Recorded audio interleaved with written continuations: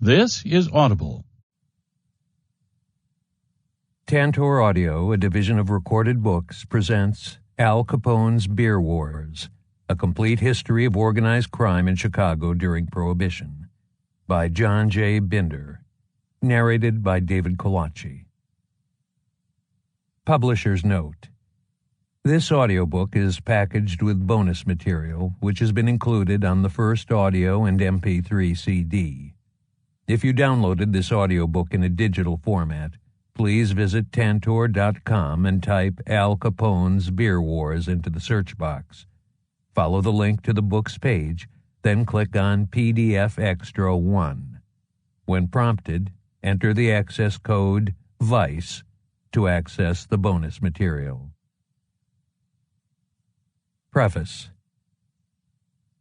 Facts are stubborn things, and whatever may be our wishes, our inclinations, or the dictates of our passion, they cannot alter the state of facts and evidence. John Adams. Since the 1920s, much has been written about gangland in Chicago during Prohibition. In fact, so much has appeared in print that the listener can be forgiven if he or she believes that it has all been done already. However, a careful examination of the literature shows that a complete history of the subject has yet to be written. The recent histories of the Chicago outfit had little to say about Prohibition. For example, Gus Russo devotes just 46 pages to the almost 100 years from 1837 to 1932. Similarly, in terms of bootlegging, Robert Lombardo covers the Prohibition era in roughly 20 pages.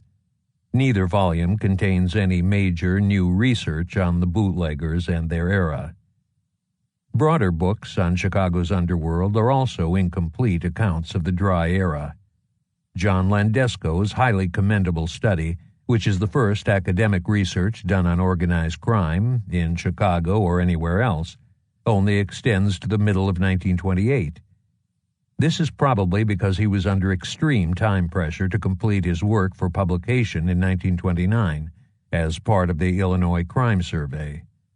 In the process, Landesco discusses most of organized crime in Chicago from 1905 to 1928, although he does not mention narcotics trafficking, labor racketeering, outside of its use of bombing as a tool, or policy gambling. He also tends to survey a variety of specific events, as opposed to chronicling the broader evolution of each racket. Other works that appeared before the repeal of Prohibition focus on the most sensational, and therefore the most violent, incidents during the dry era in Chicago. These include the drive-by shooting at the Hawthorne Hotel in Cicero, the St. Valentine's Day Massacre, and the murders of Dean O'Banion, Earl Jaime Weiss, the Jenna brothers, William McSwiggan, Diamond Joe Esposito, and Jake Lingle. The famous booklet X Marks the Spot by Hal Andrews is also incident-driven, although it provides a somewhat broader look at the world of bootlegging. Herbert Asbury and Virgil Peterson cover the history of organized crime in Chicago beginning in the 1800s. However, each volume devotes only about 60 pages to the Prohibition era. In fact, Asbury barely mentions 1931, and the focus is heavily on the Capone gang and once again on the most interesting violence. Although Kenneth Alsop's work is entirely devoted to Chicago's bootleggers, on that subject his book does not go beyond 1930. These authors also retell the dry-era stories that receive so much attention from earlier writers without bringing anything new to the table. The Capone biographies, not surprisingly, deal largely with Alphonse Capone and his gang. In terms of the gang wars, they are primarily interested in Capone's mob, its allies, and its most important enemies, and they go little beyond the St. Valentine's Day Massacre. These books are also rooted in the tradition of telling the story primarily by recounting the most interesting murders. Mars Agigian's masterful biography of Capone's successor Francesco Nitto, a.k.a. Frank Nitti, contains much information on organized crime during the time period in question, Yet the focus on its intended subject, Frank Nitti, does not allow it to cover all aspects of Chicago's underworld. The emphasis on major gang killings and attempted murders, which runs through most of the literature on the underworld in Chicago and elsewhere, regardless of the era, is likely because these events are fascinating in their own right. Admittedly, they often contribute to the larger view because the deaths of gang leaders frequently affected the outcomes in gang wars in major ways, although the murders of reporters and politicians played no part in that. But this focus shifts attention away from the important issues of how the various gangs during Prohibition arose, expanded and contracted, and sometimes fell. It also misrepresents the violence in various ways. For example, many of the most famous events are spectacular because the Thompson submachine gun was used in them, giving the impression that this weapon was far and away the most common tool in the gangland arsenal. However, a careful examination of gangland killings indicates that it was in fact used quite infrequently during the dry era, even in Chicago, where it was introduced into the underworld. And this emphasis on violence shifts attention away from what the gangs were really doing, running illegal businesses to enrich the members. In what has been written to date, many of the major bootlegging gangs are barely discussed or are not mentioned at all, and parts of the gang wars receive little or no attention. Also, there is no accurate map showing the areas controlled by the bootlegging mobs in Chicago at a given point in time, much less multiple maps that illustrate changes in the landscape over time. Therefore, there is no full history of Prohibition-era organized crime in and around Chicago. Similarly, the story of how the Torrio Capone gang, which was one of a dozen bootlegging mobs in Chicago at the start of the time period, with an often minor presence in other rackets, came to control virtually all of the city's underworld in 1934, has not yet been told. Furthermore, there has not been a full treatment of the evolution of prostitution, gambling, labor racketeering, business racketeering, and narcotics trafficking, what organized crime consisted of before Prohibition, and what it returned to afterward. There has not even been a complete discussion of the business aspects of bootlegging in the books to date. Frankly, the essence of organized crime in the dry era is missing in much of what has been written. This book hopes to remedy the situation by providing a complete history of Chicago's underworld during Prohibition. It covers not only the bootlegging and the fighting between the bootlegging gangs, but also the other important rackets that existed before and during the dry era. To that end, it begins with a discussion of organized crime before 1920 and examines the evolution of those activities over time. In terms of the bootlegging gangs and the gang wars, while it covers the details as necessary, it concentrates more heavily on the broader picture.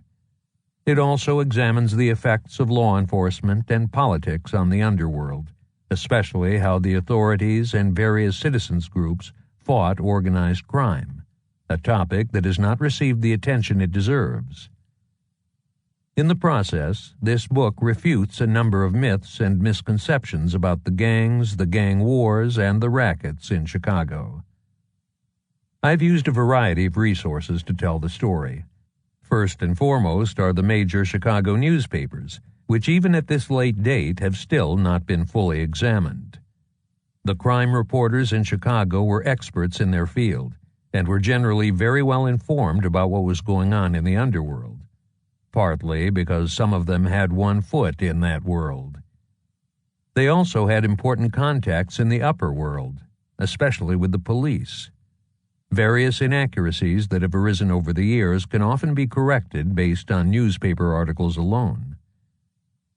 There are also a number of official records that are important in this history, such as material in the files of the Chicago Crime Commission, CCC, Chicago Police Department, CPD, crime statistics, reports, and ballistic tests done in conjunction with the department, as well as investigations into prostitution and gambling conducted by private agencies such as the Juvenile Protection Association, JPA, and the Committee of 15.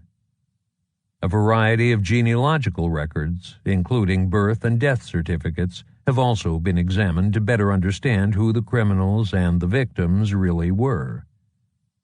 Finally, over the years I have been contacted by scores of relatives of Chicago organized crime figures.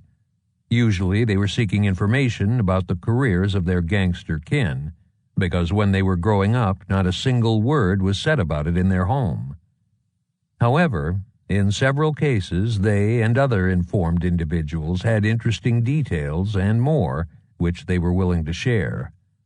I have used that material when it was credible, either because it was well documented or it was supported by other facts. Chapter 1. Before Prohibition. I have been welcomed to many friendly doors, by beauties too. Why do I keep in mind your greeting, Minnie, to your festal floors, above so many hospitable and kind? The dullness, darkness of Chicago nights drove youth to seek the brilliance of your house, where there were music, dancing, and delights, and girls in silk with snood upon their brows.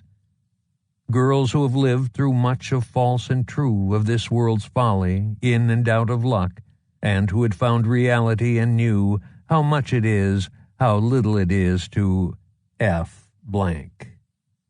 Edgar Lee Masters. Minnie Everly. Unpublished poem, 1941. The story of the Chicago outfit, which dominated organized crime in the Chicago area at the end of Prohibition and reached far beyond Illinois, begins with James Big Jim Colosimo.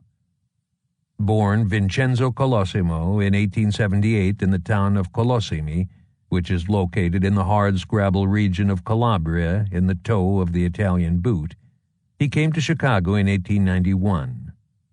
Perhaps Colosimo planned to earn a tidy sum and return to Italy to live a life of relative comfort. Perhaps he hoped to prosper and stay in the United States.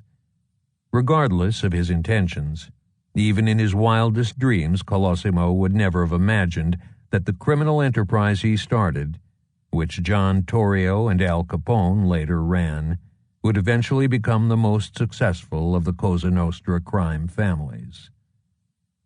Chicago in the late 1800s was Colosimo's green pasture.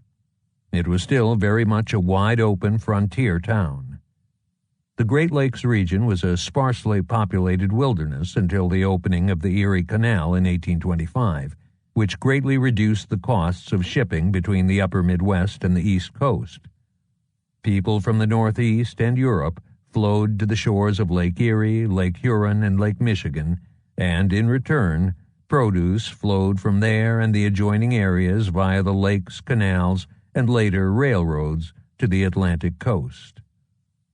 Chicago was unusually well situated to take part in that trade, whatever the method of transportation, and its location served the city well again during Prohibition. From before the Civil War until the early 1900s, the region encompassing the Great Lakes was known as the West rather than the Midwest. Long after 1900, the predecessor of the Big Ten Conference in college athletics was still called the Western Conference. The region was Western rather than Eastern in character as well, growing and advancing rather than staid and settled. Its values were those of the frontier and the individual, with an emphasis on self-reliance, including in the handling of disagreements, and an acceptance in some quarters of the use of force to settle disputes. The majority of Chicago's immigrants came from continental Europe. Many brought with them a belief, based on the semi-feudal nature of the world in which they had been raised, that the system was there to be exploited by individuals for their personal gain, as opposed to the idea that individuals worked for the common good. After all, for years, many of them and their families had been dominated by the nobility in their homeland. Unlike Boston, New York, and Philadelphia on the eastern seaboard, or even Pittsburgh, Cincinnati, and St. Louis, river towns that were all established and thrived much earlier, these ideas pervaded Chicago. For years, this mindset created a tolerance in the city and the surrounding areas of activities that were strongly frowned upon elsewhere, as evidenced by the long and continuing history of political chicanery in Illinois. These characteristics made Chicago a fertile ground for organized crime, with the city's motto, "I will," which indicates an anything-is-possible attitude, often meaning anything goes. Organized crime in Chicago began long before Colosimo's arrival, and therefore well before Prohibition.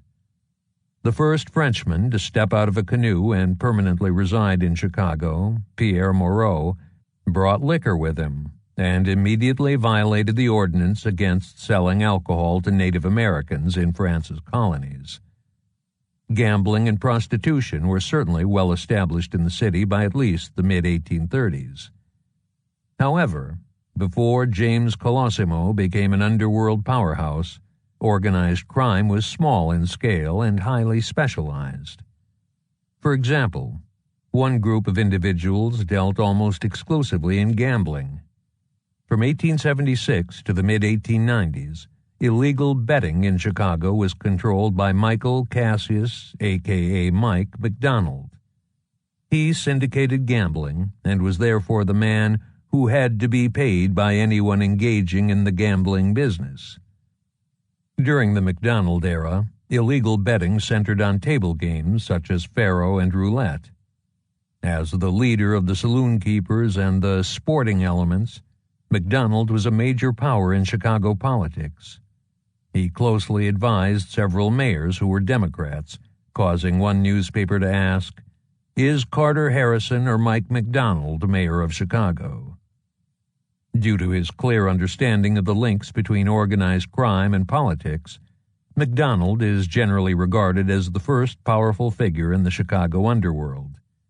He retired around 1894 after a wave of reform challenged the gambling establishments. Various stories about Mike McDonald, such as the following, illustrate his disregard for the law. "We're raising a little money, Mike," a man who came into his gambling den said, taking up a collection.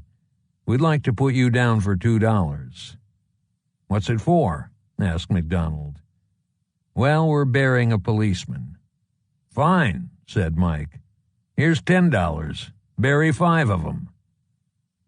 A second story demonstrates McDonald's political connections and acumen. After he bribed the necessary public officials, the American Stone and Brick Preserving Company, the McDonald Front, was awarded a contract to apply a secret preserving fluid to the county courthouse. When the job was finished in December 1886, the county was presented with a bill for $128,250. The preserving fluid was a thoroughly useless mixture of chalk and water. The arrests for gambling and separately for prostitution, referred to in what follows as vice, in Chicago per annum from 1875 to 1973, along with the city's population, measured in thousands, are reported in the first panel of the table in Figure 1.3 in the bonus PDF. The arrest data are from the CPD's annual reports. The number of arrests per capita, referred to as the gambling and vice indexes, are standardized to equal 100 in 1920. The numerator of each index equals the number of offenses committed multiplied by the percentage of offenses that led to an arrest. Therefore, if the number of offenses per capita was constant, the index would indicate how the enforcement of the relevant laws, due to mayoral policy and public pressure, changed over time. The second panel of the table reports the average values of the indexes for each mayor during his consecutive years in office. Gambling arrests per capita in Chicago were relatively low before the turn of the century. The gambling index was greater than the long-term average of 57 in only 2 of those years. Clearly, early Chicagoans were fairly tolerant of games of chance. Otherwise, their mayors would have cracked down on them as hard as the later ones did. Some of the mayors before 1900, such as Hempstead Washburn and George Swift, did work to suppress illegal betting, while Mike McDonald's ally, Mayor Carter Harrison Sr., had quite a bit of difficulty finding it inside the city limits. In fact, the gambling index was at a historical low during Harrison's initial 8 years in office. Refer to the second panel of the table in Figure 1.3 in the bonus PDF, with an average value of 22. For example, only 217 gambling arrests were made in 1879 when the city's population was nearly 500,000. Enforcement during this time period was generally more lax when the mayor was a Democrat instead of a Republican. For example, from 1875 to 1899, the average value of the index was 49 when a Republican was the mayor, but only 27 when a Democrat was in office. The reform movement of the early 1890s dissipated, and in 1897, Carter Harrison Jr. returned Chicago to the wide-open town policy. During the younger Harrison's first period as mayor, the gambling index had an average value of 41. By this point in time, the emphasis of illegal betting had shifted somewhat away from table games and more heavily toward bookmaking on horse racing, with the bets taken in gambling dens, handbooks operating throughout the city and in pool rooms. Customers of the handbooks included lawyers, doctors, writers, waiters, chauffeurs, and businessmen, as well as, it was admitted, pimps and thieves and thugs. At the time, 4 separate groups dominated gambling in the city. The South Side faction was led by James O'Leary, son of the Mrs. O'Leary whose cow was falsely blamed for the Great Chicago Fire of 1871. O'Leary worked out of a stockade on South Halsted, which one newspaper article describes, with some exaggeration, as fireproof, bomb-proof, burglar-proof, and police-proof. Although the walls were solid and the doors were made of steel and oak, it was in fact raided by the police many times. The downtown Loop area was controlled by a group led by John O'Malley, Patrick O'Malley, Tom McGinnis, and First Ward Alderman Michael Hinky-Dink Kenna and John Bathhouse Coughlin. On the north side, Mont Tennis and his brothers William and Edward were in charge, while on the west side, a group allied with Tennis, which included Alderman Johnny Rogers, held sway. The political situation changed in the early 1900s when Edward Dunn became mayor. A Democrat but also a reformer, he waged a vigorous campaign against organized crime, including gambling. Dunn's policy deviated from the prevailing practice of the Republicans advocating good government and the closed town. In 1906, during Mayor Dunn's last year in office, the total revenue of the gamblers in Chicago was $15 million, with between $12 and $13 million coming from horse racing and the rest from other types of wagering. Republican Fred Bussey, who succeeded Dunn, was essentially the first mayor from his party, but not the last, to let the town run wide open. Although gambling was rampant at the time, with Chicago regarded as the pinnacle of handbook betting in the country, enforcement declined dramatically in the city from 1906 to 1910, as the gambling index dropped from 140 to 25. The various gambling factions coexisted fairly peacefully until Mont Tennis obtained a Chicago monopoly in 1905 on the horse racing results supplied by the Payne News Service of Cincinnati, and charged his rivals a monopoly price for the service, namely, half of the profits from their racetrack betting. No gambling house making book on horse races could operate without the instantaneous results from tracks around the country that this service provided. On the one hand, winning bettors wanted to be paid quickly, and the house wanted to move on to the next race. On the other hand, bookies who had delayed information could be taken to the cleaners by bettors who knew the results before they did. Tennis was allied at the time with John O'Malley, McGinnis, and Loop gambler John Condon against a group led by O'Leary. Tennis's rivals responded with violence in June 1907, and from that point through October 1909, 33 gambling-related bombings occurred. Mont Tennis was attacked at the onset of the hostilities while walking with his wife, and his properties, including his home, were bombed 4 different times. John Rogers's saloon at Madison and May was bombed twice, as was John O'Malley's, and Condon's home was hit as well. In retaliation, O'Leary's Halstead Street headquarters was damaged by explosions on 3 occasions. When the dust finally settled, Tennis had essentially won a complete victory over his enemies that gave him local control of the racing news. He soon reached a higher level of power and dominance by founding his own General News Bureau, driving the Payne service out of business as his agency gained a national monopoly in the provision of racing results. Tennis sold the News Bureau in the late 1920s to Moses Annenberg, Jack Lynch, and others. In 1911, Carter Harrison Jr., supported by the gambling interests, returned to office.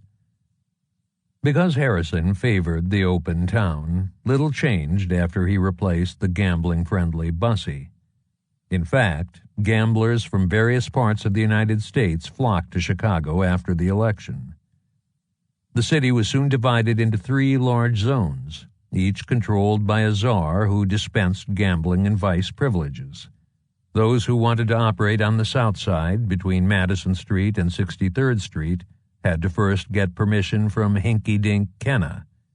He was the linchpin in the system, given his close ties to the younger Mayor Harrison, which explains why he owned so many gambling operations directly. Politician Barney Grogan controlled the west side, while Hot Stove Jimmy Quinn, a former protege of Tennis, controlled the north side. Quinn and his relatives also ran the gambling at the Riverview Amusement Park on the north side. Frank Solon and politician Tom Carey, who presided over the area south of 39th Street, aided Kenna. Northside Alderman Herman Bowler and Herman Lutzenkirchen had the Rogers Park area and the remainder of the far north and northwest sides. They worked under Quinn, while politician Manny Abrahams controlled the Maxwell Street district. The protection money the gamblers paid so they could operate unmolested flowed through these men to the police and other politicians, with plainclothes police officers who were the personal men of the lieutenants and other higher-ups doing the actual collecting. An inquiry led by federal judge Kennesaw Mountain Landis in 1916 revealed that the group of 12 to 15 handbooks in Chicago, directly owned by Tennis, handled from $6,000 to $7,000 in bets per day and turned a net profit of approximately $54,000 per year. In addition, profits to Tennis and his partners from the General News Bureau amounted to nearly $270,000 per year. Further net income, albeit not reported or estimated, was generated by casino gambling. Although no precise figure for the citywide profits from all types of gambling was ever calculated for 1911, an admittedly rough estimate for Chicago is $4.1 million. The lottery game known as policy was active in Chicago decades before Prohibition. Contrary to assertions that it was invented or introduced by Patsy King or Policy Sam Young in the 1890s, policy games were running in Chicago long before 1890. For example, one old-time Chicagoan remembered the game operating in Morton's Policy Shop across from the old Chicago Tribune building in the era of Abraham Lincoln and Stephen Douglas, while an article states that the game was active before the Great Fire. It was also thriving in the Windy City and across the country during the 1870s. Policy was certainly being played in New York City in the 1850s, and it is mentioned by newspapers there before 1820. Therefore, neither King nor Young brought the game to the city, although Young might have been the first to operate in the African American community, which later became its stronghold. In the modern form of the game, numbers from 1 to 78 were placed in a drum. A bettor, playing a gig, bet on 3 numbers, such as 1, 10, 50. The policy company, commonly referred to as a wheel, usually held a morning and an afternoon drawing, giving the player who bet that day 2 chances to win. 12 numbers were pulled from the drum in each drawing. If the 3 numbers bet were among the 12 pulled in that drawing, the wheel paid the winner 100 times the amount bet. The actual probability of winning with 1 drawing, rather than 2, is 1 in 345.8, as opposed to the astronomical estimates that have frequently been claimed. For example, several writers assert that the odds against winning in 1 drawing are 76,076 to 1. In fact, it is rather surprising that these extreme overestimates persisted for so many years, because as early as 1886, the correct calculation appeared in a newspaper article. Based on the true odds, the expected payoff in a game with 2 drawings is about 58 cents for every dollar bet. In other words, the house's expected take, defined as what it made after paying off winning bets but before its other expenses, which in policy gambling were quite large, was roughly 42 cents of each dollar bet. Of course, this calculation assumes that the drawing was not rigged. In fact, most observers claim that the policy games were scrupulously clean. During the 1870s, policy shops were found in all parts of the city, although they were located most heavily on the south side. The players tended to be of low income, but as one observer remarked, "Side by side may be found the city official of high life, the dusky African, the heathen Chinese, the Hebrew, the German, the Polander, the Swede, and occasionally Irish and Italian, and of these nationalities women and boys are found playing also." The legal status of the game remained unclear for a long period of time, causing it to be heavily rated during some years and largely ignored by the police in other years. By 1890, after considerable police interference, the number of policy betting places had declined from several hundred just a few years earlier to about 30. Policy gambling continued to ebb and flow until Carter Harrison Jr. was elected mayor in 1897. A Presbyterian minister and reformer in the Jefferson Park neighborhood on the north side stated that a person active in the game contributed $20,000 for the election of the present mayor, and that neither the district attorney nor the courts nor the judges dare touch him. The change was dramatic.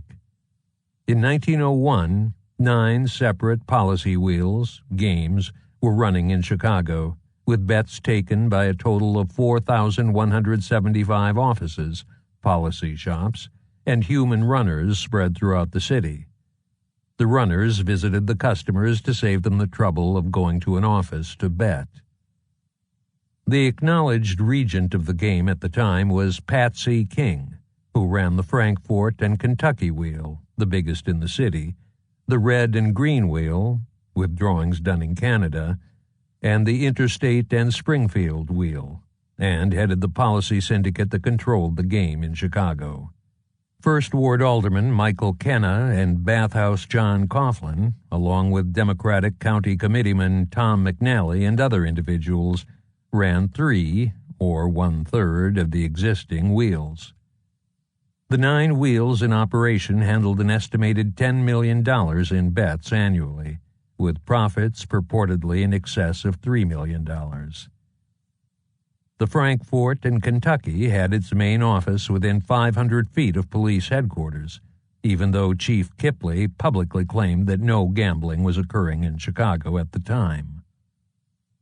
Although the police were inactive in fighting policy around the turn of the century, in the early 1900s, African American ministers, such as Reverend R.C. Ransom, campaigned vigorously against what they perceived as an evil in their communities.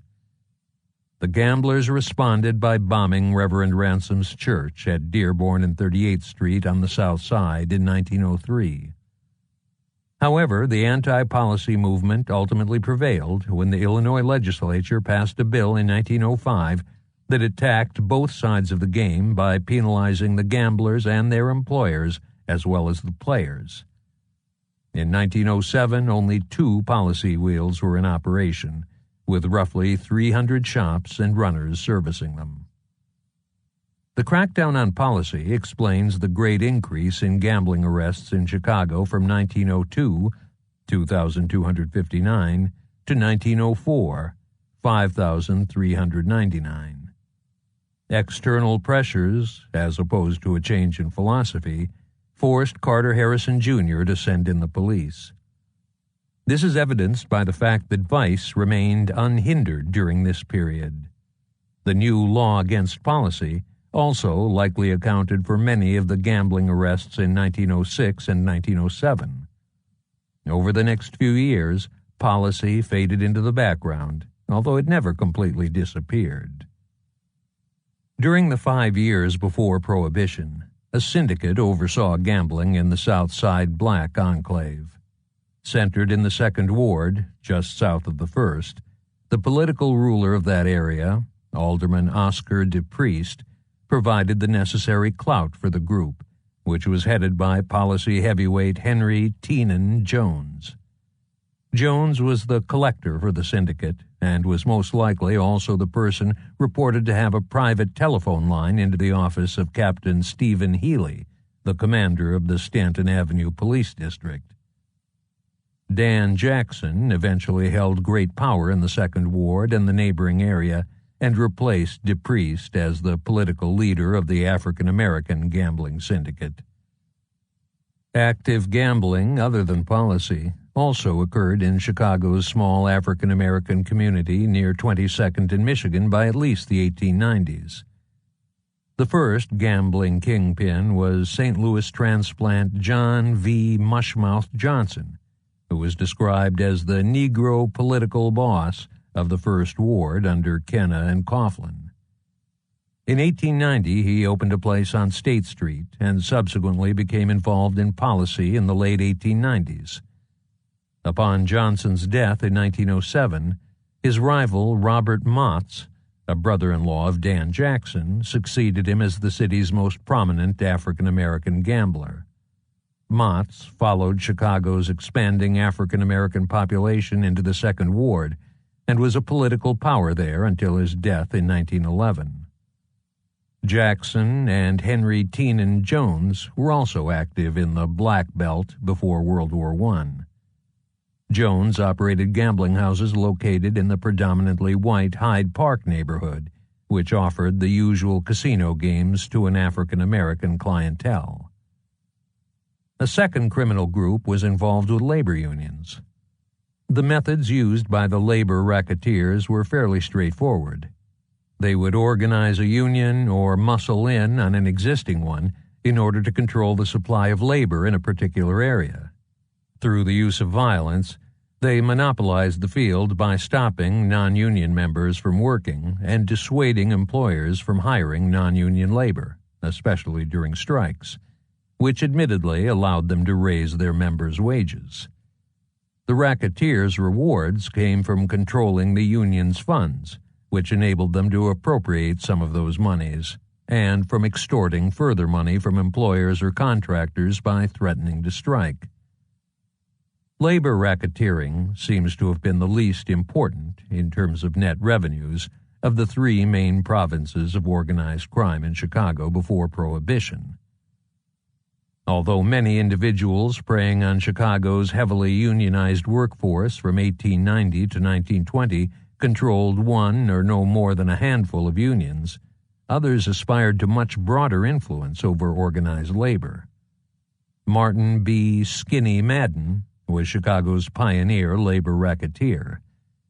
He came to the city from Kansas City, Missouri in 1895 and began as a steamfitter's helper and quickly rose to the position of business agent for the Junior Steamfitters Association. Madden's power was based on the sluggers he employed to attack non-union workers as well as union reformers opposed to his methods. In the former case, Early in his career, Madden employed several dozen toughs who attacked replacement workers at locations under strike. His goons would single out one or two of the men and beat them so severely that they were unable to work the next day, sending a clear and powerful message to the other strikebreakers. The use of guns by hired labor muscle came into practice circa 1905, when Madden disrupted the elections of the Chicago Federation of Labor, CFL, which he controlled through surrogates he had voted into office. As president of the Associated Building Trades, ABT, a consortium of unions involved in areas related to construction, Skinny Madden was the boss of more than 50,000 workers. Madden controlled this body starting in 1902, and shortly thereafter he assumed the office of President for Life. He extorted money from contractors and building owners by offering to settle strikes for a fee and by fining them for nebulous infractions, such as when he held up construction of the Chicago and Northwestern Railroad Terminal in 1910 in an attempt to garner a $50,000 payment. He also preyed on the organization's members by forcing them to renew their work permits at a cost of $1 per week. Madden's power was broken when the better elements in the labor movement revolted against his methods. By early 1910, a number of unions, including the carpenters, lathers, electrical workers, and painters, left the ABT to join the CFL-backed Building Trades Council, effectively destroying the former group. Maurice Mossy Enright was born in Ireland in 1883 and immigrated to the United States the following year. A product of the area behind the Union stockyards, he burst into the newspapers in March 1911 when he was charged with the murder of rival labor slugger Vincent Altman, who was a Skinny Madden adherent. Enright escaped hanging for that offense by the vote of one juror. At the time, Enright commanded a band of gunmen who prowled the streets in his limousine known as the Gray Pirate Car for the Building Trades Council. A month later, Enright killed his recently dismissed associate, William Dutch Gentleman. Enright rose to lead the Garbage Handlers Union and was involved in others, including the Street Cleaners Union. Enright's crew included hardened criminals from the back of the yards, such as his brother Tommy, his brother-in-law Sonny Dunn, James Reagan, who would graduate to other rackets, Big Tim Murphy, the psychopathic Gene Gary, and the fearsome Walter Stevens. Murphy, who was later a mail robber and state legislator, was a silver-tongued battler who started out as a newsboy and then caught the attention of local politicians. With the help of Enright, he became the business agent for the Street Cleaners Union. Gary was involved in several labor-related killings. He was eventually found to be legally insane, which likely surprised no one, and died in the psychiatric ward of the Illinois State Penitentiary at Menard. The term gunman was reportedly coined to describe Walter Stevens, whose police record extended back to the 1890s and included more than 200 arrests. By 1922, he was reputed to have been involved in 16 murders. One Chicago newspaper called him a man of temperate and violent habit. Temperate where his habits might hurt him, violent when they would hurt the other fellow. Little restrained Enright's goons. For example, one of his men struck Mother Superior Xavier of the Franciscan convent in Hammond, Indiana, while inside the criminal court building in Chicago. She was trying to protect a young girl in her charge who was a witness against another of Enright's Confederates. Labor racketeer Cornelius Con Shea was born in Massachusetts and was reported to have been involved in bombings, a standard labor tactic used to convince unwilling employers to meet union demands when he was only 16 years of age. Between the unions, the gamblers, and others who struck at their foes through property damage, Bombings were a common occurrence in Chicago prior to 1920 and continued for years thereafter. Shea was elected president of the International Brotherhood of Teamsters, IBT, which belonged to the American Federation of Labor in 1903. He came to Chicago shortly thereafter and formed an alliance with Skinny Madden. Shea's dictum was that a broken nose is an occupational hazard of the profession of union organization.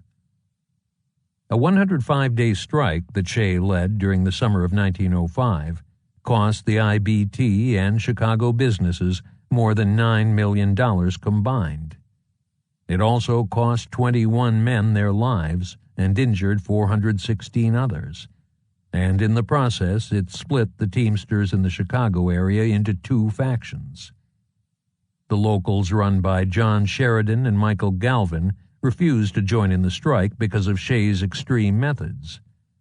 These outlaw, or Chicago Teamsters, who after the strike were outside the IBT, operated, in terms of Sheridan's organization, north of 79th Street in Chicago and west of about Pulaski, known as Crawford at the time, Avenue.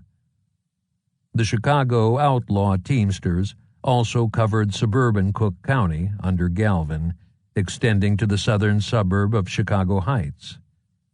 Most of the violence in 1905 resulted from this division between the IBT and the Chicago Teamsters, which set the stage for transportation-related union difficulties for many subsequent years in the Windy City.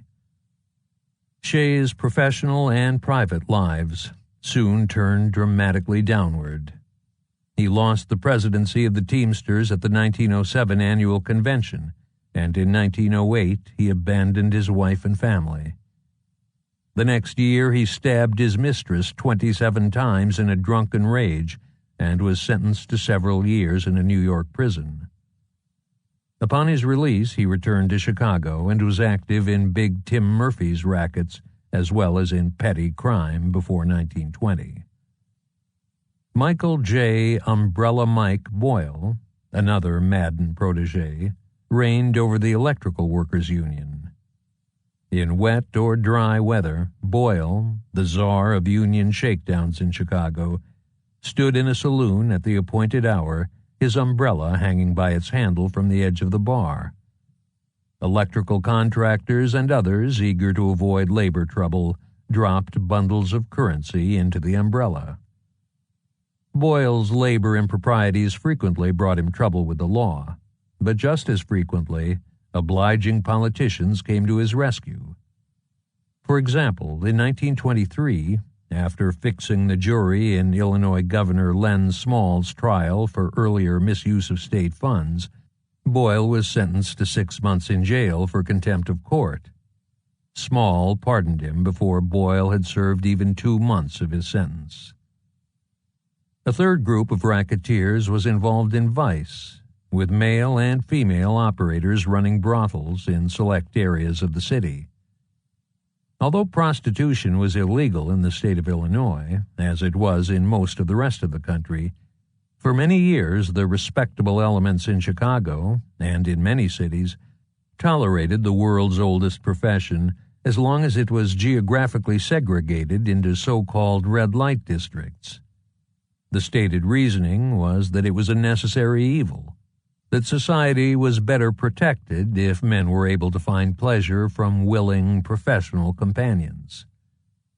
Specifically, a detailed report by the Hartford Vice Commission argued that permitting limited, segregated vice, 1, decreased solicitation on the public streets, 2, kept the brothels out of the residential neighborhoods, 3, minimized the corruption of youth, 4, kept men from forcing their attentions on women, 5, minimized police corruption, 6, decreased crimes of other types, and 7, minimized disease.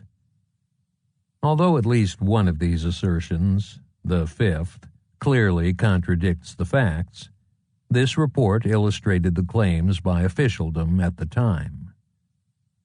Prostitution was thriving in Chicago well before the Civil War, and it produced a number of interesting characters in the years preceding 1890. The first of the famous vice lords was the physically unimposing Roger Plant Sr., who was barely 5 feet tall. In contrast, one newspaper unflatteringly described his massive wife, Anna Maria, as his elephantine consort. Born in Worcestershire, England, in the middle of the 1830s, the pair, along with the diminutive Gus Anderson, ran the Under the Willow Resort at Wells and Monroe, which housed roughly 40 women in the 1860s. A contemporary newspaper describes it as a notorious den of infamy. By 1880, the Plants were long gone from Chicago. They operated a saloon and a brothel as well, given the number of young women who lived there, according to the U.S. Census that year, in St. Louis. Missouri death records indicate that Roger Plant Sr. died in Los Angeles, where he owned considerable property, in 1894.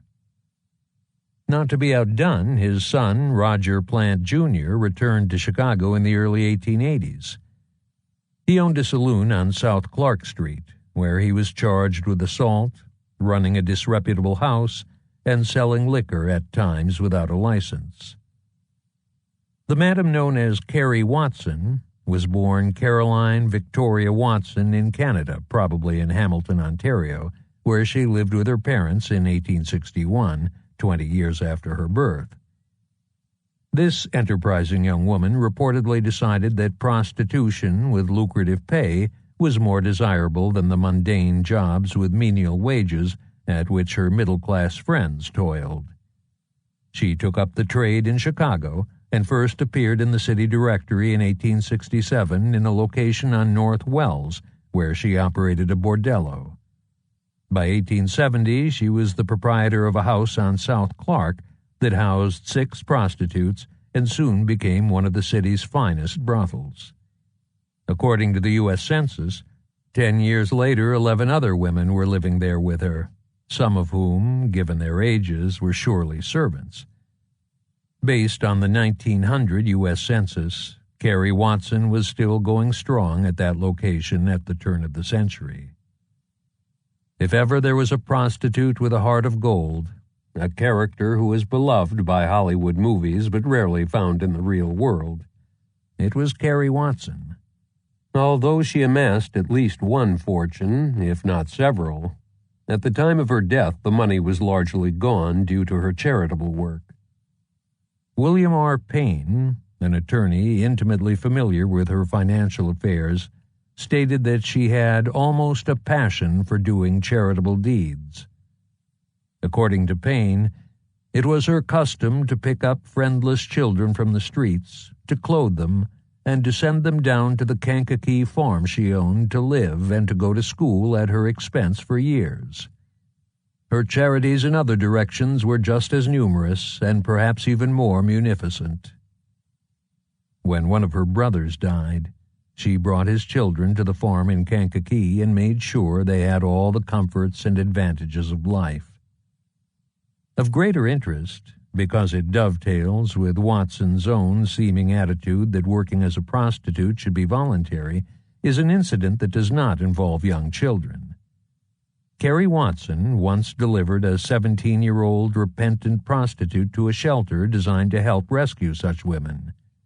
She paid for her stay there until the girl's father could come from California to take her back to a normal life. It was all done as anonymously as possible. In the late 1860s, it was estimated that 2,000 harlots worked in Chicago. This was at least partly due to the large number of women widowed by the war who turned to prostitution because they were bereft of financial support. There were roughly 225 brothels at the time, plus a number of assignation houses, where men brought women for immoral purposes, and rooms attached to saloons that served the same purpose. In 1882, 6,600 prostitutes and 1,000 bordellos operated in Chicago, generating revenues of $4 million per annum. By 1895, The Windy City boasted 10,000 harlots and 2,000 houses of ill fame. However, this increase is not extraordinarily large because the city's population nearly tripled in those 13 years. One observer estimates that in 1906 there were as many harlots as in 1895, and that they produced $20 million a year in revenue. About 350 large bordellos, referred to as parlor houses, contained 4,000 women and brought in $8 million a year in revenue. 2,000 women working in small flats received $4 million a year, and the remaining $8 million was generated by women inside 292 shady hotels. Clearly, even before 1910, parlor houses, the traditional brothels, did not handle the bulk of the city's sex trade.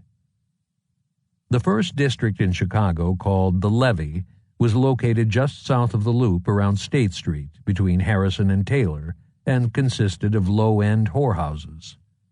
The section known as Little Cheyenne was only slightly west of there, on Clark Street between Van Buren and 12th Streets, now Roosevelt Road. 1 block east of Clark Street was Custom House Place, centered on the street by the same name, now called Federal Street, and bounded by Harrison to the north and 12th to the south. In 1882, the area between Clark, State, Van Buren, and 12th, which encompassed all three of these districts and was dubbed the Black Hole by the writer using the name Americus, contained 500 brothels and 3,000 fallen women, almost half of the total for the entire city. Political pressure led to the closure of these sin strips in 1903 because the municipality was embarrassed by very visible vice so near to the expanding central business district. Brothels first appeared around 22nd Street during the 1880s, and the bordellos driven from Custom House Place and the adjoining areas near the downtown soon reopened there. After 1903, prostitution south of the Loop was concentrated near Dearborn and 22nd Street. On some streets, such as State and Wabash, the houses of ill repute extended south to 31st or 35th Street. This newly sanctioned haven of vice was the largest in the city and was also called the Levee. In its heyday, the new Levee housed bordellos ranging from the world-famous Everly Club and other high-class resorts to places that were so debauched they probably made a majority of Chicago's hardened prostitutes shudder. A number of brothels near 22nd Street, along with other nearby buildings, were connected by underground passages and tunnels, giving the inhabitants multiple escape routes during police raids. Vic Shaw was the queen of the Levee in the years just before 1900 and ran the fanciest bordello in Chicago at the time. She was born Emma Elizabeth Fitzgerald in Nova Scotia, Canada, and initially worked as a burlesque dancer on West Madison Street. By her own, most probably fictional account, she eloped with Ebby Shaw, the son of a millionaire, while performing at the Chicago Opera House, and thereafter took his last name as well as his nickname for her, Vic, as a first name. She was in fact married to one of the Levee's most important pimps, Roy Jones, whose real name was Royal Ludwig, at least once during her life, and died as Emma Elizabeth Ludwig in 1951. Vic Shaw spent 40 years in vice on the city's south side, most prominently on Dearborn, Armour, and Prairie. In the late 1930s, when she was almost 70 years old, Shaw still ran a flat on South Dearborn. Illustrating the closeness between the purveyors of vice and the First Ward politicians, Bathhouse John Coughlin gave Madam Shaw a photo of the White House, which was inscribed, "Where we will celebrate in 1900, compliments John J. Coughlin," on the back.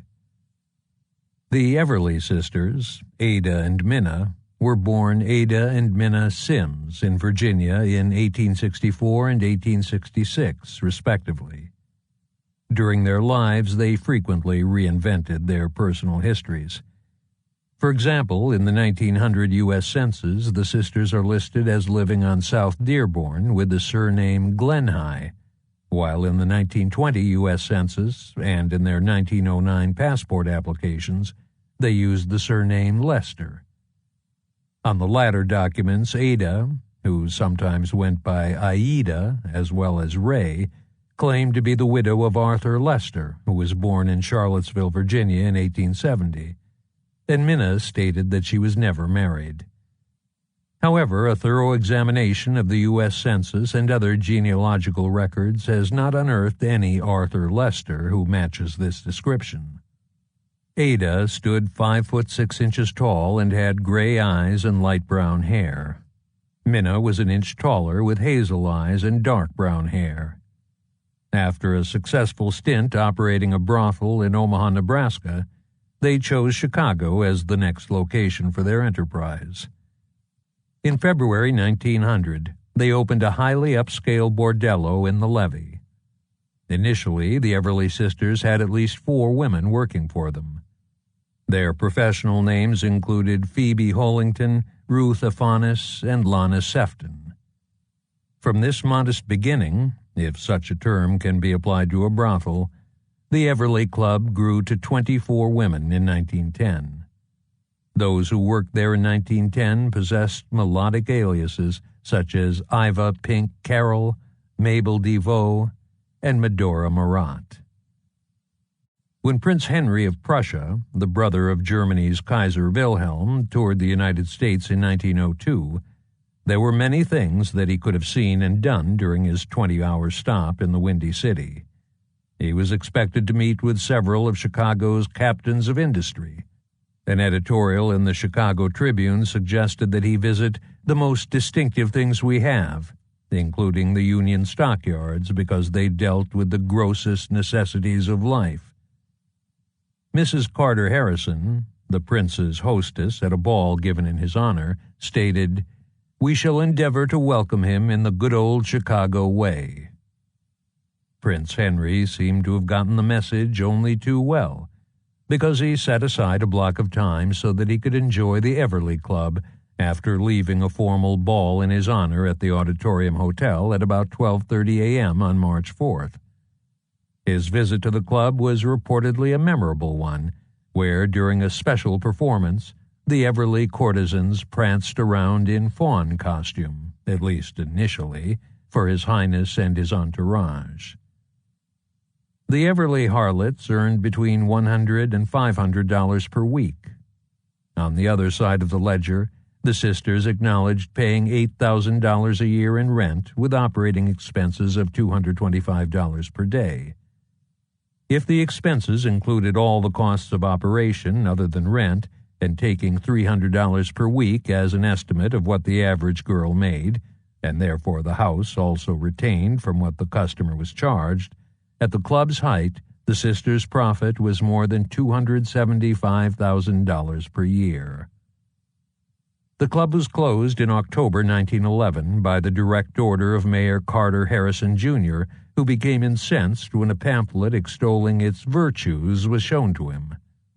The mayor stated, "It is a disgrace to Chicago that such a place should be one of its most widely known features." The brochure that fell into his hands was actually quite subdued. It contained photos of the exterior and interior of the club itself, but not of the women who worked there, and it included only 2 paragraphs of text. While not an extremely imposing edifice without, the club is a most sumptuous place within. It has long been famed for its luxurious furnishings, famous paintings and statuary, and its elaborate and artistic decorations. The new annex, next door, formally opened November 1st, 1902, has added prestige to the club and won admiration and praise from all visitors. With double front entrances, the twin buildings within are so connected as to seem as one. Steam heat throughout, with electric fans in summer. One never feels the winter's chill or summer's heat in this luxurious resort. Fortunate indeed, with all the comforts of life surrounding them, are members of the Everly Club. this booklet will convey but a faint idea of the magnificence of the club and its appointments. The Everleys retired with a considerable fortune and held almost $200,000 in IOUs from the club's customers that were never paid when they moved to New York City to escape notoriety.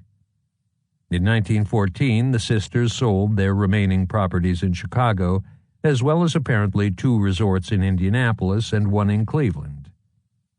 Many of their girls at the house in Chicago went to work at the brothel next door, run by Ed Weiss's wife, Amy Leslie, herself a former Everly courtesan. Minna Everly died in New York in 1948, followed by Ada in 1960.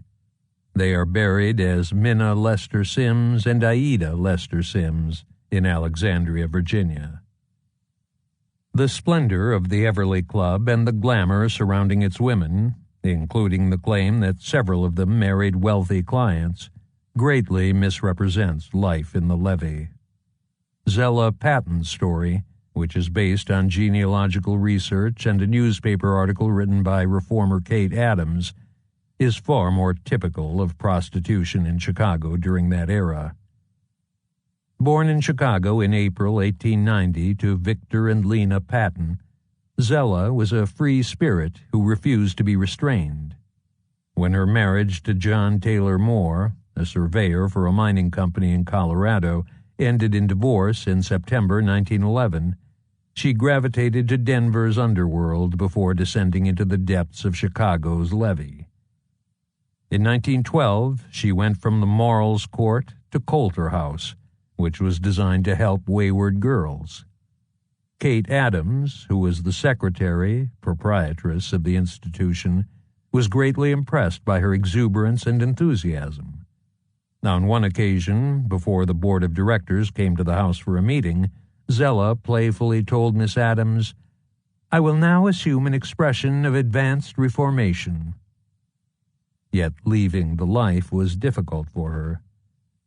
After Zella got back on the straight and narrow, she went to Springfield, Illinois, and became addicted to drugs.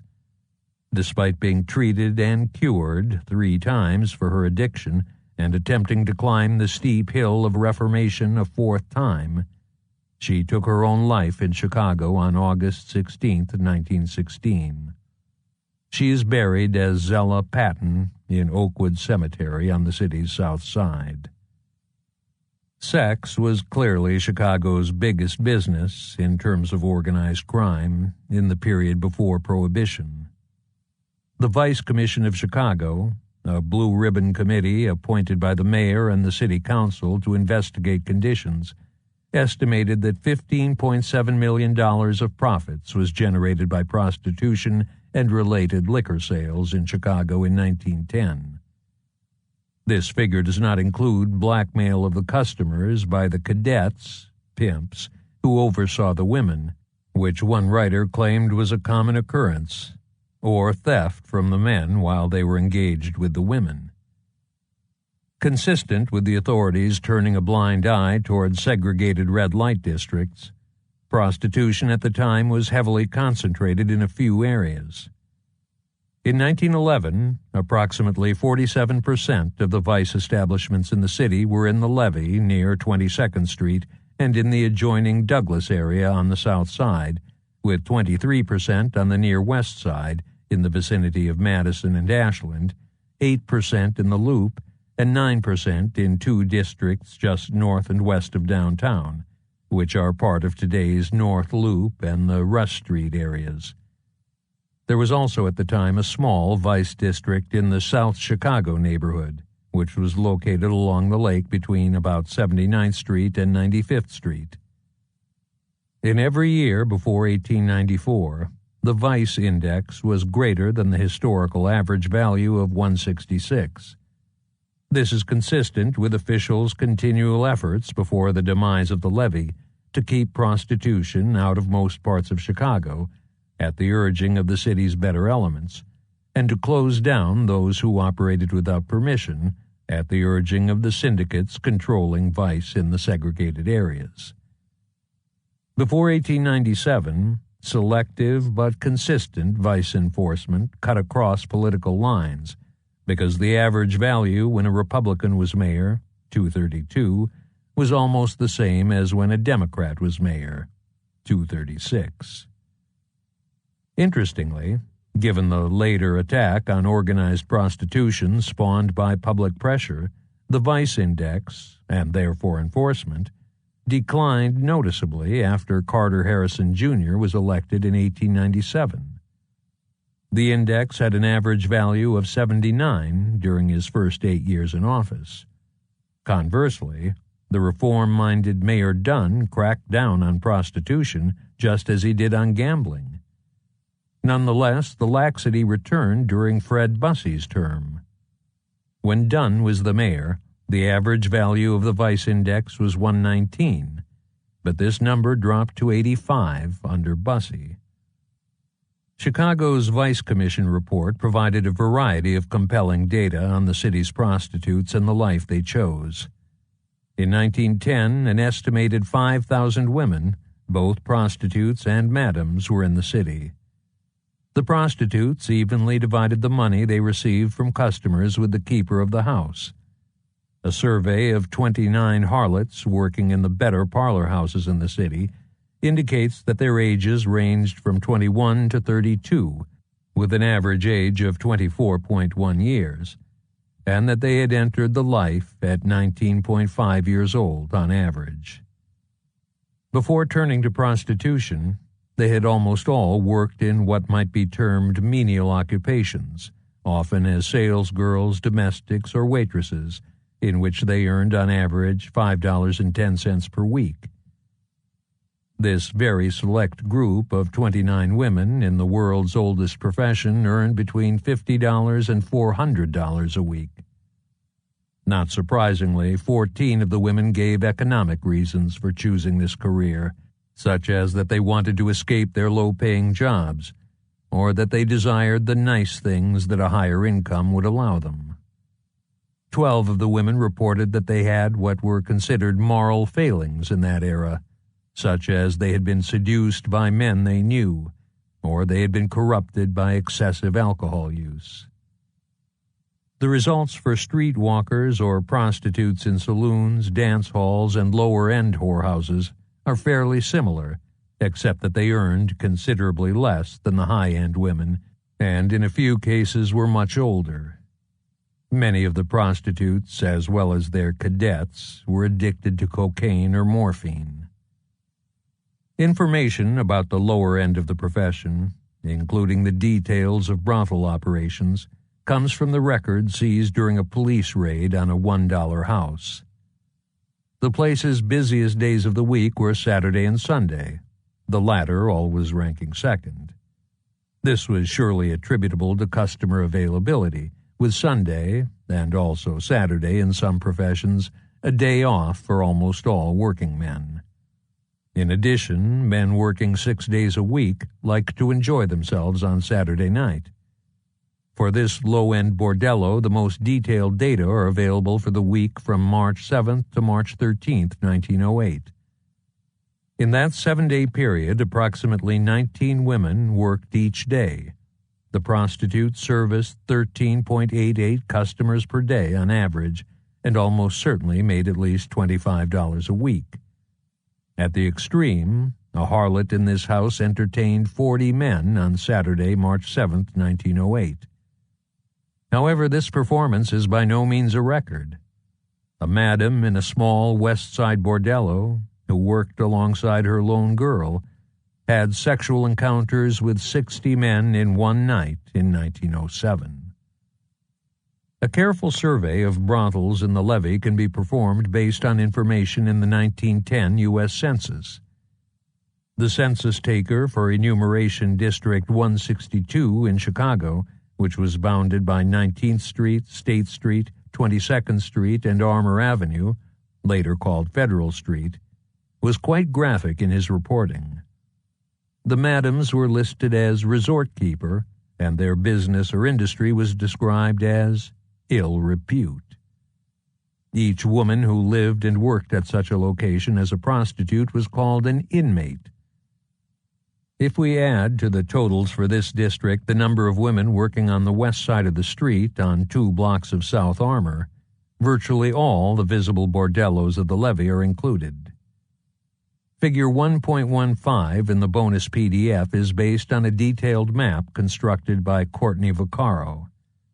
It shows that in 1910, the vast majority of the levee brothels were located inside an L-shaped area comprising 8 city blocks. Saloons, with vice of a different kind, were sprinkled throughout the area, mostly at the intersections. In 1910, the district was home to 98 separate brothels, with a total of 655 prostitutes and madams.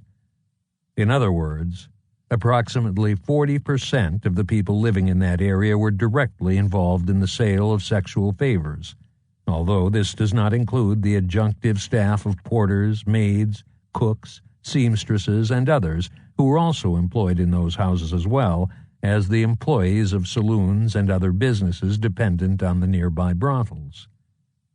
A number of the saloon residents might have been prostitutes. Some houses of ill repute contained 1 woman, while at the other extreme there were brothels with 24 women. The woman shown as the resort keeper might not have been the owner in every case, but instead the senior person actually living at that site. In the levee, the great majority of the prostitutes before 1920 were white, with a small number of African Americans and a smattering of women from other ethnic groups. Based on the 1910 U.S. Census, the levee housed 23 African American prostitutes and madams in 4 racially segregated whorehouses. The largest of these was Black Mag Douglas's place on Armour, which contained 11 women. There were also 5 Japanese women in a house on Armour, but otherwise the inmates were all Caucasians. Of the 655 sex workers, about 20%, 128, were foreign-born. The largest number, 44, came from France, and there were additionally 7 French Canadians, which was greatly disproportionate to the small French immigrant population in the Chicagoland area at the time. These numbers reflect the tastes of the clientele for French women and the types of services they tended to provide, with oral sex at the time viewed as a type of perversion that was referred to as French, given its origins. Italy was a distant second in foreign birth, with 15 women working in the levee.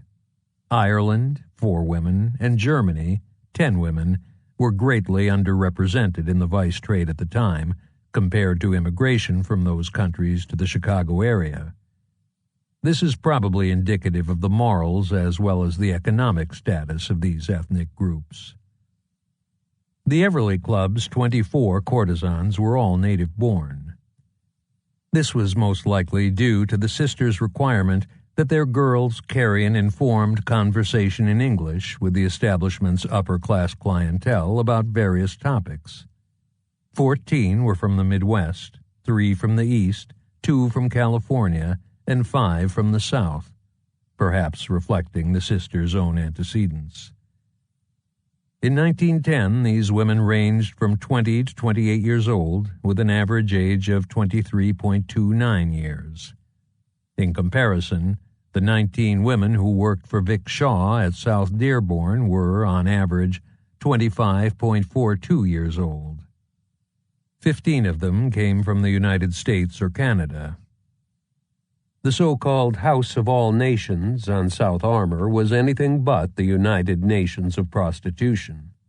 According to the 1910 U.S. Census, 3 of the 16 inmates at this supposedly diverse brothel were from France, 1 was from Germany, and the remaining 12 were American-born women whose parents were American-born. The Vice Commission's exposé produced no legislative action by Chicago's City Council. Instead, the reaction to open prostitution over the next 2 decades came from individual elected officials, as circumstances dictated, and from citizens groups. In the latter category, the Committee of 15 and the Juvenile Protective Association, JPA, Both privately funded organizations were at the forefront of the war on vice in Chicago for many years. As was the case in other large cities in the United States, organized crime in Chicago around the turn of the century, especially gambling and labor racketeering, was heavily the province of Irish and Jewish immigrants and their offspring, because they predated the Italians in terms of significant immigration to America. Even in 1920, only 4.8% of Chicago's population listed themselves in the census as Italian in nationality, still behind the Irish at 5.4%. During Prohibition, ethnic succession occurred, and organized crime around the country was soon dominated by Italians.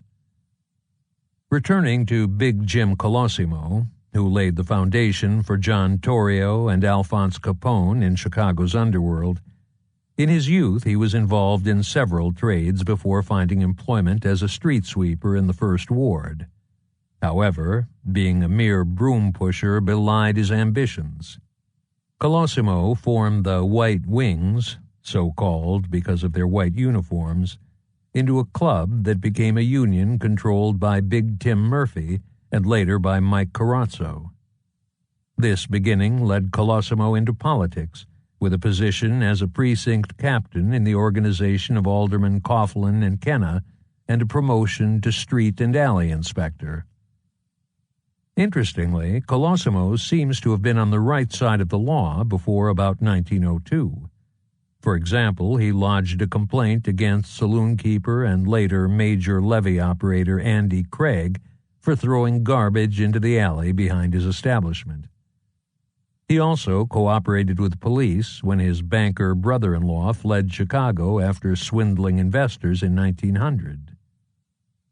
By marrying Victoria Moresco, who owned 2 brothels, in 1902, Big Jim Colosimo became active in prostitution.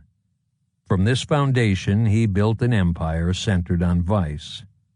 His first properties in the levee included the Victoria, named by Colosimo after his wife, at Archer and Armour Avenues, and the Saratoga at Dearborn and 22nd Street, which was next to the Everly Club.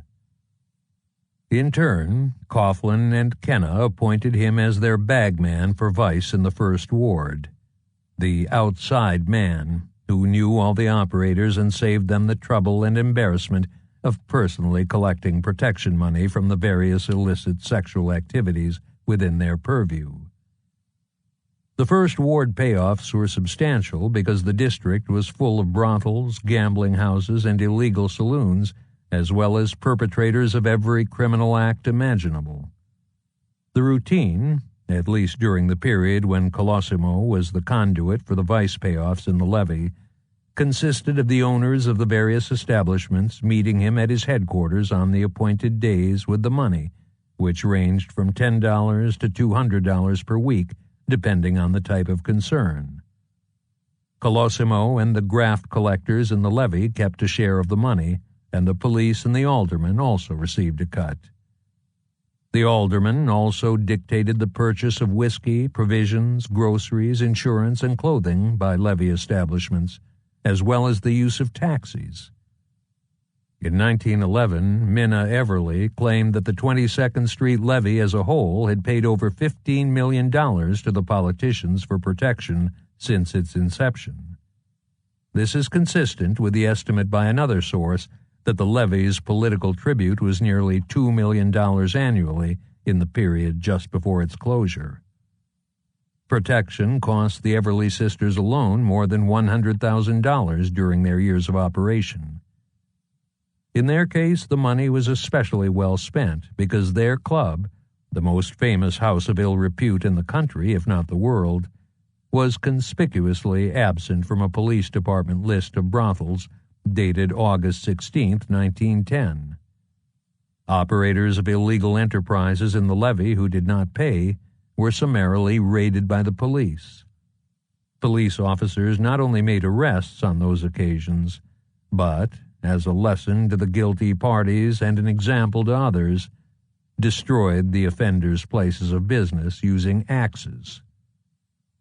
To augment their weekly collections, Coughlin and Kenna's First Ward Club threw a ball each year during the Christmas season at the Chicago Coliseum. The First Ward Ball was described by one Reform report as the annual underworld orgy given by Alderman Michael Kenna and Alderman John Coughlin for the purposes of retaining control of prostitutes and criminals of the First Ward levy for political purposes and for political funds. The ball was estimated to have netted the alderman at least $25,000 per annum. Colosimo did not ascend from being a simple crib operator to the king of the levy in one step, but instead continually improved his services and reputation. For example, gambling, casino games and slot machines, was added to prostitution in order to keep the customers content and engaged. This upgrading culminated in the 1910 opening of Colosimo's decidedly hoity-toity cafe on South Wabash. An ad for Colosimo's referred to it as the finest Italian restaurant in Chicago, stating, "Table d'hôte dinner, 6 to 9 p.m., $1.25.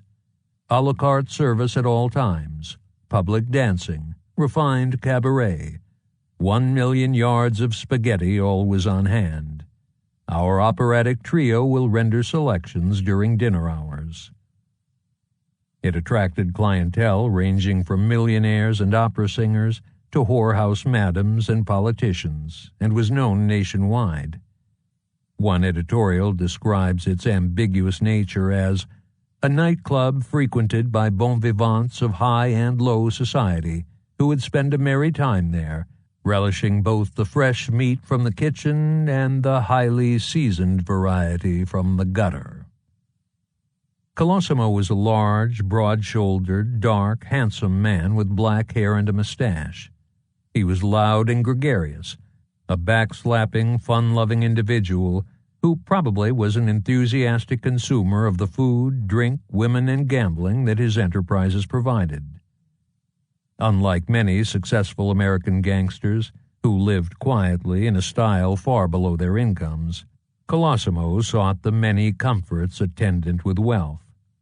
He bought a fine house for his father, his wife, and himself, complete with servants and chauffeured autos.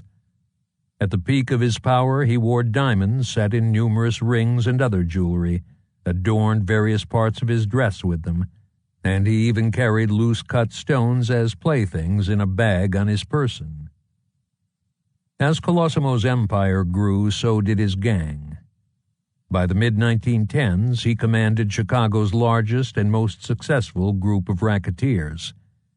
This multi-ethnic lot included Italians such as John Torrio, Joey D'Andrea, Roxy Vanilli, and Joe Adducci, a.k.a. Adducci, as well as Jews like Jew Kid Grabener and probably the Guzik brothers.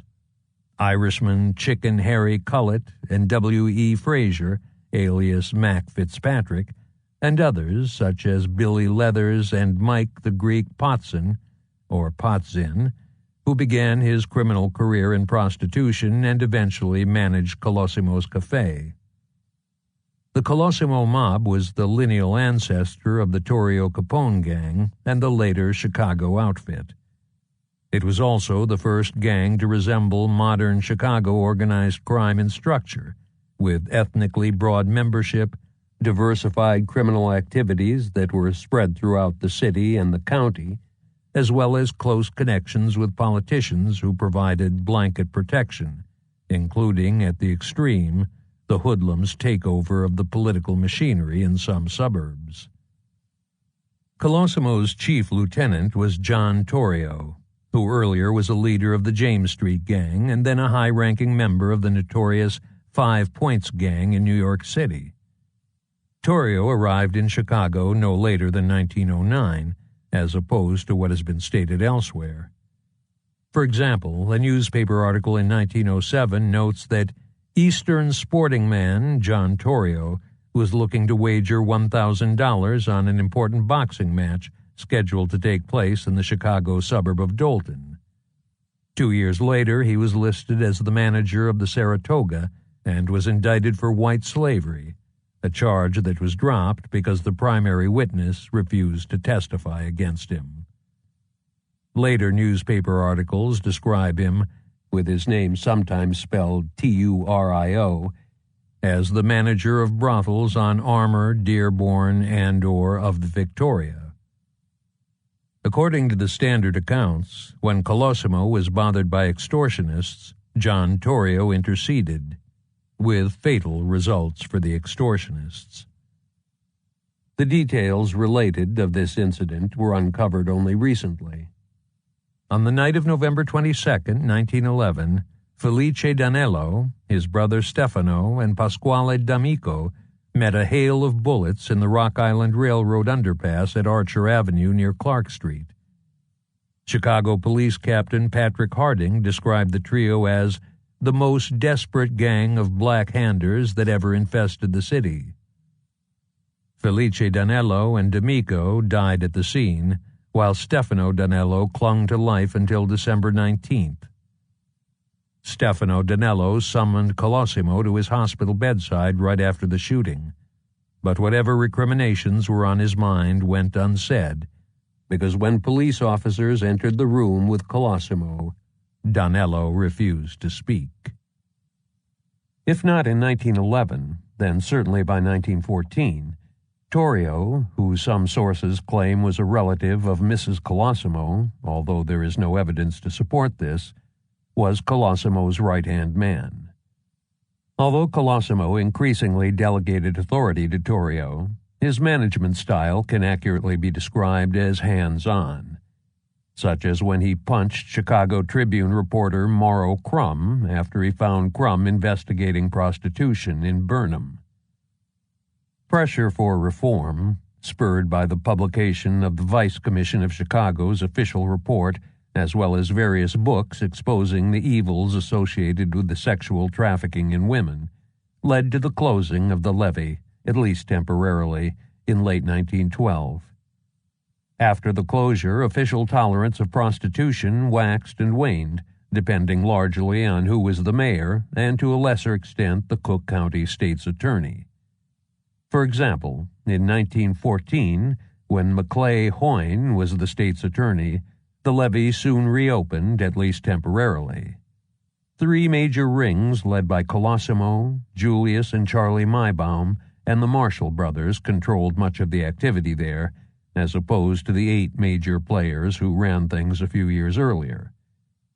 However, after 1912, vice in Chicago was never the same again, because segregated red light districts were simply too visible a target for reformers. For example, the Committee of 15 took credit for closing 518 disorderly houses and driving well over 1,000 prostitutes from Chicago in the 12-month period through July 1914. Although activity on the near South Side and in the Douglas neighborhood continued, the levee was no longer the undisputed center of prostitution. Its further decline was hastened by an incident in the summer of 1914 that directly involved Colosimo's gang.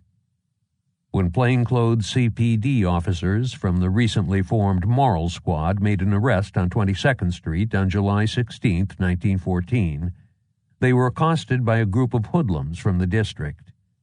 Regular police detectives soon arrived, and in the confusion shots were fired, killing Detective Sergeant Stanley Burns of the Moral Squad. John Torrio, Roxy Vanilli, and other Colosimo spear carriers were at the scene that night, and Torrio helped Vanilli into an automobile after he was wounded during the gunfire. One of Colosimo's men almost certainly fired at the police. Mayor Carter Harrison Jr. and State's Attorney Maclay Hoyne were both outraged by this public incident and moved strongly against the levee. Harrison transferred the vice-friendly captain of the 22nd Street Police Station, Michael Ryan, to the western outskirts of the city and replaced him with the vigorous and honest Max Notbar, who immediately cracked down on prostitution. During Carter Harrison Jr.'s last term in office, the vice index jumped from 95 in 1911 to 144 in 1912, 195 in 1913, and 268 in 1914, due to the first and second closings of the levee district. In response to this clampdown on vice, organized prostitution moved more heavily into other parts of the city, which the segregated red light districts were intended to prevent. For example, in 1911, commercialized vice appeared in only 9 of 70 neighborhoods in Chicago. However, 9 years later, such evidence was found in 20 of the 70 areas. In 1920, only 10% of the brothels in the city were in the levee, with another 20% in the nearby Douglas, Oakland, and Grand Boulevard neighborhoods, indicating that a good deal of the levee's trade had moved south. Activity in 2 of the old vice districts, the near west and near north sides, which contained 24% and 20%, respectively, of Chicago's bordellos in 1920, even exceeded that in the levee. Clearly, vice in the near north and near west side districts had greatly expanded since 1911 as the South Side levee contracted.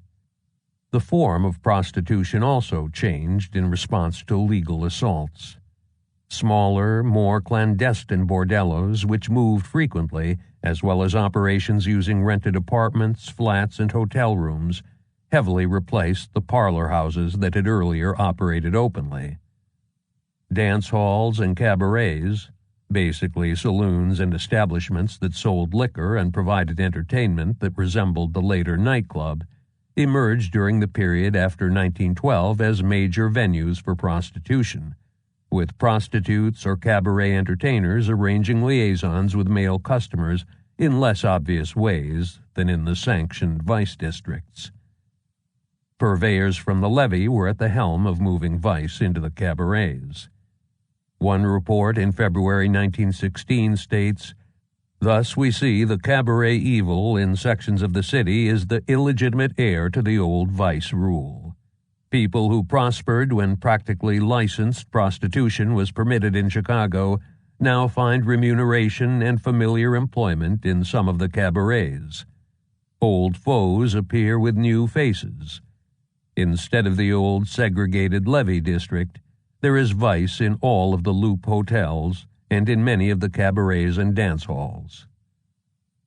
Heading into the 1920s, prostitution had shifted noticeably toward unorganized crime. The bulk of the activity was no longer in the open, nor was it tightly located in a few areas.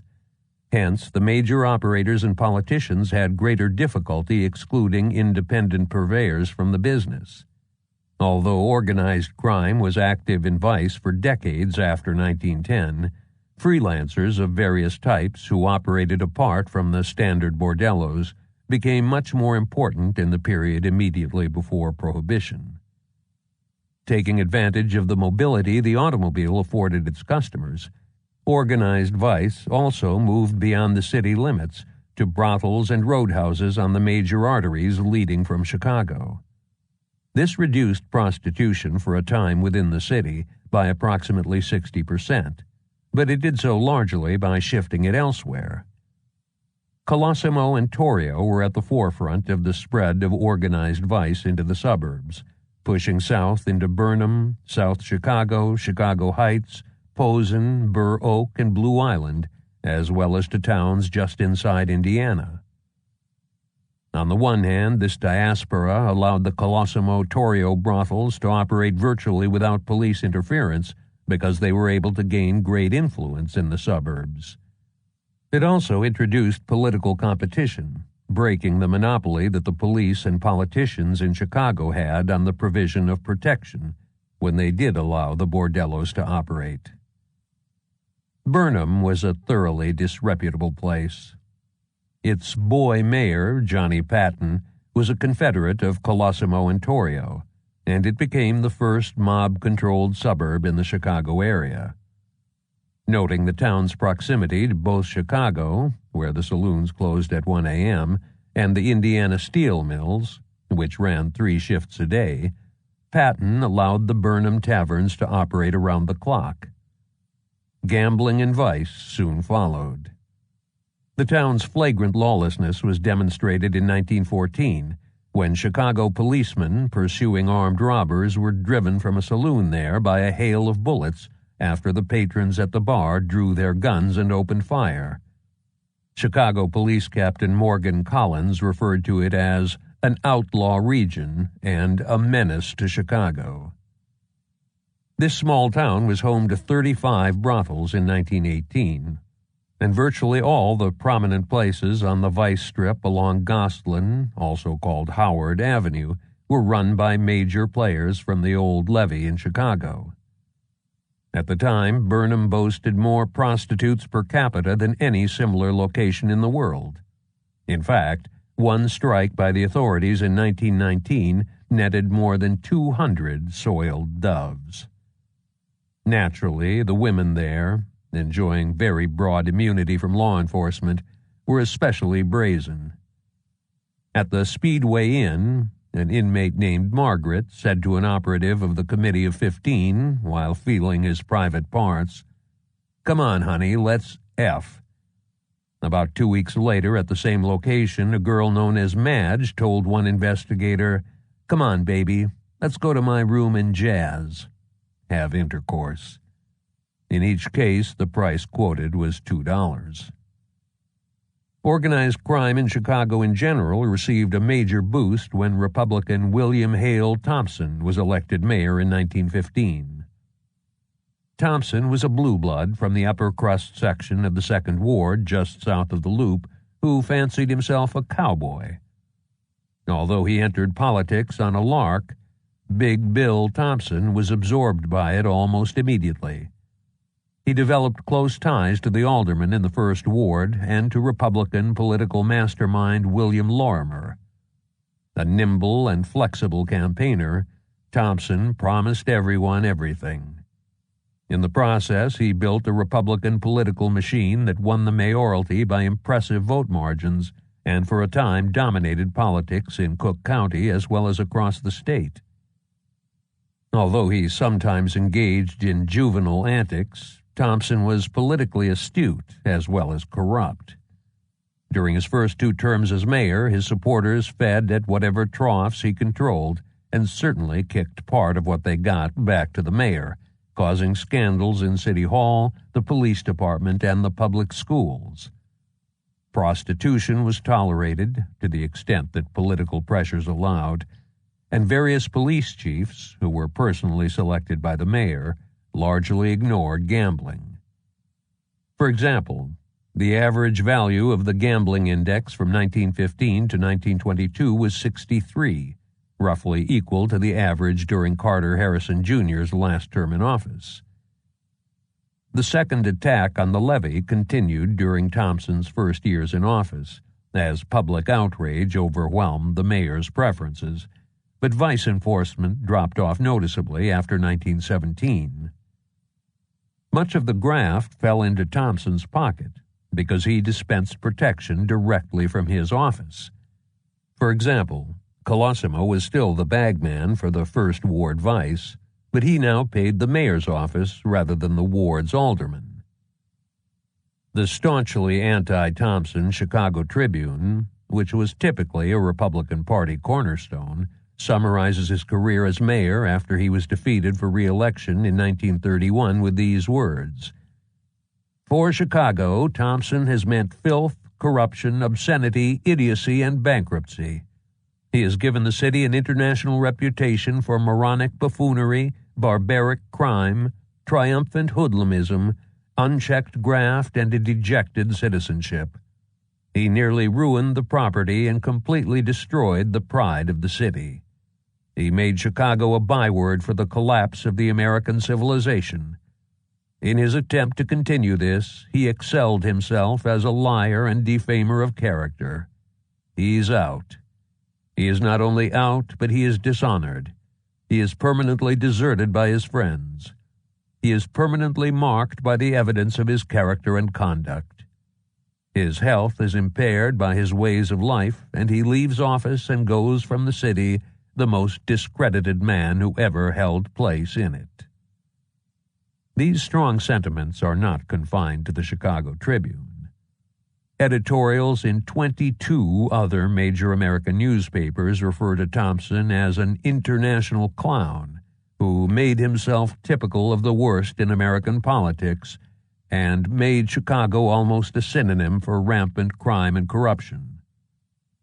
In terms of a summary judgment, while many big city mayors turned a blind eye toward prohibition violations during the 1920s or gambling and vice at various times, few ran their cities as wide open before or during Prohibition, did as much financial damage to them, or participated as closely in the workings of the underworld, as is discussed in Chapter 4, as Thompson did in Chicago. The fact that almost 24 newspapers outside of Chicago damned him when he was turned out of office is quite telling.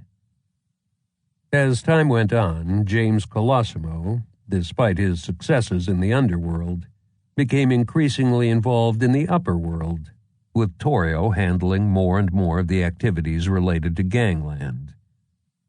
If Colosimo had only seen the potential in large-scale bootlegging, it might have been a long time before the average Chicagoan became very familiar with John Torrio or Al Capone. However, success seemed to have unspoiled Colosimo. Perhaps his new love, singer Dale Winter, who was the star attraction at his cafe, and the upscale clientele with whom he socialized made him think that he could distance himself from the criminal world. At any rate, Colosimo seemed quite interested in respectability and was largely uninterested in the millions of dollars the alcohol racket could provide. However, the underworld reached up for Colosimo on May 11, 1920. Shortly after he returned from his honeymoon, having divorced Victoria Moresco and subsequently married Dale Winter in less than 2 months, Colosimo drove to his Wabash Avenue cafe for a 4 p.m. appointment with a man he did not know. About 15 minutes after arriving, he was fatally shot in the vestibule near the front entrance.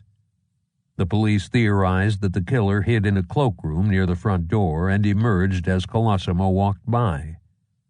He fired 2 shots as the victim turned toward him. One struck Colosimo behind the right ear and entered his brain, dropping him to the floor where he lay in a pool of his own blood, his own weapon undrawn. The other bullet missed its target and shattered the glass door of the nearby telephone booth. It was a classic gangland execution, quick and neat with no witnesses, and carried out in the victim's inner sanctum where he felt secure, and therefore he would not have been overly cautious. The gunman was almost certainly Brooklyn gang leader Frankie Yale, whose last name was actually Iole, who was working on a contract from John Torrio. Yale closely fit the description of a man who had been hanging around the restaurant for 2 days, 25 to 30 years old, 5 foot 6 inches to 5 foot 8 inches, fat-faced with a dark complexion and wearing a black derby, a black overcoat, patent leather shoes, and a white stand-up collar. According to New York organized crime historian William Balsamo, Yale was quite a madman. Not content with the easy money that came from labor racketeering on the Brooklyn docks and bootlegging, Yale did contract killings for as much as $10,000, a subject that will be discussed again in a later chapter.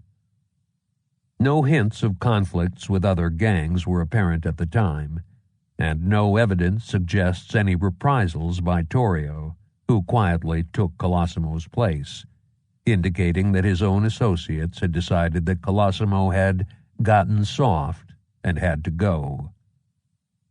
Colosimo's wealth was estimated at $500,000, but it proved difficult to trace with only $80,000 in assets officially found. However, gangster fortunes are nearly impossible to estimate, much less find. First, observers often confuse the personal wealth of the individual with the assets of the gang, just as the CEO of IBM does not own the assets of the corporation, but instead manages them in return for a salary and bonuses. The gang leader generally does not own the assets of the gang. Therefore, while Colosimo owned his famous cafe and likely some specific properties outright, Whatever was part of the gang's activities would have completely reverted to his gangster successors unless he had personally bankrolled it.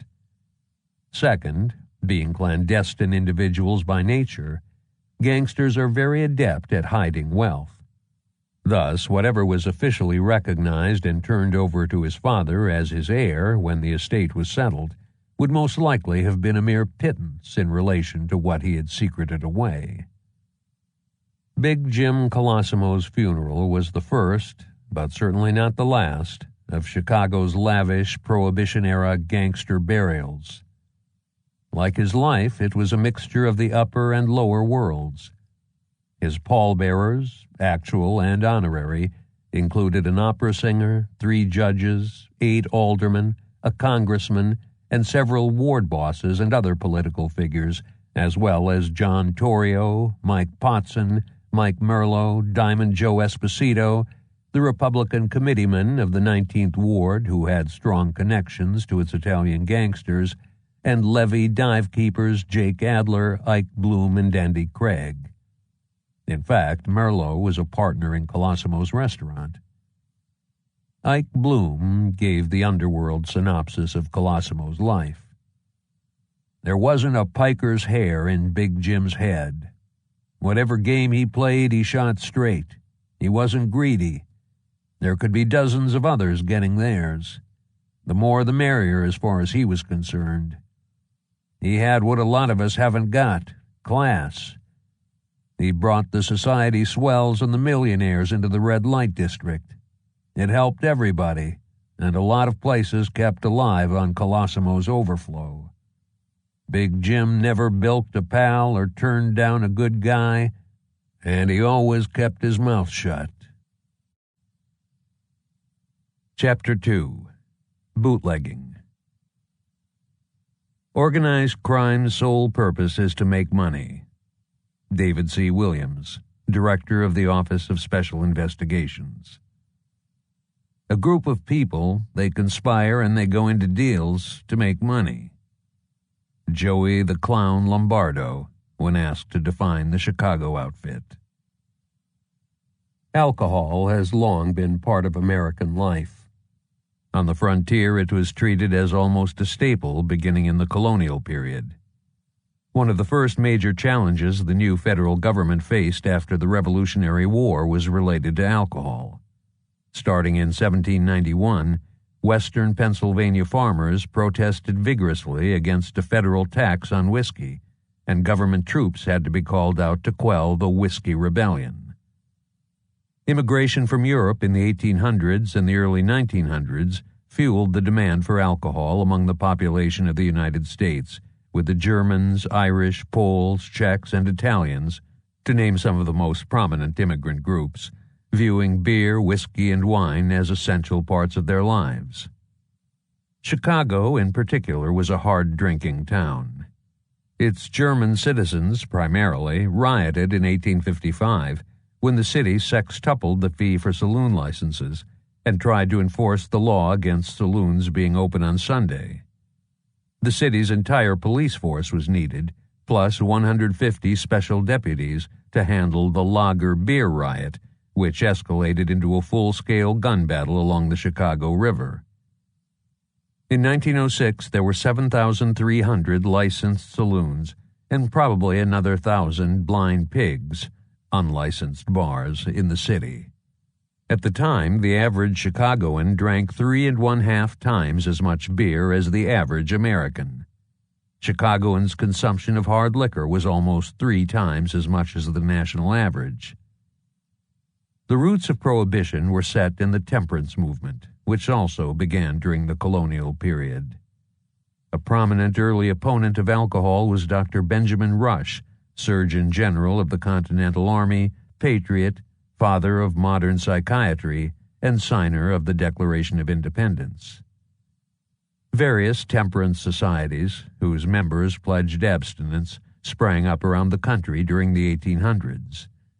They preached the evils of alcohol and issued pamphlets containing sermons and songs that opposed the consumption of liquor. Their message was, of course, not entirely unfounded.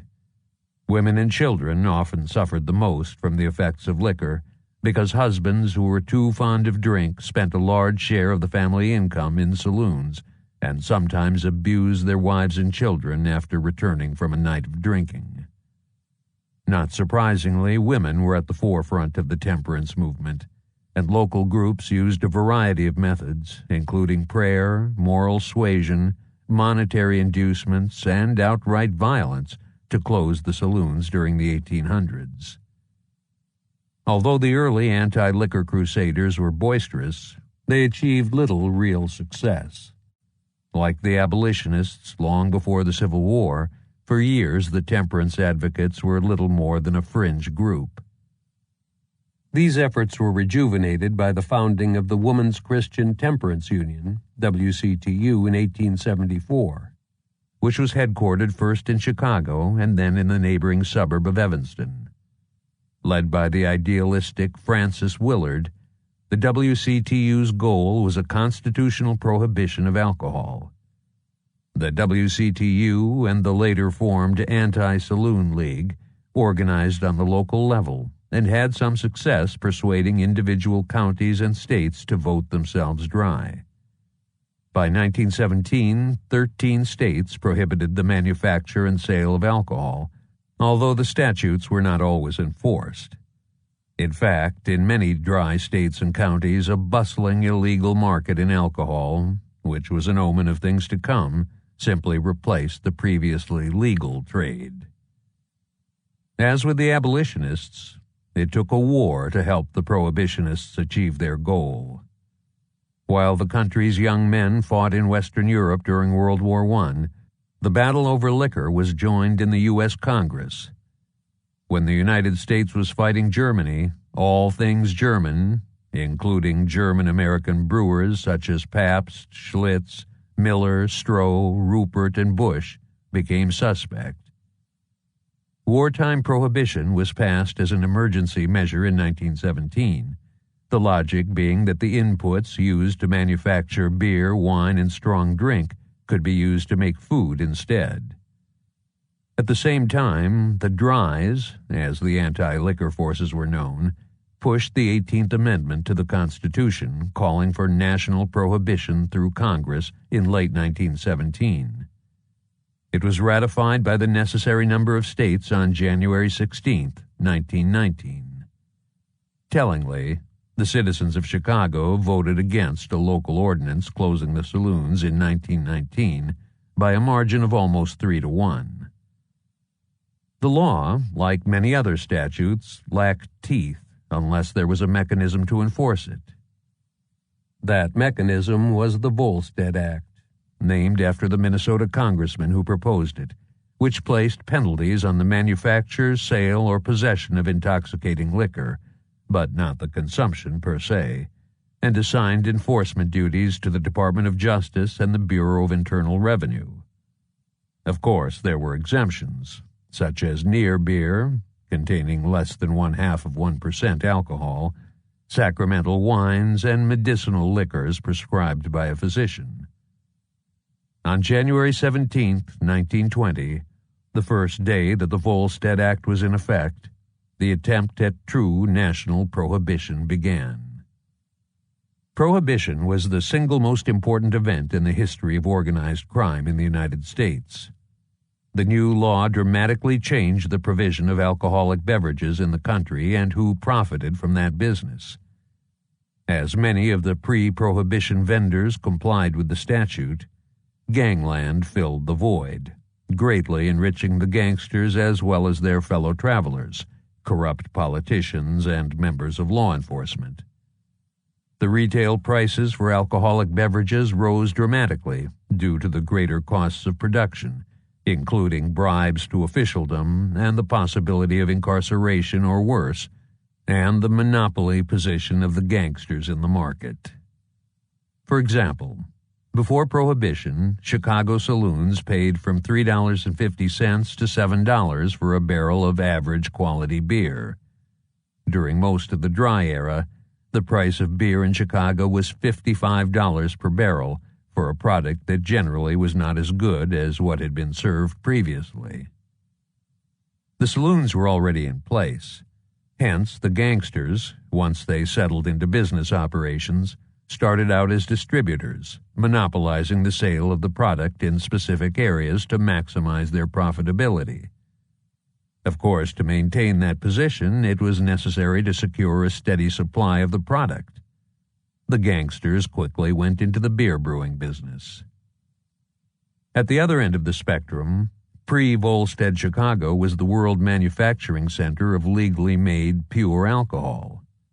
Such production continued to an extent post-Volstead because alcohol was a basic ingredient in a number of common products, such as perfume and pharmaceuticals.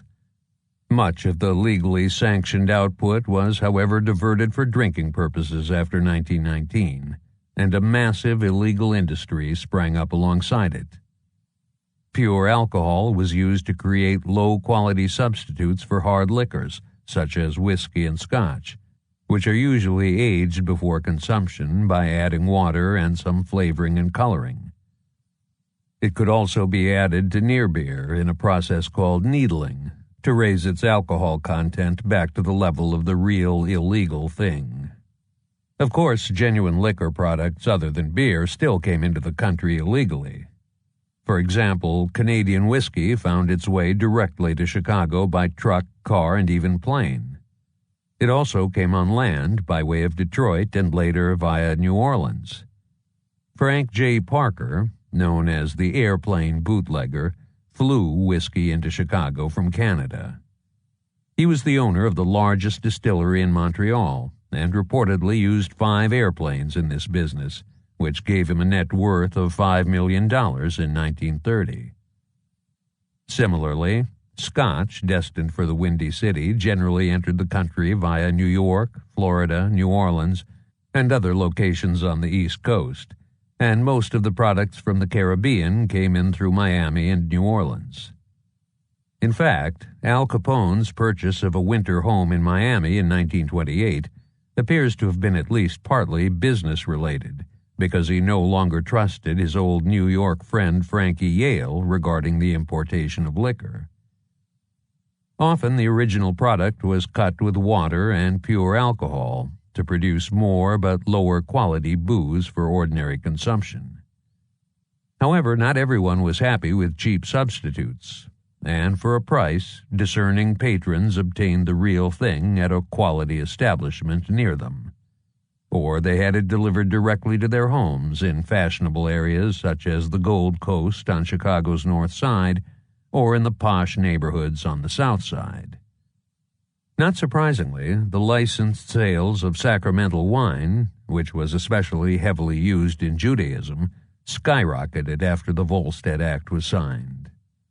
There was quite a stir in 1923 when it was revealed that legally permitted withdrawals of wine from controlled stocks for Chicago exceeded those for New York City by 50%, even though the latter had a much larger Jewish population.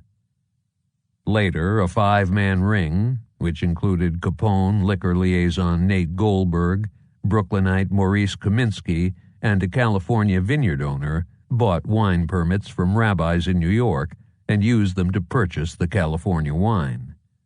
It was delivered by ship to New York and then sent via the Baltimore and Ohio Railroad to Chicago, as well as on to other cities including Milwaukee, Minneapolis, and St. Louis.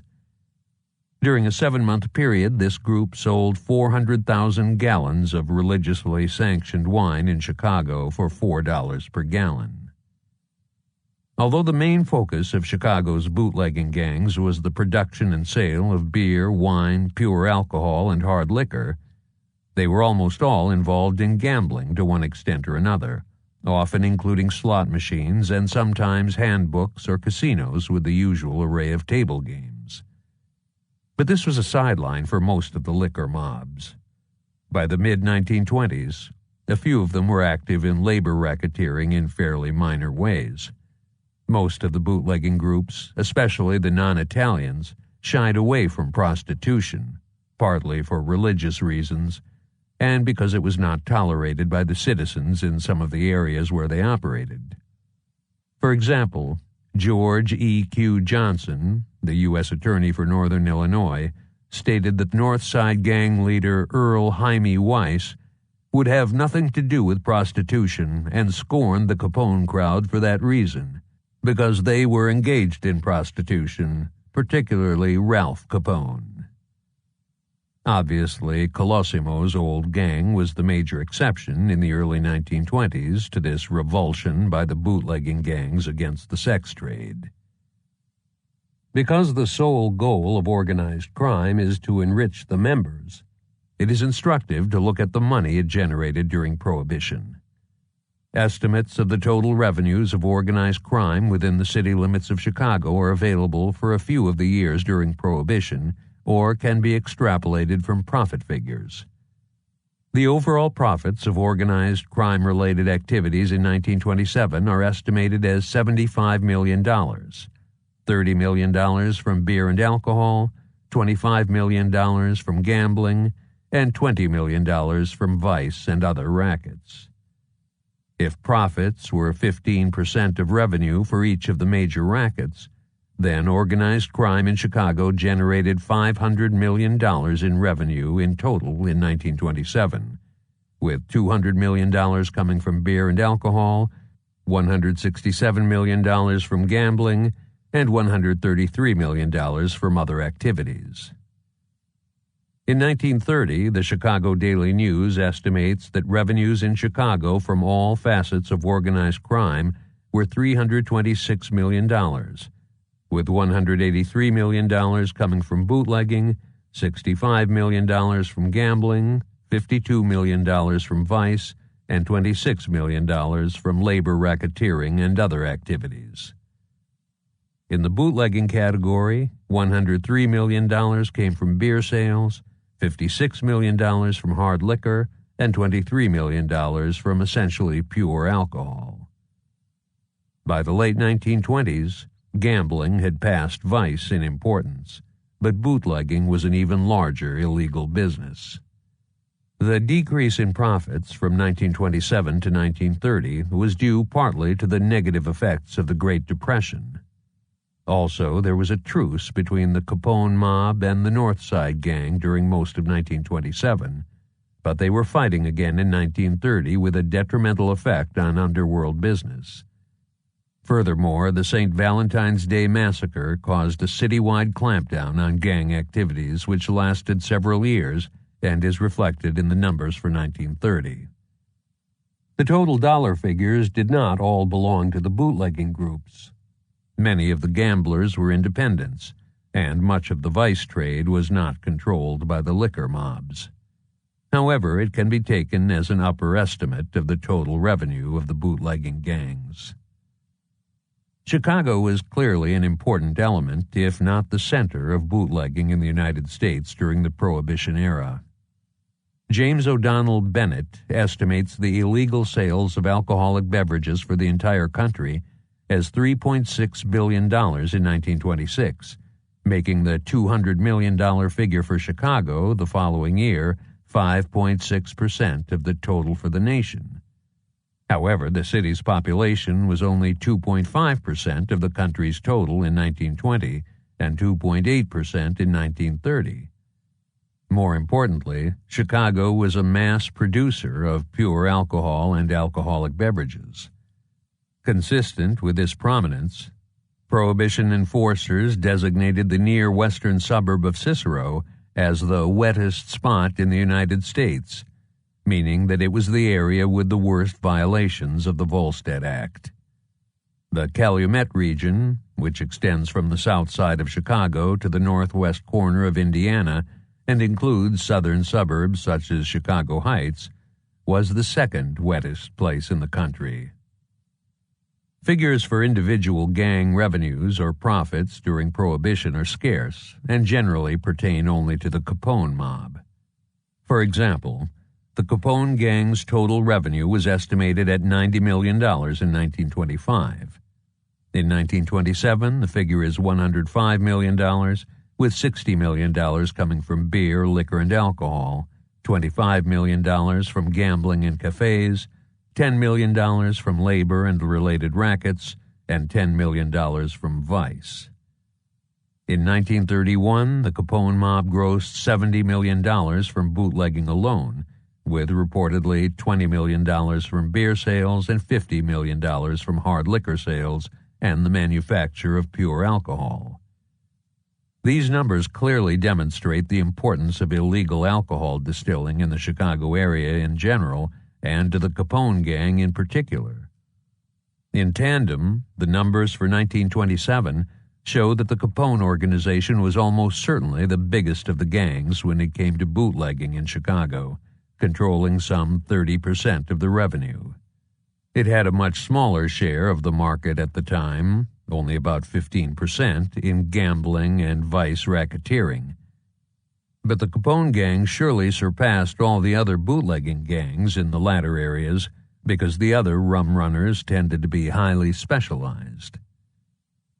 The bribes paid to police, prohibition agents, and politicians, which were necessary for the gangs to operate because the sale of alcoholic beverages was highly visible, were a major expense.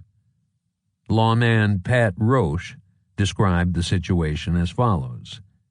A one-legged prohibition agent riding a bicycle could dry up the loop in half a day, provided he were honest. The U.S. Attorney for Northern Illinois, Edwin A. Olson, estimated in 1926 that graft in Cook County was $30 million a year.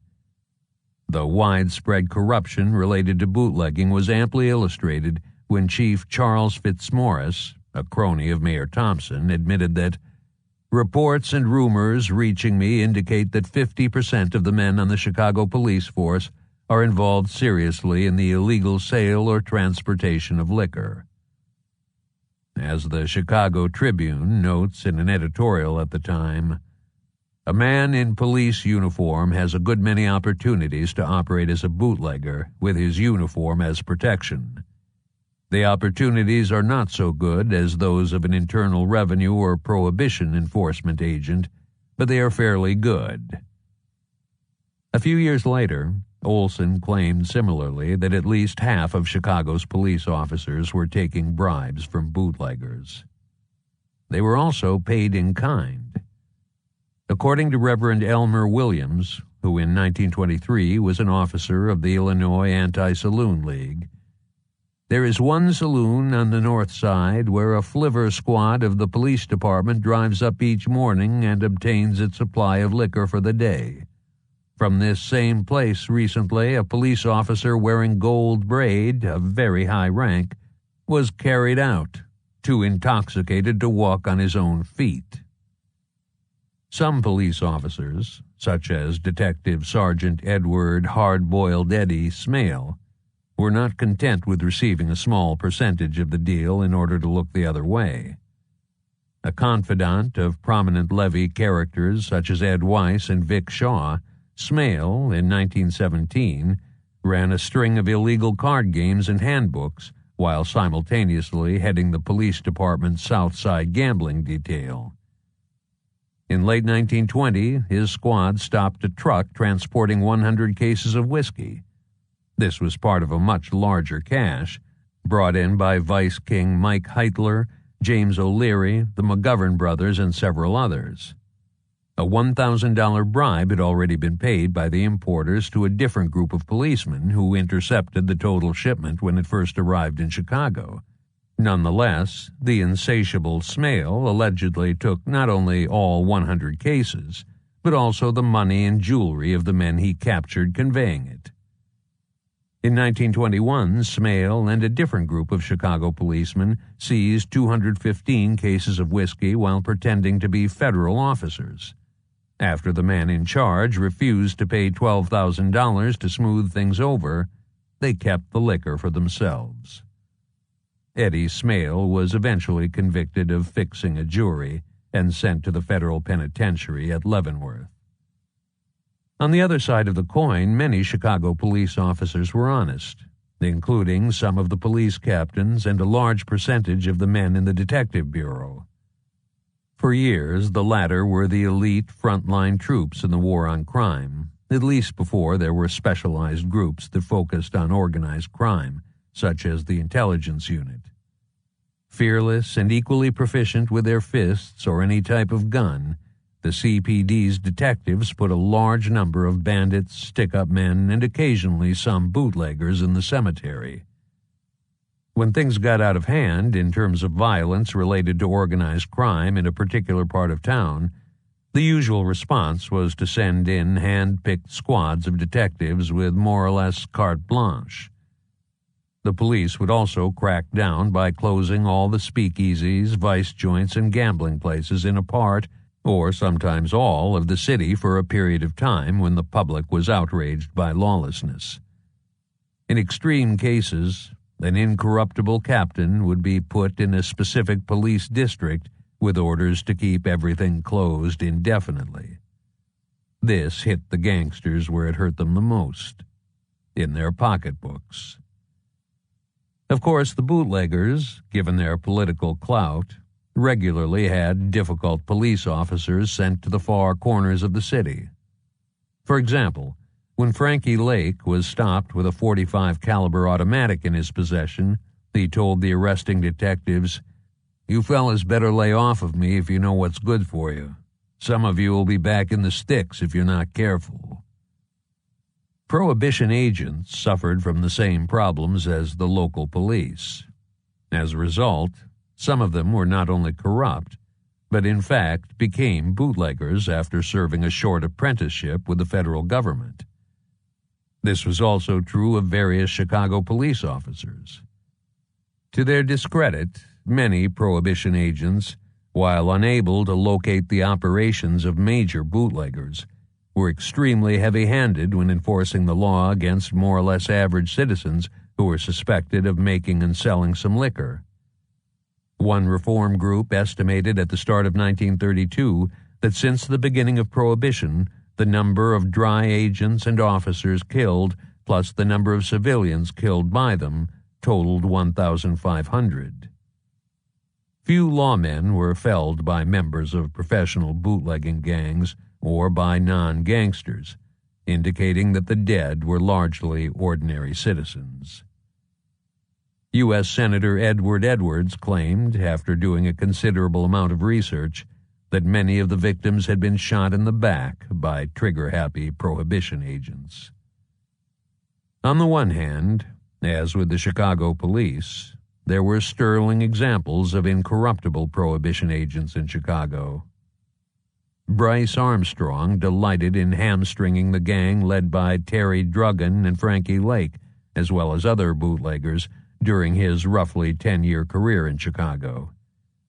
He was responsible for closing 93% of the breweries still operating in the city during 1923. At the same time, he refused $25,000 in bribes. Like other troublesome members of law enforcement, Armstrong was transferred elsewhere at least once. His home was bombed on another occasion, although he, his wife, and his niece escaped injury. On the other hand, George Hard-Boiled Golding conducted a campaign of terror as soon as he arrived in Chicago in March 1928. Golding's team of 20 undercover prohibition agents clashed with the local police, were reprimanded by the courts, and shot 2 innocent bystanders during raids, in one case with a dum-dum bullet designed to deform on impact to inflict maximum damage to the victim. He and his men were sent far away in August of the same year. In this instance, the pressure to get them out of the city came from the newspapers and outraged citizens instead of the hoodlums. Golding was replaced as chief of the unit by Alexander Jamie, whose young brother-in-law, Elliot Ness, later led the famous unit of prohibition agents known as the Untouchables. During the dry era segment of his first 2 terms as mayor, William Hale Thompson, as was his standard practice, directly collected the protection money from the major bootlegging gangs. From 1923 to 1927, when reformer William Deaver was mayor, by necessity a new system arose in which the payoffs from the underworld went directly to the police captain in the districts that were not squeaky clean. The bagman, or satchel, who collected for the captain, was generally a police officer, usually a detective who worked in plain clothes. But in some rare cases, the captain actually used someone from outside the police department or even had the money delivered directly to his office. During Deaver's mayoralty, the protection money moved on from there to Homer Galpin, the chairman of the Cook County Republican Party, who was the political overseer of the system post-Thompson. In surrounding Cook County, the sheriff was paid to look the other way in the unincorporated areas, as were the police in many of the individual suburbs. In fact, for years, the position of Cook County Sheriff was viewed openly and unabashedly as an opportunity for the officeholder to become rich. However, the taint that accompanied it almost always ended his political career. The policies and corruption of the Thompson administration extended beyond the city, because the Republican political juggernaut he built in conjunction with Illinois Governor Len Small and Cook County State's Attorney Robert Crow controlled major offices in the county as well as the state government during much of Prohibition. The workings of the small Thompson-Crow machine caused a virtual breakdown of law and order in Cook County and made it a perfect breeding ground for all types of crime. Professor E.W. Burgess of the University of Chicago labeled it an unholy alliance between organized crime and politics, with major gangsters virtually immune from punishment. Describing Chicago's underworld situation overall, the Juvenile Protective Association, JPA, called it the filthiest in any big city in the country. In this unholy alliance, to use Professor Burgess's label, Gangland funneled money and gave election support to its political allies. For example, Al Capone reportedly raised $200,000 for Mayor Thompson's election campaign in 1927. Similarly, the head of the Chicago Crime Commission, CCC, charged that Capone gave Thompson $260,000 in campaign funds for the 1931 primary and general elections. Neither Thompson nor Capone denied these allegations, and tellingly, they did not sue the Chicago Daily News, the Chicago Tribune, or the CCC for libel. Capone and some of his most prominent associates, along with apparently John Torrio, are clearly visible in a photograph of the attendees at William Hale Thompson Day, a political event staged by the mayor in Wedren, Illinois, near LaSalle, Peru, some 90 miles south of Chicago, on an unusually warm December 9th in 1930. More violently, Gangland exerted tremendous efforts in trying to elect the Thompson slate of candidates in the famous Pineapple primary in 1928, which is discussed further in Chapter 5. In return, the CPD was largely ineffective in fighting organized crime when Thompson was Chicago's mayor. The Employers Association of Chicago charged that gangster weapons seized in raids were resold by the police. Displaying a magazine from a submachine gun, the group's president stated, "Unfortunately, we have been unable to get one of the guns itself. The resale value out of the back door of a police station seems to be more than we can offer." As ordinary crime escalated, the Chicago police responded by simply not recording offenses, grossly understating the reported statistics. For example, the police department's annual report for 1926 claimed that there were 1,206 burglaries, 5,645 larcenies, and 1,427 robberies in the city, as opposed to 14,110 burglaries, 12,900 larcenies, and 7,191 robberies reported by the CCC. Meanwhile, CPD Chief Michael Hughes made the utterly absurd claim that crime was down 625%. The state's attorney's office was equally riddled with problems during Crow's tenure. In 1926, 12,543 felonies were committed in Cook County, of which a mere 4,982 cases went to trial. Only 2,449 of these crimes, 19.53% of the offenses committed, resulted in the accused being found guilty of a felony.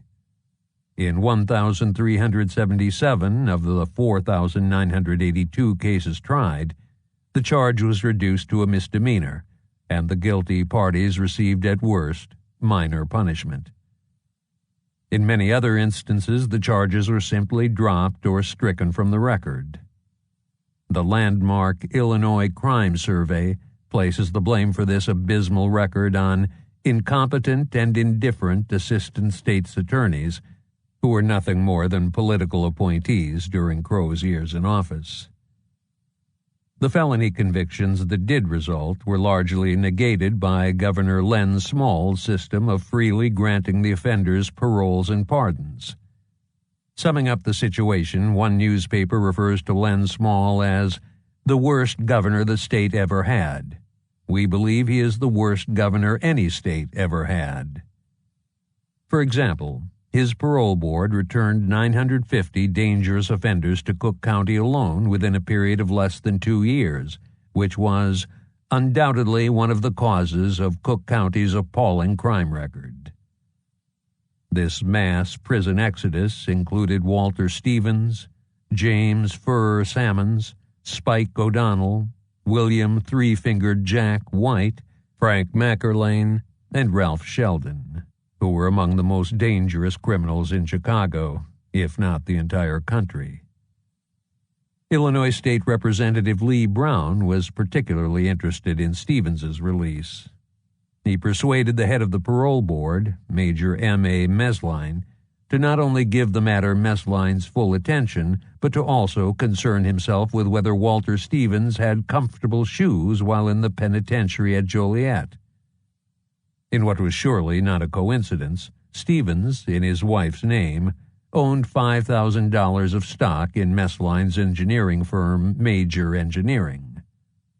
George Bugs Moran was paroled before Stevens to the custody of Major Mesline himself after allegedly buying $300 of stock in the Major's firm.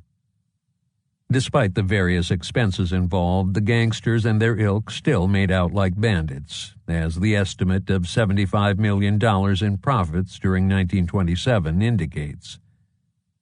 As in legitimate businesses, inside the bootlegging gangs, the reward system depended on what one brought to the party. There were plenty of mouths to feed, and the profits did not all go to the boss.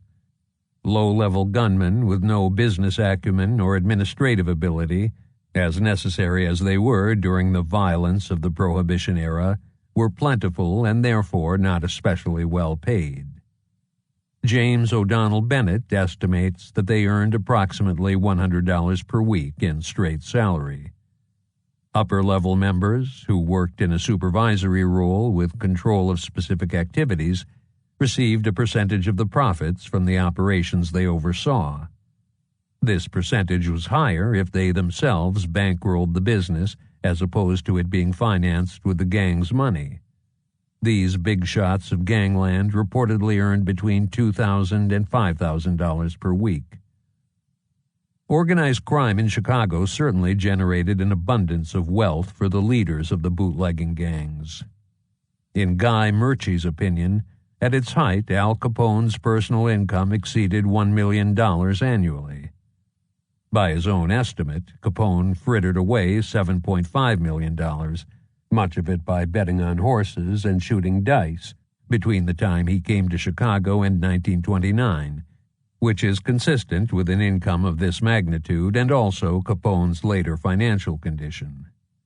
Similarly, Jaime Weiss was reported to have been worth almost $2 million when he died in 1926, a somewhat lesser value than Capone's wealth at the time, and Vincent Drucci was said to have had assets over $1 million in 1926, while Joe Saltis accumulated $3 million by the end of Prohibition. Weiss and Drucci did not show off their wealth, while Saltis, like Capone, flaunted his by purchasing an estate in the vicinity of Hayward, Wisconsin, complete with a golf course and a fox farm. Once he employed the majority of its inhabitants and was able to control the ballot box, he had the town renamed Saltisville. Chapter 3. The Gangsters. The Volstead Act gave the brainy gangster his big opportunity. There were millions in it, and force was the first requirement. Chicago Tribune, May 18, 1933. It, the Prohibition law, looked like a good opening for a lot of smart young men. Al Capone. The bootlegging gangs in Chicago drew their members largely from the neighborhoods they operated in, which gave many of them a distinct ethnic flavor. For example, those in the large West Side and South Side Irish belts were heavily Irish. Dean O'Banion's North Side gang partly reflected the ethnic mix of the area it controlled, giving it a more cosmopolitan makeup. While there were many Irish members, there were Poles, Germans, and several Italians as well, and quite a few Jews originally from the near West Side. In fact, only one of the North Side gang's 4 leaders was Irish. The Saltis Mackerlane gang mirrored the back of the yards area on the South Side, with Poles and Bohemians in abundance, along with several Irishmen and a smattering of other groups. The gangs in the large Italian districts on the near West, near Northwest, and the lower North Sides were predominantly of that ethnicity. The Torrio Capone gang, although it was heavily populated with Italians, was an ethnic smorgasbord, continuing the recruiting policies instituted by Big Jim Colosimo.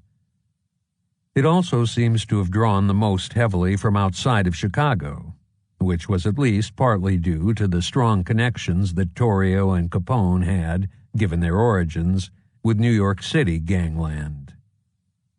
Robert Lombardo, based on Guy Murchie's list of Capone gangsters, estimates that 41% of the group's members were Italian. There are, however, several problems with Murchie's enumeration, and therefore with this figure. First, several individuals appear there more than once. Second, various mobsters' non-Italian aliases are shown rather than their true names. For example, Frank Diamond was born Frank Maratotte. Jimmy Emery was actually Vincenzo Amirati, and Charlie Carr's real name was Carl Torraco. Third, a number of gangsters on the Murchie list were never with Capone, or were his allies at one time but never joined his gang, such as the 6 Jenna brothers and the Southside O'Donnells. In other cases, the hoodlums joined Capone later, when their gangs were folded into his, but were not originally with the Torrio Capone gang at the start of Prohibition. To obtain an estimate of the ethnic makeup of the Torrio Capone bunch at the beginning of the Dry Era, these errors are corrected, and anyone who was involved in organized crime before joining this group is excluded. This revised list contains 101 individuals, and 58 of them were, after further research, clearly of Italian origin. Therefore, it appears that almost 60% of the Torrio Capone gangsters were Italian at the start of the Dry Era. In Chicago, the bootleggers were mostly new faces to organized crime, as the major players in gambling, vice, and labor racketeering largely stayed in their own backyards. The violators of the Prohibition law came primarily from the ranks of ordinary crime before 1920. They generally started out while still young boys as members of local street gangs before working as thieves, robbers, and labor and/or election sluggers. Also, bootlegging was primarily a young man's game, as innovation often is. As a result, many of the city's prominent bootleggers were born around the turn of the century and did not reach the age of 30 until the 1920s, if they ever did. Quite a few of them, such as Dean O'Banion, Walter Stevens, Spike O'Donnell and his siblings, Mossy Enright, the Mackerlane brothers, and various members of the Colosimo gang, served as hired goons for the Chicago Tribune, the Chicago American, and other daily newspapers as they fought to increase sales in the newspaper circulation war that began in 1900 and ended in about 1913.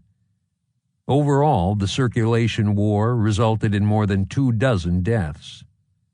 The Chicago Tribune's publisher, Colonel Robert R. McCormick, claimed that 27 were killed, although, given his self-interest, this figure is likely downward biased. Based on a more neutral source, Jackie Cooney puts the figure at 40.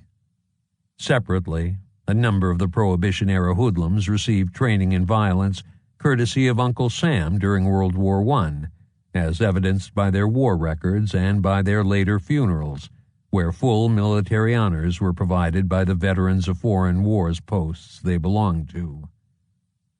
Consistent with the illegal and semi-military nature of the underworld, the loyalty of gang members to the group's leader was an important asset.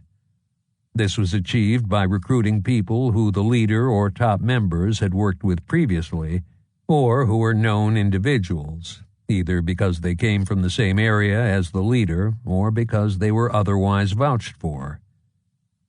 This is confirmed by Lou Corsino's detailed examination of the various ties that connected the gangsters in Chicago Heights to each other. However, the strongest bonds of loyalty were usually created, as they had been for thousands of years, by kinship through birth or by marriage. Therefore, many of the bootlegging gangs were family affairs, with numerous brothers, brothers-in-law, or other relatives prominently placed around the leader. Although exact or even approximate data on the number of members in each gang are not readily available, several estimates can be culled from published sources. For example, Guy Murchie reports that in late 1923, the Torrio Capone gang had 700 members overall. One contemporary source states that Al Capone, near the end of his reign, had 500 guerrillas in his gang. Similarly, James Doherty estimates that Capone had 500 gunmen in his employ at the height of his power, which would have been in 1931. Richard Enright, writing in 1931, has the same figure. As a rough comparison, the North Side Gang had 200 tough men who were extremely proficient in violence, working for the Republican candidates in the November 1924 election. However, the Capone Gang increased noticeably in size over time through mergers and acquisitions, so a reasonable estimate of the number of gunmen in the Torrio Capone outfit in late 1924, when the Northsiders had 200 such men, is somewhere between 300 and 400. Most gangs had a leader whose word was law. In that sense, they were very autocratic organizations. For example, when describing the Chicago outfit, which got its work rules from the Capone gang, veteran IRS organized crime investigator Robert Fusel said, "They make the U.S. Army look like a democracy." Because the gang leader could not be everywhere and do everything himself, he delegated authority to his various subordinates. The most important of these was his chief lieutenant, who in the modern parlance would be referred to as the underboss. The gangs were organized by function, with sub-lieutenants overseeing the major activities, such as gambling, beer, liquor, and vice, if they dealt in prostitution. Reporting to them were the men who ran the individual gambling places, brothels, breweries, or distilleries. There was also a man in charge of payoffs, who worked closely with the sub-lieutenants to make sure that officialdom was taken care of and that those in power looked the other way. Other individuals or groups were delegated specific tasks. For example, in late 1931, the Capone mob, now including former subsidiary gangs, had separate men in charge of brewery construction, alcohol production, and beer production and sales. And there was an enforcement group that included the likes of Jack McGurn, Claude Maddox, Tony Capizio, and Sam Hunt. In terms of leadership style, when there was trouble, most of the top men in the non-Italian-dominated gangs led from the front, meaning they generally took care of it themselves. Certainly, this was the case in the North Side Gang, as Dean O'Banion, Earl Jaime Weiss, Vincent Drucci, and George Moran regularly did their own dirty work. Similarly, Joe Saltis and Frank McErlane were at the forefront of the violence that went on for years around the Union stockyards on the South Side. Saltis was suspected by the CPD in 20 gangland killings from 1925 to early 1929, and if someone had trouble with whatever gang Frank McErlane belonged to, given the twists and turns in the underworld over time, McErlane came for him personally. And God help him if he did. On the other hand, Chicago Prohibition-era gang leaders such as John Torrio and, except in a few cases, Al Capone, delegated the killing to subordinates, which is typical of latter-day Cosa Nostra crime families in America, where the higher-ups are far removed from the violence. The rules of the Italian-based gangs also differed from those dominated by other ethnicities. When someone joined the Torrio Capone gang, barring some exceptions, he joined for life. In most of the other gangs, members came and went without any difficulties. For example, O'Banion's driver and bodyguard Jerome McMahon, at the behest of his fiancée, gave up a life of crime for more mundane but law-abiding employment. Similarly, North Side gangster Maxie Eisen retired and went on an extended world tour after making a fortune. In the same way, Valley gang leader Frank Lake absented himself from his companions after amassing considerable wealth. In several cases, hoodlums moved from one gang to another, often without any real animosity. This was partly due to alliances between some of the bootlegging mobs. Of course, it did not apply in every case, as defectors from the North Side to the Capone gang discovered, and it certainly was not true for the Torrio Capone organization. During the Dry Era, the Italian-dominated bootlegging gangs were more focused, if not more professional, than their counterparts. As ordered by their leaders, the members worked on the important business at hand, such as bootlegging or gambling, as opposed to the freelance robberies other mobsters regularly committed. These differences likely stem from the fact that the roots of the Torrio Capone mob, and possibly also the Jenna Brothers gang, were grounded in organized crime before 1920, as opposed to theft and robbery and other ordinary crime. Before we delve into the conflicts between them, a survey of the major bootlegging gangs in Chicago in the early years of Prohibition is in order. The gangs that came on the scene later are covered in the following chapters as part of the broader evolution of Chicago's underworld. Because there has not been a complete discussion of Chicago's bootlegging gangs, no accurate map delineating the areas controlled by them during Prohibition has appeared in the books published to date. Figure 3.1 in the bonus PDF shows the locations of the major bootlegging mobs as of January 1, 1924, in terms of the police districts in the city in 1932, which were largely unchanged for much of the Prohibition era. It is based on a very accurate map for 1932 created by reporter Hal Andrews, less detailed maps of bootlegging in Chicago, a verbal description by a Chicago police officer of where the gangs were located, and a variety of information about the bootlegging mobs and how they rose, expanded, and also declined over time. The North Side, O'Banion, Weiss, Moran gang. Starting in the northeast portion of the city, the gang Dean, who is sometimes incorrectly called Dion, O'Banion led until his death, followed by Jaime Weiss and later George Moran, often referred to as the North Side Gang, controlled the area north of Madison Avenue, east of the Chicago River's north and partly south branches, and extending on the north to the city limits.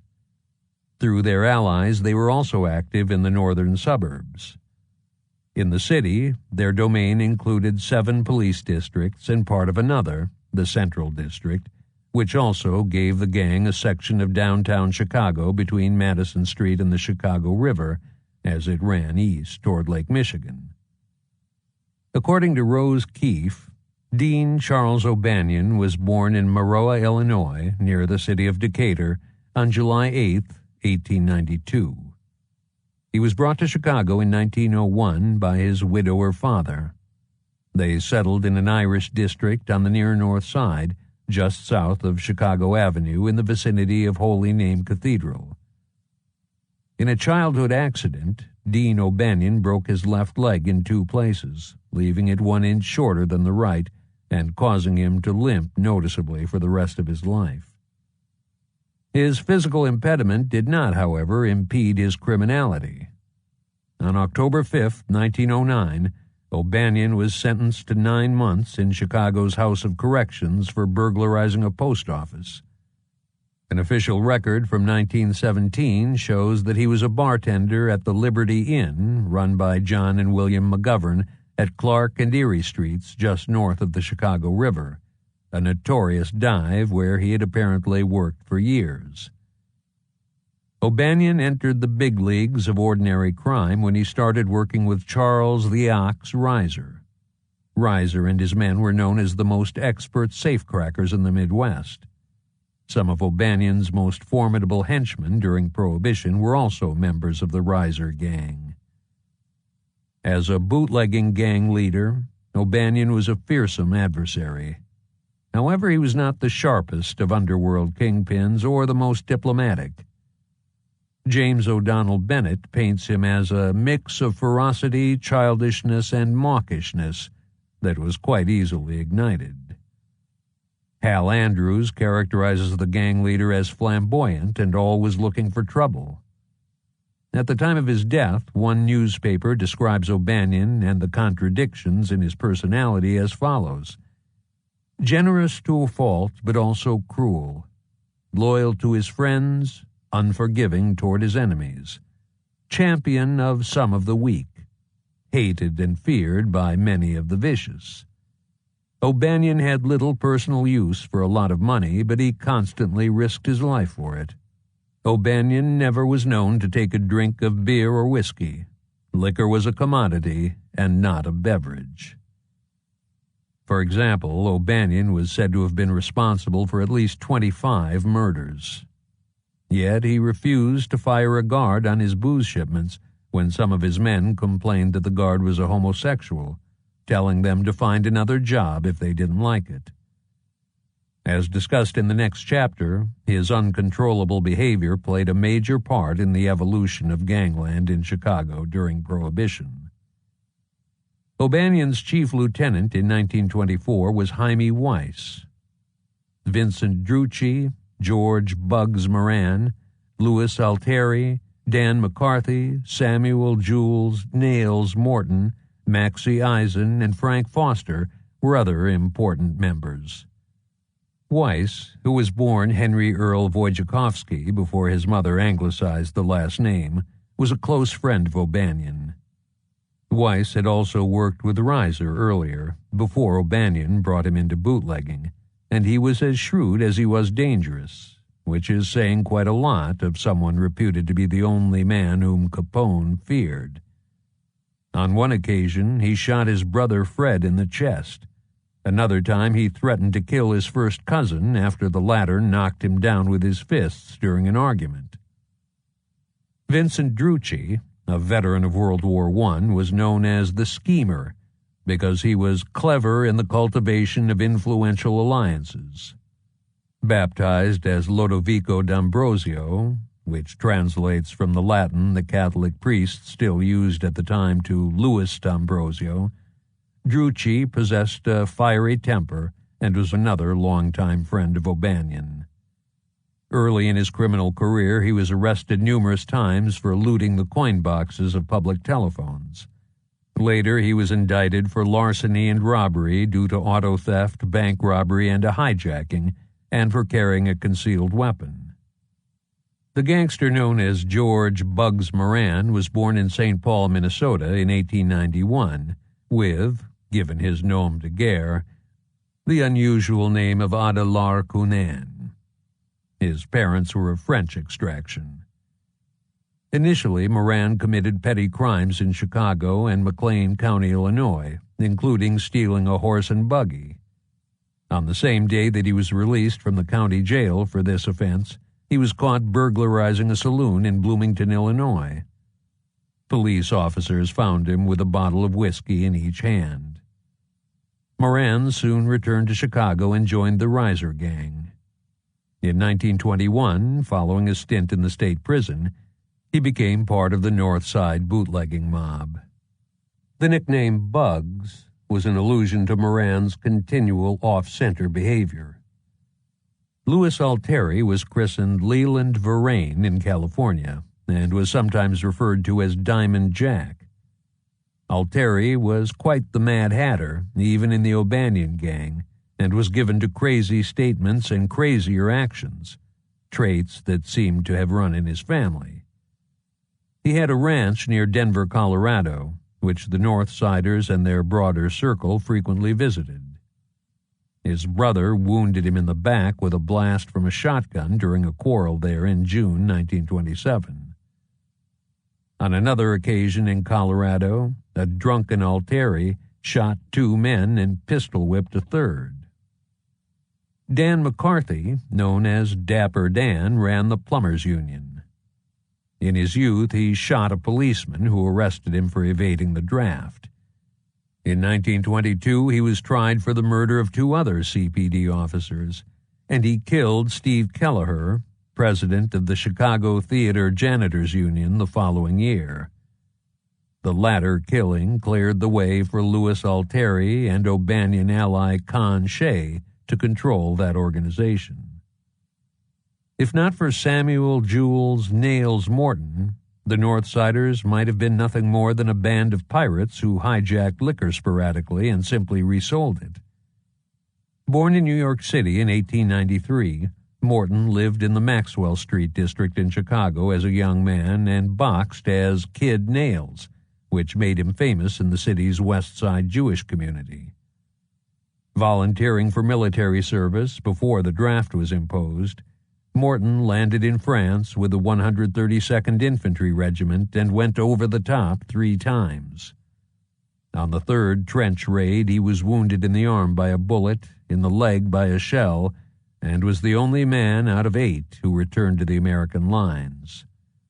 His bravery won him the French Croix de Guerre and ultimately a lieutenant's commission. After first organizing the bootlegging racket in the Maxwell Street area in the early days of Prohibition, Morton joined with O'Banion.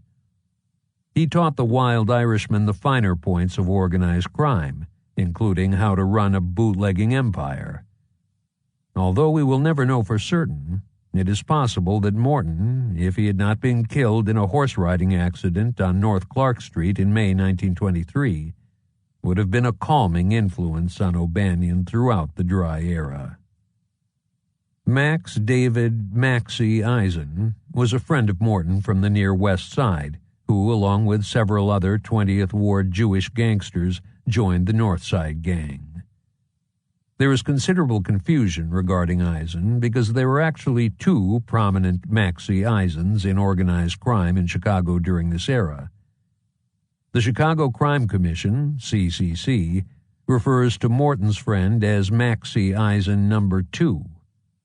As mentioned, he left the O'Banion gang a wealthy man in the mid-1920s, but he lost much of his fortune after returning to Chicago due to the Great Depression.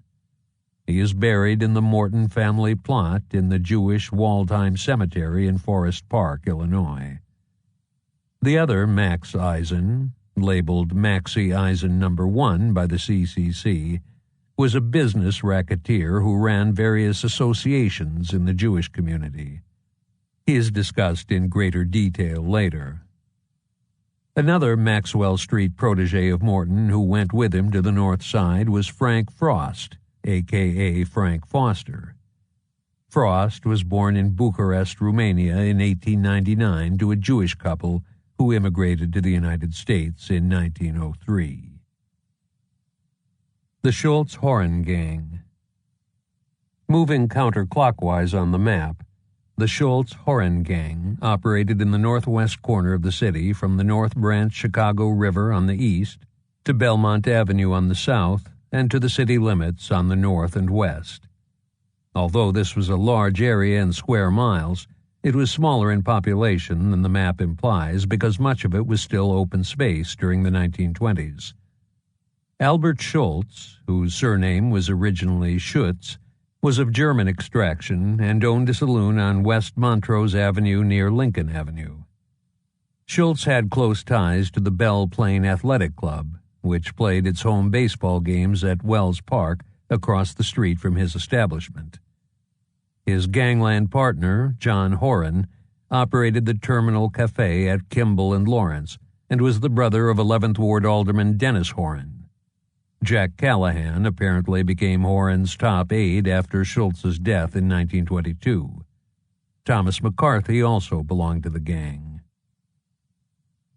The Guilfoyle Kolb Wingy JKW gang. South of the Schultz-Horan gang, bootlegging and gambling in the Cragen, Shakespeare, and West North Avenue police districts were controlled by the Guilfoyle Kolb Wingy GKW gang. This gang also had the beer concessions in near northern suburbs such as Niles Center, later named Skokie, and Morton Grove, working with the Northsiders. Its members ran a brisk beer business, selling their own product, as well as handling $1 million a year worth of beer that came from the Gilt Edge Brewery in Lawrence, Massachusetts, on the Boston and Maine Railroad, and was offloaded in Morton Grove. At one time, there was a spirited rivalry between them and soft drink merchants Lewis and Mac Summerfeld, sometimes spelled Summerfield, for domination of the hard liquor business in that area in the city. The rather corpulent Matt Kolb, who was born Matthias Kolb in 1891, was one of the leaders of the GKW gang. He was an old-timer in the beer racket on the city's northwest side, and he later owned extensive gambling interests in the northern part of the county. Marty Guilfoyle had a cigar store before Prohibition, which was really a gambling emporium, on South Wabash in the Levee District, where he shot and killed labor slugger Peter Gentleman in September 1919. Guilfoyle was active in gambling as well as bootlegging, and ran a string of North Side betting places. He also operated slot machines in the same, if not a much larger, part of the city during the early 1920s.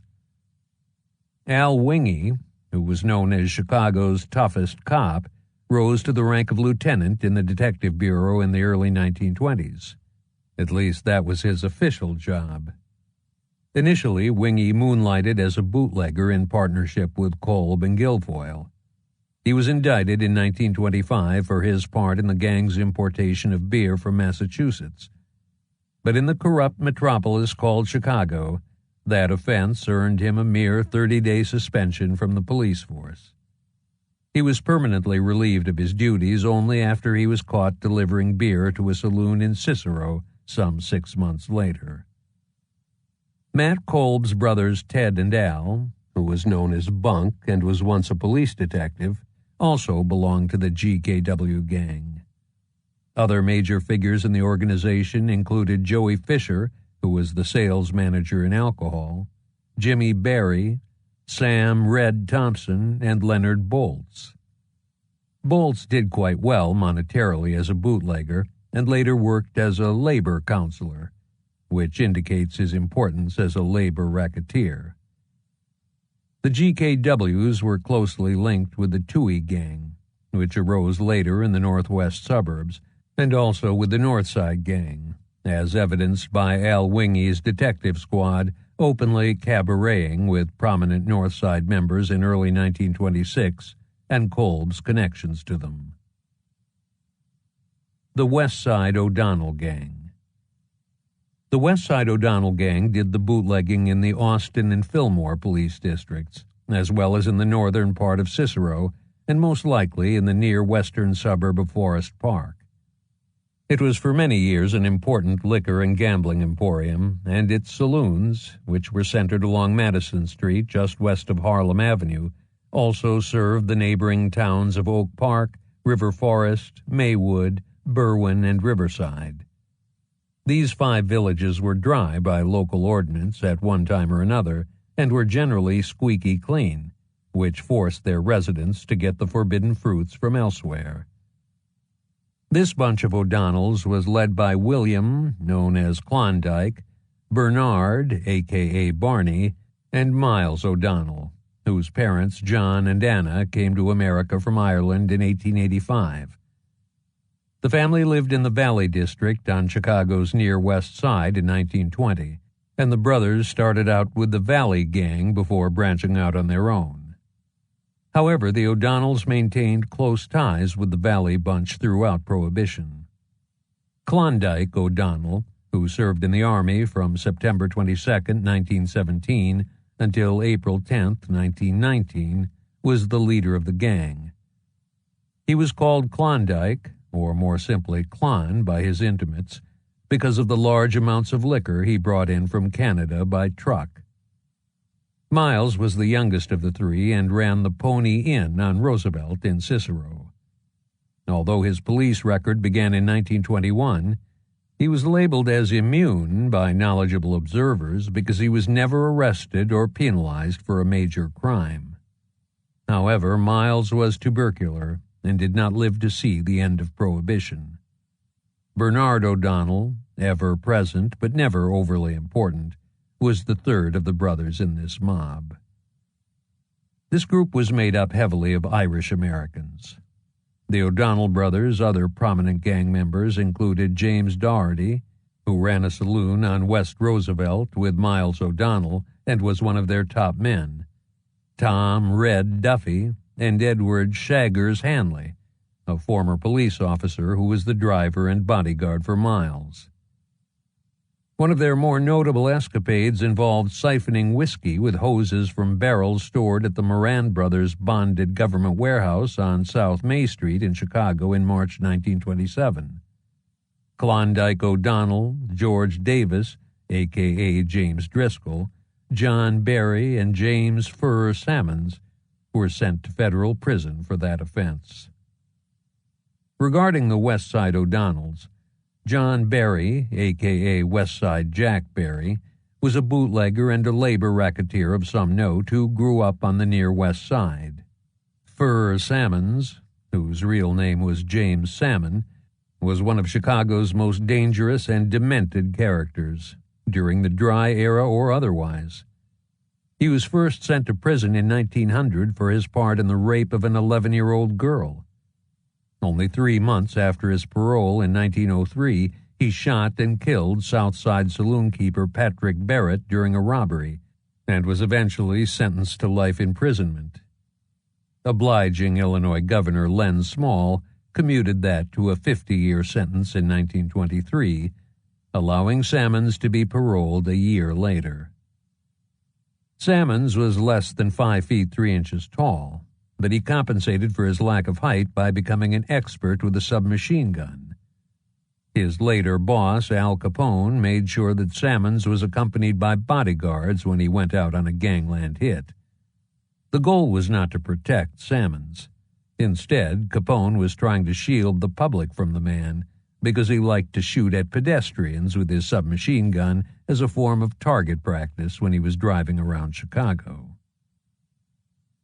The Circus Gang. The Circus, or Circus Cafe, gang controlled the West Chicago Avenue Police District. It included the traditional Southern Italian neighborhood along Grand Avenue that in 1920 ran from the river to roughly Western Avenue.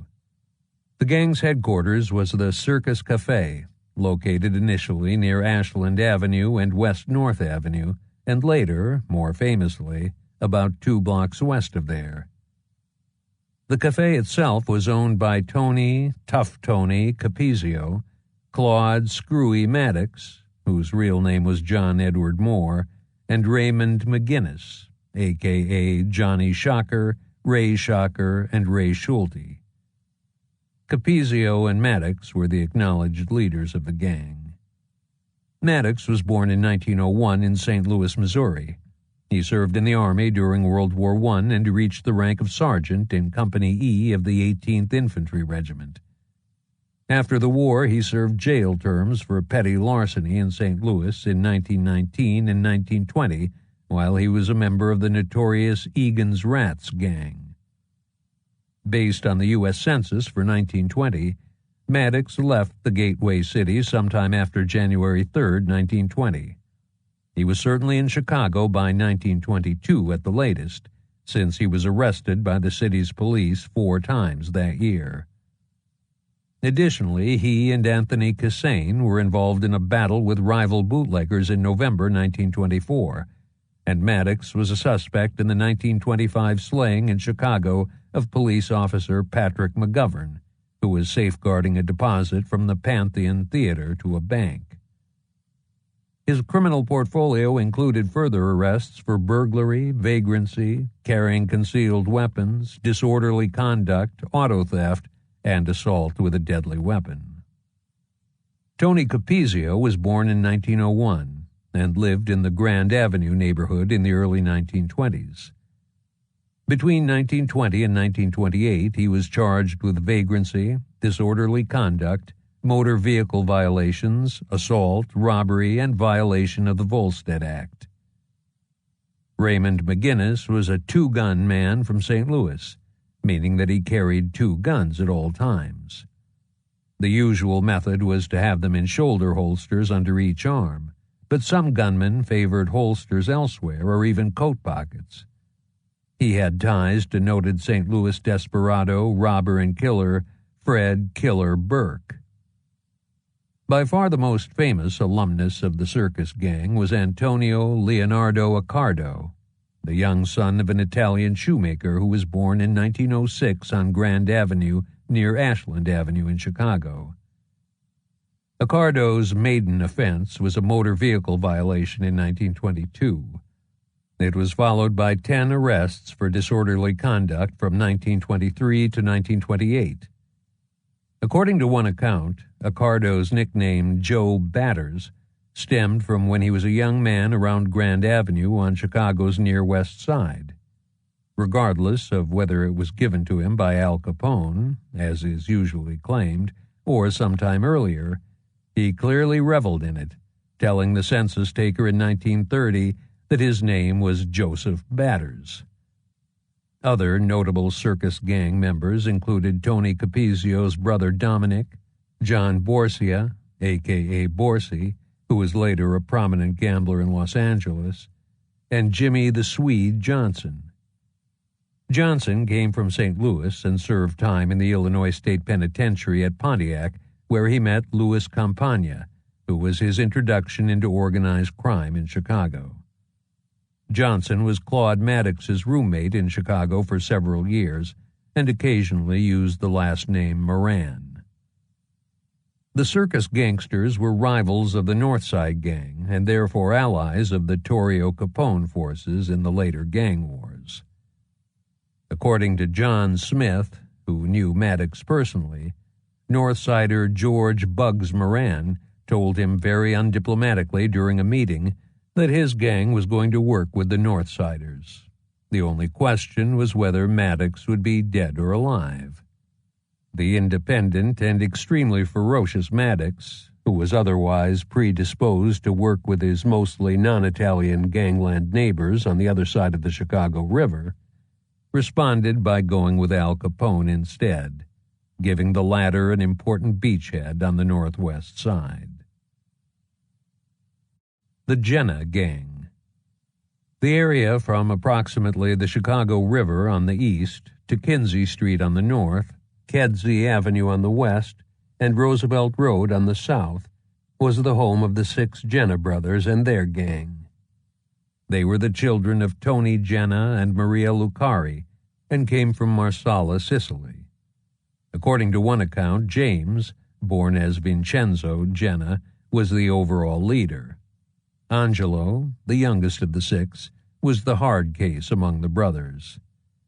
He was active, along with other Jenna gangsters, on the side of aldermanic candidate Anthony D'Andrea in the 19th Ward political wars in the late 1920s that led to 30 deaths. Michele, a.k.a. Mike Jenna, was known as the Devil and was the disreputable one of the bunch. The brothers kept him subordinated with low-level tasks related to violence, while Tony, born Antonino, the polished aristocrat of the family, remained aloof from the dirty work. Salvatore, known as Sam, handled the gang's political connections, and Pete ran a saloon. The Jennas had a cozy relationship with the police officers in the Maxwell Street district who enforced the law, more or less, in the southern tip of their domain.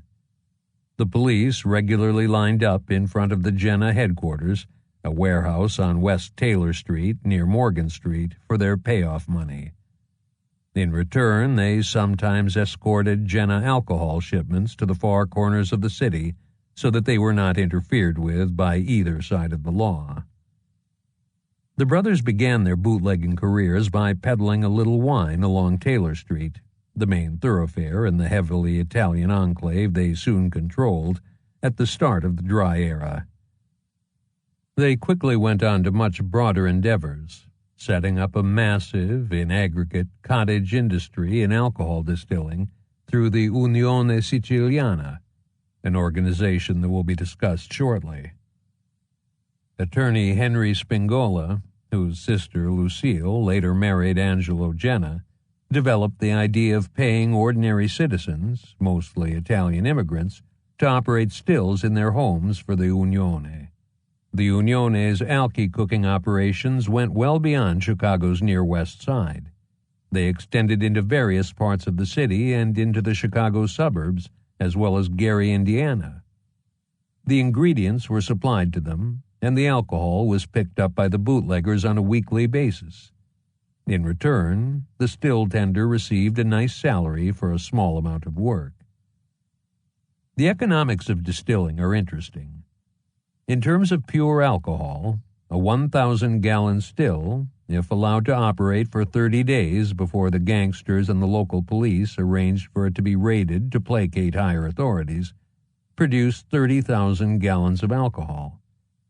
The alcohol generated $150,000 of revenue against the $25,000 cost of the equipment, $25,000 for operating expenses, and the legal representation provided for the alky cookers when they were arrested, plus the $50,000 bribe paid so the still could operate for a month without being raided.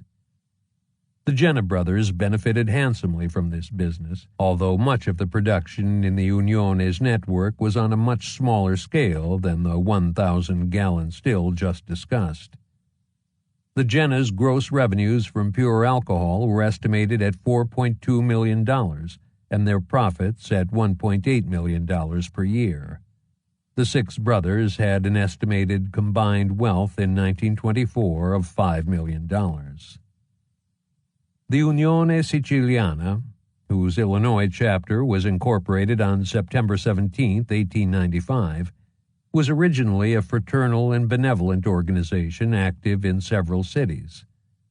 Its leaders were linked to organized crime long before 1920, as indicated by a banquet photo taken in Colosimo's Cafe in 1914, where Mike Merlo is sitting in a prominent position among the Colosimo gangsters. The Jenna gang had close ties to the Unione's Chicago head in the early 1920s, the aforementioned Anthony D'Andrea, and his successor, Mike Merlo. In fact, Angelo Jenna followed Merlo as the head of the Chicago branch after his death in 1924. Similarly, Al Capone and his underling Carmen Vacco were close to Merlo and oversaw his funeral arrangements in 1924. The Unione's reputation was so unsavory that it officially elected retired Judge Bernard Barraza president in 1921 to try and clean up the group's image. The organization's name was even changed to the Italo-American National Union in 1925.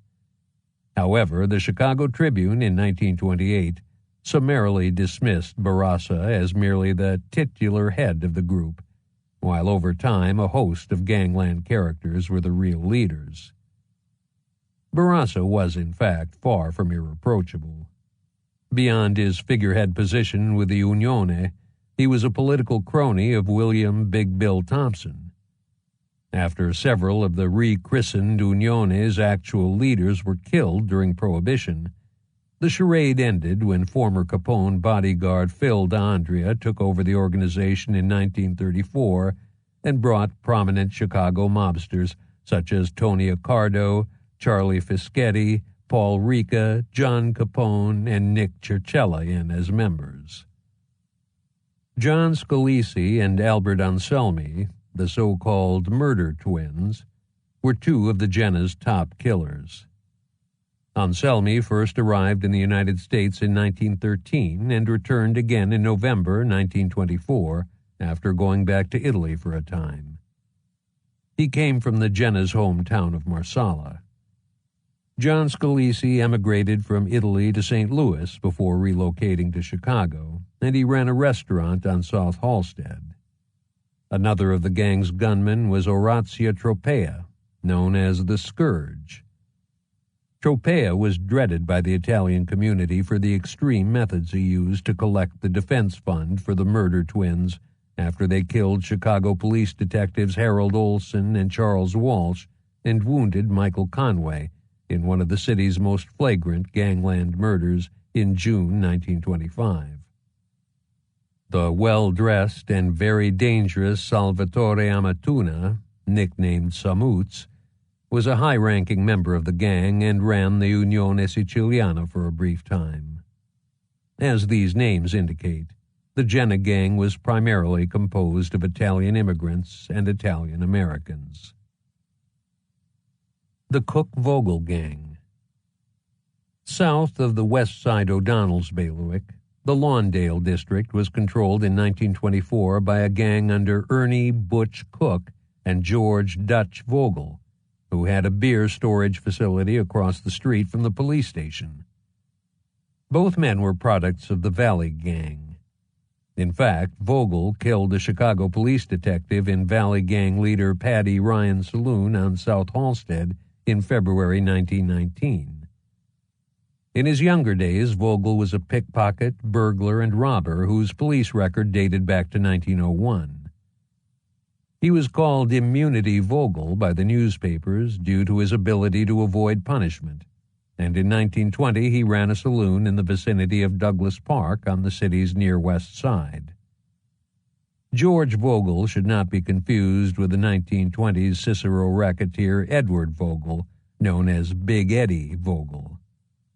Eddie Vogel was Bohemian, while George Vogel was of German, often referred to in the United States as Dutch, extraction. Butch Cook was a prominent saloon keeper who was also active in labor racketeering. Frank Porky Dillon, who reportedly had some bootlegging interests farther south around Marquette Park, Daniel Hartnett, and Frank Rita were other members of this gang. The Valley Gang.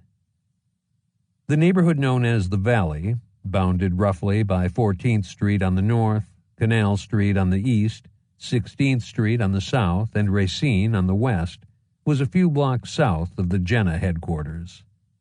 It was just south of the Maxwell Street entry port for Eastern European Jewish immigrants to Chicago.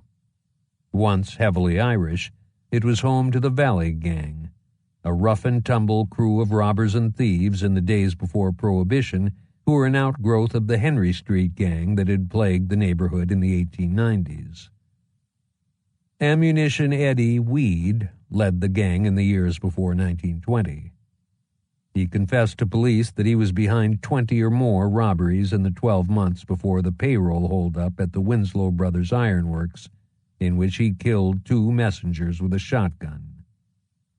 Weed was hanged in February 1918 for his part in those murders. Paddy the Bear Ryan, so called because of his fighting style, succeeded Weed as the gang's leader until he was killed in his saloon in June 1920 by a fellow gang member.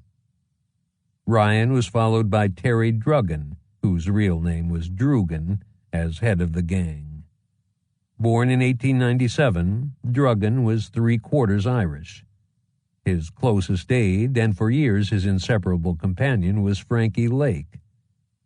Lake was born in 1893 and was three-quarters German and one-quarter Irish. He worked as a Chicago fireman before Prohibition, and his father was a city ward superintendent. One source describes Druggan as an impetuous leader who frequently made the headlines, while the very calm and deliberate Lake got the important things done in the background.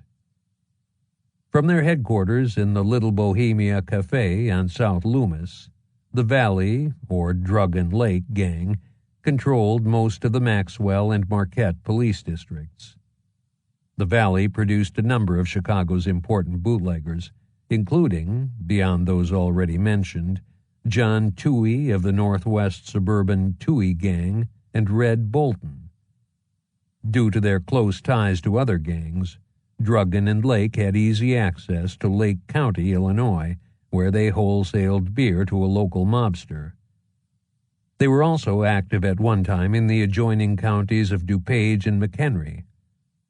But before they worked with the Valley Gang, the McHenry County authorities had to learn how to create an unholy alliance.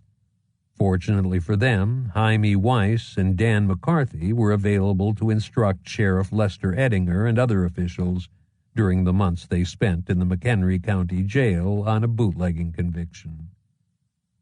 Shrewdly, Druggan and Lake quickly bought a major interest in 5 breweries from the Stenson family: the Stieg on South Ashland, the Standard on South Campbell, the Gambrinus, later called the Illinois Beverage Company, on West Fillmore, the Hoffman on West Monroe, and the Pfeiffer Products Company on North Leavitt. The other owners of the Standard included several aldermen and state legislators from both political parties, and even a congressman. The Standard had an impressive output of 5,000 barrels of beer per day, or, if run 7 days a week, roughly 1.8 million barrels a year. Based on the purchase prices of the other 4 breweries, their combined beer output rivaled that of the Standard and gave the gang a brewing capacity of over 3.5 million barrels a year. For a time, they ran their breweries in high gear, supplying their own customers as well as wholesaling to their allies, such as the Torrio Capone gang, and most likely selling beer to the Jennas because several of their breweries were in Jenna territory. When the retail price to the saloon was $55 a barrel, Druggan and Lake sold their beer wholesale to other gangs at $30 per barrel. Their costs, which most likely were just the direct costs of production, were $2 per barrel. The graft paid to officialdom was estimated at around $7.50 per barrel. While there were a variety of other costs involved, such as salaries of gang members as well as compensation for likely time in jail and the other hazards involved in the gangster life, the profits per barrel appear to have been very large, which is consistent with the fortunes amassed by top gangsters. The federal government estimated the Druggan Lake gross revenues through January 1926 from brewing beer at $15 million, earning them about $2 million a year in profit. Sadly for the bootleggers, this foamy nirvana inside the city limits could not last forever. In April 1924, Reverend Elmer Williams, now with the Better Government Association, BGA, reported that only 7 old-time breweries were still running in Chicago, as opposed to 65 operating before Prohibition and 14 running in 1923. And he named 3 of the Druggan Lake properties among them. In return for his crusading efforts, the bootlegging elements bombed the Reverend's house on North Winchester on April 28, 1924, blowing out the front of the structure. It was bombed again in January 1925. However, Reverend Williams's work was not in vain. A federal judge issued injunctions closing the gang's breweries, the last one for the Hoffman in August 1924. At that time, Druggan and Lake had already been sentenced to a year in jail for prohibition-related violations at their other properties. For example, when dry agent Bryce Armstrong inspected the Standard, he found beer flowing from the brewery through pipes to a garage across the street, where it was put in barrels and then moved by truck. By November 1924, a radical change had occurred. Only 5 pre-prohibition breweries were operating inside the city, and all of them were making near beer. The bootleggers who were not needling near beer with alcohol were forced to import the real thing from Wisconsin and other locations outside Chicago, or to run smaller, clandestine breweries in garages and other buildings in the city. Terry Druggan's brothers George and William also belonged to the Valley Gang, as did their uncle on their mother's side, Robert Unc Long. Outside the family, there was a larger cast of characters. Gunman Danny Vallow, Grover Dullard, who was Terry Druggan's driver and bodyguard at one time, Henry Sullivan, who served Frankie Lake in a similar capacity, and Martin O'Leary. On one occasion, George Druggan provided some painful yet comic relief to gangland. When he was shot in the back by a rifle in December 1927, he told police that it was a self-inflicted wound that happened accidentally when he was on his way to go hunting. The 20th Ward Gang. Just north of the valley, between roughly Roosevelt Road and Maxwell Street, was the Maxwell Street neighborhood. It was completely inside the Druggan Lake territory, which caused friction at times. At the start of Prohibition, this district was controlled by the 20th Ward Gang, a collection of largely Jewish hoods who were initially led by Hershey Miller and Nails Morton. This group doubled as sluggers for the political heavyweight in the ward, Morris Eller. Hershey Miller, a one-time boxer who was known as the toughest man on the West Side, ran the Hershey Miller Benevolent and Athletic Club before 1920. On August 23, 1920, he shot and killed 2 off-duty Chicago police detectives he and Morton had quarreled with, reportedly over a liquor deal. 3 of his brothers, Davy, a boxing referee, Max, and Al, were active participants in gangland, including conducting some gambling in the Lawndale neighborhood. Another brother, Harry, was a Chicago police officer who was also fond of breaking the law.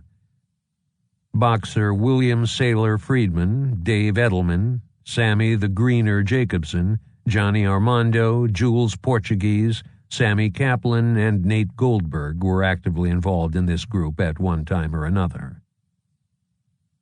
The Sheldon-Stanton Gang. Moving farther south, the Sheldon-Stanton Gang controlled the Stockyards Police District. Although this gang was originally one unit with the Saltus-Mackerlane mob, because they split in late 1925, the two were discussed separately in this chapter.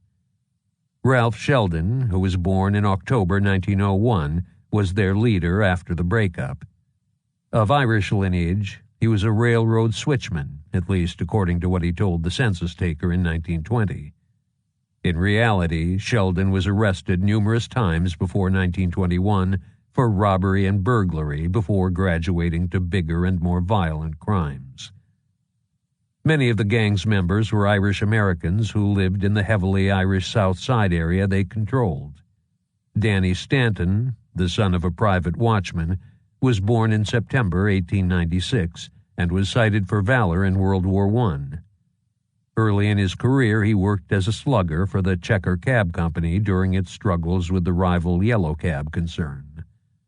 A description of Stanton's criminal escapades in the files of the Chicago Tribune states that he has been arrested so many times since he first broke into print that it's hard to count them up.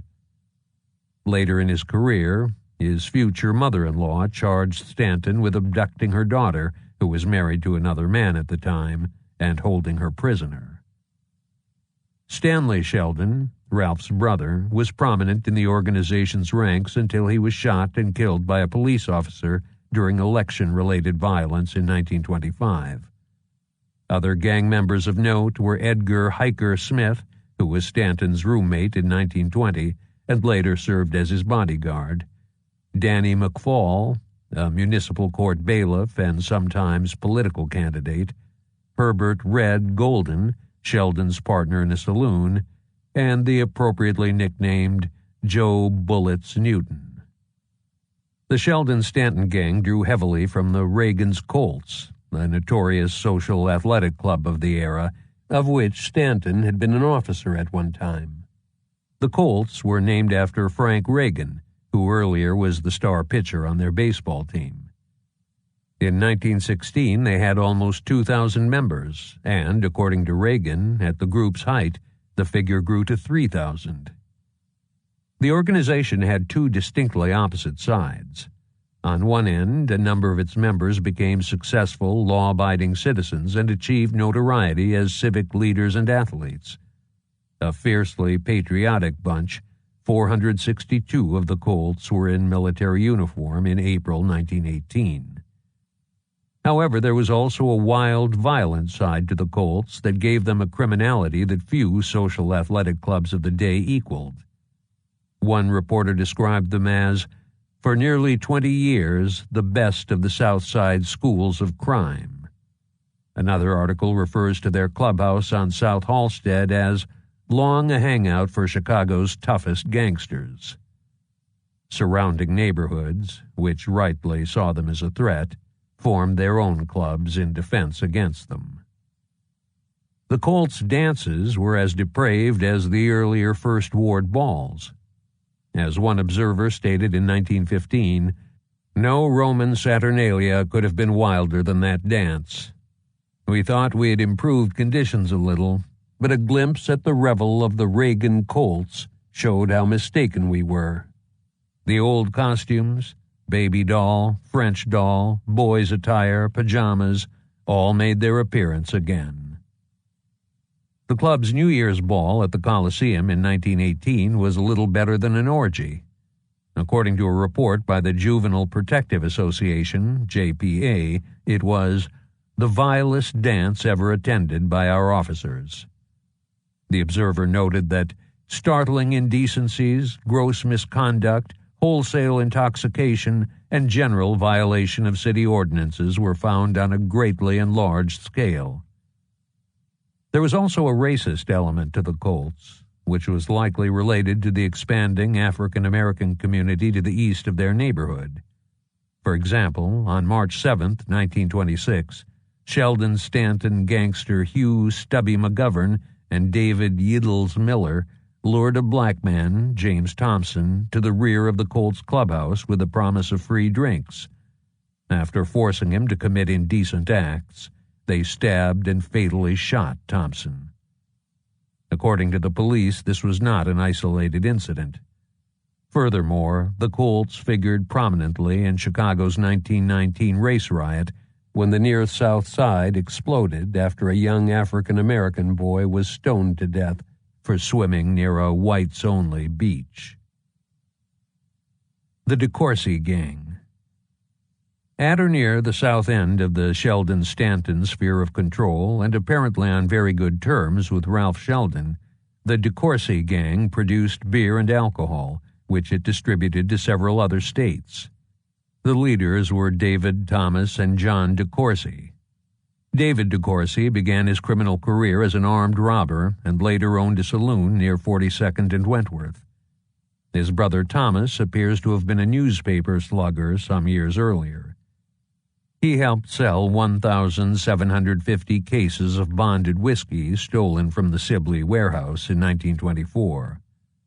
Victor and Joseph Armanda, Joe Brandenburg, Miles Smith, Ed Crosby, and Frank Ostrowski were members of the DeCourcy Gang.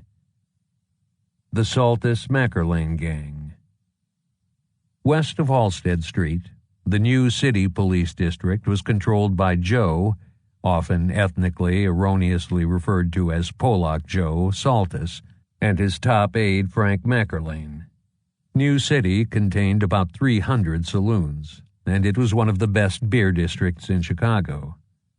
As Saltis said about his operations inside Chicago to Police Captain John Steig, "My district extends from 39th to 55th Streets and from the city limits to Loomis Street, and I'll kill any expletive who cut in on my business." The Saltis-Mackerlane gang also operated in the suburbs of Evergreen Park and Oak Lawn and in the area west of there, using the 19th hole at Roberts Road and 95th Street as a headquarters, which gave them a good-sized piece of the southwestern suburbs. Joe Saltis was born in Budapest, Hungary, on September 8, 1894, and came to the United States when he was 12 years old. His father was an officer in the Austro-Hungarian Army, and the original spelling of the last name was Soltis. Saltis worked in the stockyards when he was young, and later as a mechanic at the Continental Bolt and Iron Company. He also boxed at one time. Unlike most of his gangland contemporaries, Saltis was an expert marksman. The Winchester Company paid him to test and use their guns in competitions, and he preferred a lever-action Winchester rifle when game hunting. His only known arrest before Prohibition was for burglary in 1911. Saltis's partner in crime was Frank Mackerlane, who one watchdog agency referred to as the most cruel, dangerous, and vicious type of criminal. He was also labeled quite correctly as the most vicious killer in the country. While most other mobsters killed because they felt it was necessary, Mackerlane likely enjoyed it. According to the 1900 U.S. Census, his father kept a saloon on Eggleston on the south side, which might explain his fondness for drink.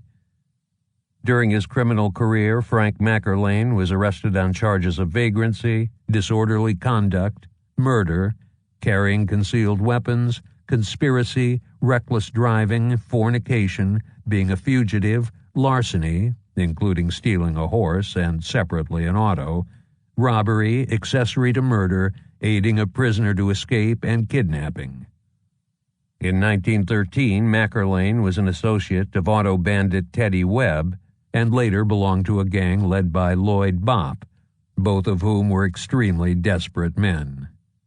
Webb killed Chicago police detective Peter Hart in 1913, and Bopp, accompanied by Mackerlane, killed Oak Park policeman Herman Mallow and wounded another officer on June 14, 1916. Joe Pollock was an old-time hard liquor dealer who handled that end of the bootlegging in the Saltis area as an independent partner. Pete Kosansky, known as Three-Fingered Pete, had 2 fingers shot from his hand by the police in 1920.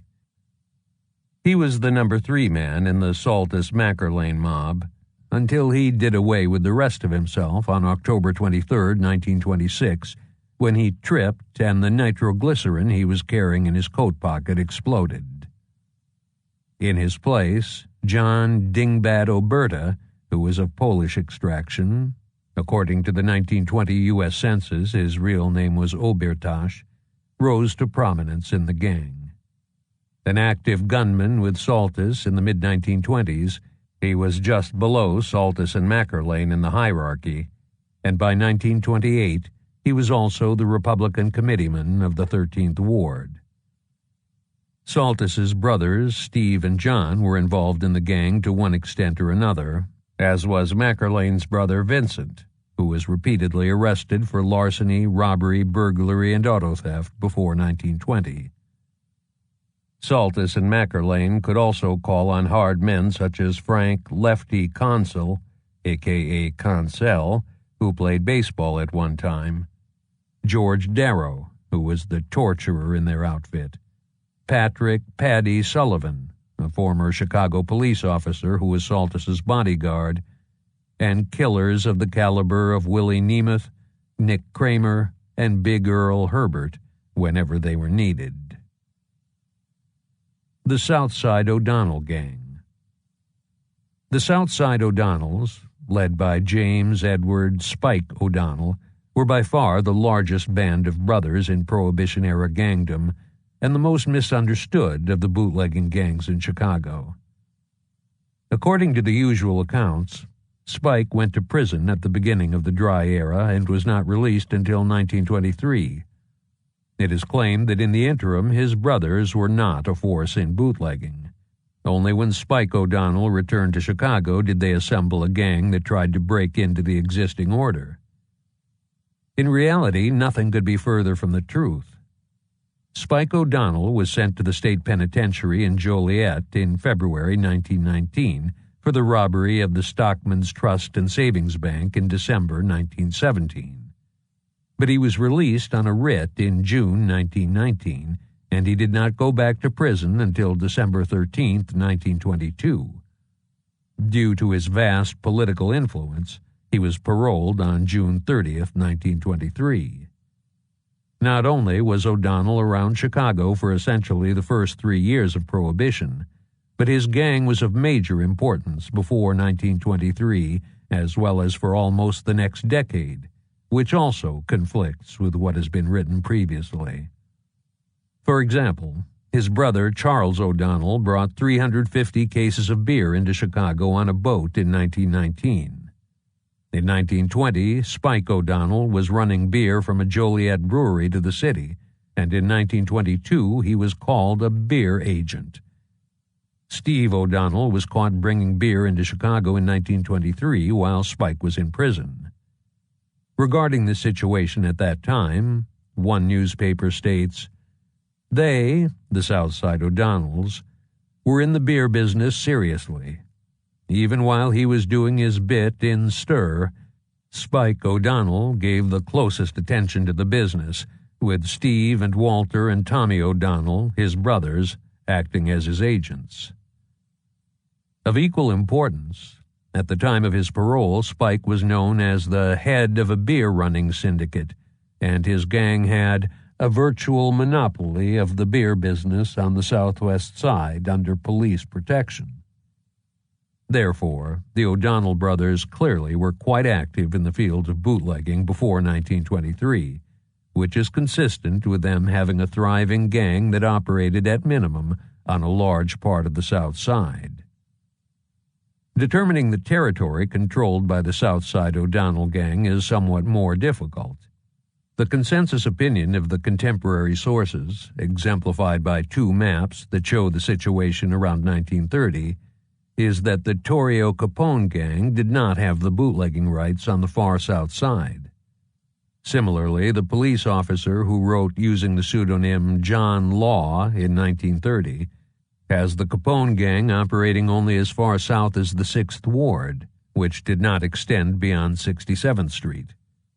Also, in the newspaper accounts of Elliot Ness's raids, no Capone brewery or distillery was located south of 67th Street, nor is one mentioned in the 1931 indictment of Al Capone and his associates for bootlegging. Furthermore, in 1931, well after Frank Mackerlane joined forces with the Southside O'Donnells, Mackerlane, Spike O'Donnell, and a number of their gangmates lived in the Gresham Police District or in the South Shore neighborhood. If this was Capone territory, it would not have been a safe place for them to hang their hats when they were fighting Capone's allies. Significantly, Hal Andrews states that Frank Mackerlane, when he led his own gang from 1931 to 1932, was in control of most of the far South Side. Andrews notes further that this area was in the hands of the Spike O'Donnell mob when Mackerlane, after leaving the Saltis gang, was his chief lieutenant from 1929 to early 1931. When the O'Donnell-Mackerlane gang split up in 1931, Mackerlane took the bulk of their territory, roughly the area south of 71st Street on the east side of State Street and south of 99th Street on the west side of State Street, with him, while the newly formed Downs-McGagan-Quinlan DMQ gang grabbed one police district and the Southside O'Donnells retained 2 others. If Torrio and Capone did not have the far South Side in the years just after 1920, and there are no reports of it having been taken from them, or from Joe Saltis or Danny Stanton. Then how did O'Donnell and Mackerlane get it? Either Spike O'Donnell's group controlled it previously, or Mackerlane brought it with him when he left the Saltis gang in 1929. No evidence suggests that the Saltis gang had this territory at one time, or that Mackerlane took it peacefully from Saltis when they parted company. In fact, by Saltis's own admission, his bailiwick in the city in 1927 was only the New City Police District. Also, if Frank Mackerlane had brought this much into a partnership with Spike O'Donnell, surely he would have been the boss, and O'Donnell would have been the subordinate in their joint gang, as opposed to the other way around. Consistent with this conclusion, Joseph Bucher, when asked where he delivered O'Donnell beer in 1923, answered, "On the south and west sides. Sure, they drink it all over." Also, a truckload of champagne belonging to the O'Donnells was intercepted in 1924 at 60th and State Streets, which is at the junction of the Englewood and Woodlawn police districts. Furthermore, as discussed in Chapter 6, in 1933 Joe Saltis controlled the southeast side of Chicago, which he would have inherited from Frank Mackerlane as a result of their renewed partnership in 1932. These facts reinforce the conclusion that this area was never in the hands of Capone and Torrio. Therefore, the most likely scenario is that the South Side O'Donnells operated primarily south of 55th Street, in the area west of State Street, and south of about 71st Street on the east side of State Street at the beginning of Prohibition. Like the far northwest side, much of this neck of the woods was not densely populated during the 1920s, and some of these areas were also upper crust neighborhoods that had been dry earlier or did not tolerate lawlessness. In consequence, the bootlegging districts on the far south side were not nearly as profitable as many others in the city. Spike O'Donnell's gang also controlled the suburb of Summit, near 63rd Street and Harlem Avenue. Spike O'Donnell was born in Chicago on November 29, 1889, to Patrick and Anna O'Donnell, who were both Irish. He started out as an election and labor slugger, and was arrested for various robberies and burglaries before 1920. O'Donnell also operated a saloon on West 47th Street in 1918, and he may have boxed at one time. Of his many brothers, the 7 oldest, Charles, Tommy, Percy, Steve, Walter, John, and Ray, were all part of the action. The only exception was Leo, who was likely too young to be involved because he was born in December 1911. Conspicuous in the O'Donnell ranks were Spike's brother-in-law, William Barkall, his bodyguard, Joe Kainsky, and top gunman James Daffy Quigley. The Torrio Capone Gang. A large section of the South Side near the lake, beginning at Madison Street and extending to about 71st Street, along with the Deering and Brighton Park police districts just below the South Branch of the Chicago River and its extension, was in the hands of Colosimo's old gang at the start of 1924.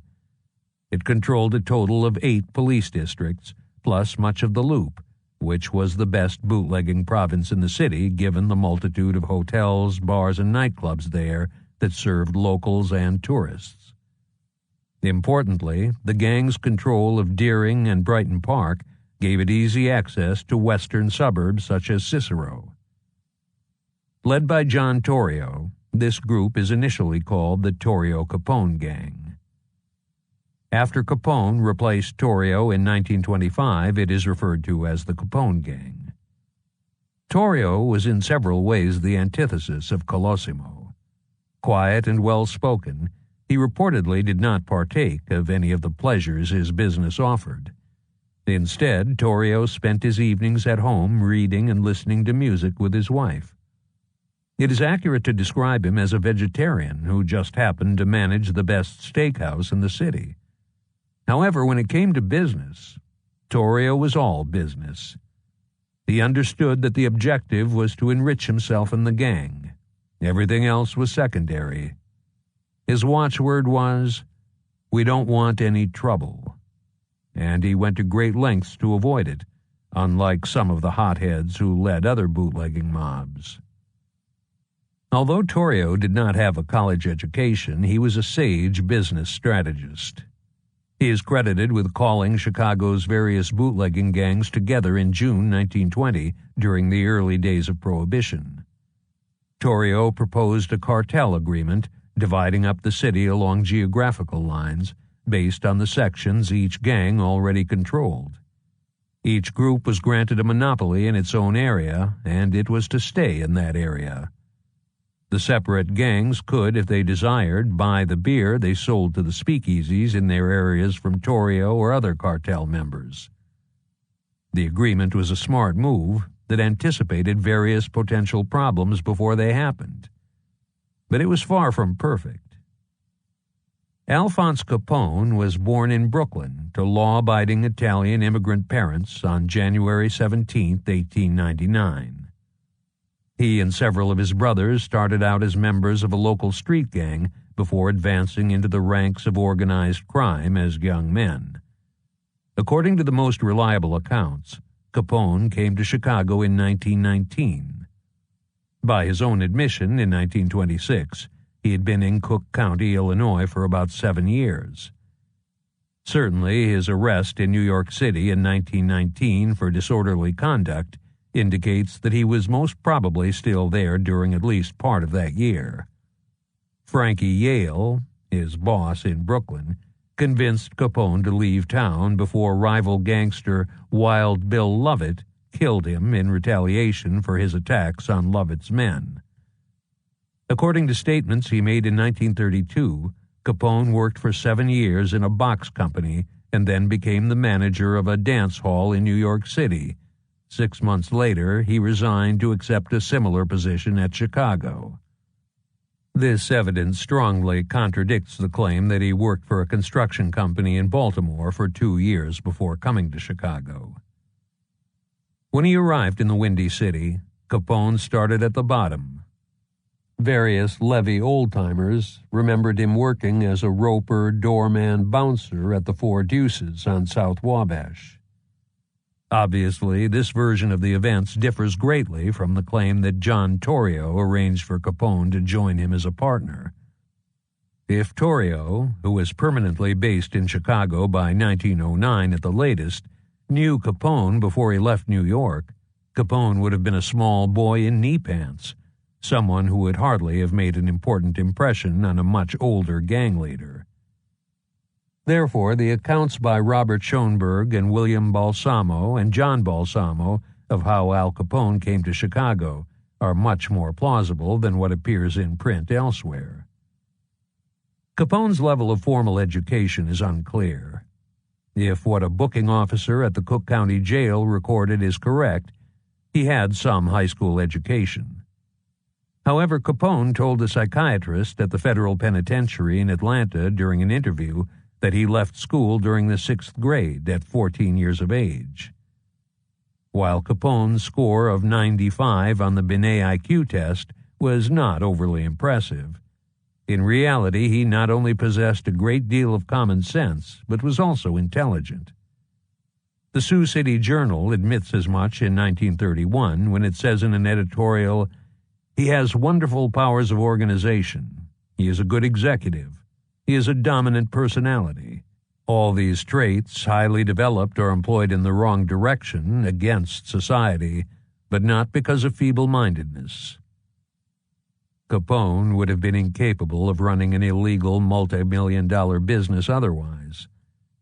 And this is consistent with his rapid rise from the bottom level of the Colosimo organization to the position of John Torrio's underboss by about 1923. The details of Al Capone's first 3 or 4 years in Chicago are somewhat minimal, with little mention of him in the press. He was convicted in 1921 under the alias Al Brown for operating slot machines and a house of ill repute in 2 locations in Burnham, one of which was the notorious Speedway Inn. By 1922, he was back at the Four Deuces as the manager. In 1924, Capone was most certainly Torrio's number 2 man. he would almost certainly not have had the income to make wagers on horse races that won him $500,000 in a few weeks if he was of lesser stature. The Torrio Capone gang included a broad range of characters, many of whom were not part of the pre-Volstead Colosimo crime machine. At the muscle end of the spectrum, Jack Heinen, who was born John Heinen, was the toughest of the bunch. He fought 9 times professionally between 1908 and 1921, and once worked as the sparring partner of heavyweight champion Jess Willard. Heinen was active in bootlegging. Robert Lawrence Big Bob McCullough was, according to his testimony before the Kefauver Commission, a native Chicagoan and was arrested for burglary twice circa 1909. He was recruited by Al Capone in about 1921 to work at the Romer Inn at 115th and Western, just outside of Chicago, before becoming a brewery lookout and guard. From there, he graduated to serving as a Capone bodyguard and gunman. Born in Italy on September 22, 1892, by the mid-1920s, Frank Maritote, a.k.a. Frank Romano or Frank Diamond, was arrested for receiving stolen property, larceny, murder, keeping a gambling house, and burglary. In 1923, he was working as an armed guard on liquor shipments, and within a few years he was one of Capone's bodyguards. The Fischetti brothers, Charlie and Rocco, are believed to have been distant cousins of Capone. They came to Chicago from Brooklyn in 1922 or 1923 and lived for a time in an apartment building, which likely housed a brothel as well, on Wabash Avenue near the levee with Al and Ralph Capone. Early in their careers, they served as bodyguards and killers in the Torrio Capone organization. Dennis Cooney, Nick Juffra, Ralph Capone, Jake Guzik, and Frank Nitti were in the managerial ranks of the gang. Cooney was born in the Valley District on February 24th, most likely in 1878. He and his twin brother John were frequently arrested by the police, but for the longest time were not convicted because they were impossible to tell apart. Ultimately, they were seen committing a crime together, neatly solving the identification problem for the authorities. Dennis Cooney was arrested in 1907 for causing the delinquency of a child, and by 1918 he was running a hotel and saloon, which was also a brothel, near 22nd and State with William Marshall, one of the Marshall brothers who were levee heavyweights before 1915. In the early 1920s, Cooney was the gang's whoremaster, controlling all vice on the near South Side, while personally owning and operating the Frolics Cafe and the Rex Hotel. Nick Juffra was born Nick Giuffra in Italy on May 13, 1896. His earliest known arrest was in 1919 for pandering when he kept a 19-year-old woman in bondage in Burnham. Juffra was soon heavily involved with breweries and beer distribution, including setting up the World Motor Service Company, which acquired trucks for the gang, 2 of which were purchased by young Al Capone in 1921 under the alias Al Brown. Juffra was arrested for bootlegging 24 times from the beginning of the dry era to June 1924, making him the leading violator in Chicagoland at the time of the Volstead Act. Ralph Capone was born in Naples, Italy in 1894 and immigrated to the United States in 1895. By his own account, he left New York in 1922, although his first arrest in Chicago occurred in 1921. Ralph Capone prospered in Chicago gangland by hanging on to his younger brother Al's coattails, working closely with him in setting up the gang's operations in and around Cicero, and then managing various aspects of them. As Al Capone rose, so did his brother Ralph, which explains Ralph's later prominence in the gang. This process was repeated in reverse a few years later, after Al Capone went to prison. Jacob Guzik, who was more commonly known as Jake, although he preferred to be called Jack, was born in Russia in 1886 and came to the United States the following year. A dour little man who was not prone to violence, Guzik had a calculator inside his head that made him invaluable to Torrio and Capone.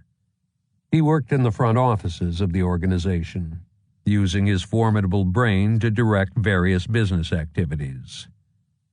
Guzik most likely cut his teeth in the gambling profession after 2 years of high school education, while working in his father Max's cigar stores on the near West Side and in the Levee district from 1902 to 1914. From there, Guzik entered the world of prostitution, as his frequent bouts with venereal disease attest to, first in the Levee and then in Burnham at the Speedway Inn, most certainly under the tutelage of his older brother Harry. Harry Guzik got his start in vice in Custom House Place, before moving with that crowd to the 22nd Street Levee around 1903. The elder Guzik brother was attached for a time to Levee powerhouse Roy Jones, managing some of his properties before venturing out on his own on the South Side and in the South Suburbs. Jake Guzik also committed bigamy when he eloped to Crown Point, Indiana in August 1909 with Victoria Ullman, even though he had married Rose Lipschultz there some 30 months earlier. Francesco Nitto, who was more commonly known as Frank Nitti, was born in Angri, just south of Naples, Italy, on January 27, 1886. He is often claimed to have been a Capone cousin. If so, he was a second or more distant cousin. Possibly he was just a countryman, meaning an individual from the same region or town as the Capone brothers or their ancestors, whom the family was close to, and whom they described to others with the loose Italian term cousin. Regardless of the exact relationship, Nitti lived only a few doors from the Capone family in Brooklyn at one time, and belonged to the same youth gang as Al and several of his brothers. According to his World War I draft card, Nitti was in Chicago by 1918 at the latest, although there is evidence that he may have arrived as early as 1913. At the time of the Great War, he worked as a grocery broker who traveled to New York on business, which likely kept him in touch with family and old friends. On the side, Nitti was acquainted with a saloon keeper and an imaginative criminal named Alex Lewis Greenberg, who was his entree into fencing stolen goods and the liquor business. It would have been natural for the Capones to look Nitti up when they came to Chicago, and likewise for him to later join the Torrio Capone ranks on the Capone's recommendation, assuming that he was not involved with Colosimo and Torrio before Prohibition. Or perhaps Greenberg put Nitti in touch with his old Brooklyn neighbors after they arrived in Chicago, and with John Torrio as well. In any case, Nitti, given his position with the Torrio Capone outfit in 1925, was clearly in the gang by the early 1920s. He was a headquarters man who worked at the Metropole Hotel and the organization's other front offices, where his skills in business, both legal and illegal, were put to good use. Nitti was never directly linked by the newspapers to gangland violence, as the nickname later given to him by the press, the Enforcer, implies. There were scores of lower-ranking and more able men who Nitti sent out when it was necessary to enforce edicts from the boss. The other label the reporters used frequently for Nitti, calling him the gang's treasurer, was much more appropriate during most of Prohibition. Building partly on Colosimo's vice activities outside the city, Torrio expanded further in the suburbs, primarily west of Chicago. Cicero, a hotbed of gambling long before the arrival of Torrio in that suburb, was rich with handbooks, slot machines, punch boards, chuck luck, poker, monte, faro, craps, and roulette. A large number of gambling places were within 2 blocks of the massive Hawthorne Works plant at Cicero Avenue and 22nd Street, owned by the Western Electric Company. The local residents had the gambling spirit, with some employees at the Hawthorne plant spending part of their lunch hour at the tables. Even the school children in Cicero regularly pumped coins into the slot machines. After reaching a forced accommodation with slot machine kingpin Eddie Vogel and town officials, the Torrio Capone gang began selling beer and cooking alky in Cicero in the autumn of 1923 and moved into the existing gambling operations. In conjunction with Jimmy Mondi, Frankie Pope, and Al Lambert, they operated the Ship, the Subway, and Louderbox, where some nights the gambling was as fast and heavy as at any place in the country, as well as the Hawthorne Smoke Shop. Parts of Cicero were soon peppered with illegal stills. 20 large-capacity distilleries were uncovered during just one series of raids there in early 1926. Because prostitution was not tolerated in Cicero at the time, the Torrio Capone bordellos were placed in nearby suburbs such as Stickney, Lyons, and slightly later, Forest View. In the mid-1920s, Cicero generated $3 million a year for the Torrio Capone gang.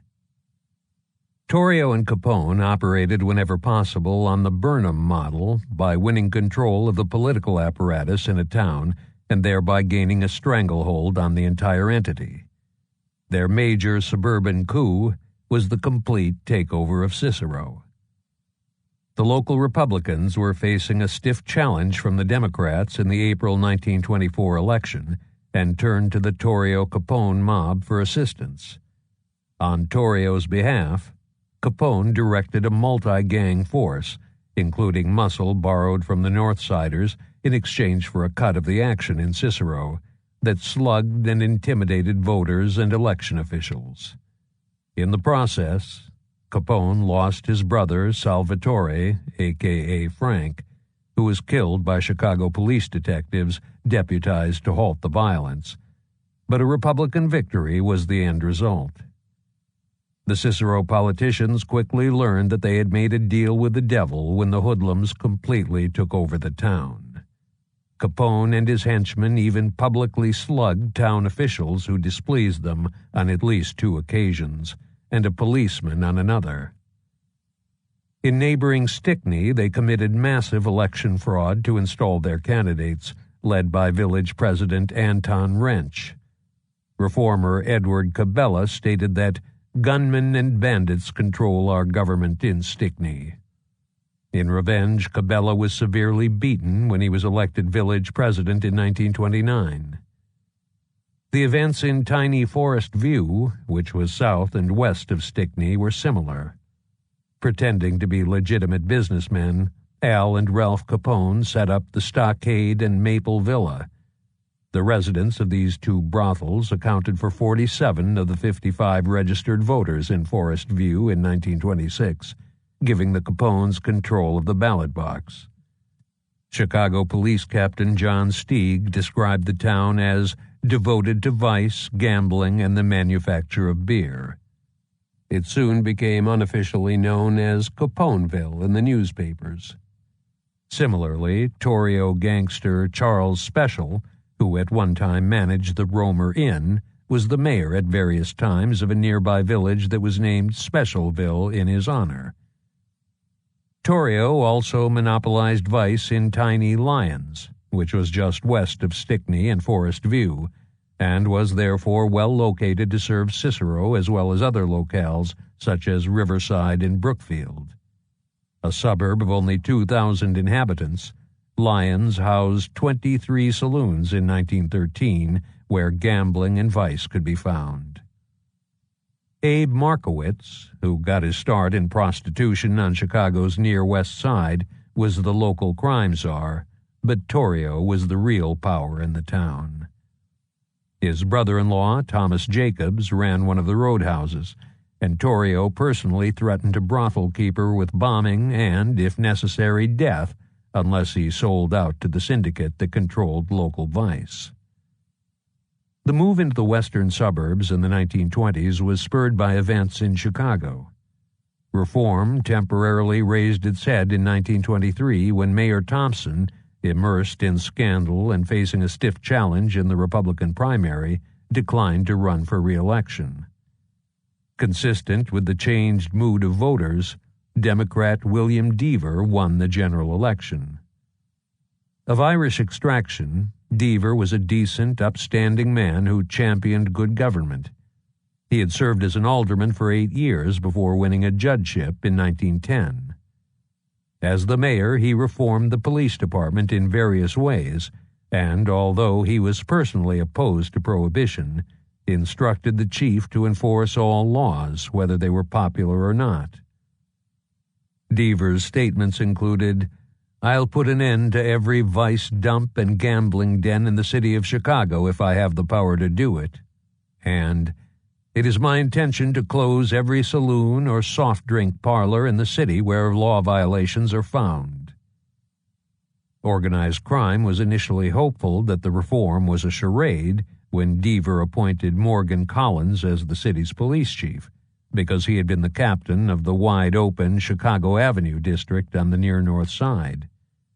But Chief Collins, in order to keep his new job, followed the mayor's instructions to the letter, hitting hard at the bootlegging, gambling, and vice that thrived under his predecessor. By setting up further operations just west of the city, the Torrio Capone forces gave the west side of Chicago a simple alternative to the places Deaver closed, while residents of the south side also had the old option of going to the southern and southwestern suburbs.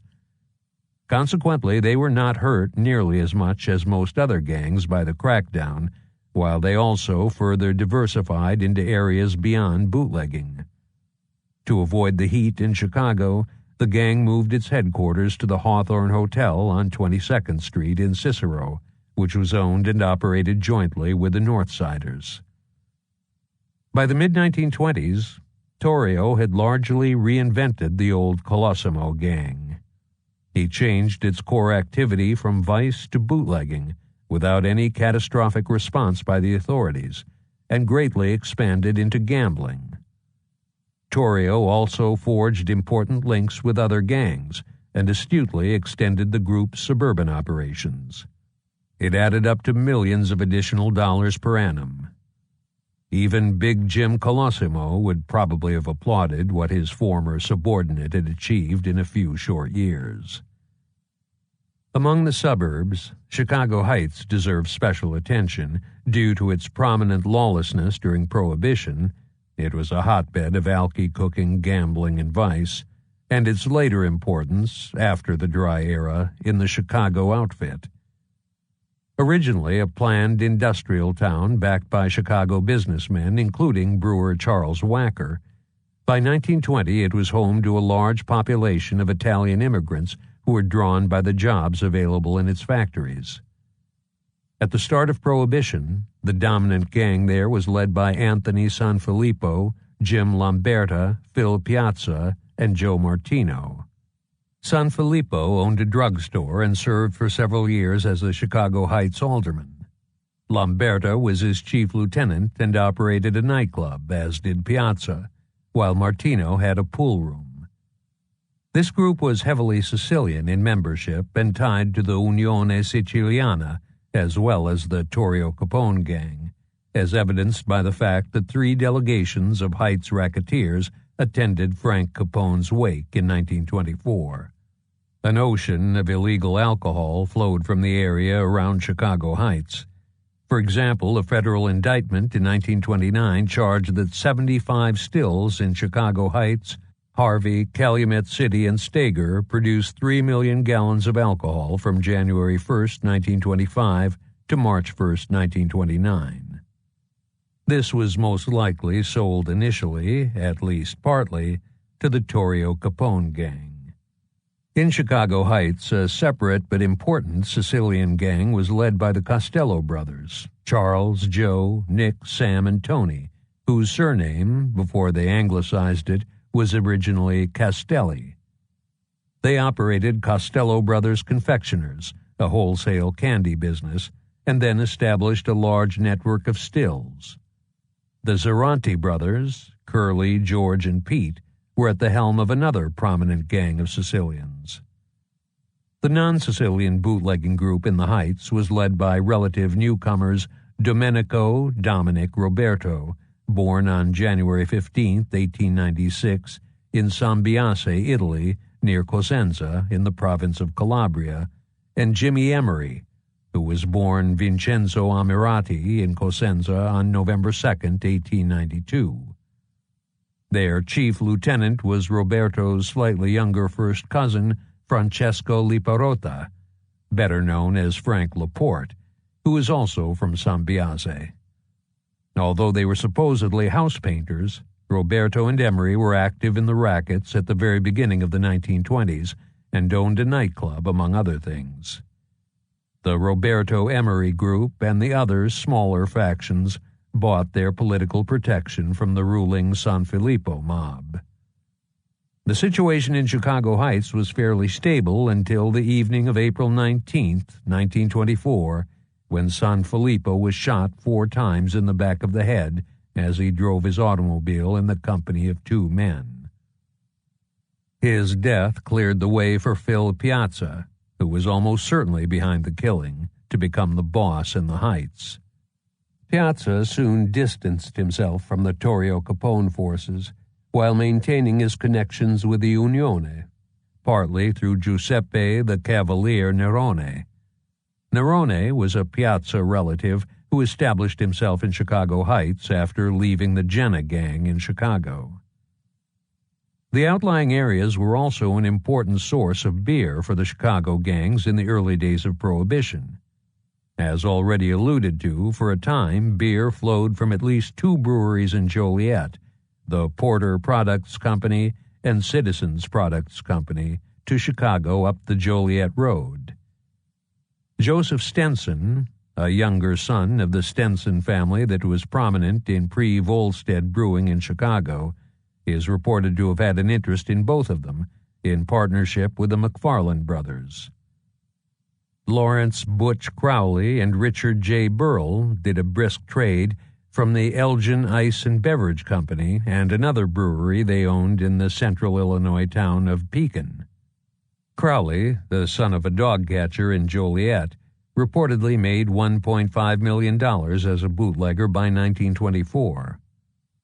The Pure Products Company in the suburb of West Hammond, which was renamed Calumet City in 1924, was owned directly by Torrio and resulted in his first violation of the Volstead Act. The Malt Made Products Company, formerly known as the Manhattan Brewery, and the Sieben Brewery in Chicago, which he owned jointly with O'Banion, along with the Pure Products Company and some operations in Chicago Heights, supplied much of the beer at Torrio's command.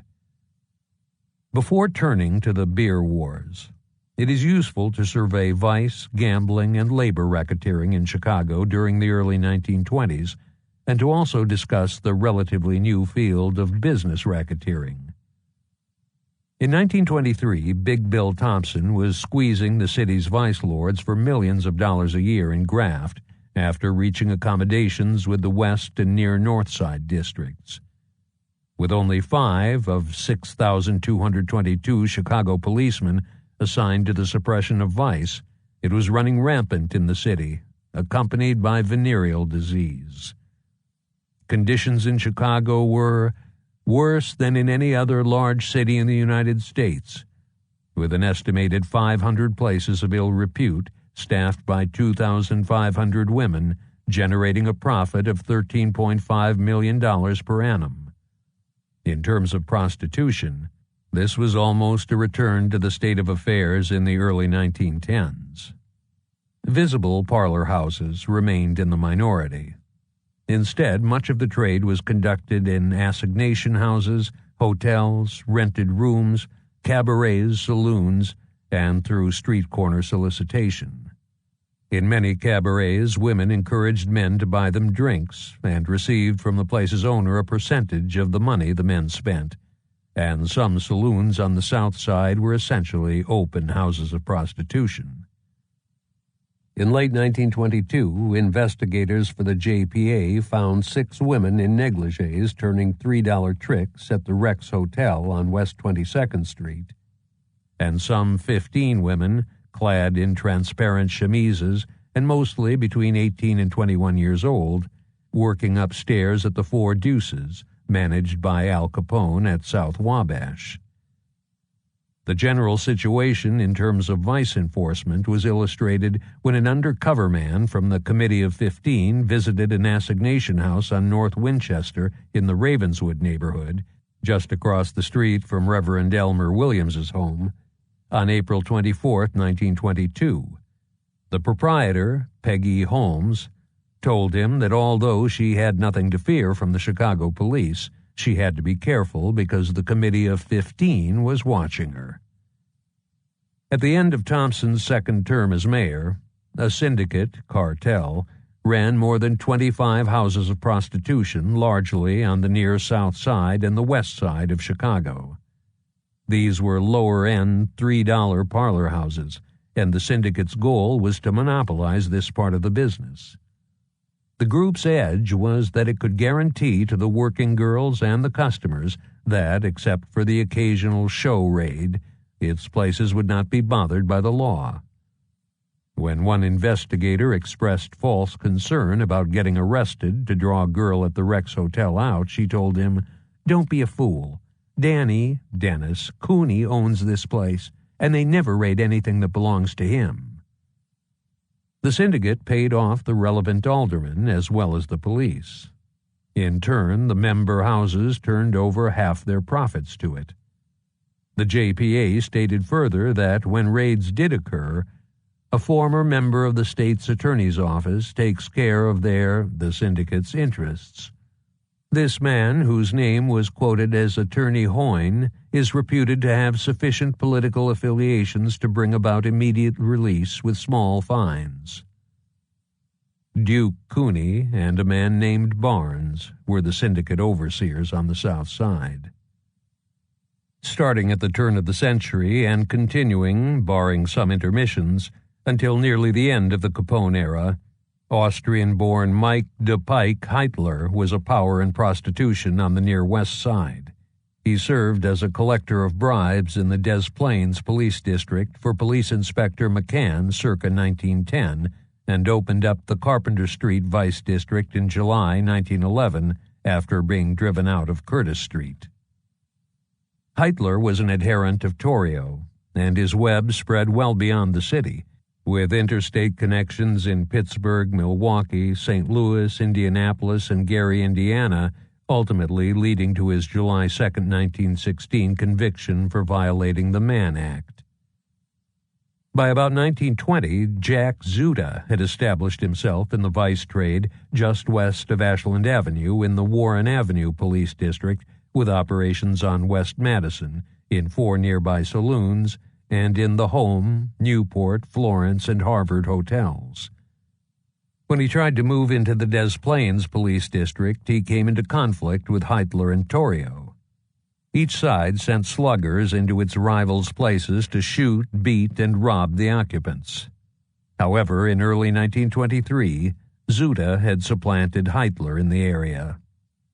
Zuda and Ollie Mullenbach, who was a longtime friend of Torrio, were the syndicate leaders in that neck of the woods at the time. The situation changed dramatically when William Deaver became mayor. By December 1923, constant police raids had driven $2 houses to raise their prices to $3, and former $3 houses to now charge $5 per customer.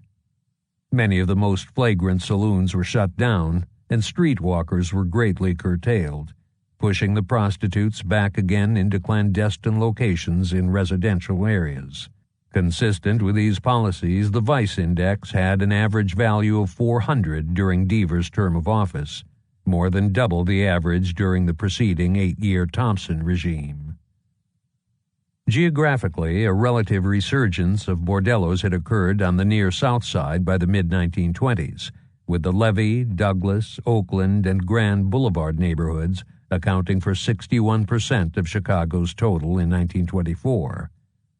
This development came at the expense of the near West and near North Sides, which housed only 12% and 8% respectively of the city's brothels. Prostitution was also prominent in the Uptown and Lakeview areas on the north side adjoining Lake Michigan, which contained 10% of the houses of ill repute in 1924 compared to only 5% in 1920. The growth of the South Side vice was at least partly due to a great increase in the number of African American prostitutes in the city, which began around 1920. A number of old-timers were still active in gambling during the early 1920s. For example, until his death in 1925, James O'Leary was thriving at his place on South Halsted Street.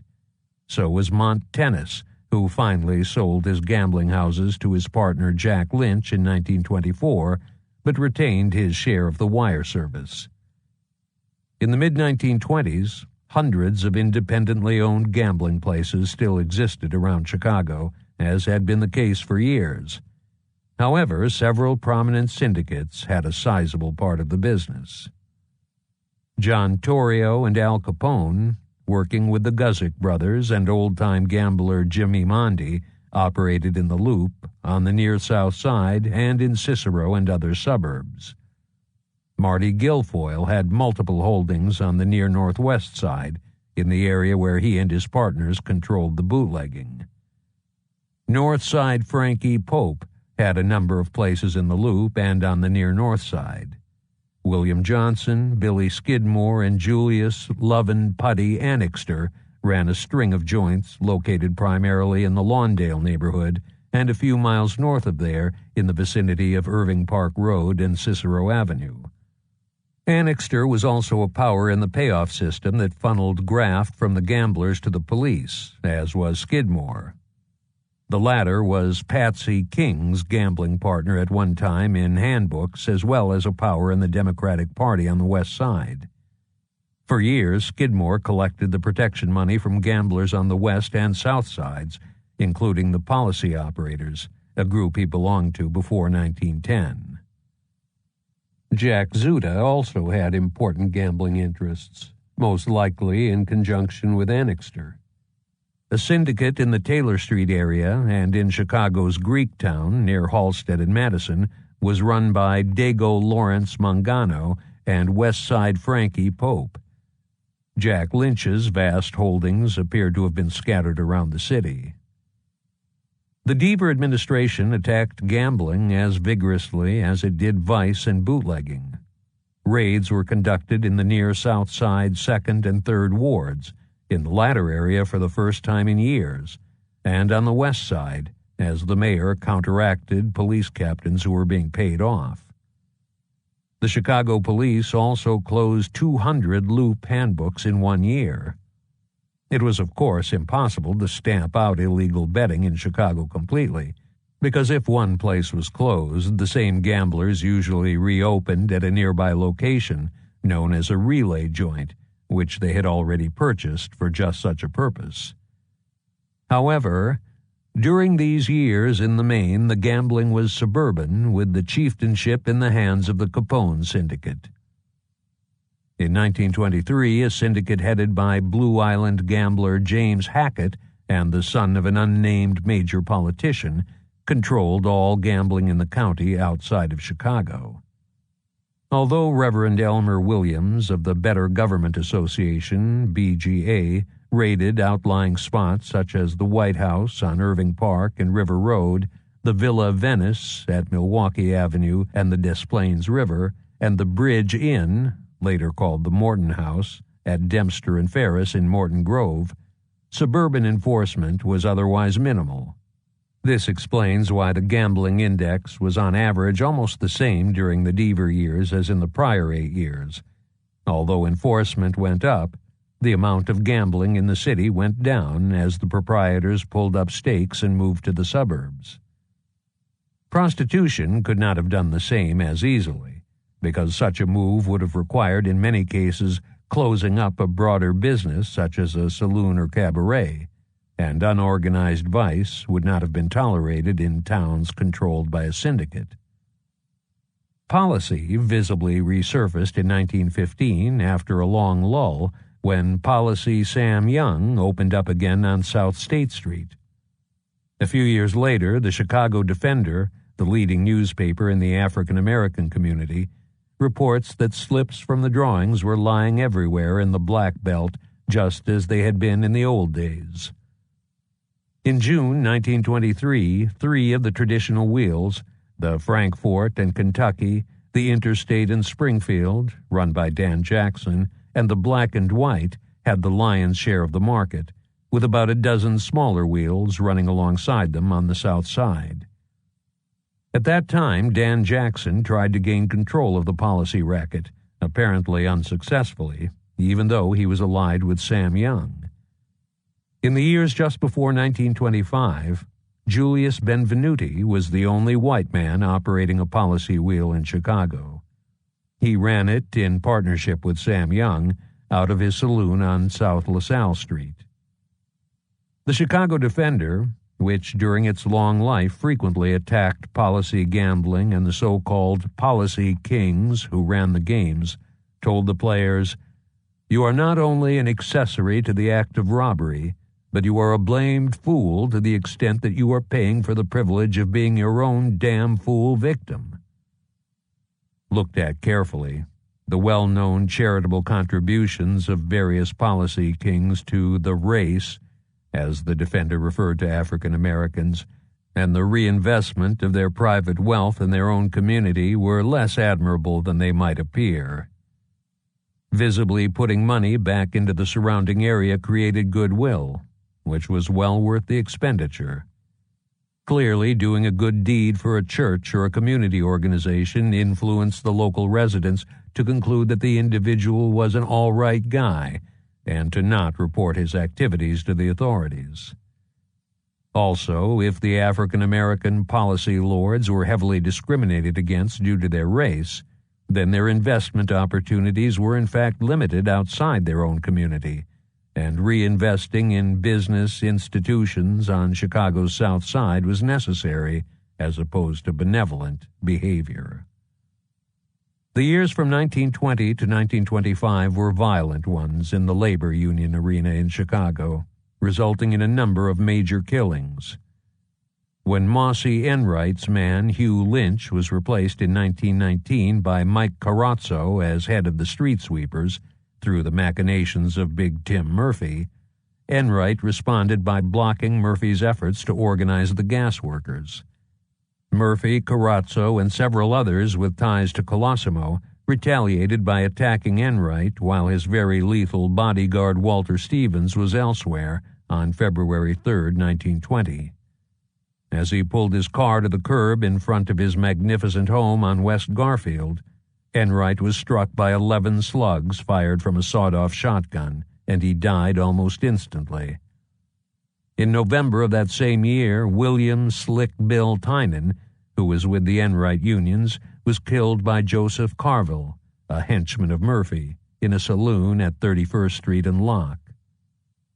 On May 17, 1920, John Kukulski, president of the Amalgamated Meat Cutters and Butchers Workers Union, was attacked near his home on North Central Park Avenue. One assailant beat him with a pool cue, while another fired 2 shots into him, one of which pierced several vital organs. He died 4 days later. Kukulski, who had been active in organizing workers at the union stockyards and had recently been charged with misuse of funds, was feuding at the time with John Johnstone of the Stockyards Labor Council. Spike O'Donnell was sought by police for questioning in the shooting. Similarly, Antonio Abenanti, an official of the Track Layers Union, was slain in June 1922, followed by Martin DeVries of the Bakery Wagon Drivers Union in November 1923, and Samuel Bills, a business agent of the Ice Cream Drivers Union, in April 1924. In the Bills slaying, labor slugger Robert DeVere was also killed, and 6 bystanders were wounded. Various acts of labor violence during this time period were associated with the 2 branches of the Teamsters Union. When Edward Coleman, president of the Chicago Teamsters, was shot to death in his downtown office on April 22, 1920, police suspected that it was the outgrowth of difficulties inside the outlaw union. Coleman had been feuding with James "Lefty" Lynch, head of the coal teamsters, for about 6 years, and more recently with Lynch's allies Mickey Norris and John Haley. The Chicago Teamsters and the International Brotherhood of Teamsters, IBT, locked horns in January 1924 when the Commission Drivers Union switched from the latter to the former, a move that greatly decreased the Chicago membership of the IBT. Related to these issues, Patrick "Patty" Burrell, president of the Local 705 of the IBT, was shot in the leg at Halstead and Randolph on January 6, 1924. On February 3, 1924, a group of gunmen invaded a dance hosted by the Chicago Teamsters in a hall at Van Buren and Ashland. When the shooting was over, 1 man was dead and 12 people were wounded. Although numerous attendees identified Valley Gang member Anthony Kissane as one of the men doing the shooting, he was acquitted when a dozen witnesses disappeared before his trial. Some of the worst violence was related to the building trades. The unions took offense when non-union tradesmen did work at Chicago's 2 Major League Baseball parks in 1923. In what amounted to a warning, their members appeared on opening day with signs that read, "Unfair to Organized Labor, Sox and Cubs Park." Shortly thereafter, several $1,000s of plumbing was vandalized at Wrigley Field, and a bomb was hurled at Comiskey Park. A much more serious crime occurred in the early morning hours of May 10, 1922, when 2 police officers, Lieutenant Terrence Lyons and Patrolman Thomas Clark, were killed, and Officer Albert Moeller was wounded in 2 separate incidents as a crew of labor bombers attacked various businesses. The officers were shot as they confronted the suspected bombers. Fred "Frenchy" Mader, president of the Building Trades Council, Murphy, the real power in the council, Con Shea, Dapper Dan McCarthy, and several others were indicted for the killing of Lyons. John Miller, the driver of the car of gunmen, and Charles Dushowski, who Miller named as one of the slayers, were ultimately convicted of the murder, while the others went free. The modern form of business racketeering was in its infancy in Chicago in the early 1920s, although the newspaper circulation war could be described as a primitive version of racketeering. However, it did not culminate in a monopoly in the market. In a business racket, firms in the industry were formed into an association, cartel, in order to raise prices and profits. Violence and other methods of persuasion were necessary to achieve this end, because some existing firms refused to join, or because new firms entered the industry outside the association, in both cases charging less than the cartel price.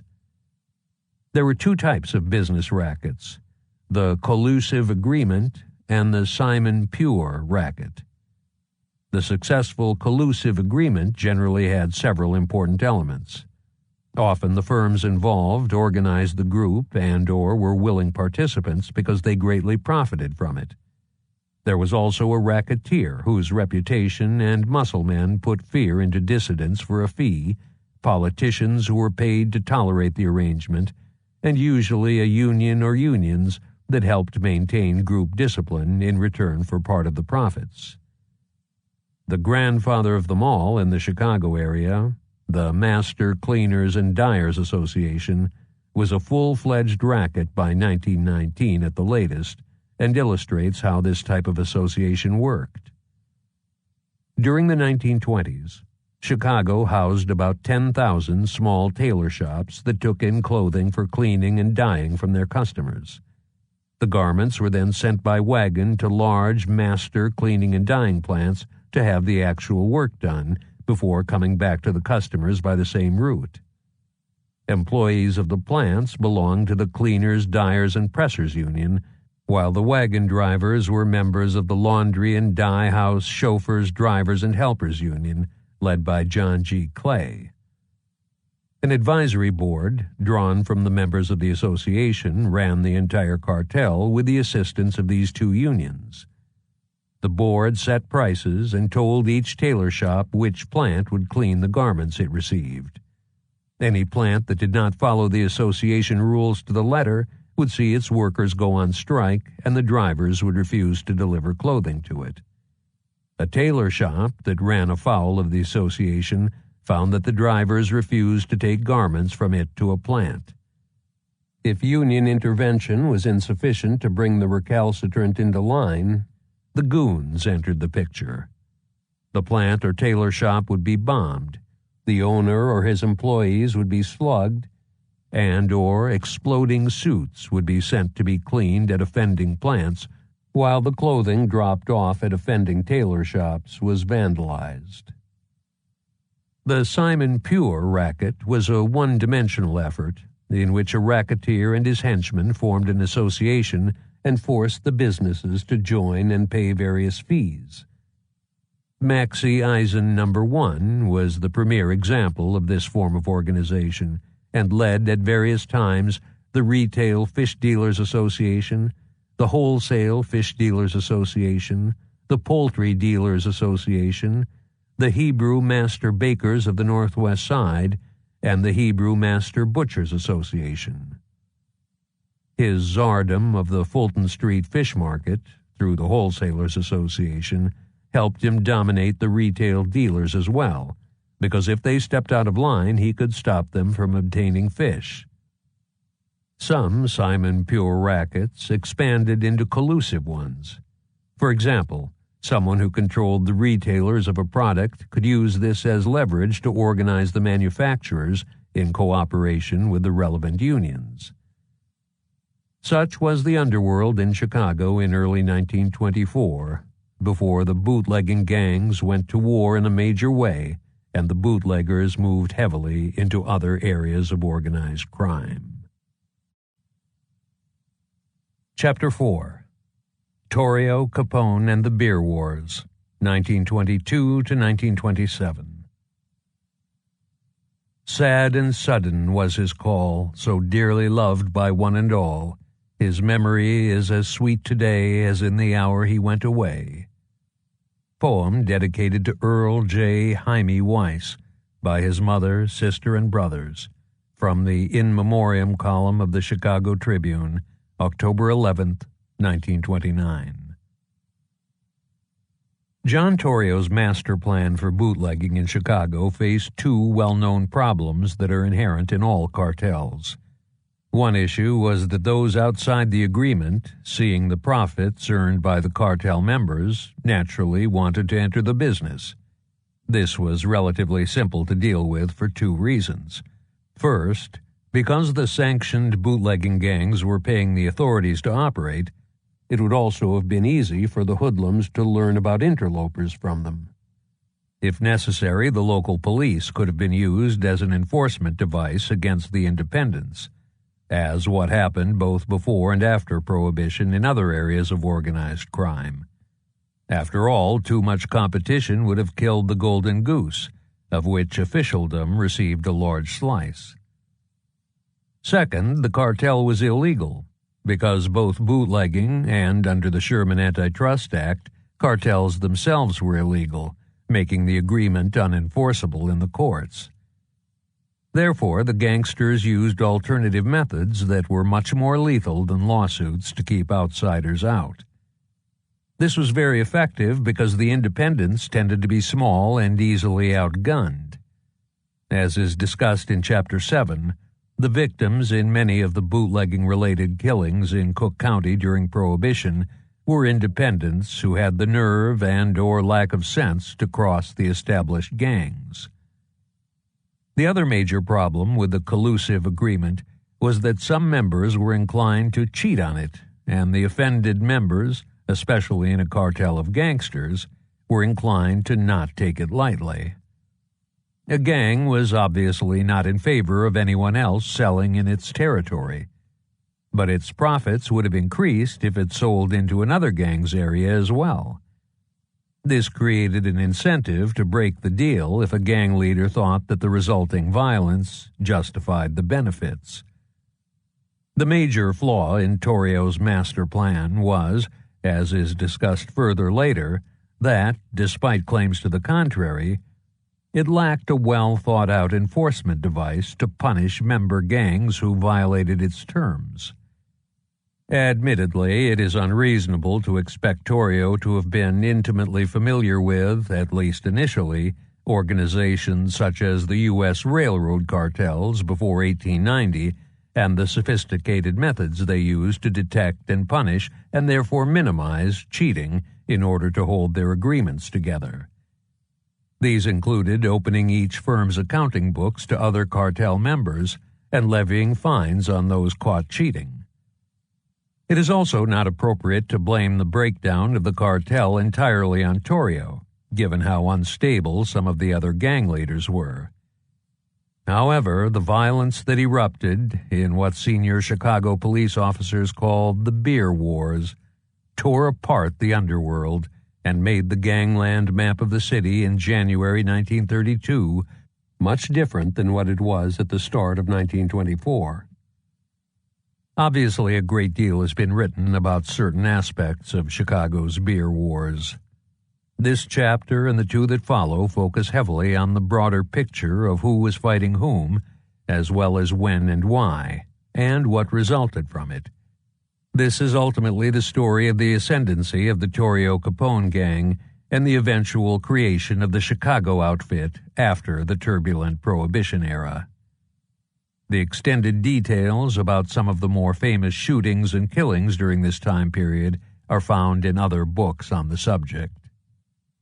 The discussion of the beer wars that follows is based on the Chicago Crime Commission's, CCC, enumeration of gangland killings in the Chicago area during this time period, which is analyzed in greater detail in Chapter 7, as well as newspaper accounts of underworld violence and the standard works on the city's Prohibition era. The identification of the killers in the various slayings is based primarily on a detailed letter written by Cook County Coroner Herman Bundesen, and secondarily on contemporary reports in the newspapers. Working with the CPD, Bundesen supplied ballistics expert Major Calvin Goddard with information on 100 gangland victims from late 1923 to January 1929, and the names of the people the CPD suspected in each killing. In many cases, Goddard also received the slugs removed from the victims' bodies, and separately weapons taken from various suspects when they were arrested. Bundesen also listed the type of bullets removed from each body. The Bundesen letter, because it contains information from the CPD, and because in some cases Goddard matched the bullets from the dead to specific weapons, is generally the most reliable source of information on who killed whom during the beer wars. Although it was not part of a broader conflict, the first bootlegging gang battle with fatalities occurred at the end of August 1922 near the village of Elk Grove, which is northwest of Chicago. Schultz-Horan gangsters were returning to the city from Elgin with a 3-truck cargo of beer when they were intercepted by hijackers from the Valley Gang. Witnesses reported that at least 50 shots were fired by the approximately 20 men involved in the melee. When the smoke cleared, Albert Schultz was dead. John Horan and Edward McAvoy, a sergeant in the CPD who was in the Schultz-Horan contingent, were wounded, and it was believed but not confirmed that at least one Valley gangster was killed and another was wounded.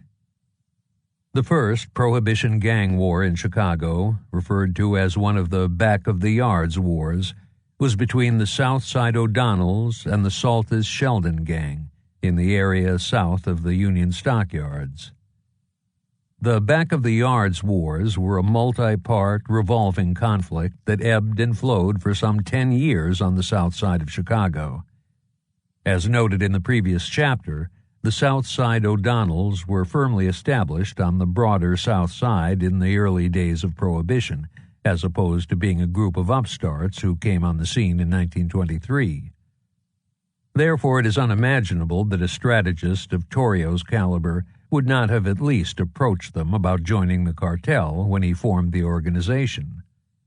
Logically, this leaves two possibilities. Either these O'Donnells were initially part of the agreement, or they were asked to join but refused. Spike O'Donnell and his brethren were, however, buying beer in 1923 from Malt Made Products, which was owned by Torrio and Dean O'Banion. Thus, contradicting the usual accounts, which asserted that the Southside O'Donnells were outside the cartel and bucking it, it is virtually certain that they were in the cartel, at least initially, because cartel beer would have only been available to the members. Therefore, the fighting on the South Side in 1923 was due to difficulties within the cartel. While the O'Donnells have usually been blamed for starting the trouble by invading the Saltis-Sheldon territory in September 1923, the problems, in a more minor way, began quite a bit earlier. O'Donnell gangster George Meegan was wounded in the South Side Saloon in June 1922 during a bootlegger's quarrel, which speaks of inter-gang violence. Similarly, Michael Corbett, or Corbett, was shot in February 1923 near Lamont in a gun battle between rival gangs of beer runners, which may be what the Chicago Examiner reported as the Saltis gang stealing a truckload of beer from the O'Donnells on the road from Joliet to Chicago. It appears from these episodes that the Saltis-Sheldon gang was most likely responsible for the earliest violence related to the Southwest Side. The details of what happened next are less than perfectly clear. Based on the evidence, the most likely conclusion is that the Saltis-Sheldon gang first invaded the O'Donnell areas by underselling them on beer, which again shows that the O'Donnells were well established in their own right. For example, the Chicago Daily News states in an article in September 1923 that Walter Stevens, now a Saltis-Sheldon beer runner, some months ago started cutting into O'Donnell territory with the aid of Danny McFall and Red Golden. This was probably while Spike O'Donnell was in the penitentiary at Joliet. Sometime later, Stevens and Spike shot at each other, although neither was wounded, when they accidentally met in a bar. Similarly, Joe Saltis admitted to a Chicago police captain that he undersold the Southside O'Donnells, and 3 other newspaper accounts named his gang as the instigators in the trouble, the first major difficulty behind the stockyards. In response, Captain Thomas Wolfe of the New City Police District personally visited saloons, at least in the southern end of his bailiwick, in June 1923, and leaned on them to buy O'Donnell beer.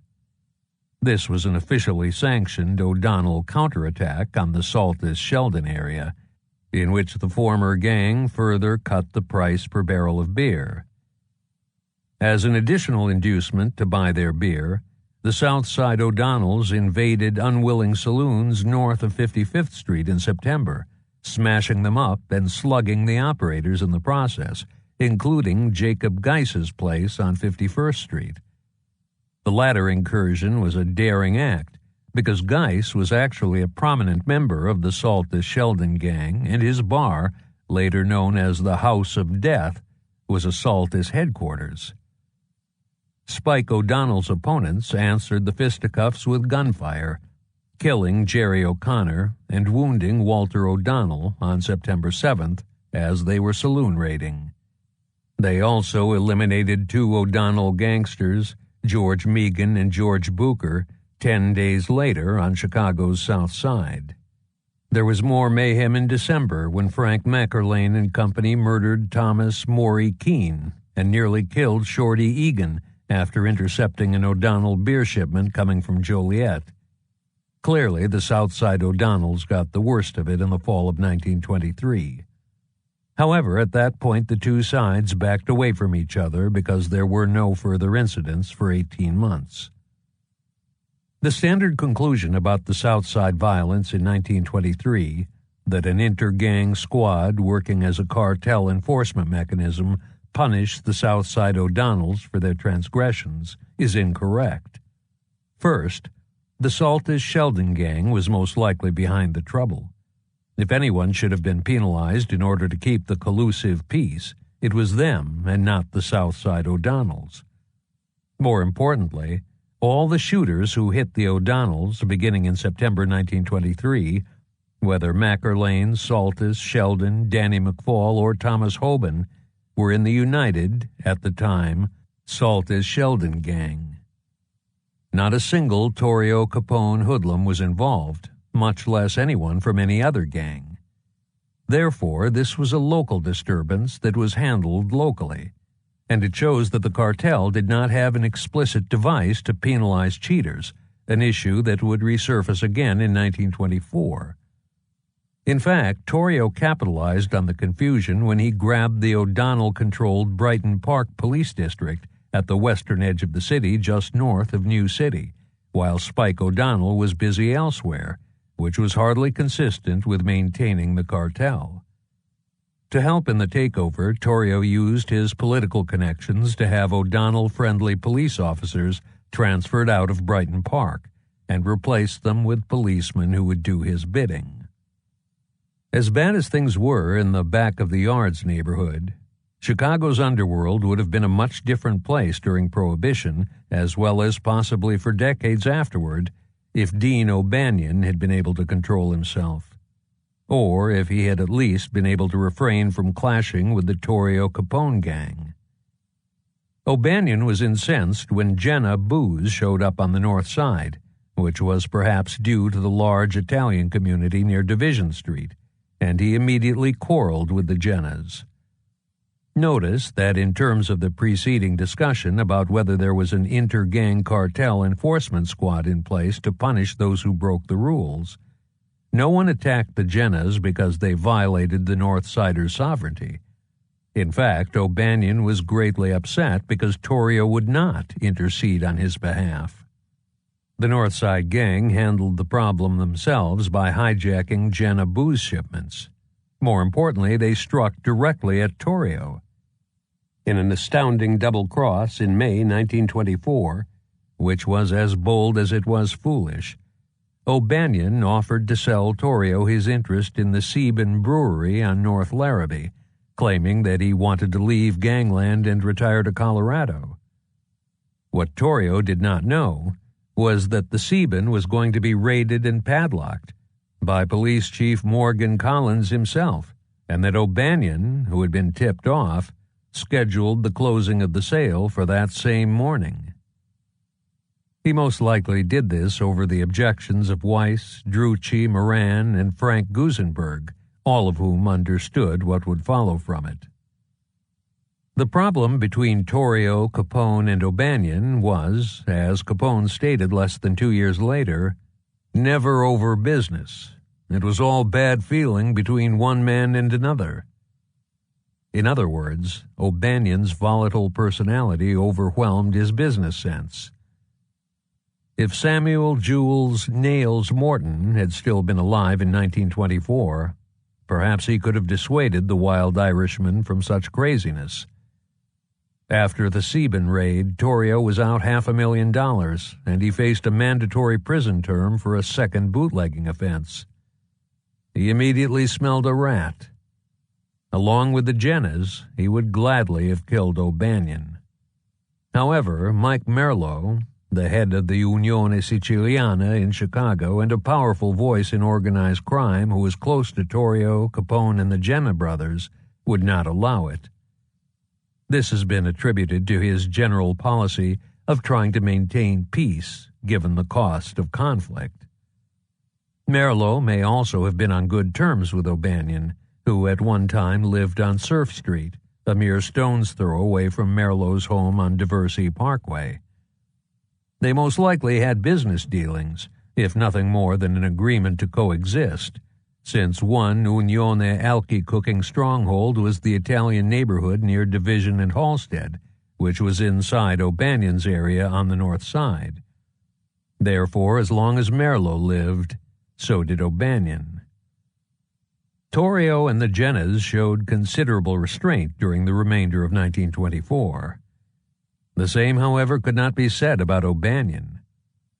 He returned from a visit to Colorado that October with a small arsenal, including a machine gun, and drove around the near west side with it in search of the Jenna brothers. O'Banion never got a chance to use it. Before he could find his intended targets, Mike Merlo died on November 9, 1924. The very next morning, O'Banion was shot and killed in Schofield's flower shop on North State Street, which he used as a headquarters, by 3 men who entered under the ruse that they were picking up flowers for Merlo's funeral. The killers were most probably Frankie Yale, again working for Torrio as a hired assassin, and Jenna gangsters John Scalise and Albert Anselmi. Jaime Weiss succeeded O'Banion as the boss of the North Side Gang. Contemporary writers were unanimous in their praise of him as a gang leader. James O'Donnell Bennett calls Weiss the brainiest leader that North Side boozdom has had, while Walter Noble Burns labels him as far-seeing, prudent, and diplomatic, and Hal Andrews notes that he was greatly respected in gangdom for his brains, class, and courage. Weiss possessed the latter quality in limitless quantity. He was completely unafraid of death because, as revealed by recent research, he knew he was dying from cancer. This made him an extremely dangerous enemy because he was totally fearless as well as extremely shrewd. For example, during the summer of 1925, when the North Side Gang's conflict with the Jennas was at its height, a police squad saw Weiss and George Moran walking up and down Taylor Street in the heart of the enemy lion's den.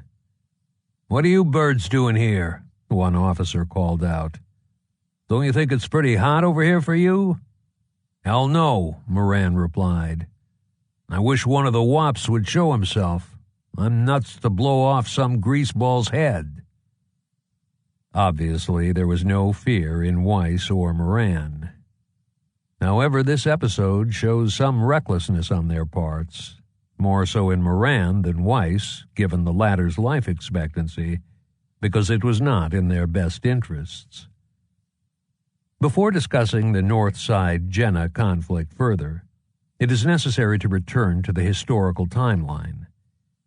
According to one newspaper account, Weiss made peace with the Jenna clan in a meeting at a Loop Hotel just after O'Banion's death.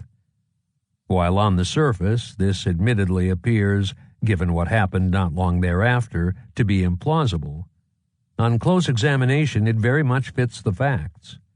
For example, in early 1925, Angelo Jenna was living in a hotel in the heart of the North Side, on Belmont Avenue near the lake. If there was no truce in place, this would have been an act of suicide. Also, there was no fighting between these two gangs until May 1925, some 6 months after O'Banion was slain. There would have been a truce, however, only if Weiss considered the Jenna brothers to be the lesser of the two evils facing the North Siders at the time. With some breathing room gained on the one front, Weiss and his gang went after Torrio and Capone. In January 1925, the North Siders shot up Capone's car, although he was not in it, and probably wounded some of his entourage in or near it at 55th and State Streets. More importantly, Weiss, Drucci, and Moran severely wounded Torrio outside his home later that month, although they failed to kill him by the narrowest of margins. As James O'Donnell Bennett accurately states, as a gang leader, Torrio could dish out the violence, but he could not take it. He stepped down at that point and returned to New York after a jail term due to his Sebin Brewery arrest. Torrio gave the crown to Capone, surely in return for a regular stream of cash, while apparently maintaining a position equivalent to that of a stockholder in a legitimate business. The gang was now Al Capone's to lead, if he could hold on to it. Not long after Torrio's departure, Chicago plunged into an almost citywide gang war, which was unusual for the United States during Prohibition. In New York and other places, bootlegging gangs certainly fought one another, but rarely on such a scale and for so long. The Capone gang, the Jennas, somewhat later in 1925, and soon thereafter the Sheldon-Stanton gang were the major players on the one side. Weiss, wisely, given the numbers arrayed against the Northsiders, allied his gang with the West Side O'Donnells, the Saltus Macker Lane mob, and the GKW gang, along with possibly others. Regarding Capone, he is best described as a mixture of the characteristics of his three mentors, Frankie Yale, James Colosimo, and John Torrio. Personally, he was gregarious, loud, and one of the best customers for many of the things his gang had to sell. He had a massive appetite for women, gambling, and the good life. Entertainer Rio Burke, who later married Dominic Roberto, met Capone at a picnic in the early 1920s and remembered him as very, very drunk and throwing money around like confetti. He was a lavish tipper, which was partly self-interested because it helped his public image, but separately did seem to indicate that he genuinely liked to be liked by people if he could help it. This is reminiscent of Colosimo. On a more personal level, Capone certainly was a doting father to his only child, Albert Francis Sonny Capone, even though he was less than a model husband. On another dimension, Capone freely granted interviews to the press, which in the long run was not in his best interests because it made him extremely visible. Like Yale, Capone had a wild, violent side. Admittedly, this was within certain bounds a useful trait in gangland, especially during a major gang war. However, as with Yale, and to a lesser extent Colosimo, he took unnecessary risks when it would have been better to delegate the violence to others. For example, he personally killed Joe Howard in 1924 because Howard had slapped Jake Guzik around, and took part in the famous attack on the West Side O'Donnells in Cicero in 1926 that left 3 men dead. He is also believed to have been involved in murdering the White Hand Irish gangsters in New York City on Christmas Eve in 1925 as a hired killer, working for Yale. Capone's business sense and gangland diplomacy probably came largely from Torrio, including his philosophy that, if possible, we don't want any trouble. In the words of Edward D. Sullivan, Capone is an unusual hood. He has concentration and executive ability beyond the ordinary. He is utterly fearless except when it is sensible to be afraid. Overall, Capone, like Weiss, was an effective leader who could manage both the violent and the business ends of gangland. Regarding underworld leadership on the South Side, Lawrence Bergreen asserts that from 1925 to his incarceration in 1931, Al Capone was not the boss of the gang in Chicago that bears his name. Instead, Bergreen claims that Chicago Heights gangster Frank Laporte, aided by Dominic Roberto and Jimmy Emery, was really in charge, while Capone was a mere frontman. He refers to them as the powerful Chicago Heights contingent, Roberto, Emery, and Laporte, to whom Capone owed his position and for whom he served as figurehead. Bergreen's claims are based on the reflections many years later of a man whose family moved from Chicago Heights to Lansing, Michigan, while he was still a young boy. Before he went to Michigan, this individual, who is given the pseudonym Anthony Russo by Bergreen, observed Capone walking around Chicago Heights with Laporte and other gangsters and drew conclusions based on this. First, there is not a single word in the Chicago newspapers, the FBI or CCC files on Laporte, or the Chicago Heights newspapers that closely followed gangland in the south suburban area, even hinting that Capone was not the boss. In fact, the evidence is completely in the opposite direction. As discussed later, Capone aided Roberto, his business partner Emery, and Laporte, who was third in command in Chicago Heights starting in 1926, in taking over the rackets in that suburb. They, in turn, swore fealty to Capone. Therefore, according to the far and away most credible accounts, Laporte was not even the boss in Chicago Heights gangland, much less the boss of Capone during Prohibition. Second, none of the descendants of Roberto, Emery, or Laporte claim that they outranked Capone, and they would be in a position to know because a number of the trio's male relatives, especially in Laporte's case, were high-ranking members of the Chicago Heights crew for decades. Instead, the relatives unanimously agree with the standard accounts that Capone was the man in charge of much of Chicago during Prohibition and Chicago Heights. If anyone had an incentive to make exaggerated claims about these three men, it would surely be their own relatives, yet they never did so. Therefore, Bergreen's conclusions must be dismissed as the impressions of a young boy based on his casual observations of how Capone interacted with gangsters from Chicago Heights when he visited there during the 1920s. Similarly, Chicago Tribune columnist John Cass claims that Paul Ricca was really Capone's boss.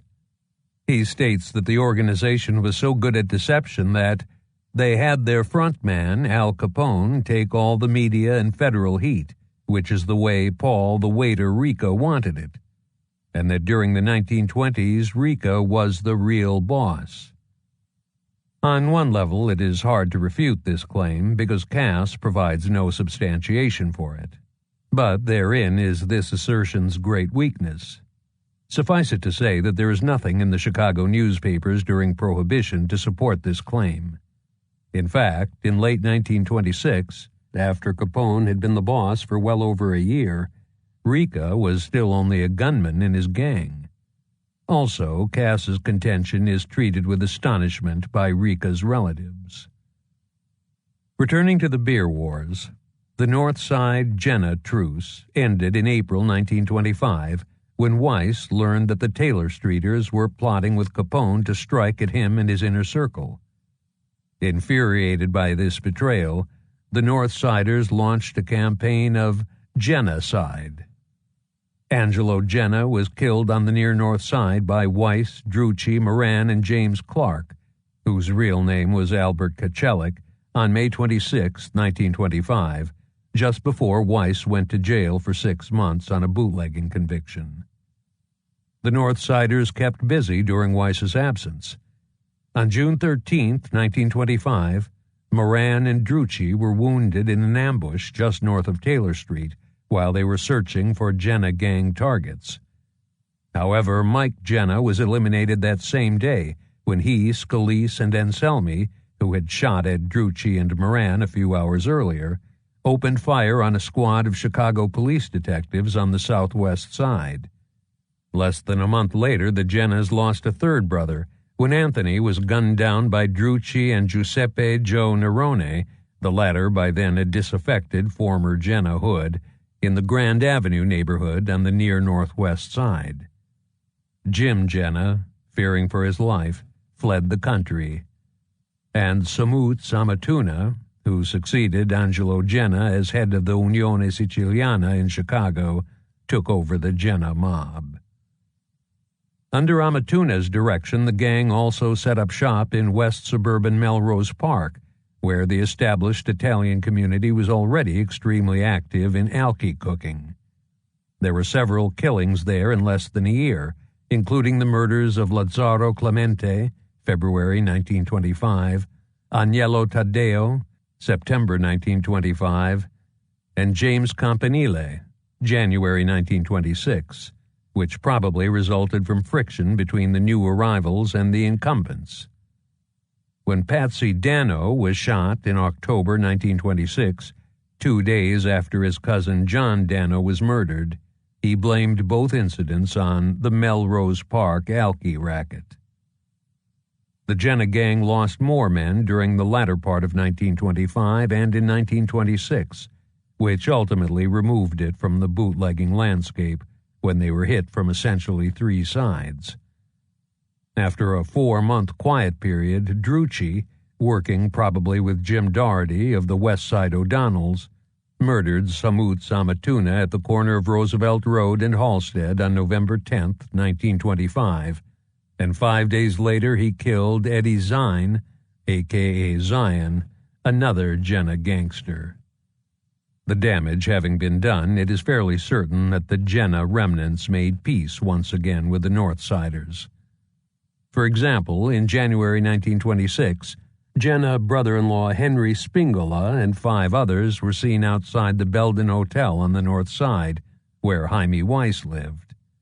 In response, Weiss called Pete Jenna and informed him in no uncertain terms, "If you don't keep these guys off the North Side, I'll come over there and blow your head off." The warning would have been unnecessary and inconsistent with his self-interest if Weiss and the remaining Jennas were at war at the time. The Jennas' compact with Capone would have been ended by their truce with Weiss, which sheds light on the second part of the gang's demise. From July 1925 to February 1926, 2 of the Vinci brothers and 1 of their cousins, all of whom were with the Jennas, were slain by the Honorino, also known as Gennaro or Gennaro, brothers, who were with Capone, indicating definite problems between the 2 groups. The third part of the fall of the Jenna gang was due to the legal defense fund they created for Scalise and Anselmi after the murder of the Chicago police officers in 1925. Money was demanded from prominent Italian Americans, especially if they were connected to the rackets, and those who refused to pay, or to pay the second time the collectors came around when Scalise and Anselmi were retried, were killed, including Henry Spingola and the Morici brothers in January 1926. What the extortionists failed to reckon with was that their targets were in some cases as dangerous as they were. One prominent Italian on the near West Side encouraged a young man who was born as Vincenzo Gibaldi to avenge the death of his stepfather, Angelo de Mora, a.k.a. De Mori, an alky cooker with the Jennas who was murdered in 1923. Gibaldi was also known as Vincenzo de Mora, later as James Gibardi, and most prominently by his name in the boxing ring, Jack McGurn. The Italian gentleman revealed to McGurn the names of the killers who were prominent collectors for the defense fund, and, as Hal Andrews implies, were also pressuring this gentleman to contribute. In a span of 8 days during February 1926, all 3 were killed by McGurn and his backup man, Johnny Armando. This deprived the Jenna gang of several important members, and also demonstrated its weaknesses to interested observers. Capone would not have been especially sorry to see the Jennas go. When, with his help, their gang collapsed, he took over the important Taylor Street area. Capone had already gotten control of that rich prize, the Chicago chapter of the Unione Siciliana, in late 1925, when his man Tony Lombardo followed Amatuna as the head.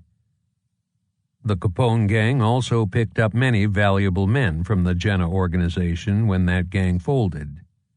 For example, Scalise and Anselmi joined the Capone organization in 1925 or 1926. So did Frank Rio, a.k.a. Frank Klein, after a stint as a bootlegger around Taylor Street. Originally an actor and petty criminal, Rio was arrested as a pickpocket in Pittsburgh, 1915, for burglary in Milwaukee, 1917, for vagrancy in Louisville, Kentucky, 1918, and for an unnamed offense in Cincinnati, 1919. He was also suspected of many crimes in Chicago from 1913 to 1920. During the latter part of that period, the Chicago newspapers called him Slippery Frank, due to his ability to avoid prosecution. His frequent partner in crime on the West Side, Nick Churchella, likely went over to Capone at the same time. Tony Volpe, known as Mops, was a prominent Taylor Street gunman during the mid-1910s. He rose to become the personal secretary as well as the brother-in-law of Diamond Joe Esposito.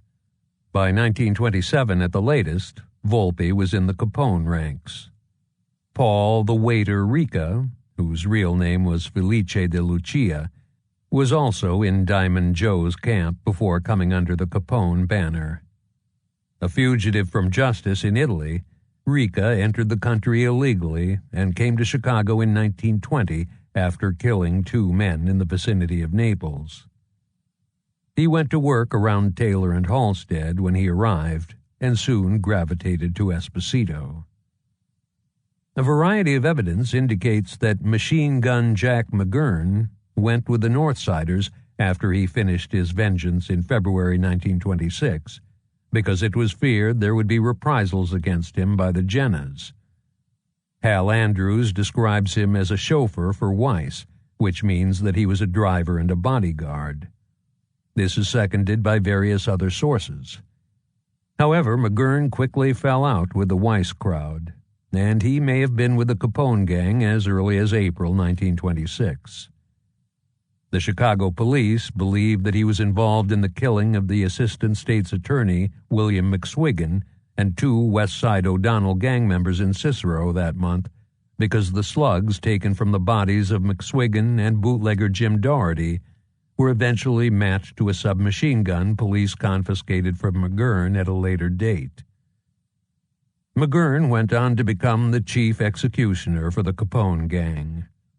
The CPD listed him as a suspect in 18 gangland killings between February 1926 and December 1928, and in at least a dozen of these murders, he was definitely a Capone gunner when the crime occurred.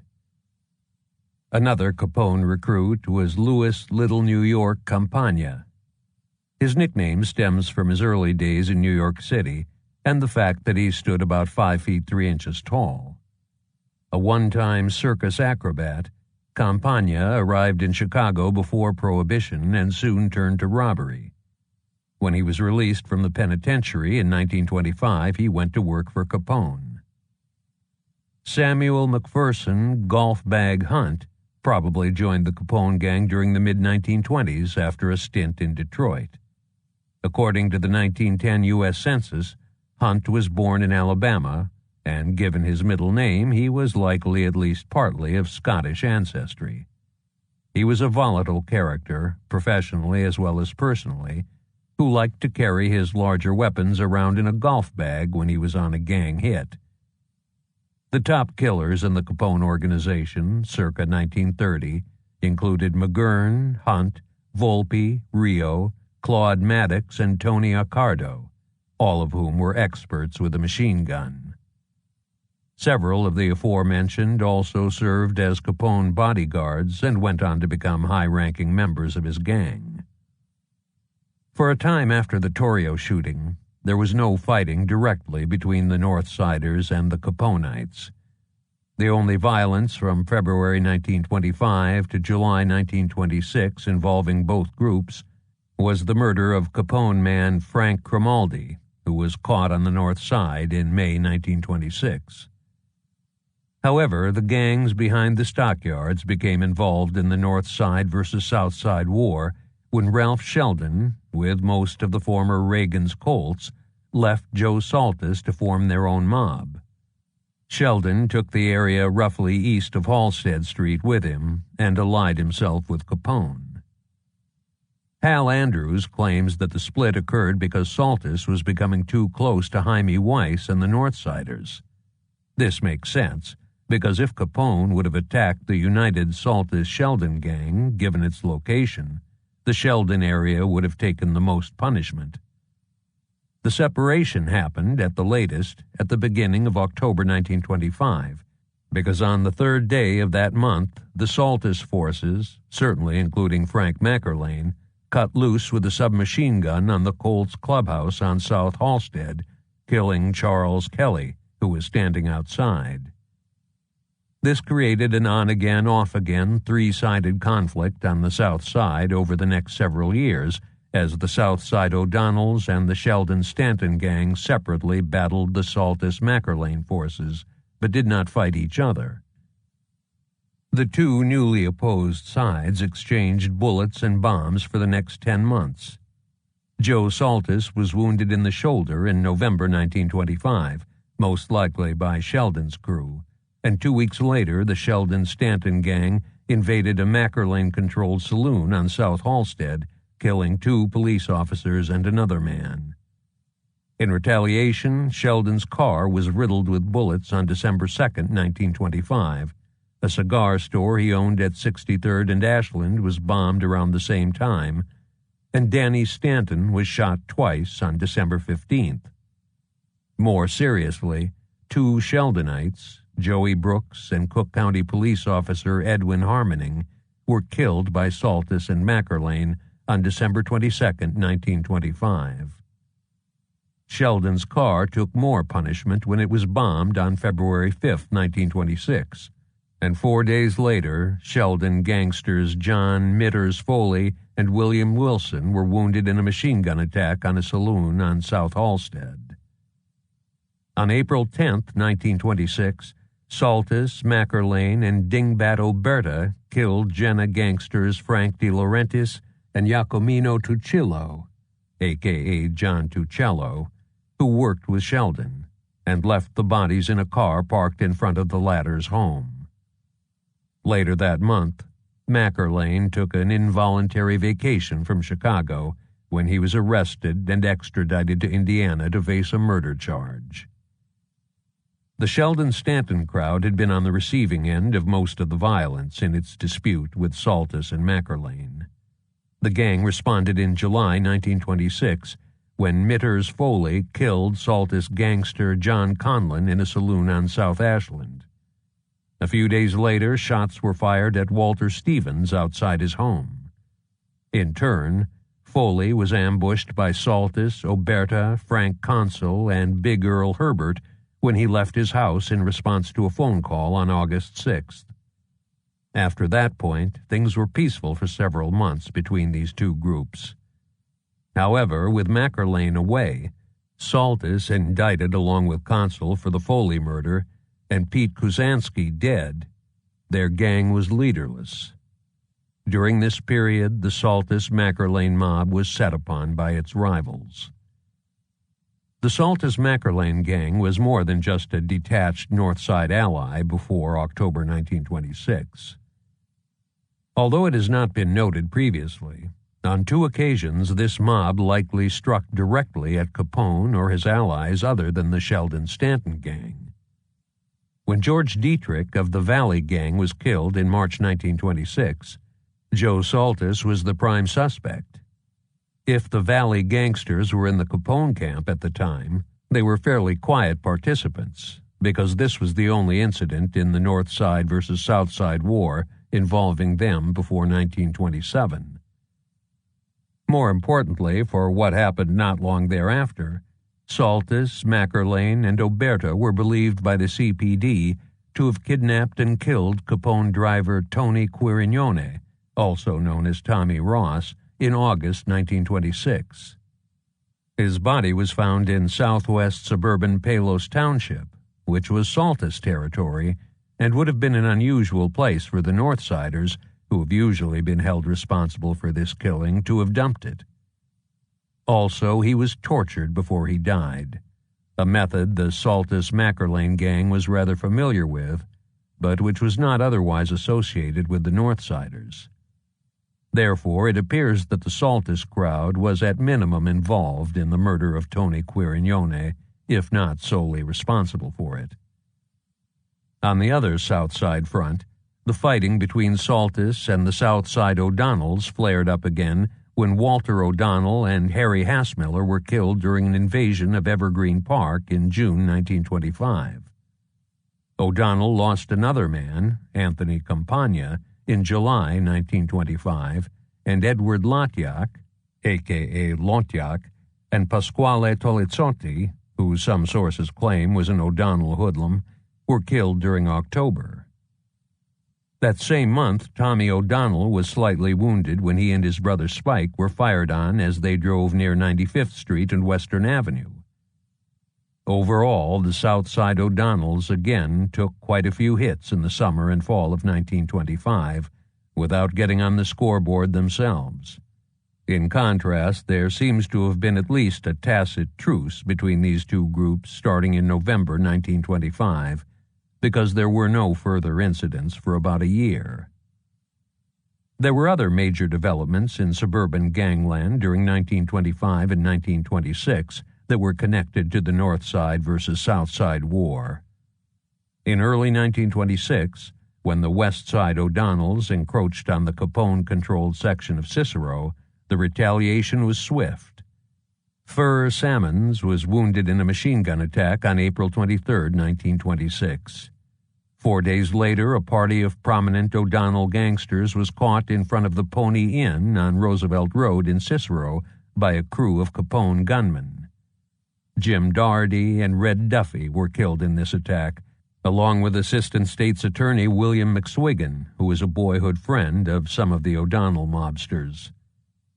Contemporary sources agree that Capone himself fired the machine gun in this triple homicide. He was most likely eager, in an almost juvenile way, to personally try out gangland's newest weapon. He surely did not recognize McSwiggan, who on that night was unfortunately at the wrong place at the wrong time. The public outcry and the official crackdown on gangland that followed the McSwiggan killing helped return Cicero to the status quo, as the O'Donnells licked their wounds and Capone left Chicago for an extended period of time until things quieted down again. In late 1925, Chicago Heights boss Phil Piazza became overly greedy. He collected protection money from the suburb's independent gangs, even though they were frequently raided by the authorities. Dominic Roberto and Jimmy Emery lined up the groups that were incensed by this duplicity and approached Al Capone, who they already had a relationship with, for help in early 1926. Capone agreed to assist them in toppling Piazza, and in return they became his men. What followed would be accurately termed the Summer of Death in the Heights area, as the Roberto faction, which was so violent that it even killed women when they were in the way, quickly and efficiently eliminated the core of the opposition. For example, Jim Lamberta, a Piazza top lieutenant, was killed on June 2, 1926, along with his lady friend, Mrs. Crystal Barrier, in a shotgun ambush outside a South suburban nightclub. Frank Camera, another Piazza man, was murdered 1 week later. Phil Piazza died next when 2 gunmen shot him in front of his Milano Cafe in Chicago Heights on July 22, 1926. By mid-September, 6 more Piazza gangsters were dead. Joseph Salvo, August 3rd, Joseph Catanda, August 8th, Joe the Cavalier Nerone, August 20th, Frank Capello, August 29th, Tony DiStefano, a.k.a. Antonio Pellegrino, September 2nd, and Joseph Turman, whose body was identified on September 12th. Not a single Roberto or Capone gangster was reported to have been wounded, much less killed, during the Piazza-Roberto War in Chicago Heights. Notice also how bloody this brief episode was, compared to the direct fighting between the North Side and South Side gangs at the time that, through September 1926, resulted in only 2 deaths. Similarly, the fatalities were much lower in the warfare between the Saltus and Sheldon gangs and the conflicts the Jennas had with opposing mobs, all of which took place over a much longer time period. After demolishing the opposition, Roberto and Emery merged the various groups in the Heights into one gang in early 1927, giving them control of the suburbs just south of Chicago. This was a major victory for them and for Capone, who gained some important men, considerable revenue, and a safe haven to retreat to whenever the heat was on in Chicago. Capone also covered his flank ethnically, if not geographically, at the time, by firmly establishing himself as the overlord of the alky cooking in the Heights, a significant result in light of the struggle that was to come for control of the Unione Siciliana. Roger the Terrible Toohey, whose last name was originally Toey, was a major player in suburban bootlegging after 1925. He got his start by pushing beer in Chicago in 1920 for Matt Kolb and Marty Guilfoyle. The son of a Chicago policeman, Toohey and his several brothers were, contrary to what has been written, most likely all incorrigible before their mother died in a kitchen fire in 1908. Specifically, in February 1907, Mary Toohey thrashed her 10-year-old son Joseph with a policeman's belt in court rather than see him go to trial for theft, and Tommy Toohey was sentenced to 60 days for vagrancy in 1909, indicating that he had likely gone astray earlier.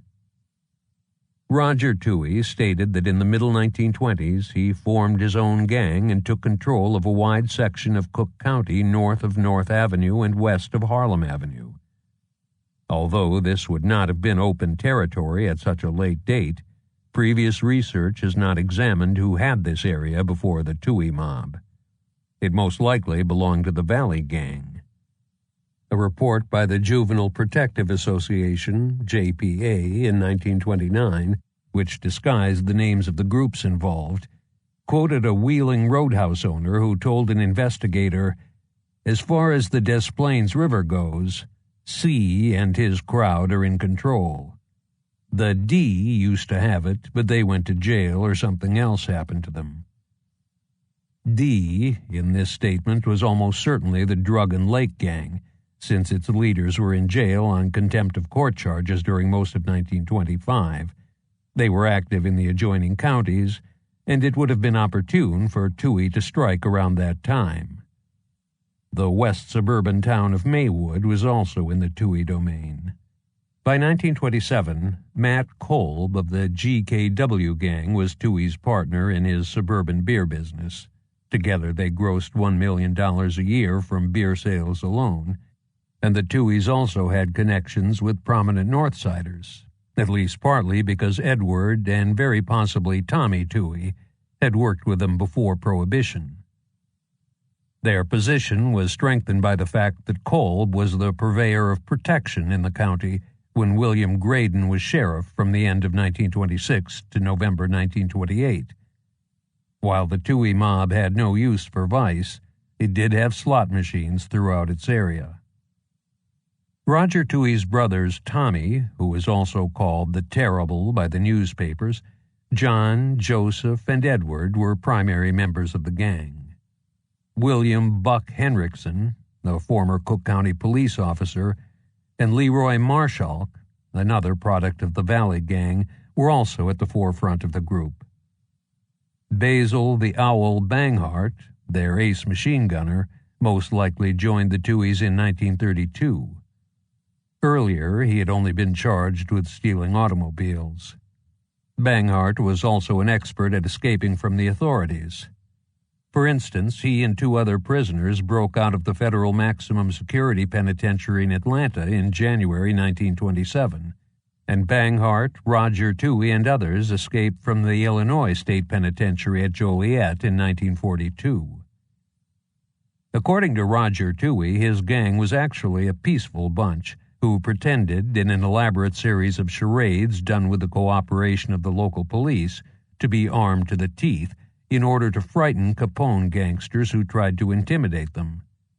This is nothing more than a self-serving fairy tale put out by Toohey during the 1950s when he was trying to obtain a pardon for his 1934 kidnapping conviction. In reality, the Tooheys could dish it out as well as take it, as the later history of the beer wars amply demonstrates. Otherwise, they would not have held on to their area for a week, much less have kept the Capone mob out when push came to shove. To this point, Chicago Tribune ace crime reporter James Doherty states, "The Toohey gang had at least 100 members, all men who would stop at nothing to achieve their ends. And they had no need to borrow guns because they had plenty of their own. In 1933, police in Florida confiscated a machine gun, a shotgun, a pump gun, and 2 pistols when they raided a house Roger Toohey was staying at with his family. In fact, federal agents believed that the Toohey gang owned at least 6 machine guns." A week after Tony Quirignone's body was found in August 1926, the Capone gang, rightly or wrongly, went after the Northsiders. Gunmen attacked a contingent of hoodlums, including Jaime Weiss and Vincent Drucci, as they walked along South Michigan Avenue near the Standard Oil building. Drucci stood his ground, driving off the assailants, and police captured Paul Rica at the scene, who on this occasion gave them the false name Paul Valerie. There are claims that Weiss and Drucci were fired on again in almost the same spot 5 days later, although contemporary newspapers made no reference to this incident. In retaliation, the Northsiders and their allies struck at Capone in the heart of Cicero. On September 20th, 1926, a procession of 10 vehicles sporting 3 or more machine guns and numerous shotguns fired on the Hawthorne Hotel and the surrounding buildings on 22nd Street just west of Cicero Avenue, which Capone and his men frequented. They sprayed the premises and the automobiles parked in front with over 1,000 rounds. The police believed the attacking party included Weiss, Drucci, the Gusenberg brothers, George Moran, Frank Foster, Puggy White, and Ernest and Ben Applequist. Allies of the Northside gang, such as Vincent Mackerlane, Dingbat Oberta, and George Darrow, also took part, as well as possibly John Toohey, since he was arrested for questioning after several of the automobiles involved were identified. The presence of a Saltus Mackerlane crew, with their names reported in the newspapers, indicates that it was known at the time that this gang was firmly in the Weiss camp. The only gangster wounded in the Hawthorne drive-by shooting was Paul Rica, who gave the authorities the new alias Louis Barco. According to the standard accounts, on this occasion Frank Rio pulled Capone to the floor before the bullets flew. In contrast, a confidential source states that Rica actually saved Capone's life in this attack. However, Rica was hit in the shoulder as he was entering the building. Therefore, he most likely did not pull Capone down inside the restaurant. Perhaps Rica saw the caravan was coming when he was outside, and disregarding his own safety, ran to the door to warn Capone and the others. As Rica said at the time, "One of the men got out of the car and trained a machine gun on Capone in the restaurant, but Capone fled out the back way." If Rica risked his own safety to protect Capone and or his gangmates as the Northside motorcade approached, he showed himself to be fearless, quick-witted, and utterly loyal to his boss, and Capone would have been very grateful. This story certainly fits with the subsequent events. Capone was the best man at Rica's wedding in early 1927, the only known instance when he so honored one of his men. Also, Rica moved off the mean streets of gangland to the Capone mob's front offices to work with Frank Nitti not long after the attack on the Hawthorne Hotel, and he rapidly ascended the organization chart after that. Capone countered the Northside gang's massive expenditure of ammunition in Cicero with a surgical strike. On October 11, 1926, Jaime Weiss and his entourage were fired on by a machine gun and a shotgun as they crossed from in front of Holy Name Cathedral on the east side of State Street to Schofield's flower shop on the opposite side. Weiss and Patrick Murray were killed, and several others were wounded.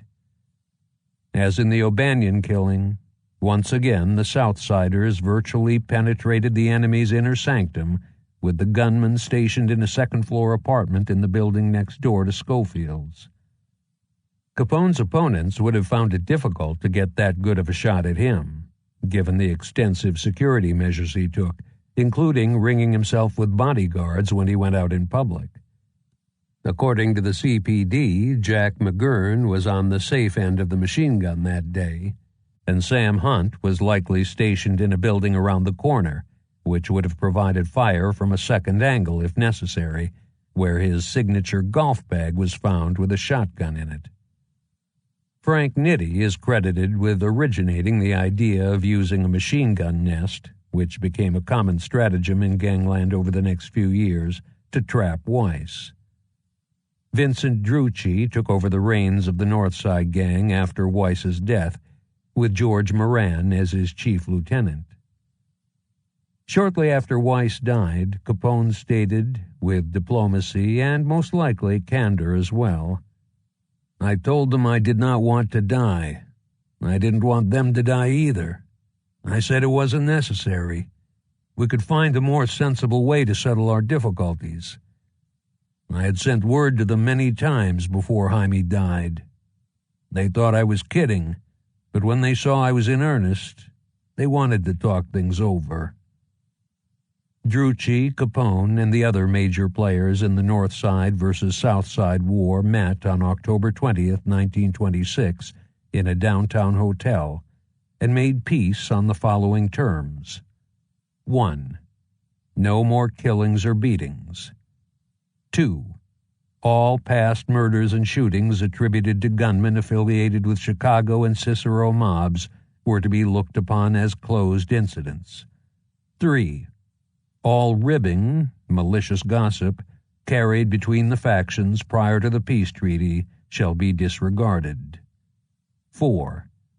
Leaders of factions are to be held responsible for any infractions of the peace pact, and unfriendly activities of the rank and file shall be reported to the peace delegates for disciplining by the respective parties.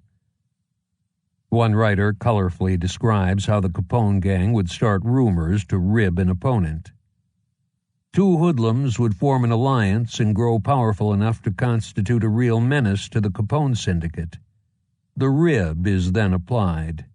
One of the hoodlums hears that his pal, jealous of him, is going around calling him a big punk, a jag-off, a big lug who never takes a bath and who beats his wife every morning.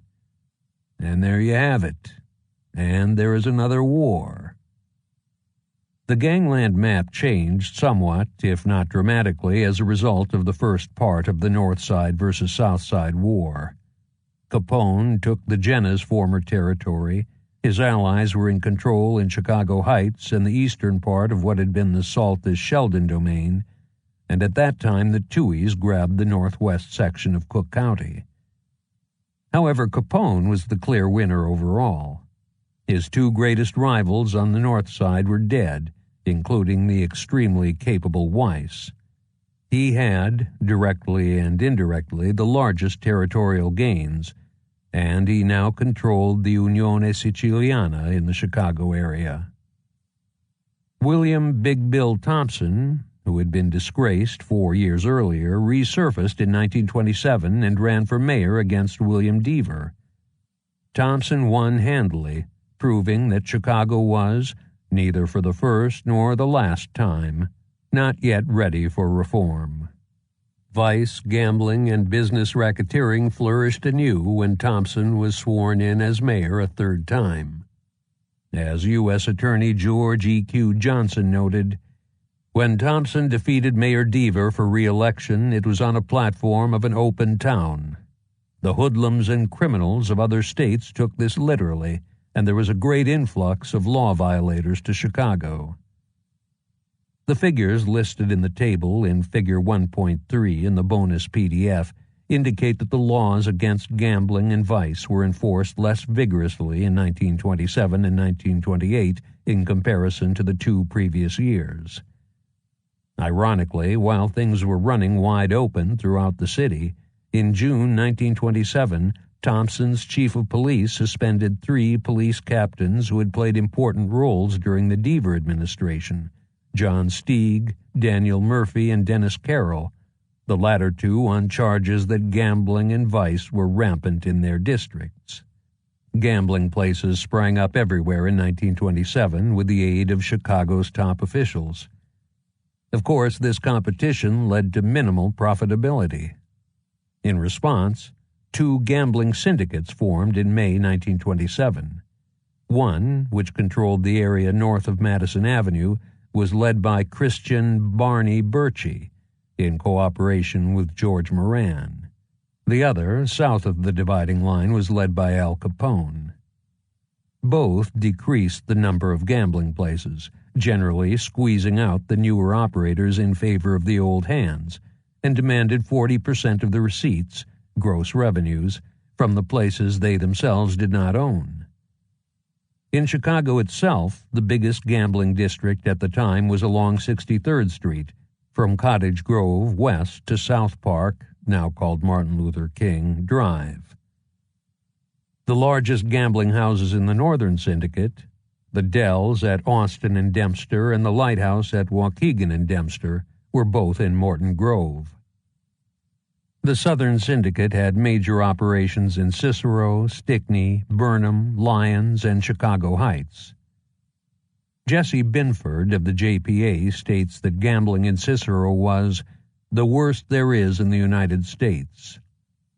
Daniel Russell reports that in the summer of 1927, every one of the 225 roadhouses in Cook County had gambling of one type or another. By August 1927, there was a different arrangement in gambling, probably because the major players in the two earlier syndicates, Moran and Capone, did not get along well, given their past differences in the bootlegging arena. One large syndicate replaced it, led by Jimmy Mondy, who was the point man for Capone.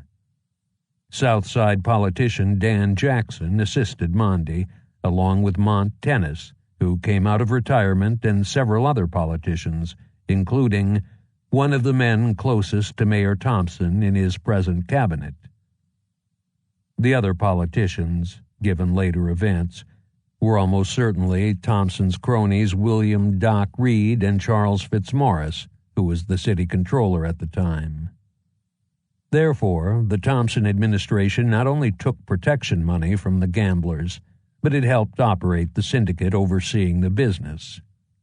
The new syndicate's cut was 25% of the receipts from each gambling place.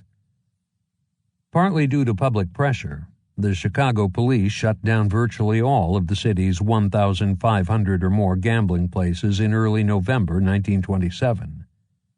However, it was also done to reorganize gambling. According to one City Hall politician, the shutdown was just a temporary lull until a new syndicate was set up.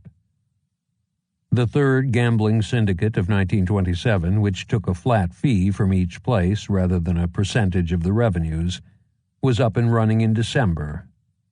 The major bootlegging gangs, and therefore also Jimmy Mondy, were not part of this group's management because fighting between them had resumed in late November.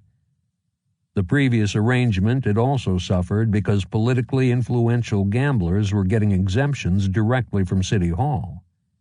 As well-informed politicians told the Chicago Daily News regarding gambling under Mayor Thompson and Charles Fitzmaurice in late 1927, the policies of the present administration called for the elimination of gambling factions. Al Capone and other stalwarts of the old days were eliminated. In their place appeared individuals who were recognized spokesmen for the City Hall, and whom it was necessary to consult before opening any kind of game. Frankie Pope represented the new syndicate on the north side, dispensing gambling privileges and collecting the tithes, while Jack Lynch did the same on the west side, and William Reed and Charles Fitzmaurice handled the arrangements on the south side. Dog racing, where the attendees bet on greyhounds, first appeared in the Chicago area in the spring of 1927. By June, there were 6 dog tracks operating in Cook County, including the Laramie Kennel Club in Cicero, owned by the Capone gang, and the Fairview Kennel Club, controlled by the Northside gang. A 7th, which was a joint venture between Danny Stanton and Spike O'Donnell, was planned for the South Shore neighborhood in Chicago. As opposed to the Sport of Kings, a.k.a. horse racing, the canine races were held at night and were especially popular with housewives and young working women, an audience they catered to in various ways. The dog tracks were, however, in continual legal trouble and closed permanently in 1932 after the Illinois Supreme Court ruled against them. Vice had decreased dramatically inside the city limits by the end of 1926, but in early 1927 it was running rampant again. A vice syndicate was in place, headed by 2 politicians and a former saloon keeper. There was heavy activity along Clark Street, just north of the Chicago River, on the near west side, and also in the old levee along Federal Street and near 22nd and State. To quote Jesse Binford, "It is impossible for a young man to travel from the river up North Clark Street without being accosted several times by women." The suburbs most active in gambling at the time were almost all, with the exception of Cicero, centers of vice, with Burnham, Stickney, Chicago Heights, and Blue Island and the surrounding area along 119th Street at the top of the list. Many of the people who had been in the forefront of the field 4 years earlier still dominated prostitution, such as Capone, through his lieutenants Jake Guzik and Dennis Cooney and Jack Zuda. After the very high-profile murders of the early 1920s, the labor union world was peaceful for several years. From 1925 through 1927, only one union man of any stature, Edward Dunn, was killed on November 16, 1926, and his union seems to have been of minor importance at the time. Dunn was the vice president of the Afro-American Flat Janitors Union that had just broken away from the regular janitors union. In 1927, the bootlegging gangs were still only dabbling in labor racketeering. Business racketeering took on a new dimension in January 1925, when Steve Sumner, the business agent of the Chicago Milk Wagon Drivers Union, organized the milk distributors into an association aimed at raising prices. Threats, intimidation, strikes, and bombings were used in an attempt to force all the distributors into line. In fact, bombing, which was previously associated with the labor unions, was heavily used for the first time in 1925 by the business racketeers in Chicago. However, the distributors' sale of substandard milk to school children drew the attention of the Employers Association, a group of 2,000 businessmen interested in business issues. Through the efforts of Gordon L. Hostetter, the executive secretary of the group, and the Cook County State's Attorney's Office, the Milk Distributors Organization disbanded in December 1925. This was a textbook example of how to defeat a business racket by using publicity and the legal system. Business racketeering in Chicago increased dramatically after Mayor Thompson's third term began, and by the end of 1927, it was costing the citizens some $9 million a year. This comes as no surprise because the mayor himself was running a racket through his political appendage, the America First Association. If you don't think that taking $10 apiece from 5,000 policemen and as many firemen as the America First people did is a racket, you are badly mistaken, Earl McCoy of the Employers Association stated after various city workers joined the group under duress. Unfortunately for Vincent Drucci, he did not live long enough to enjoy the change in political regime in the city. He was killed in an altercation with a Chicago police detective on April 4, 1927, stemming from election-related violence, and George Moran succeeded him. Moran was as fearless as the North Side leaders who preceded him, as his walk down Taylor Street with Jaime Weiss during the summer of 1925 demonstrates, and he had as much elan. He was hated by the Capone crowd, who called him the devil. However, Moran seems to have lacked the business sense, diplomacy, and tact that Weiss and similarly Capone had. Other North Side mobsters of note during the late 1920s included the aforementioned Gusenberg brothers and Frank Foster, who had been with the gang for a number of years, along with Willie Marks, Izzy Alderman, and Leo Mongovin, who was Moran's bodyguard. Edward Ted Newberry, another of the gang's Jewish members, lived on the same block as Dean O'Banion in the early 1920s, which was likely his entree into gangland. Newberry, with his junior partner Benny Bennett, handled the whiskey business in Moran's North Side territory. Furthermore, Newberry, rather than Jack McGurn, owned the famous Green Mill Club at Broadway and Lawrence on the north side. Things continued to twist and turn on the south side after the general peace was made in late 1926. Not long after Joe Saltis and Frank Consul were acquitted of the murder of Mitters Foley in the first part of November 1926, Saltis was picked up on a gun charge and sentenced to 60 days in jail.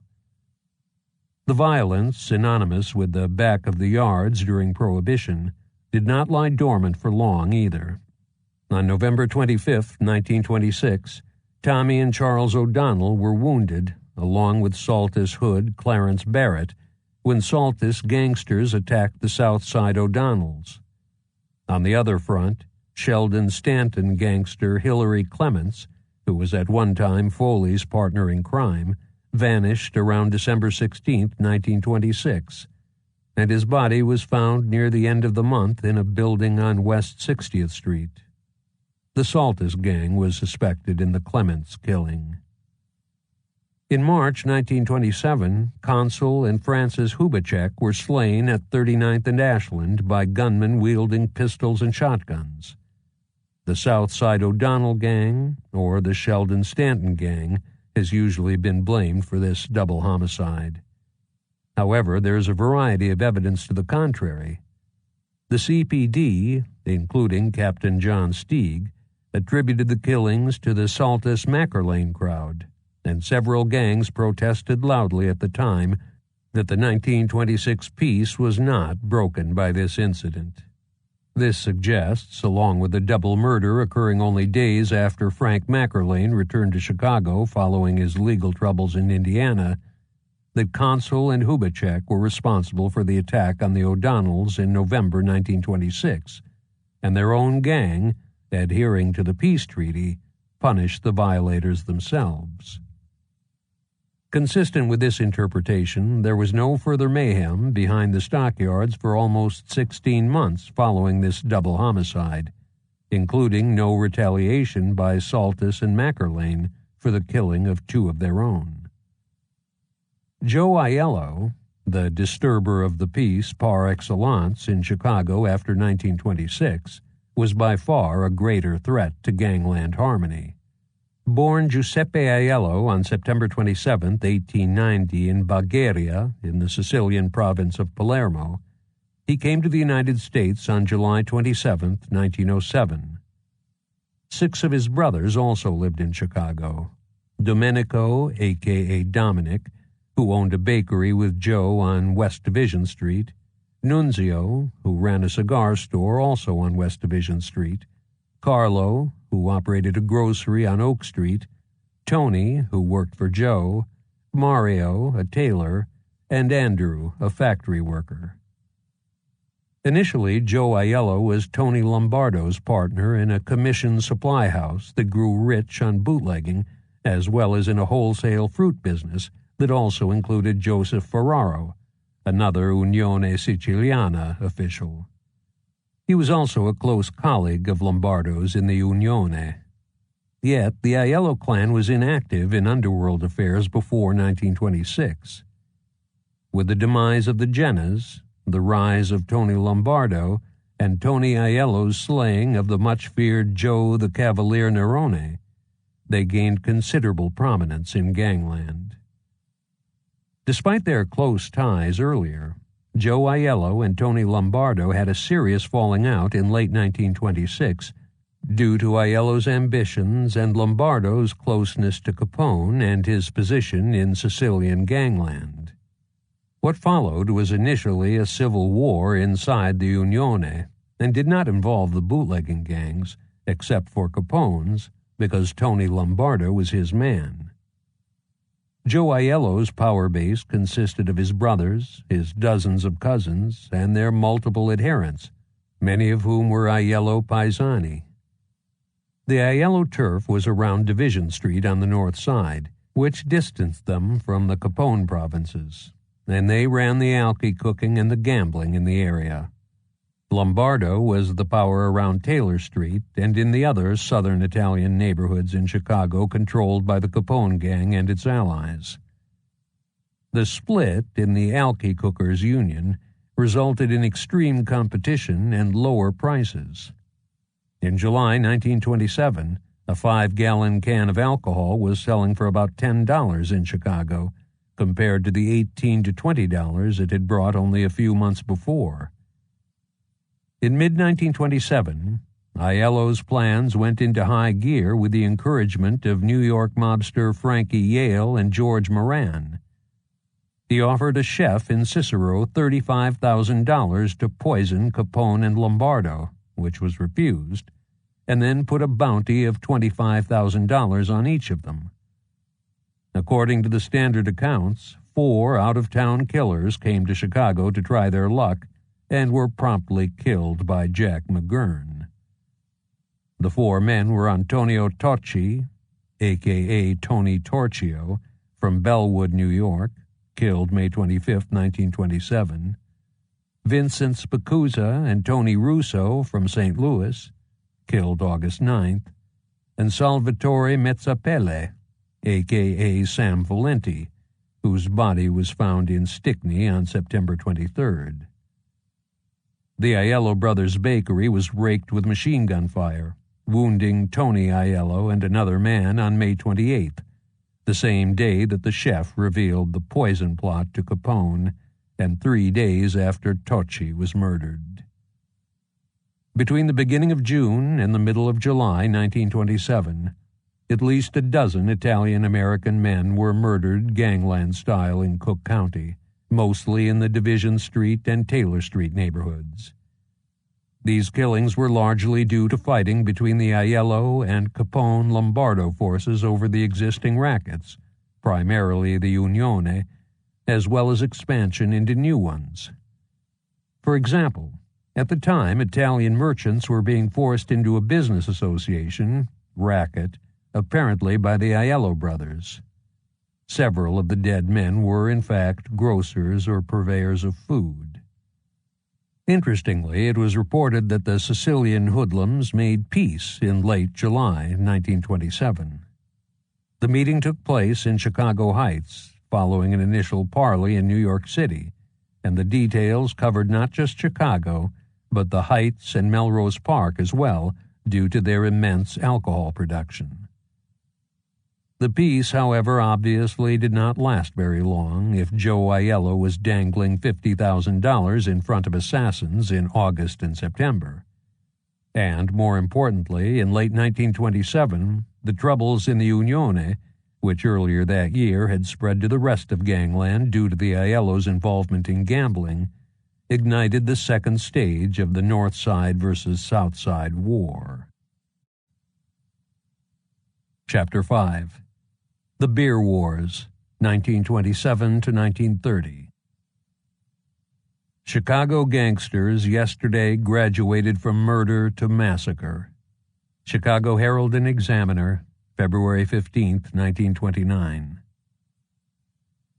All was quiet in Chicago's underworld for some 8 weeks until late November 1927, when Al Capone learned of new attempts by the Northsiders to kill him and Tony Lombardo. It was revealed at the time that George Moran, who had earlier joined with Jack Zuta, Barney Birchie, Billy Skidmore, and the Aiellos to form the Northside Gambling Syndicate, had created a broader, aggressively anti-Capone mob on the north and west sides.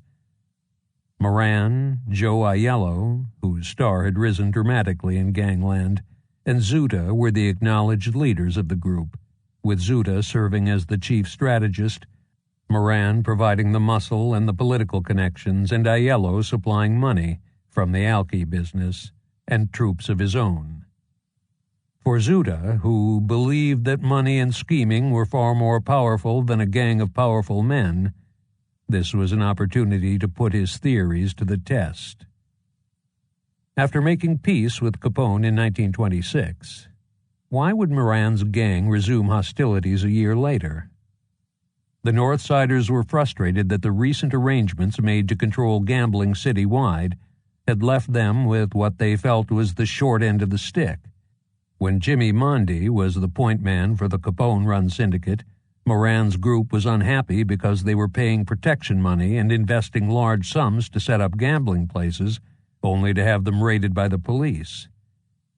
They were also stronger than they had been since the end of 1926, because they had put together a new coalition to replace the one that ended when Jaime Weiss was killed.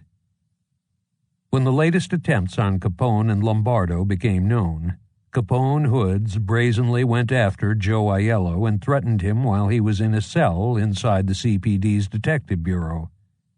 Aiello begged for his life and, along with his brothers, immediately fled Chicago.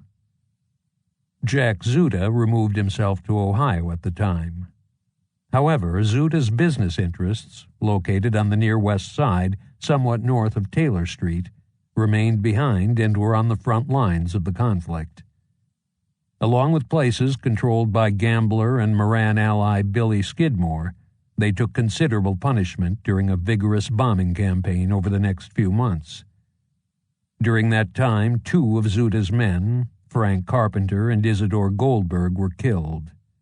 The Gennaro brothers and Rocco Fanelli led the Capone shock troops, who, along with the Valley Gang, grabbed Zuta's West Side vice and gambling operations and put the previously displaced Mike Heitler and Joe Gennaro in charge of the district. Relatedly, Roger Toohey's brother John was killed in a beer runners' quarrel at the Lone Tree Inn in Niles on December 28, 1927, and around this time Matt Kolb was kidnapped by the Capone gang until Roger Toohey paid a $50,000 ransom to have him released. When Joe Aiello's brother Dominic returned to town, Caponites Phil DeAndrea and Lawrence Dago Mangano walked into his bakery on Division Street in broad daylight on January 4, 1928, and riddled the walls with pistol and shotgun fire. It was a dramatic warning to the Aiello brothers that if they did not stay out of Chicago, Capone gunmen could and would come for them no matter where they were. In March 1928, Aiello henchman Angelo Moriale was wounded, and not long thereafter there was an attempt to bomb the business offices of Capone's chieftain of the Unione Siciliana, Tony Lombardo, on Randolph Street. The Capone gang's retaliation continued in the spring of 1928, when a squad led by Jack McGurn flooded the lower north side, where they had earlier established a beachhead with slot machines. They were allied with the Gloriana gang, a group of criminals from around Division Street led by Dominic Nuccio, who pushed Capone booze in the East Chicago Avenue Police District. In response, the Moran Aiello Zuta gang aggressively hijacked Capone liquor shipments, and the Gusenberg brothers wounded McGurn and Nick Mastro on March 7, 1928, in a machine gun attack inside the Hotel McCormick at Ontario and Rush, where McGurn was living. On April 17th, McGurn was attacked by Northsiders James Clark and Billy Davern, again with a machine gun, at the corner of Morgan and Harrison, just a few blocks north of Taylor Street. The North Side versus South Side gang war heated up considerably during the following summer, most likely because Zuta slipped back into Chicago in April or May. 3 Capone Lombardo men were killed in 2 separate incidents by the Aiellos on June 19, 1928.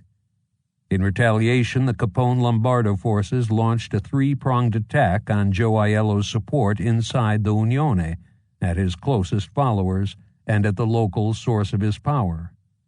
First, Capone struck against his New York City mentor Frankie Yale, who was the national president of the Unione Siciliana. An execution team using a variety of weapons killed Yale after a car chase in New York City on July 1, 1928. Aiello responded by setting up rival Unione branches in Melrose Park and Chicago Heights in an attempt to weaken Lombardo's power, but these efforts appear to have been completely unsuccessful. Second, during July 1928, Aiello's bodyguard Tony Calafiore was wounded by shotgun fire, and a Dominic Aiello, who was an uncle or cousin of Moran's partner in crime Joe Aiello, and Sam Canale were killed. Ballistics tests later established that a bullet removed from Dominic Aiello matched a .32 caliber Smith & Wesson taken by the police from Tony Lombardo. The third prong of the offensive attacked the Aiello's bastion near Division Street. In the 5 weeks following August 1st, some 300 families moved out of the neighborhood after they received anonymous, threatening letters or phone calls, and an additional 100 men fled, leaving their families behind. Almost all of the butcher shops in the area, most of which were owned by immigrants from the Aiello hometown of Bulgaria, closed after they received demands that they pay $1,500, which they almost certainly did not have, or get out. The next major casualty was Unione head Lombardo. He was killed, along with Joseph Ferraro, by gunmen on September 7, 1928, on West Madison when the Loop was full of people leaving from work. Although it has often been claimed that Moran and the Aiellos were directly responsible, the evidence favors the conclusion that it was revenge by Brooklyn gangsters, with Anthony Carfano, a.k.a. Little Augie Pisano, serving as the principal shooter, for the Yale murder. Nonetheless, it furthered Aiello's cause by removing the man who held the position he coveted, the presidency of the Chicago chapter of the Unione Siciliana. In revenge, Peter Rizzuto, a Chicago Unione official who was suspected of setting up Lombardo, was gunned down on October 27th by Capone affiliate Pasquale Patsy Lolordo. Another conference, involving hoodlums from around the country, was arranged at the Hotel Statler in Cleveland, Ohio, in December 1928 to try and settle the nasty state of affairs in the Sicilian underworld in Chicago and beyond. 10 gangsters from the Chicago area and Gary, Indiana, were in attendance, including Lolordo, Joe Giunta, and Chicago Heights mobster Phil Bacino. Lolordo was either named at this conclave to replace Lombardo as the head of the Unione Siciliana's Chicago chapter, or his choice by Capone was ratified by those assembled there. Aiello agreed to attend, but there was not a peaceful bone in his body. In another attempt to further his own ambitions, he disrupted the meeting by tipping off the police, who arrested all those present.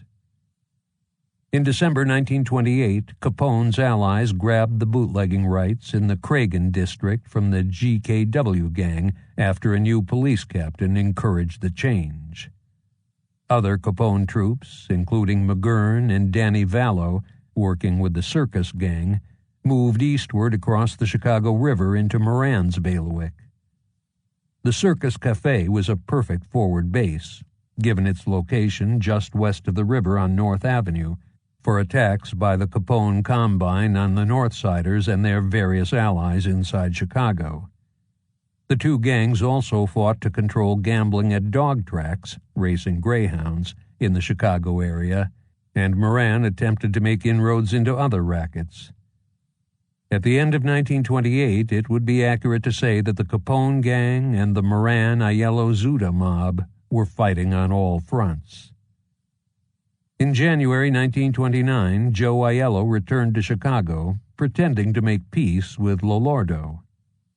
Under this false flag, several North Side gunmen met with Lolordo in his home near North Avenue and Damon, a few doors from the Circus Café.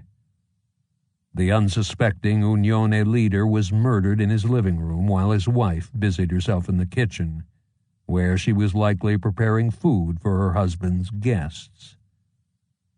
Joe Giunta, another Capone man, succeeded Lolordo as head of the Unione in Chicago, a position that by now was clearly very hazardous to the holder's health.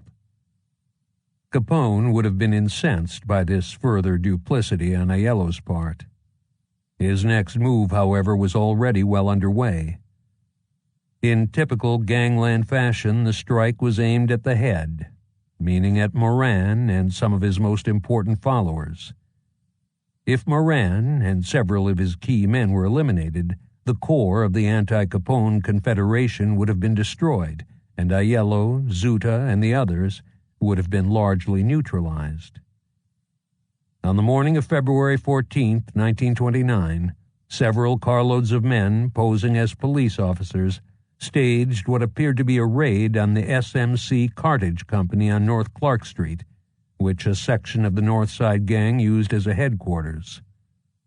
Moran's stalwarts, Peter and Frank Gusenberg, James Clark, Adam Heyer, and Albert Weinshank were inside, along with John May, an ex-convict who worked there as a mechanic. Reinhard Schwimmer, an optometrist who had socialized with the North Side mobsters for years, was also present. When the gunmen, who used 2 machine guns and 2 shotguns, were finished, all 7 men inside the building were dead or mortally wounded. The death toll at the St. Valentine's Day massacre included 3 of Moran's top killers and 2 of his other important operatives.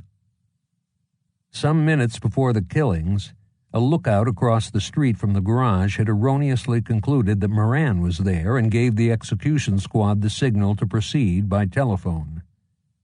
Although it has been claimed that Weinshank was mistaken for the North Side leader, it is equally likely that a watcher may have incorrectly identified James Clark as Moran. There was a strong resemblance between them, as indicated in the photo of O'Banion's pallbearers. Regardless of why the lookout committed this error, it led to a near miss because Moran was actually walking toward the garage with Willie Marks when a black Cadillac of the type used by Chicago detectives pulled up in front of the garage on North Clark. The pair beat a hasty retreat down Clark Street in the belief that a police squad was entering the building.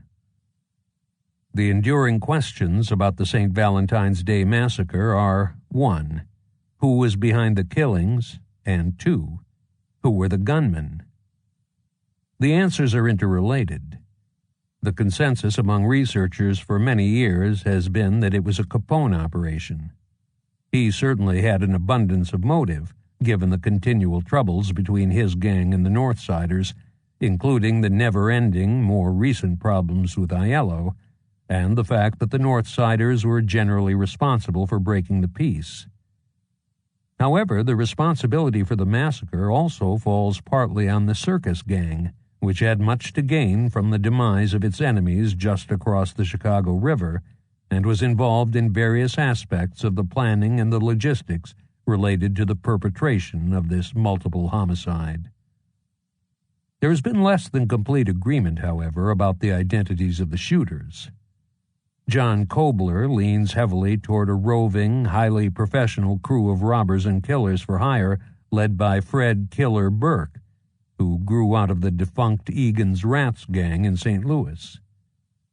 On the other hand, Lawrence Bergreen names Burke Gus Winkler, born Gus Winkler, and also known as James Ray, who is a Burke Confederate, Scalise, Anselmi, and Lolordo's brother Joe as the gunman.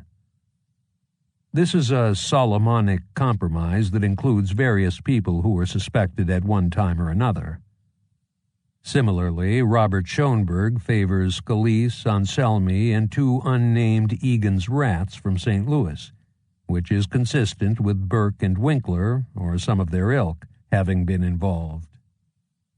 A considerable body of evidence, much of which has been known to organized crime historians for many years, indicates that the killers were Burke, Winkler, Fred Getz, a.k.a. George Ziegler or Ziegler, Ray Crane Neck Nugent, and Bob Carey, a.k.a. Bob Conroy, Bob Newberry, and a multitude of other aliases. Byron Bolton, Jimmy the Swede Johnson, a.k.a. Jimmy the Swede Moran or Morand, Jimmy McCrusson, and several others were the lookouts stationed on the east side of Clark Street in the days or weeks before the event. First, among the various pieces of evidence, Burke had the 2 machine guns used in the massacre. Second, he had clear connections to the Capone gang, including that he stayed with the families of Chicago Heights gangsters when he was in the Chicago area. Third, the Heights guys were reported to have been involved in the killings. Fourth, Burke was ultimately identified by 3 eyewitnesses as being one of the gunmen, and named by the CPD as the chief suspect in the 7 murders. Fifth, the CPD found evidence in circus gang leader Claude Maddox's office that he brought Burke and his gunmates to Chicago to do the job. Sixth, Jimmy Johnson, a close friend of Claude Maddox and a circus gangster, was one of the lookouts, along with Byron Bolton, a Burke Confederate who was identified in February 1929 by the CPD based on evidence found in the apartment they used to watch the garage. Seventh, the circus gang disposed of at least 1 and possibly 2 of the cars involved. Eighth, inside the Chicago outfit and in the New York City underworld, Burke and his crew are acknowledged as the killers. The last but most important piece of evidence is the confession by Bolton, who gave the FBI numerous details about the planning of the St. Valentine's Day Massacre and its execution after he was apprehended in 1935. This information is in 2 memos contained in the Bureau's file on the massacre, in which Bolton named Burke, Winkler, Getz, Nugent, and Carey as the killers. Contrary to claims that Bolton never talked to the FBI about the crime, one of the 2 memos was written by J. Edgar Hoover to the U.S. Attorney General. Clearly, Bolton gave the FBI a full statement about the massacre and its planning, which that agency acknowledged in 1936, sometime after his arrest. Jonathan Eig disagrees with the standard view of the massacre. Based on claims by Chicagoan Frank T. Farrell, Eig concludes that William Three-Finger or Three-Fingered Jack White, more commonly known as Jack White, planned and carried out the 7 killings on Clark Street. Farrell, a patronage worker with the State Highway Department at the time, wrote a letter to J. Edgar Hoover on January 28, 1935, to share with him the details of his investigation into the massacre. The assertions in the Farrell letter include 1. Northside gangster William Billy Davern, Jr. was shot in November 1928 by members of his own gang. 2. Before Davern died, he spoke to his cousin, Jack White, and told him the names of the men who shot him. And 3. White then planned a robbery in conjunction with Davern's murderers, but when they met at the garage on February 14, 1929, he killed the Northside gangsters to avenge Davern's death. Because this attempt to blame the St. Valentine's Day Massacre on Jack White has received considerable attention in the media, it merits further analysis.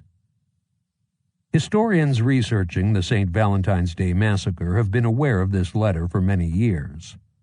After careful examination, it was dismissed because there are a number of problems with it, and, therefore, the Farrell assertion. Several details in the Farrell letter, such as names, dates, and the specifics of how people were related to one another, are incorrect. For example, a detailed construction of Davern's family tree from newspaper obituaries and other genealogical sources indicates that Billy Davern's father's first wife was Anna L. Davern, née Gillespie, not Nellie Davern, née White, as Farrell claims. Nellie Davern was in fact the daughter of William J. and Anna L. Davern, and the sister of gangster Billy Davern. Anna L. Davern, Billy Davern's birth mother, was the sister of Jack White's mother, Mary Gillespie, rather than the sister of White's father. Furthermore, Billy Davern was shot on November 14, 1928, not the 29th or 30th of the month, as Farrell states, and White was in jail in late 1928 because he had been convicted of murder, not manslaughter. The fifth basic error in this one-page letter is the claim that White and Moran were pals. There is no evidence that Moran and Jack White were close to one another. Farrell was probably confusing Jack White with prominent Northside gang member Joseph Puggy White. The multiple inaccuracies about minor details call the letter's credibility into question before its assertions about the Clark Street killings are examined. Moreover, the Farrell assertion is inconsistent with the known facts about the Clark Street killings that are summarized before.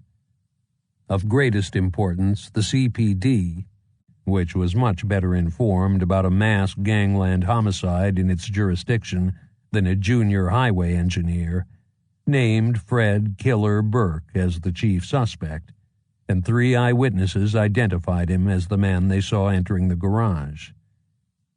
Also, White has not been mentioned in connection with the massacre by anyone other than Farrell. Also, according to the CPD and another knowledgeable source, Capone's top executioner, Jack McGurn, rather than the North Side gangsters, was responsible for the murder of Billy Davern. As previously noted, McGurn was shot in early 1928 by Davern and James Clark. In retaliation, Davern was, according to the only 2 contemporary sources who name the killer, slain by McGurn. This greatly weakens the Farrell assertion because White's supposed motive for the massacre is completely eliminated. Of greatest importance, White was in the Cook County Jail from March 1926 to July 1929 without bond for murdering a Forest Park police officer. Is it possible that he would have been able to leave the jail to commit the St. Valentine's Day massacre? Also, one of the machine guns used on February 14, 1929, was also used to kill Frankie Yale in New York City in 1928. Did White then leave the Cook County Jail not once but twice to commit murder, in one case going to the East Coast to kill someone for Capone? It should be emphasized that White had no direct criminal association with Capone at the time, because when he was jailed in 1926, he was a freelance robber with no involvement in organized crime. Regardless of his criminal resume, is it plausible that White actually returned to the lockup on both occasions, in 1928 and 1929, rather than simply escaping when he had been sentenced to life in prison in 1927? And would he have been able to return without being detected after he had been gone for days to do the Yale killing, if he had in fact committed that crime? White's incarceration from 1926 until the middle of 1929 would normally completely settle the issue of whether he was at the St. Valentine's Day massacre. The first hardcover edition of Eich's book makes no mention of the fact that White was in jail at the time, even though the Farrell letter explicitly states that he was incarcerated when Davern was shot in November 1928. When White's imprisonment and McGurn's responsibility for the Davern killing were pointed out in a story on Chicago television by investigative reporter Chuck Goody, Eich then asserted that there was an open-door policy at the jail which allowed Jack White to come and go as he pleased. However, Eich has provided no evidence to support this new claim. A check of the facts reveals that the exact opposite of an open-door policy was in place at the Cook County Jail from late 1926 to the middle of 1929. In 1925, there were some abuses of the system at the jail. The most glaring was that Terry Druggan and Frankie Lake, who were under lock and key on the minor charge of contempt of court, bribed officials so that they could come and go on a regular basis. They were, based on detailed research on this issue, the only criminals with such privileges, and they were always accompanied by a jail official on their sojourns. Also, there is no evidence that they committed any crimes during their brief absences. They went out for medical appointments as well as sometimes for meals, and then they returned. The first thing that should be noted is that the situation with Druggan and Lake was completely different from that of White, a convicted cop killer sentenced to life in prison. White would obviously have fled if he was ever allowed to leave the jail on his own. Therefore, no warden or prison official in his right mind would have dared let him leave, much less without handcuffs, leg irons, and a guard detail, for fear of the consequences. On this dimension, it is instructive to look at the repercussions from the Druggan-Lake affair that occurred several years before in 1929. The newspapers had a field day with it once the information became known, and had caused a massive scandal. A federal judge sentenced Cook County Sheriff Peter Hoffman to 1 month in the DuPage County Jail and Cook County Jail Warden Wesley Westbrook to 4 months in the DeKalb County Jail in October 1925 for taking bribes from Druggan and Lake. In fact, both Hoffman and Westbrook were ruined politically by their indiscretions. A second and much larger problem for the Farrell assertion is that the magnitude of the Druggan Lake jail scandal caused, even in a place as politically tainted as Cook County, a tidal wave of reform. A blue-ribbon citizens committee brought in a professional penologist from Indiana, Edward Fogarty, as the new jail warden in September 1926. In Cook County, where politically appointed jobs were almost always filled by party hacks, outside hires happened only in times of crisis, such as when the politicians were forced by a scandal to give the reformers carte blanche. Relatedly, Orlando W. Wilson, the first police superintendent from outside the ranks of the CPD, was brought in after police officers at a North Side station were caught helping burglarize stores in the Summerdale scandal in 1959. In this vein, the Chicago Tribune states that Sheriff Graydon, who replaced Peter Hoffman when he resigned, allowed Fogarty a free hand and a virtual civil service system was set up. Grafting, dope smuggling, and other evils were promptly eliminated at the jail. The Chicago Evening Post reports that Warden Fogarty has raised the standards of the local jail to heretofore unknown high levels. Even Cook County Sheriff John Traeger, a product of Chicago politics who took office in 1928 and who is hardly reform-minded, said, "Mr. Fogarty is by all odds the best man we've ever had in the jail post." Therefore, during Fogarty's time as warden, which started in late 1926, and more importantly went well beyond February 1929, the earlier problems at the jail were non-existent, meaning that White could not have walked out of his cell to commit the St. Valentine's Day Massacre or any other crime, and then have walked back in again. Similarly, White would not have been able to plan or take part in such an attack that, given the number of men and the logistics involved, required intricate planning and military precision. Almost all of White's criminal associates, from his days of freelance robberies, were dead or under lock and key themselves by early 1929.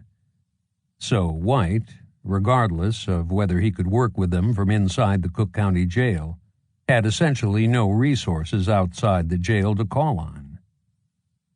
Several other statements by Jonathan Eig about the St. Valentine's Day Massacre are worthy of further scrutiny. First, to bolster the contention that White was there on the morning of February 14, 1929, Eig states that a witness who saw the supposed CPD detective car at the front of the garage noted, "The fellow who stayed at the wheel had a finger missing. His hand was spread out on the steering apparatus, so the old amputation was apparent." There are several reasons why this is actually inconsistent with White driving the car. Three-Finger Jack White, as per his nickname, was minus 2 fingers on his hand, not 1. Therefore, the witness should have reported seeing 2 missing fingers. And a missing finger in that era was hardly rare, because industrial accidents were quite common, so that does not point to a particular individual in the way it might today. Also, White's injury was on his right hand. In a car with a manual transmission, the driver would have normally had his right hand on the stick shift and not on the wheel, so the right hand would not usually have been visible to someone standing outside the car. This is especially true if the man at the wheel had to be prepared to throw the car quickly into gear to leave the scene. Therefore, the driver's right hand was likely not on the steering wheel and was not seen by the witness. The most important problem with this witness report is that White was extremely sensitive about his injured right hand. Fred Paisley notes that following his injury, White ever after wore a kid glove on the right hand with the missing fingers stuffed. For example, when he and other hoodlums were arrested in February 1930, police found in their overcoats a glove with pieces of cork in the exact places where White's fingers were missing. In every identified photo this author has seen of him where, due to circumstances, White was not able to wear gloves, whether he is with his bride in their wedding photo, in pictures taken in court, or in police lineup photos, his deformed right hand is in his pocket or otherwise hidden from general view. Based on this evidence, if White had actually been at the wheel of the car in front of the garage on North Clark Street that fatal winter morning, he would most likely have been wearing his specially equipped glove, or he would have kept his hand out of sight to hide his injury from public view, as was his standard practice. Therefore, the eyewitness statement that the man in the car outside the massacre building was missing one finger on a hand on the steering wheel is strong evidence that he was not, in fact, Jack White. Eig also emphasizes the claim that Frank Gusenberg uttered the remark, "Cops did it," before he died, which implies that he recognized some of the killers as actual police officers. Although this statement appears in other books, it is not in any of the 3 CPD official reports on the St. Valentine's Day massacre that discuss what Gusenberg said to the police before he died. And police officers were with him the entire time, from when he was found in the garage until he died in the hospital, just in case he made a dying declaration. Sergeant Thomas J. Loftus, who was the first officer on the scene at North Clark Street and knew the Gusenberg brothers personally, states that in the garage Frank Gusenberg twice told him, "I won't talk," and similarly said, "I refuse to talk." Lieutenant Otto Erlandson, who led the CPD investigation into the massacre, reports that at Alexian Brothers Hospital, Sergeant Loftus asked him, "Frank, is that right, that 3 of the men wore police uniforms?" And his answer was yes. That was all that he would state. This weaker remark is consistent with the testimony of Mrs. Alphonsine Morin, who saw several of the killers leave the garage in patrolmen's blue uniforms, but does not imply that Gusenberg knew the killers. Furthermore, in the police reports, Gusenberg never says, "Nobody shot me," as reported by Helmer and Billick and others. Finally, Eig claims that there was no reason for the St. Valentine's Day massacre, because if Capone had wanted to kill Moran, he could have put Jack McGurn in a car across the street and had him wait until he got a clean shot. The obvious response to this claim is that if it was so easy to kill Moran, then why didn't the Capone gang do it long before 1929? It certainly had hated him at least since January 1925, when he nearly killed John Torrio. The fuller answer is that Moran, the leader of one of the city's preeminent bootlegging gangs, was no easy target. And more so than O'Banion and Weiss, he took precautions because he learned from their deaths. After O'Banion's murder, the Northsiders were not going to let Italian faces, meaning Italian Americans who were not members of their gang, get too close to them again. They were doubly cautious after the killing of Weiss. Moran had bodyguards who would have preceded him onto the sidewalk, and they would have scanned the street to make sure it was safe for him to venture out in public. His gang also used lookouts, such as on North Clark Street. That is why the St. Valentine's Day killers pretended to be police officers, and why they were non-Italians imported from out of town, men who the North Side gangsters would not recognize and would not arouse suspicion. If the Northsiders had spotted McGurn sitting in a car outside the garage on North Clark or at any other location, they would have come up on him from behind with guns drawn while otherwise distracting him. When they were ready, they would have fired on him from several sides, for example, the north and the west, to avoid hitting each other in the crossfire. Or a carload of Northsiders would have driven by and raked him and his vehicle with gunfire. McGurn, waiting in an automobile for Moran to show himself, would have had about as much chance of getting away alive as a sardine in a tin can. As discussed in Chapter 7, the Prohibition-era gangsters were sure-thing killers rather than kamikazes. Their goal was to kill and get away to kill another day, as opposed to getting killed in the process. It is instructive to note that McGurn spent much of 1928, as already noted, trying to not get killed by the Northsiders rather than hunting down their leaders. Also, Moran and company had dispatched several top Jenna gangsters and had gone after Capone and Torrio on at least 3 occasions. Clearly, the Northside gangsters were extremely dangerous, capable enemies, rather than clay pigeons waiting to be shot.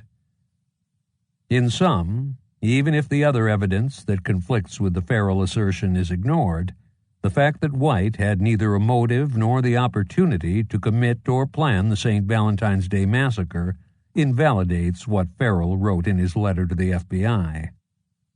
At the end of the day, it is simply one of the many random letters, and more broadly leads, tips, communications, and criminal confessions in the hands of the authorities purporting to solve a major crime, similar to other letters received by the FBI or the continual tips law enforcement receives about where Jimmy Hoffa is buried, which have no credibility. The leaders of the Capone gang, along with the Circus gang, had the necessary motive, due to their lengthy conflicts with the Northsiders and more recently with the Prince of Duplicity, Joe Aiello. They also had the opportunity, by not being in jail at the time, to bring in outsiders, who the lookouts inside the garage would not have recognized, to do the job. It is a myth that the Northside gang broke up immediately following the St. Valentine's Day massacre because Moran only had 7 or possibly 8 men working for him at the time, if the mechanic, John May, and the optometrist, Reinhard Schwimmer, are included in the total. This idea first appeared the morning after the event when the Chicago Tribune reports that the North Side mob had been wiped out and that George Bugs Moran was a leader without a gang.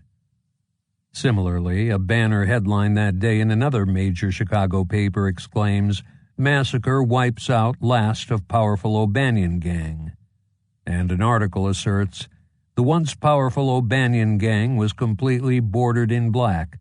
2 men, George Bugs Moran and Billy Marks, remain alive, but the North Side gang is dead." This contention has been repeated numerous times over the years by contemporary sources, other newspapers, and various authors. It is quite simple to refute this claim. First, Moran could not have supplied beer to the North Side, much less have been involved in multiple additional rackets and kept other gangs out of the large area he controlled, with only 5 or so hardcore members, plus a mechanic and a hanger-on. It would have been completely impossible. Second, it is straightforward to name more than 7 important members of the Moran-Aiello-Zuda gang: Leo Mongovin, Willie Marks, Frank Foster, Dan McCarthy, Ted Newberry, Benny Bennett, Julian Potatoes Kaufman, Izzy Alderman, Sam Peller, Charles Ice Wagon Connors, Grover Dullard, the former Valley gangster, Henry Finkelstein, the Applequist brothers, Joseph Puggy White, Solly Vision, Joe Aiello and his brothers, Jack Zuda, Billy Skidmore, and Barney Birchie, who were still alive after the St. Valentine's Day massacre, much less to count the lower-ranking ones. At the time of his death, Weiss had 200 gunmen in his employ, and, as shown in Chapter 7, very few of them were killed between late 1926 and February 1929.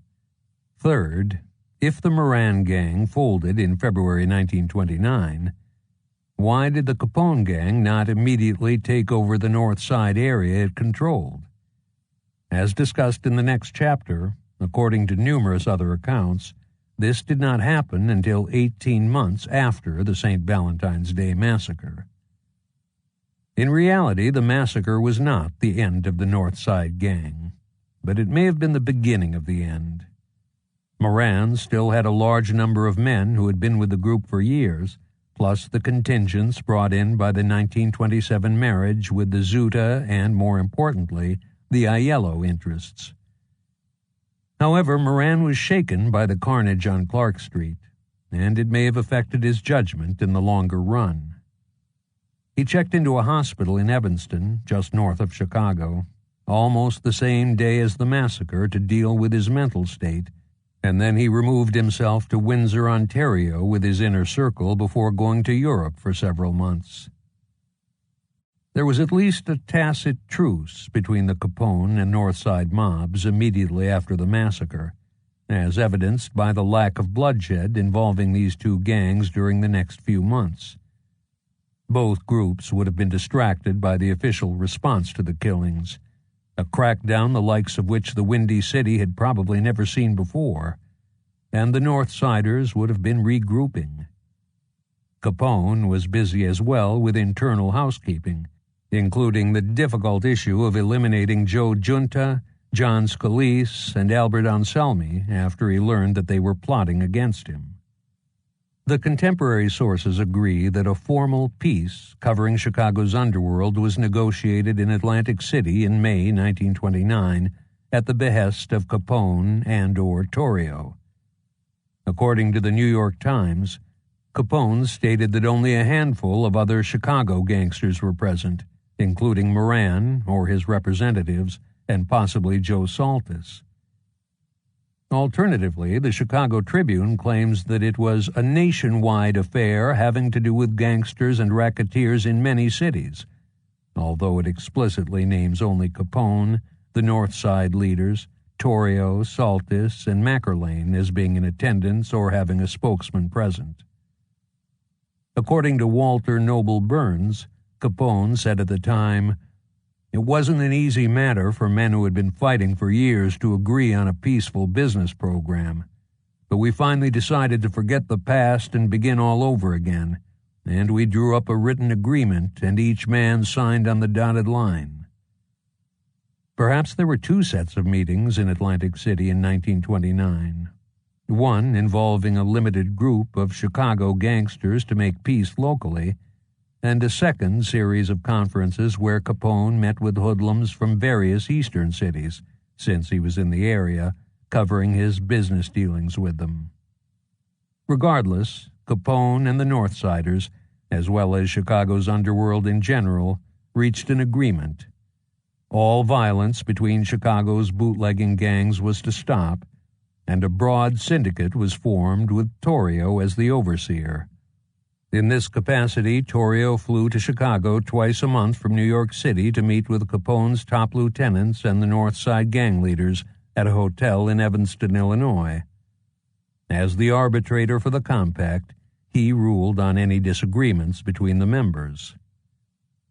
Although the North Siders and the Capone gang did not actually merge at the time, they did effectively enter into a joint venture by pooling the profits from their activities and then dividing them based on predetermined percentages. Pooling was a common device used by the railroad cartels in the United States in the late 1800s that decreased cheating on collusive agreements because it minimized the gains from self-interested behavior. Leaders of both gangs audited the books on a monthly basis to verify the figures. During Capone's stay in a Pennsylvania prison for carrying a concealed weapon, which roughly coincided with the time period that the agreement was maintained, Jake Guzik acted on his behalf in Chicago, as he had done previously when Capone wintered in Miami. The other Chicago gangs were reportedly under Torrio's jurisdiction as well, although there was no discussion of them being part of a money pool. Importantly, this was the first time that a syndicate of Chicago's bootlegging gangs had explicit mechanisms in place to try and uphold the arrangement and to minimize violence. Little territory changed hands as a result of the second phase of the North Side versus South Side war. The earlier dividing line at Madison Avenue between the two major factions was restored when the peace was made, although the GKW gang most likely lost the Cragen police district on the northwest side to Capone.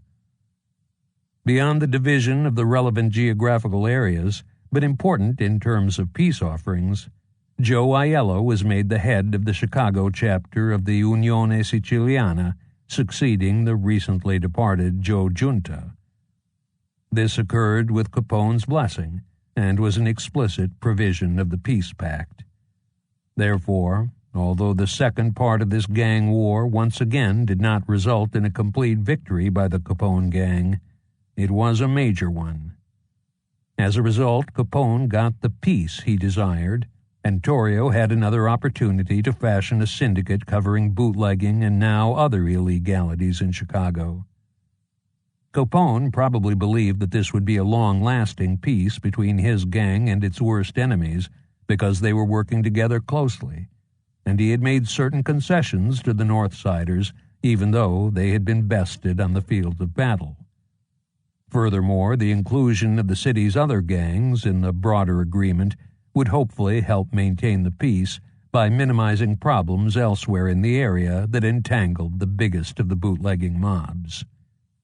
A variety of evidence indicates that there was, in fact, harmony and extensive cooperation between the Capone gang and the Northsiders, as well as the city's other gangs, beginning in May 1929. Aiello returned to Chicago at the end of the month, which indicated that the agreement was on the square. A few months later, Mike Heitler, James Belcastro, Jake Guzik, and other Capone stalwarts met with Jack Zuta and the Aiello brothers to oversee booze and gambling operations on the near west side. In September 1929, Capone gangster Mops Volpe and Northsider Ted Newberry were jointly muscling in on bucket shops, which fraudulently sold common stocks to investors. And in December of that year, Andrew Aiello, Dominic Aiello, and Leo Mongovan, all Northsiders, and Capone gangster Frank Diamond were arrested together at the business headquarters of the Northside Gang. Tellingly, Chicago's top hoods met at regular poker games during 1929, where they amicably discussed and settled their disagreements. At the beginning of April 1930, shortly after Capone's release from prison, there were dinners in restaurants around the city where Guzik socialized with Zuta, Newberry fraternized with the Fischetti brothers, and Joe Aiello broke bread with his former sworn enemies. Significantly, there was no visible fighting between the Capone gang and the Northsiders from May 1929 until the middle of April 1930. The Northside Gang was, however, hit by internal problems as 1929 drew to a close. In November of that year, Moran, Aiello, and Zuta accused Newberry and Benny Bennett of shortchanging them on the revenues from hard liquor sales, and they took the business away from the pair. The meeting ended with snarled threats and promises to get even. Newberry was wounded in an ambush on November 30th, 1929, and quickly fled to Canada. A few weeks later, Bennett received peace overtures, and with his bodyguard John the Billiken Rito, he unwisely returned to the fold. Neither man was seen again until Rito's body, which rose to the surface because it had been improperly weighted down, was found floating in the Chicago River near Irving Park Road on March 16, 1930. This discovery spoke volumes about what had happened to Bennett. In spite of this, Newberry, probably after some solid assurances by Moran and other Northsiders, had a change of heart and later rejoined the gang, but only for a short time. In terms of its broader geographical scope, by the early 1930s, the Capone gang's tentacles reached not only to many parts of Illinois, but to numerous other states as well, which laid the foundations for the outfit's later activities in the United States. Closest to home, in the early 1920s, Thomas Johnson was the point man for the Torrio Capone gang in northern Indiana. He also dispensed protection to gambling and other illegal establishments in the vicinity in cooperation with the authorities in East Chicago, Indiana. Separate from its gambling, the Calumet region around Gary, Indiana, was important to the Capone mob both as a major point on the imported Canadian whiskey highway that ran from Detroit to Chicago, and, given its sizable Sicilian community, as a center of alky cooking. In 1924, alcohol manufactured on Chicago's South Side was also flowing into Gary, Hammond, and East Chicago, indicating that the local production was less than what was consumed in the area. The Chicago Heights gangsters were suspected when the Gary home of Vito Schirali, the king of the bootleggers in northern Indiana, was bombed in January 1928. When Thomas Johnson was killed in 1928, Phil Collinger replaced him as the Capone gang overseer for the region around Gary, Indiana, working closely with local bootlegger Nick Sudovich. Collinger and Sudovich were found guilty of violating the prohibition laws in January 1930, along with East Chicago Mayor Raleigh Hale, Chief James Reagan, Detective Sergeant Martin Zarkovich, who would later play a prominent role in the killing of John Dillinger, and 10 others. Going far beyond the borders of Illinois, the Capone mob, through its Chicago Heights branch, had connections with Milwaukee during Prohibition. The Heights guys shipped pure alcohol to Wisconsin, and Frank Laporte's cousin on his mother's side, Frank Falvo, relocated there during the 1920s and became an important figure in the local mob. Additionally, the alky that was abundantly produced in the Heights went to southern Illinois, Indiana, Iowa, Kentucky, and the cities of St. Louis and Kansas City in Missouri. Chicago Heights was well situated to export this commodity because the town was a railroad hub, and it was also on the Lincoln Highway, a precursor to the modern interstate system. More broadly, in the late 1920s, a Capone ring based in Aurora, Illinois, sent alcohol to bootleggers located throughout northern and central Illinois, to towns such as Champaign and Springfield, and to Iowa, Minnesota, Nebraska, North Dakota, South Dakota, Wisconsin, Arkansas, and Oklahoma on the west, and also to Indiana, Michigan, and New York on the east. Most of this contraband was produced in the vicinity of Aurora, which was a low-cost way to supply Illinois outside of Cook County and the western United States. Many of the cities that received the Capone product were state capitals and or the homes of the state university, and therefore they contained two very thirsty groups, college students and politicians. The pure alcohol produced in Cicero and Melrose Park tended to be consumed in the Chicago area. By 1926, the Capone mob was already well established in eastern Iowa, with Mike Bon Bon Allegretti owning a cafe in the Little Cicero section of Dubuque. In 1929, Ralph Capone visited faraway Dallas in an attempt to corner the city's liquor market. This likely met with some success, because by the mid-1940s, the Chicago outfit was active in Dallas and Oklahoma. Furthermore, in 1931, Al Capone, working with local politician and gangland boss John Latzia, headed a major liquor combine operating out of Kansas City. And in 1932, the mayor of New Orleans was outraged because Capone-supported bootleggers were forcing their wares on speakeasy owners. Not long after Al Capone bought a winter home in Miami, Florida, his gang was in control of gambling in Dade County, including interests in the casino at the Floridian Hotel, the Palm Island Club, and the South Beach Dog Track, which involved slot machines, various table games, and dog racing. He also had gambling interests in Hot Springs, Arkansas in 1931, and in 1932, also through Allegretti, the Capone mob had a foothold in policy gambling in Cleveland, which may have been the first incursion by a bootlegging mob into this activity. When the Northsiders were syndicated with the Capone gang after May 1929, They supplied punch boards, a gambling device frequently found in stores and saloons, to most of the country. By 1931, a score of Chicago mobsters, aided and encouraged by Capone, moved on Los Angeles and sought to introduce the high-pressure methods there that had been so successful in Chicago.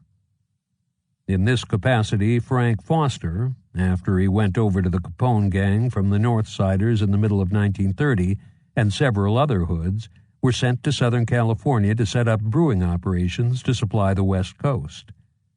Foster soon moved to Reno, Nevada, and became involved in gambling. Capone may also have had an interest in the Bank Club in Reno in 1931. Furthermore, John Rosselli, another Capone emissary, operated a gambling boat outside of the Los Angeles harbor with Jack Drania beginning in 1930. Returning to the south side of Chicago, in late November 1927, there was still harmony between the Saltus Mackerlane group and the Sheldon Stanton gang. When Frank Mackerlane appeared in court on various charges, Danny Stanton counseled him to avoid a particular judge and to ask for a jury trial instead. This may partially have been the result of the 1926 Peace Pact, but around this time Capone strengthened the bonds between the former enemies by agreeing to wholesale beer to the Saltus Mackerlane gang on the condition that it left Sheldon and Stanton in peace. Faced with continual problems on other fronts, Capone wisely covered one of his flanks with this move and also shielded the Sheldon-Stanton gang, who had taken the worst of it in the earlier fighting, from further punishment.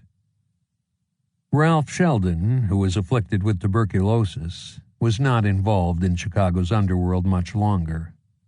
His men generously contributed money so that he could travel to the Southwest to recuperate.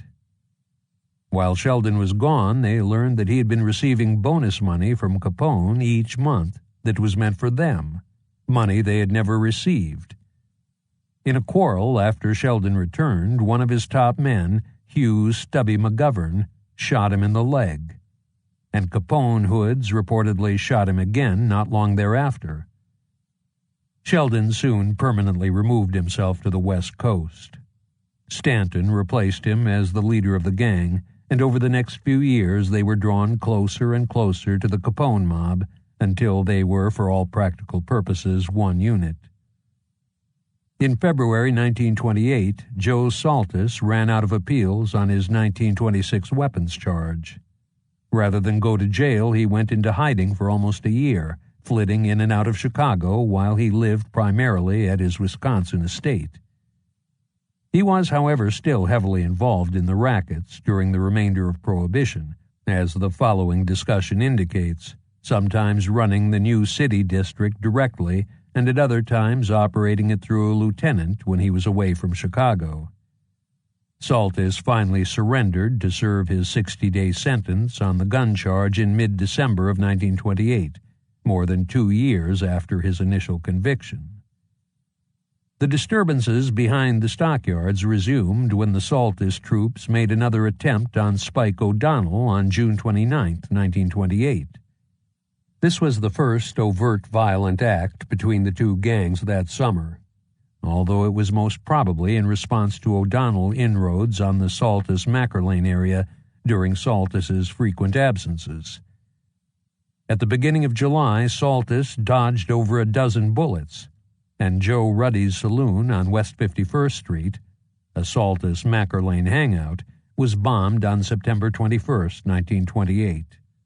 October 1928 was another malicious month in the back of the yards area, as more shots were aimed at Spike O'Donnell by Saltus, Paddy Sullivan, Willie Nemeth, and Nick Kramer. Steve O'Donnell's garage was bombed by the same gang, and Tommy O'Donnell lost his eyesight after apparently being poisoned. To punish Saltus for his flight from justice, the authorities soon put James Allman in command of the new city district. Captain Allman closed all the saloons in the area and raided the Saltus Mackerlane sources of beer and whiskey, hitting the gang hard financially by squeezing at both ends of the hose. George Maloney, one of the top killers in Chicago's underworld, and Michael "Bubs" Quinlan left the Saltus mob in late 1928 to form their own South Side gang. They established themselves at the lower end of Stanton's area in the vicinity of Halstead Street, somewhat south of 51st Street, which added a fourth major group to the mix behind the stockyards. Maloney got his start in the Plumbers Union, and by 1923 had interests in a cigar store and a soft drink parlor, both of which were fronts for much heavier activities. Quinlan, who earlier had links to the Reagan's Colts, was a labor slugger and a guard in a gambling house before joining the Saltus Mackerlane gang. For obvious reasons, this incursion did not sit well with Stanton. Quinlan was wounded by machine gun bullets, and a man with him was killed in October 1928. Maloney hit back on December 31, 1928, by killing two of Stanton's hard cases, Hugh Stubby McGovern and William Gunner McPadden, in front of 200 people in the Granada Cafe at Cottage Grove and 68th Street, and Ray Cassidy was slain on March 22, 1929, by Maloney and Quinlan. In revenge, Quinlan was attacked again on March 27th, not long after he returned from the hospital following the previous October's shooting, and businesses owned by his brothers Richard and Charles were bombed on April 7, 1929. Stanton aide Benny Butler was wounded later that month as well. Around the same time, the unimaginable happened in Chicago gangland. After gleefully trying to kill Spike O'Donnell and his men for years, Frank Mackerlane split with Saltus and joined the Southside O'Donnell gang. John Landesco notes that Mackerlane took numerous Saltus men with him when he moved on. This demonstrates that Prohibition-era gangland in Chicago, like love and politics, sometimes made for extremely strange bedfellows, a point that is further illustrated by the Capone North Side Accord at the time. The earliest indication of the O'Donnell-Mackerlane Union came at the start of June 1929, when the latter was on trial for carrying a concealed weapon. The verdict of not guilty was greeted by applause from a cheering section led by Spike O'Donnell himself. Mackerlane's change in affiliation was due partly to the official clampdown on the new city district, but he also greatly disliked John Oberta, who Saltus had made a partner during his frequent absences from Chicago. This shift was facilitated, at least partly, by cooperation between the various gangs as peace reigned on much of the South Side following the Atlantic City Peace Conference in May 1929. Certainly the presence of Saltus and Mackerlane at the meeting, with Capone likely speaking for the newly appointed Stanton, indicates that affairs on the broader South Side were part of the discussion. His attendance at the meeting also shows the importance of Saltus, who has often been minimized in gangland histories of Chicago in the scheme of things during Prohibition. Landesco reports at the time that the O'Donnells and Mackerlane have been joined by Danny Stanton and all others on the South Side. They are now one syndicate, which implies that there was a pooling arrangement covering the South Side bootleggers as well in 1929. If the Maloney-Quinlan gang belonged to the South Side syndicate, then the peace did not hold perfectly because Maloney was wounded by gunfire on July 5, 1929. Similarly, Quinlan's brother-in-law was shot about 2 months later. Despite these occasional disturbances, the newest attempt at tranquility held up fairly well because through the middle of 1930 there were only 2 other reports of inter-gang violence on the South Side. In January 1930, Frank Mackerlane was shot in a drunken quarrel by Marion Miller, a.k.a. Elfrida Regas or Mackerlane, who is usually described as his common-law wife. Although this incident was not directly related to the beer wars, for Mackerlane, who had been involved in other drunken escapades, it was an indication of the state of his decline and of worse things yet to come. In late February, while Mackerlane was under medical care for his wounds, Saltis gangster Sammy Malaga and another gunman tried to kill him in the German Deaconess Hospital on the South Side. When questioned about it by reporters, Mackerlane remarked ominously, "Look for him in a ditch. That's where you'll find him." Omnisciently, Malaga was found on March 6, 1930, in a water-filled ditch near 103rd Street and Roberts Road, and Oberta's bullet-torn body was in a car parked nearby after Willie Nemeth reportedly did Mackerlane a professional favor.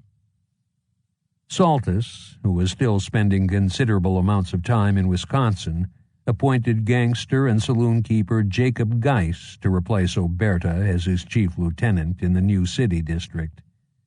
There was no lasting animosity, however, between Saltis and Mackerlane. Saltis raced down from Wisconsin to provide a blood transfusion when his earlier partner's life was in jeopardy. After being released from the hospital in April 1930, Mackerlane convalesced at Saltisville. Another important change in Southside gangland occurred on May 6, 1930, when the extremely dangerous Maloney died of pneumonia. His partner, Quinlan, most likely joined the O'Donnell-Mackerlane gang at this time, which would have contributed further to the serenity in the back of the yards. Elsewhere in the underworld, there were a number of major events after 1926. In 1927, Frankie Lake walked away from the rackets, and not long afterward he bought himself a posh estate on Northeast Avenue in West suburban Oak Park, where he lived with his mother. For example, the Chicago Daily News refers to him as an erstwhile beer baron, and an article shortly thereafter calls Lake the ex-beer baron and partner of Terry Druggan. Oak Park was, however, not far enough from the city to let Lake escape his past, and he later moved to Detroit, where he went into the ice business with a brother. In the vicinity of Taylor and Ashland, one-time safecracker Joseph Red Bolton, who won his spurs during Prohibition with Druggan and Lake, formed his own small bootlegging gang in early 1929. Their headquarters was Bolton's Saloon on Taylor Street near Ashland Avenue, and they were involved in beer distribution, gambling, and labor racketeering. This group included Bolton's brothers, John and William, along with William Wilson, Frank Rhine, William Dinky Kwan, and various members of the 42 gang. The 42s, a street gang in the Taylor Street neighborhood who had a propensity for violence and criminality well beyond the average youth gang of the day, had not been involved in organized crime until that point. They provided the Bolton mob with a fair amount of muscle. By 1929, Capone appears to have taken control of the 20th Ward Jewish gang, or what remained of it, since various members had earlier joined the Northsiders and others had moved their interests farther west to the Lawndale neighborhood. On the near northwest side, there was a serious disagreement between the partners in the GKW gang in March 1928. Powerful politicians, protecting their cut of the proceeds, stepped in at the time, lest it turn to violence, but the problems later led to a split. By early 1930, Al Wingy may already have retired to California, and not long thereafter, Marty Guilfoyle went over to Capone with his gambling enterprises. This left Matt Kolb in control of the bootlegging in the former GKW area, and Jimmy Berry took on greater importance in Kolb's gang. In the south suburbs, Jimmy Emery oversaw the rackets around Chicago Heights during Dominic Roberto's visits to Italy in 1928, 1929, and 1931. In 1932, Roberto was convicted of making false statements on his naturalization papers and of several related offenses. After serving time in the U.S. Penitentiary in Leavenworth, Kansas, he was deported in 1935. This put Jimmy Emery permanently in charge of the area around the Heights, with Frank Laporte as his chief lieutenant.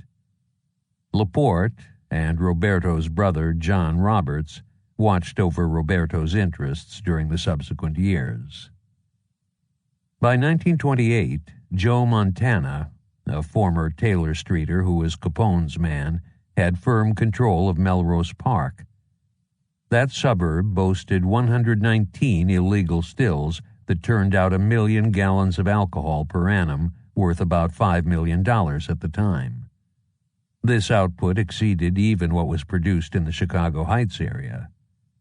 Montana's operations reached into a number of areas west of Melrose Park, including Warrenville, just south of Wheaton. Circus gangster and Capone ally Rocco DeGrazia took command of the Melrose Park rackets during the summer of 1931, aided by his brother Andrew. Their headquarters was the Lumber Gardens, a tavern and gambling den on North 25th Street in Melrose Park. Around that time, Rocco Passarella, who had vigorously raided stills in Melrose Park during his tenure as the chief of police in the late 1920s, vanished. The authorities concluded that he had been murdered and secretly buried by vengeful bootleggers. Elsewhere in the hinterlands, Joe Toohey was killed in October 1929 when he and several gunmen invaded a roadhouse at River Road and Irving Park in Schiller Park that was not buying their beer. This act, and the earlier death of John Toohey, was later blamed on the Capone mob. If this interpretation is correct, the Atlantic City peace agreement did not cover the northern suburbs. Joe Toohey's death and the killing of a saloon keeper on Grand Avenue in Elmwood Park by the Tooheys in early November indicates that in late 1929 there were incursions in the lower end of the Tooheys area by the Capone forces. The 1929 peace treaty clearly did not cover Lake County, Illinois.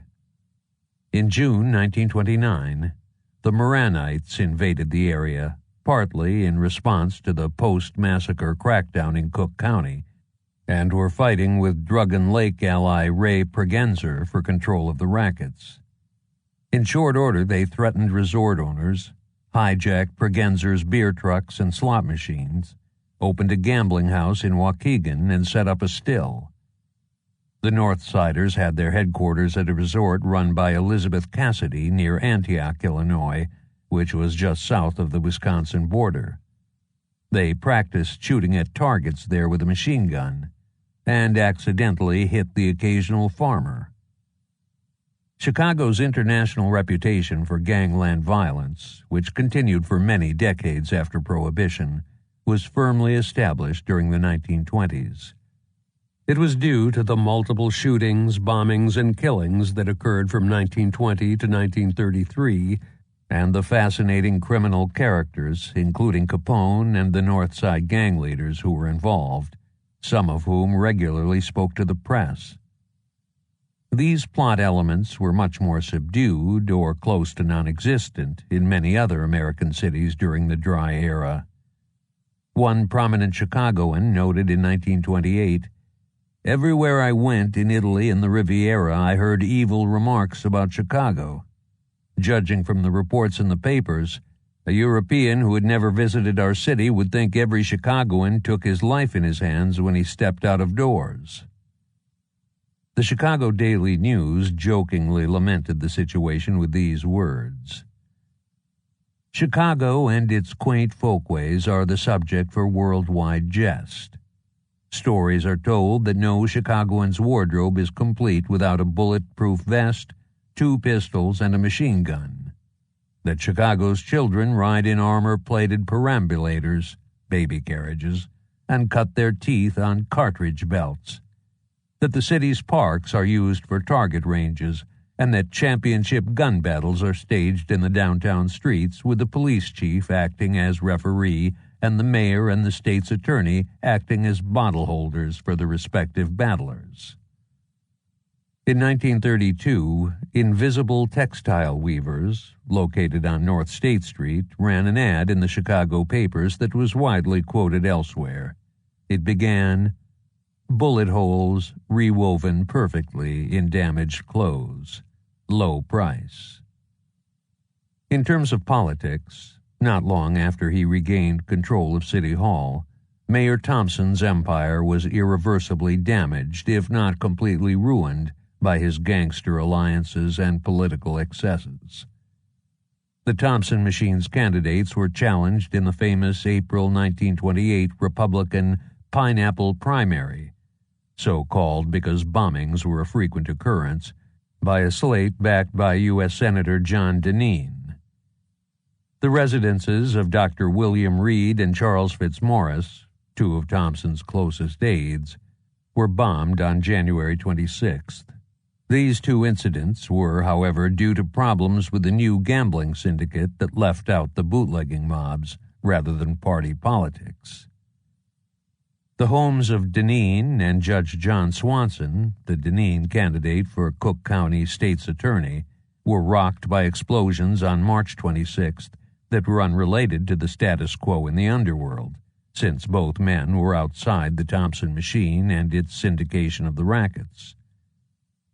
Incumbent State's Attorney Robert Crowe stupidly claimed that the Deneen faction had bombed their own houses to garner voter sympathy, even though Swanson missed being killed by only 3 seconds when he drove into his garage at almost the same time as the bomb went off.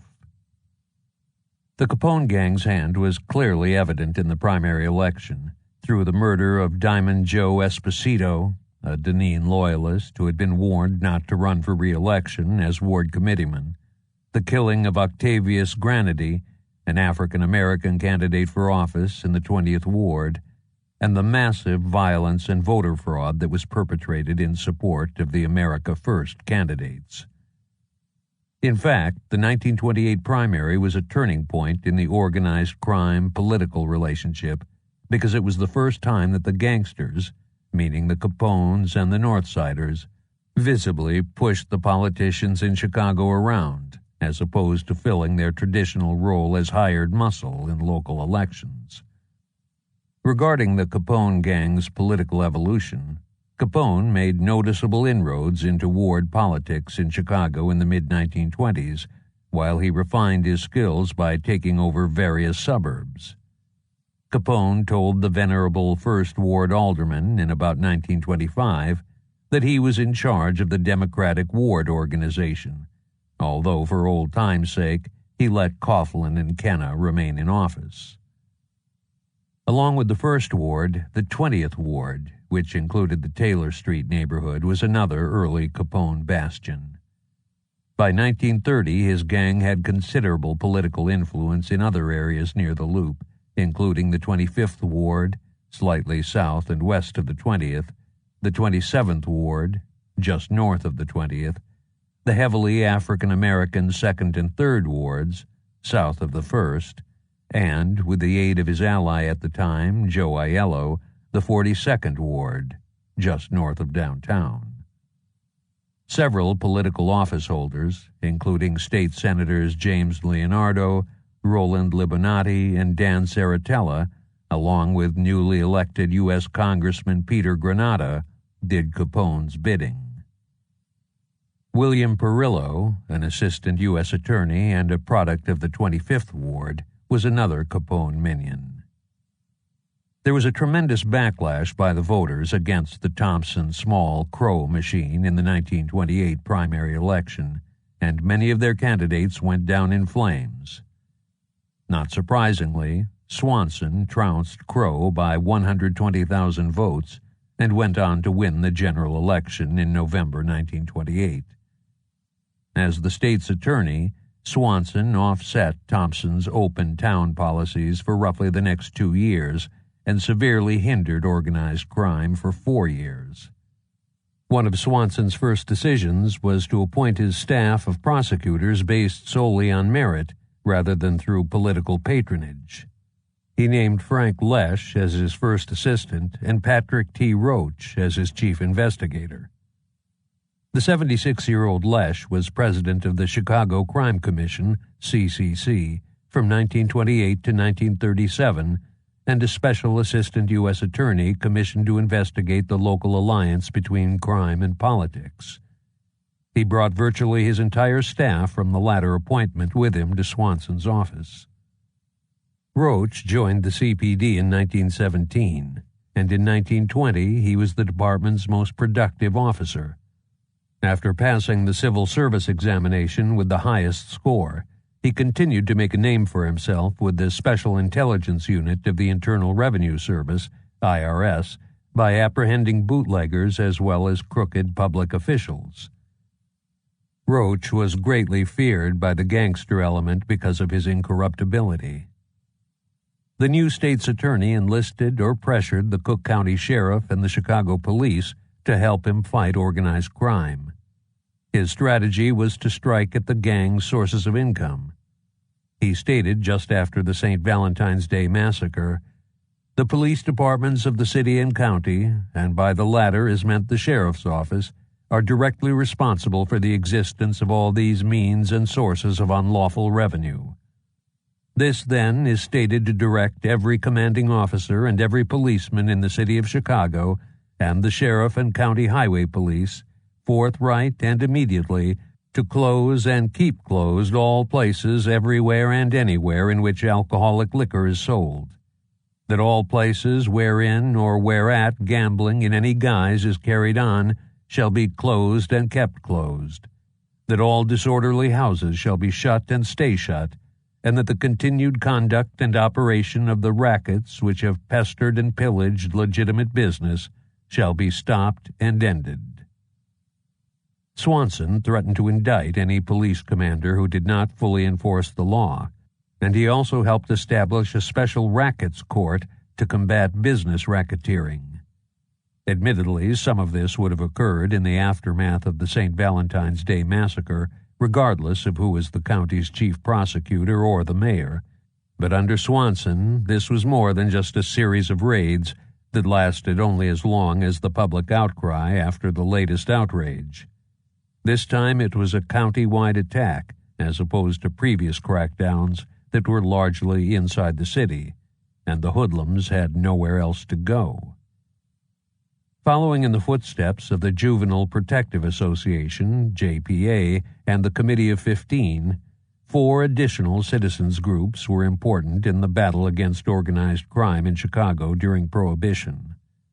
All 4 of these organizations were established by prominent businessmen and other civic leaders.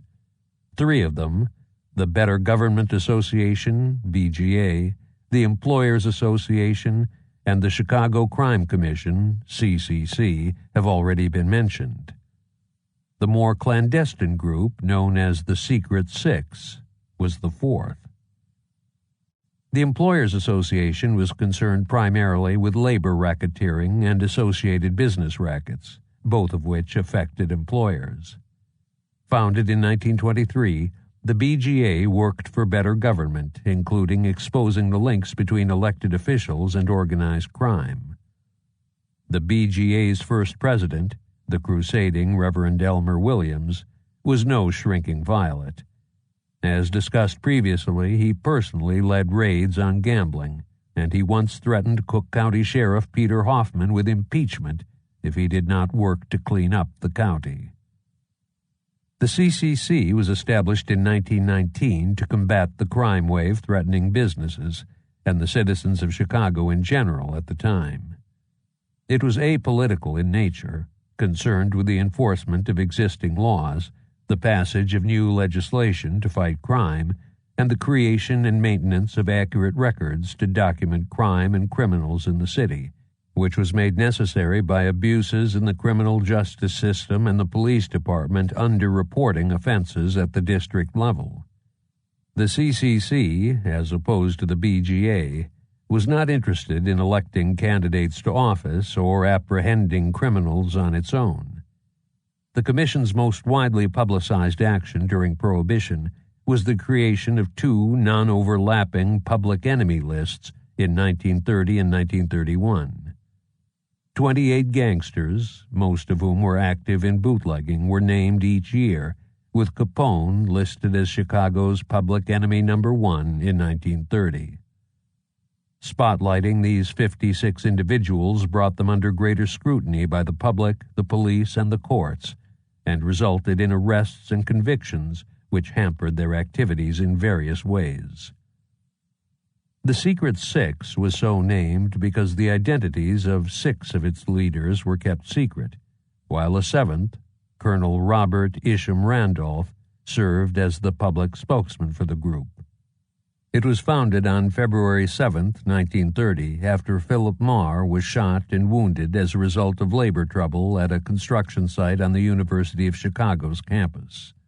Marr's outraged employer, building contractor Harrison Barnard, went to the Chicago Association of Commerce, CAC, of which he was a prominent member, and called for vigorous action.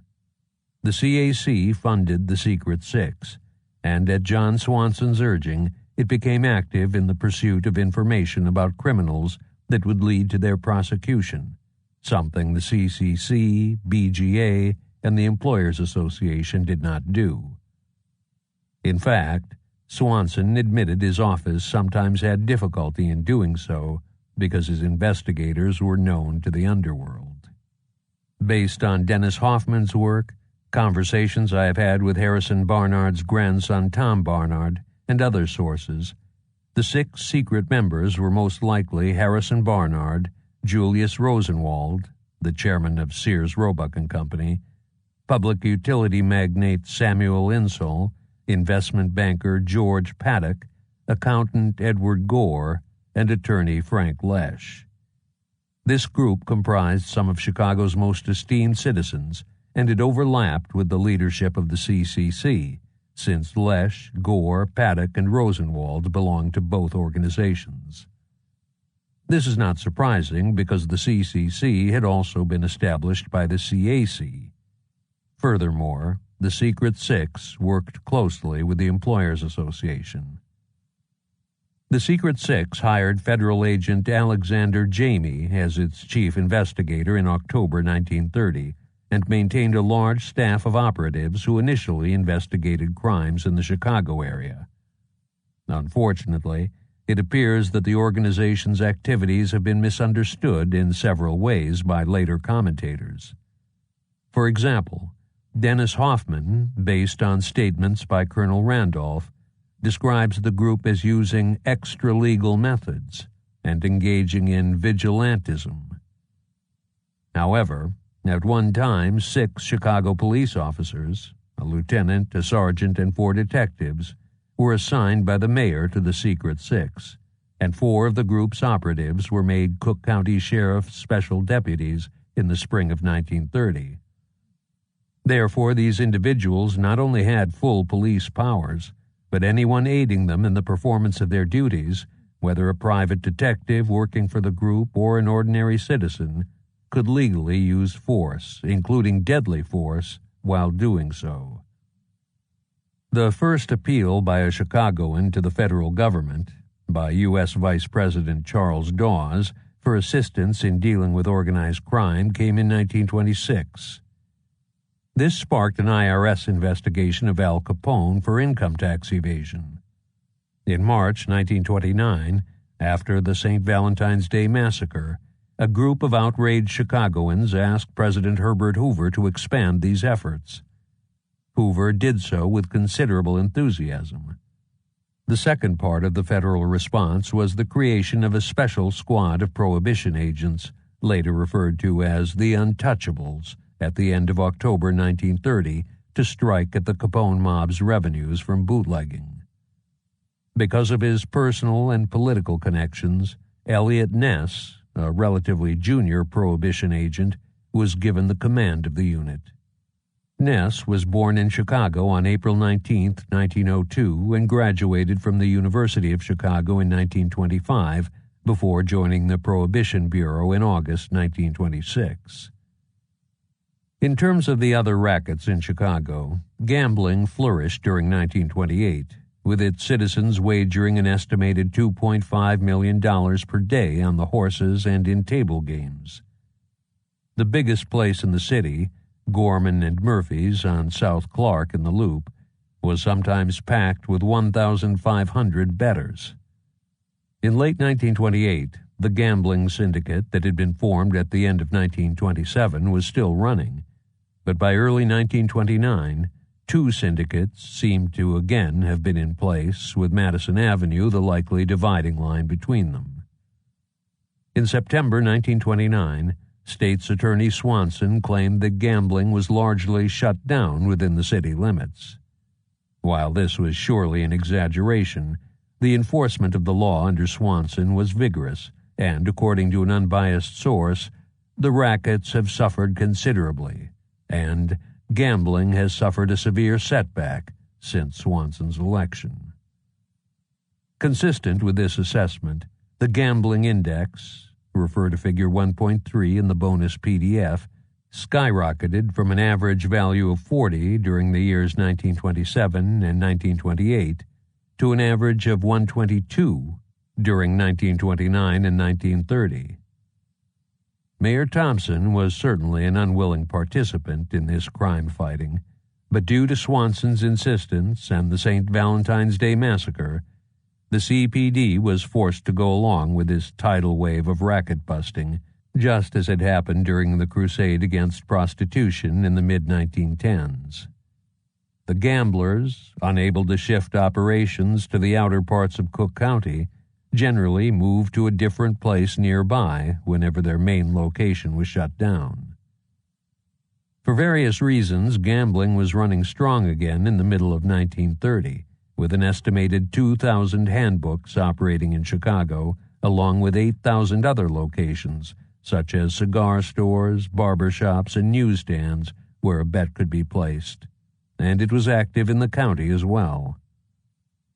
Slot machines, which had been around Chicago since the turn of the century, were omnipresent in Cook County in early 1928, with some 6,000 of the devices operating in the city alone.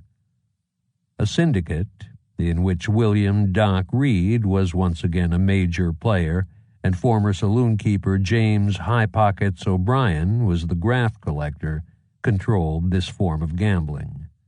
Various individuals who were in charge of specific areas granted speakeasies and other locations the right to house slots in exchange for 50% of the profits.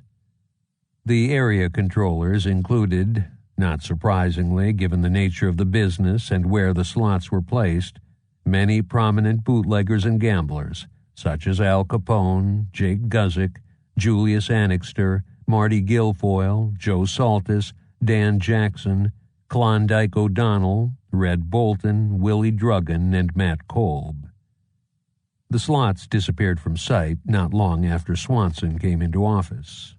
They did not resurface again until 1931, almost 2 years after a court case against the slot syndicate and various Chicago police captains collapsed when the star witness refused to testify.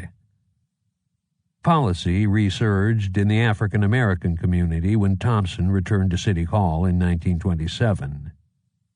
Walter Kelly, who was one of the operators of the Tijuana, the biggest wheel in Chicago in early 1928, told his salesmen that they could run wide open because a deal had been struck with the Thompson-Crow political machine. At the time, there were 57 policy wheels, which in aggregate handled $12 million in bets a year. Each wheel paid Kelly, who was the bagman for the politicians, $300 a week, or almost $900,000 a year in total for political protection. This game was so profitable that a number of African American men closed their legitimate businesses in order to run policy wheels instead. Interestingly, the campaign manager for a young African American lawyer named William L. Dawson, who ran for Congress from the near South Side in 1928, lashed out at the game and its protectors. "Our people are being kept in poverty by the gambling dens that may be found on every corner.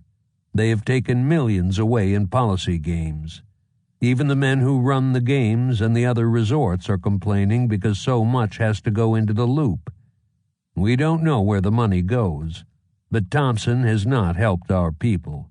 It has all been bunk," F.W. Smith protested. Further pressure came from a grand jury indictment of Oscar DePriest and Dan Jackson in September 1928, for their roles in garnering bribes from vice and gambling on the South Side.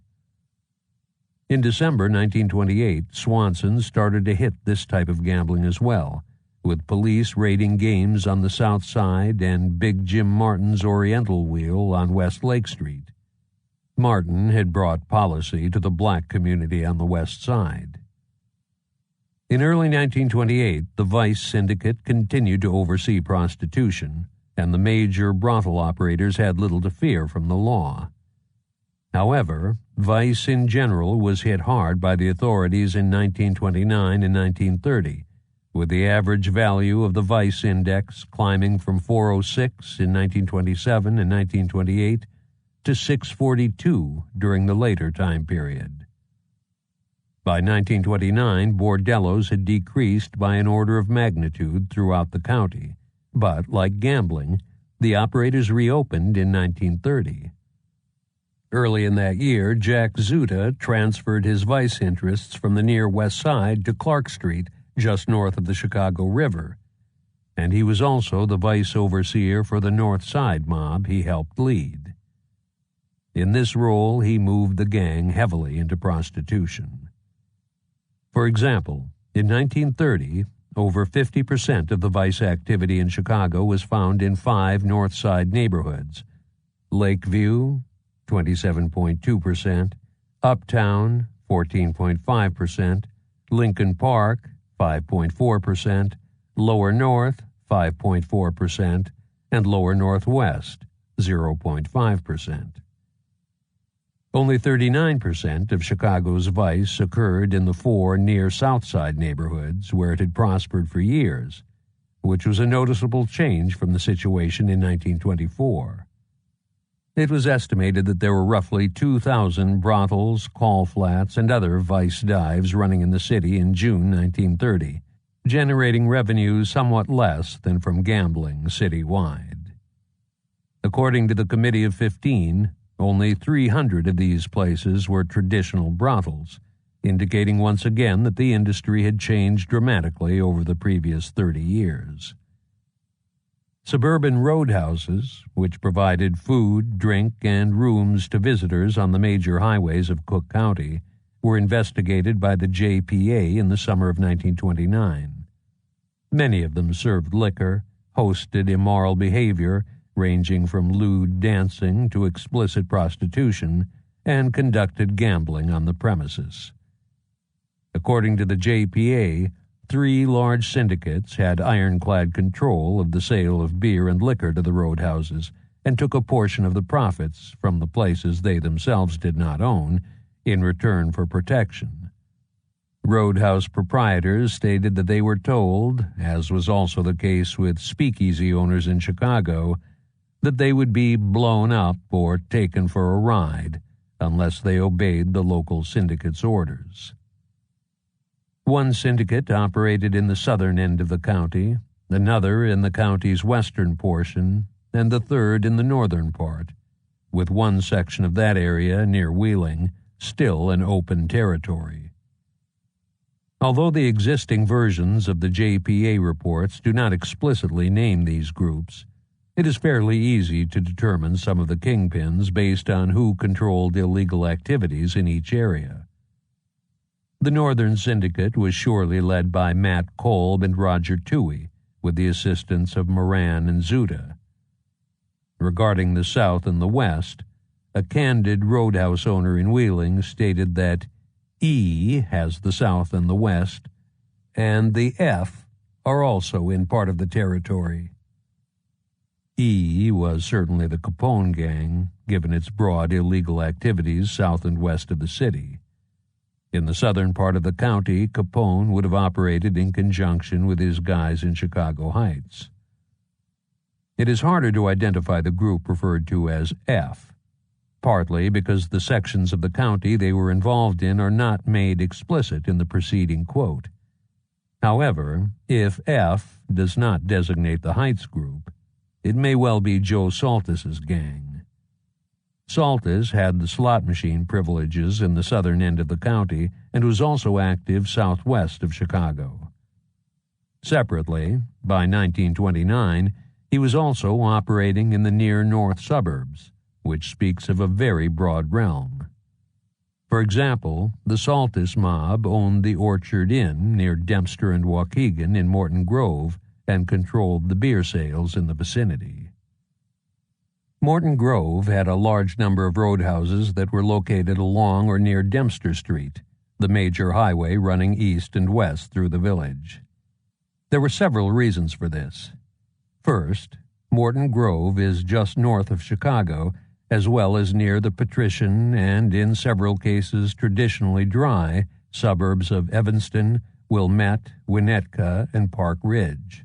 In fact, many of its roadhouse keepers had earlier operated in Chicago, including in the South Side Levee before Prohibition, and were well connected politically.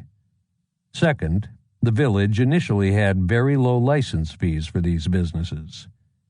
The third, and perhaps the most important reason, was that the village authorities are regarded quite generally as friendly to roadhouses housing illegal activity. In the sphere of racketeering, a group of West Side Irish-American toughs who had a long history of robbery, larceny, and union slugging in the service of others entered the upper echelons of labor racketeering on April 15, 1928. On that date, they muscled in on two coal teamsters unions, which were part of the Chicago Teamsters, after shooting the business agent James Lefty Lynch. As a further persuasive measure, the home of John Sheridan, a Lynch ally, was bombed in August 1929 and again in May 1930. This group of upstarts was led by George Red Barker, Frank Cawley, William Clifford, Thomas McElligott, and Michael Riley. The Barker gang moved into the business rackets as well when they took over the Midwest Garage Owners Association by the simple expedient of shooting the president, David Cockeyed Mulligan Ablin, a.k.a. Albin, in June 1928. After making a $7,000 contribution to Thompson's mayoral campaign in 1927, Ablin pressured garage owners to join his association. Next, his underlings slashed tires on cars parked on the streets throughout the city to convince the owners that their vehicles needed to be kept in the association's garages.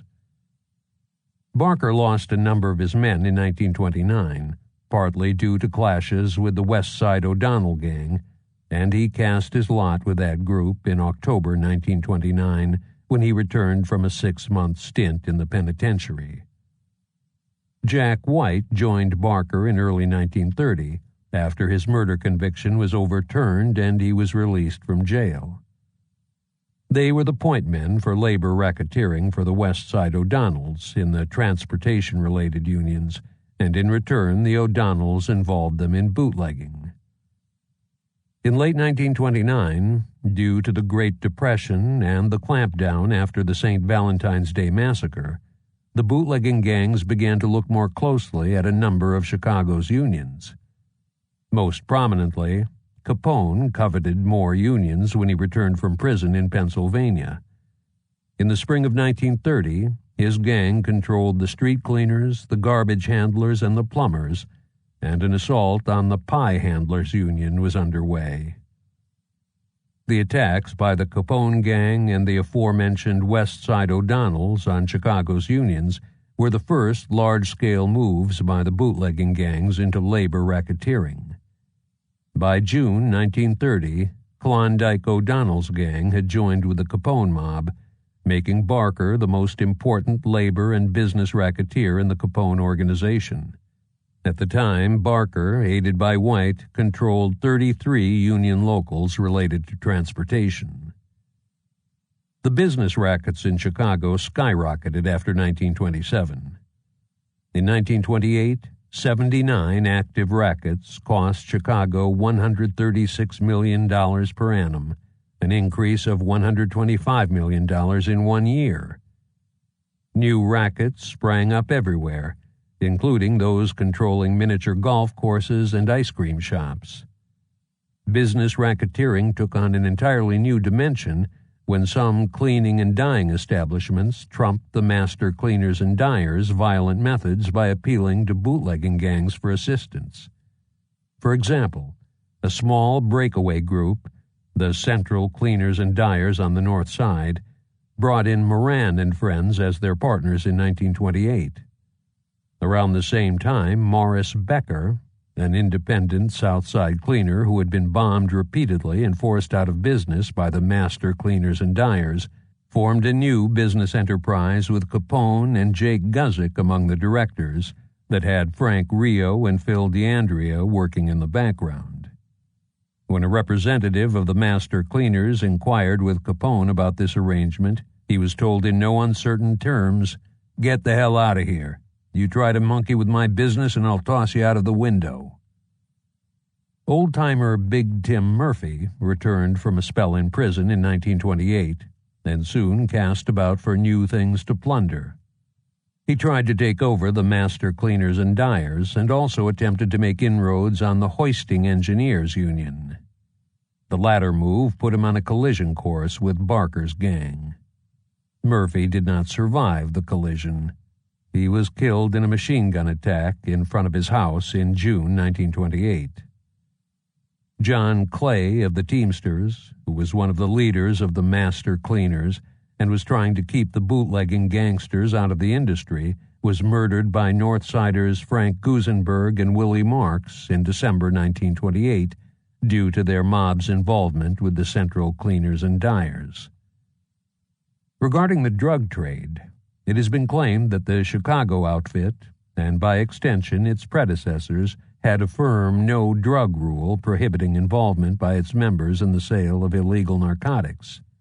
This assertion seems to have originated with Cosa Nostra turncoat Joe Valachi, who testified in 1963 that Chicago mobsters were paid $250 a week not to handle narcotics. Similarly, William Romer alleges that, when Tony Accardo was the boss, outfit members were forbidden to deal in illegal drugs. Gus Russo repeats this claim. In reality, the situation was quite different. However, before turning to the details, it is useful to discuss the history of illegal narcotics in the United States, and more specifically in Chicago. Opium, which comes from the poppy, and its first derivate, morphine, were popular in the country as early as 1840. This consumption peaked in 1896, and then it declined as the associated dangers became widely known and as various states passed anti-drug laws. Cocaine, which comes from the coca plant, was first widely used in the United States during the 1880s. However, by 1900, it was also considered to be dangerous. Heroin, another opiate, became popular in the nation after 1910 and soon began to replace opium and morphine in the illicit drug market. In 1909, smoking opium was declared illegal in the United States, and in 1914 the first broad federal anti-narcotic law, the Harrison Act, was passed by Congress. These national restrictions were the outgrowth of increased public intolerance toward drug use in the years after 1900. However, they put illegal narcotics in the hands of criminals, and, in particular, made it the domain of organized crime. Vigorous enforcement of the Harrison Act caused the street price of heroin to skyrocket from $6.50 to $100 an ounce in New York City in 1915. Not surprisingly, illegal drug use in the United States declined markedly in the early 1900s. There were roughly 375,000 addicts in the country at the turn of the century, but this figure dropped to less than 250,000 in 1915 and to about 110,000 in the mid-1920s. The figures for Chicago show a somewhat different pattern. Reliable estimates indicate that there were more than 35,000 addicts in Chicago in 1915. By 1918, this number fell to roughly 10,000, but it resurged to 18,000 in the middle of the 1920s. While the initial decline was surely due to the Harrison Act, A second effect of the law was that addicts gravitated to large cities in the years that followed because illegal narcotics were more readily available. For example, in the mid-1920s, Elmer Eyre, head of the Special Intelligence Unit of the Bureau of Internal Revenue, described Chicago as the source of supply for the entire country, a statement that speaks clearly of a well-organized activity. But who was behind the dope trade in Chicago during Prohibition? A variety of evidence indicates that it was the Torrio Capone gang. For example, Hal Andrews summarizes Colosimo's operations before 1920 with the phrase, "No one dared molest the brothels, the gambling hells, and opium joints owned or controlled by him." Reporter Ed Doherty, in a discussion of their activities at the start of Prohibition, states, "Neither Torrio nor Capone knew much about booze or beer. They were concerned mostly with the business-like operation and protection of gambling dens, hop joints, opium dens, and other sin dens." The Chicago Daily News refers to a horde of gunmen, bawdy housekeepers, dope peddlers, gyp gamblers, and racketeers who took their orders from Capone. Similarly, the New Republic, in a list of Capone's activities, emphasizes, "He has been closely allied with the most loathsome of all traffics, that in habit-forming drugs." Martin Booth also notes that during Prohibition, gangsters in the major cities, including Chicago, were trafficking in illegal drugs. It is not surprising that Colosimo's old gang was involved in selling narcotics. It was a major player in the levee, where drug use was rampant, and the levee was next to Chinatown, the center of the opium trade. Furthermore, George Turner notes that in 1906, cocaine was very popular among the city's prostitutes, and that the chief markets for it in Chicago follow very closely the markets of prostitution, with the drug being sold in pharmacies and saloons. During the 1920s, much of the illegal narcotics sold in Chicago came in from Canada, and it was the usual practice to combine this contraband with liquor shipments, which suggests that bootleggers, at least in terms of the Torrio Capone gang, were at the head of the business. Several higher-level Capone gangsters were clearly selling illegal narcotics. Guy Nichols reports that Duke Cooney, the Capone gang's Southside vice lord during the Prohibition era, was dealing in narcotics, which is consistent with the traditional pairing of drugs and prostitution in and around the old Levee district. West Side gambler Frankie Pope and his brother Willie ran a major narcotics operation in the Taylor Street area until they were convicted of dealing from Frankie Pope's restaurant on South Halsted. And in 1931, Joe Condi, who already had one conviction behind him, was the leader of a national drug ring that was based in Chicago. Lesser Capone mobsters, such as Capone's chauffeur Louis Prisco, Max Tendler, and Frank Grimaldi, were also actively selling illegal narcotics. Finally, various New York mobsters dealt in narcotics, so it is not surprising that some of their Chicago counterparts did as well. The list includes Charles Lucky Luciano, Luciano's associate Augie the Wop Del Grazio, Meyer Lansky, Ben Siegel, Louis Buchhalter, Dutch Schultz, and Waxy Gordon. Luciano was arrested and convicted of selling heroin in 1916 and was arrested again on narcotics charges in 1926 when he was working with Arnold Rothstein, the kingpin of the transatlantic drug trade. Chapter 6. The Beer Wars, 1930 to 1934. When there's competition, there's bound to be little tiffs at times. The cleanest way out of them is with a gun. We do not have them for ornaments. Rocco Finelli, Capone Gangster. The third and final stage of the North Side versus South Side War began less than a month after Al Capone returned to Chicago from prison. The first shots were fired on April 16, 1930, when Druggen Lake gangster Joseph Cameron, a.k.a. Joseph Blue, was killed in a machine gun attack near Taylor Street. According to the Chicago Tribune, this was an attempt by Jim Jenna, who had recently returned from Italy, to reestablish himself in his old domain with the connivance of Joe Aiello and George Moran. The dramatic decrease in gang profits in early 1930, due to police interference and severe economic conditions, caused the May 1929 peace agreement to collapse, with the Northsiders once again the aggressors. The killings soon came in droves. On April 20th, 3 Capone gangsters were shot down in the so-called Easter Massacre. The murder weapon was owned by Frank Del Bono, alias Frank Dale, who appears to have been a North Side gang member. Peter Plescia, who was likely a Capone man, was murdered on Grand Avenue on May 25th by Aiello gunmen Jack Costa and Pete Ashcan Pete in Serra. On May 30th, an Aiello gangster was wounded on the near North Side, and the following day Jack McGurn, aided by Thomas Somnario, fired on a car containing Jim Jenna and 4 compatriots in retaliation for the Cameron murder. Filippo Abati, a.k.a. Gnolfo, was killed, and 2 others were injured in that attack.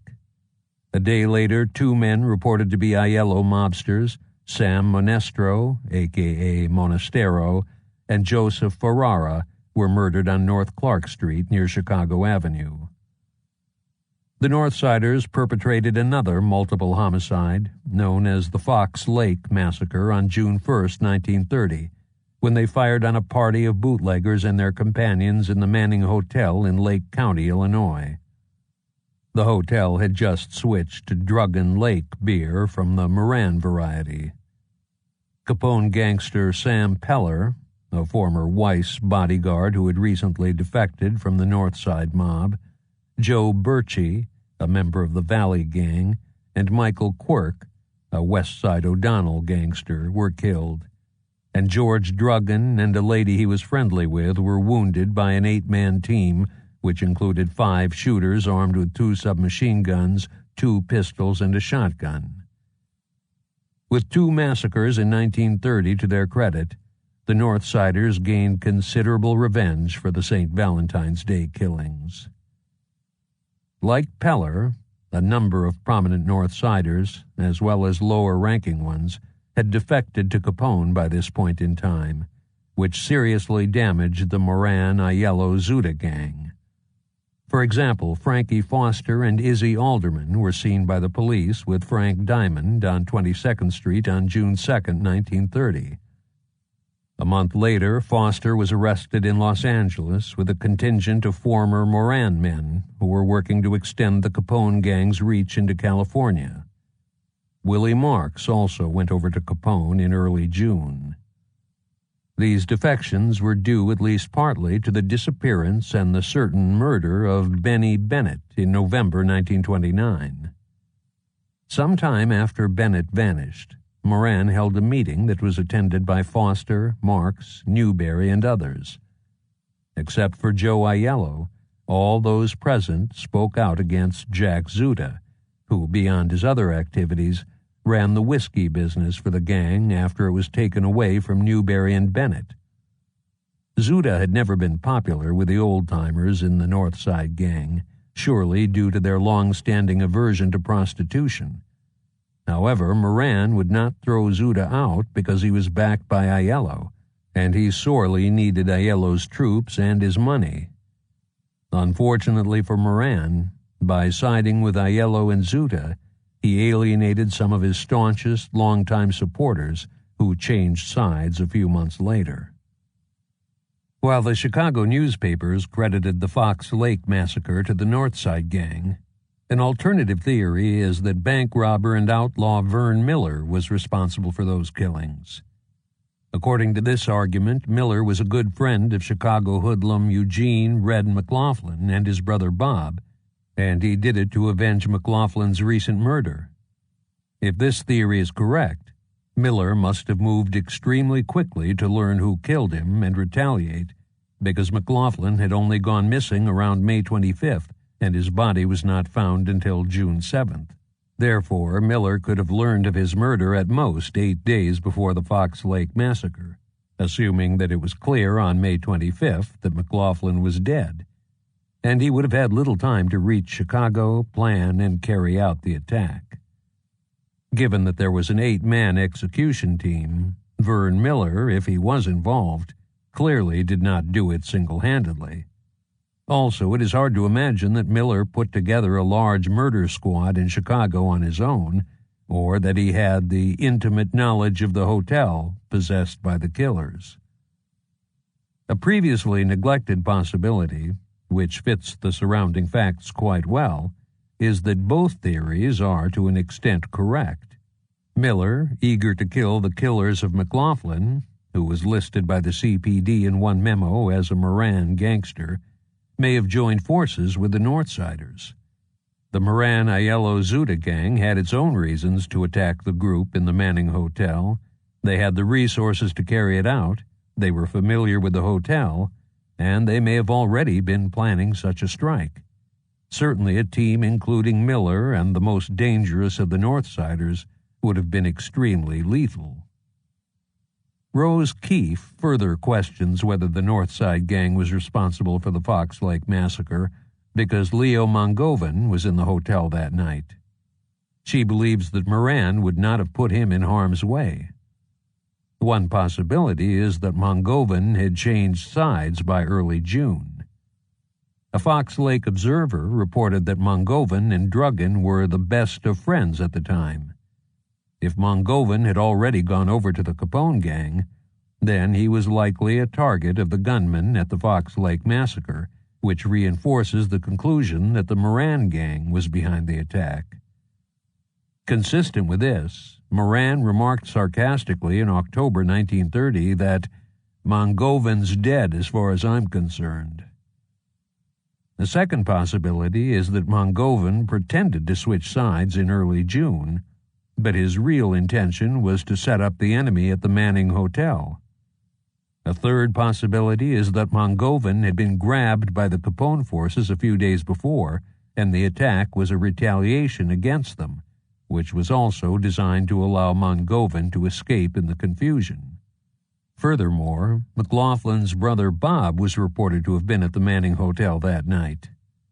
If Mongovan's presence, ignoring any further information, is evidence against Moran having been behind the attack, then Bob McLaughlin's presence must also weigh against Miller having committed the shootings. Individual gang killings, such as the garroting of Thomas Somnario on June 3rd by the anti-Capone forces, were a matter of routine that summer. But the turbulence in the city's underworld increased by an order of magnitude when Chicago Tribune crime reporter Jake Lingle was murdered in downtown Chicago on June 9th. Although it was unknown in the upper world until after he died, Lingle was actually the bagman for Chicago's Commissioner of Police, William Russell. Russell seemingly chose well when he selected him for that role, because Lingle had important connections in both the upper world and the underworld. In his regular job, he was familiar with an abundance of prominent police officers and public figures. He was also an intimate of Capone and various organized crime figures. According to the 1930 U.S. Census, Lingle lived across the hall from Jimmy Mondi's brother Louis in an apartment building on West Washington Boulevard. The Reverend Elmer Williams, in a public speech, claims that Lingle did so rent-free. Moreover, if an anonymous informant was correct, Lingle was more than just a dispenser of protection who collected the resulting money for Commissioner Russell. It was asserted in July 1930 that Lingle and Marty Guilfoyle were partners in the operation of gambling dens, vice houses, beer flats, and other forms of illegal entertainment in an area just north of Madison Avenue that abutted Guilfoyle's earlier operations. The claim was that Lingle had obtained those concessions for Guilfoyle. Eventually, Lingle's sale of low-quality protection at high prices earned him the resentment of both the Capone and the North Side mobs. The best explanation for Lingle's murder is that it was planned by Jack Zuda. Zuda hoped that doing away with the reporter in broad daylight in the Loop would, beyond punishing a double-crosser, also publicly expose Capone's ties to the police department and lead to the removal of Commissioner Russell and others who were under Capone's influence. Ted Newberry was originally approached by the leaders of the North Side Gang to do the killing, but he balked at the idea and switched to the Capone Gang in early June 1930. In the end, Lingle's killer used one of a dozen pistols Frank Foster and Newberry had purchased while they were still with the North Side Gang that Zuda gave to the shooter to incriminate the pair. These machinations indicate the esteem in which Zuda held himself as a strategist. He attempted to kill 3 birds with one stone by getting rid of Lingle, damaging Capone's influence with the police, and framing Newberry and Foster. Although his moves on the gangland chessboard were somewhat sound tactically, the broader strategy of going to war with the Capone gang without eliminating Capone first, and the killing of a high-profile individual such as Lingle in the Loop in broad daylight, was unsound. So was the tactic of using a gun purchased before Foster and Newberry bolted from the North Side, because the pair ultimately shifted the blame meant for them back on Zuda. Capone, incensed by the heat caused by the slaying of Lingle, sent the newly recruited Newberry, who needed little urging, after Zuda on July 1, 1930. On that occasion, Zuda escaped unharmed, with the aid of a police officer who escorted him from the police station. But an innocent bystander was killed and another was wounded on State Street in the Loop during the ensuing gun battle. A month later, he was not as lucky. Danny Stanton, along with most likely Sam Hunt, tellingly a golf bag was discovered near the scene, and several other Caponites tracked Zuda to a Wisconsin resort where he was hiding and executed him. Moran finally capitulated in early August 1930, giving up his holdings on the north side of Chicago after several parleys with his enemies. Capone installed the renegade Newberry as his man in charge of the area, and Dominic Nuccio's Gloriana gang was rewarded with a large swath of the beer rights on the lower north side for its part in opposing the Moran-Aiello-Zuda gang. All in all, it was a smashing victory that gave the Capone mob control of 7 more police districts in terms of bootlegging, plus the Loop in its entirety, and almost completely removed the North Side gang from organized crime in the city itself. It also greatly exposed Moran's former allies to attack. Moran lost because of the official heat in response to the Lingle killing, since the police department quickly attributed the murder to Zuda, the Capone retaliatory heat that occurred at the same time, the desertion of many of his most important associates and the men loyal to them in the middle of 1930, and the loss of his major allies.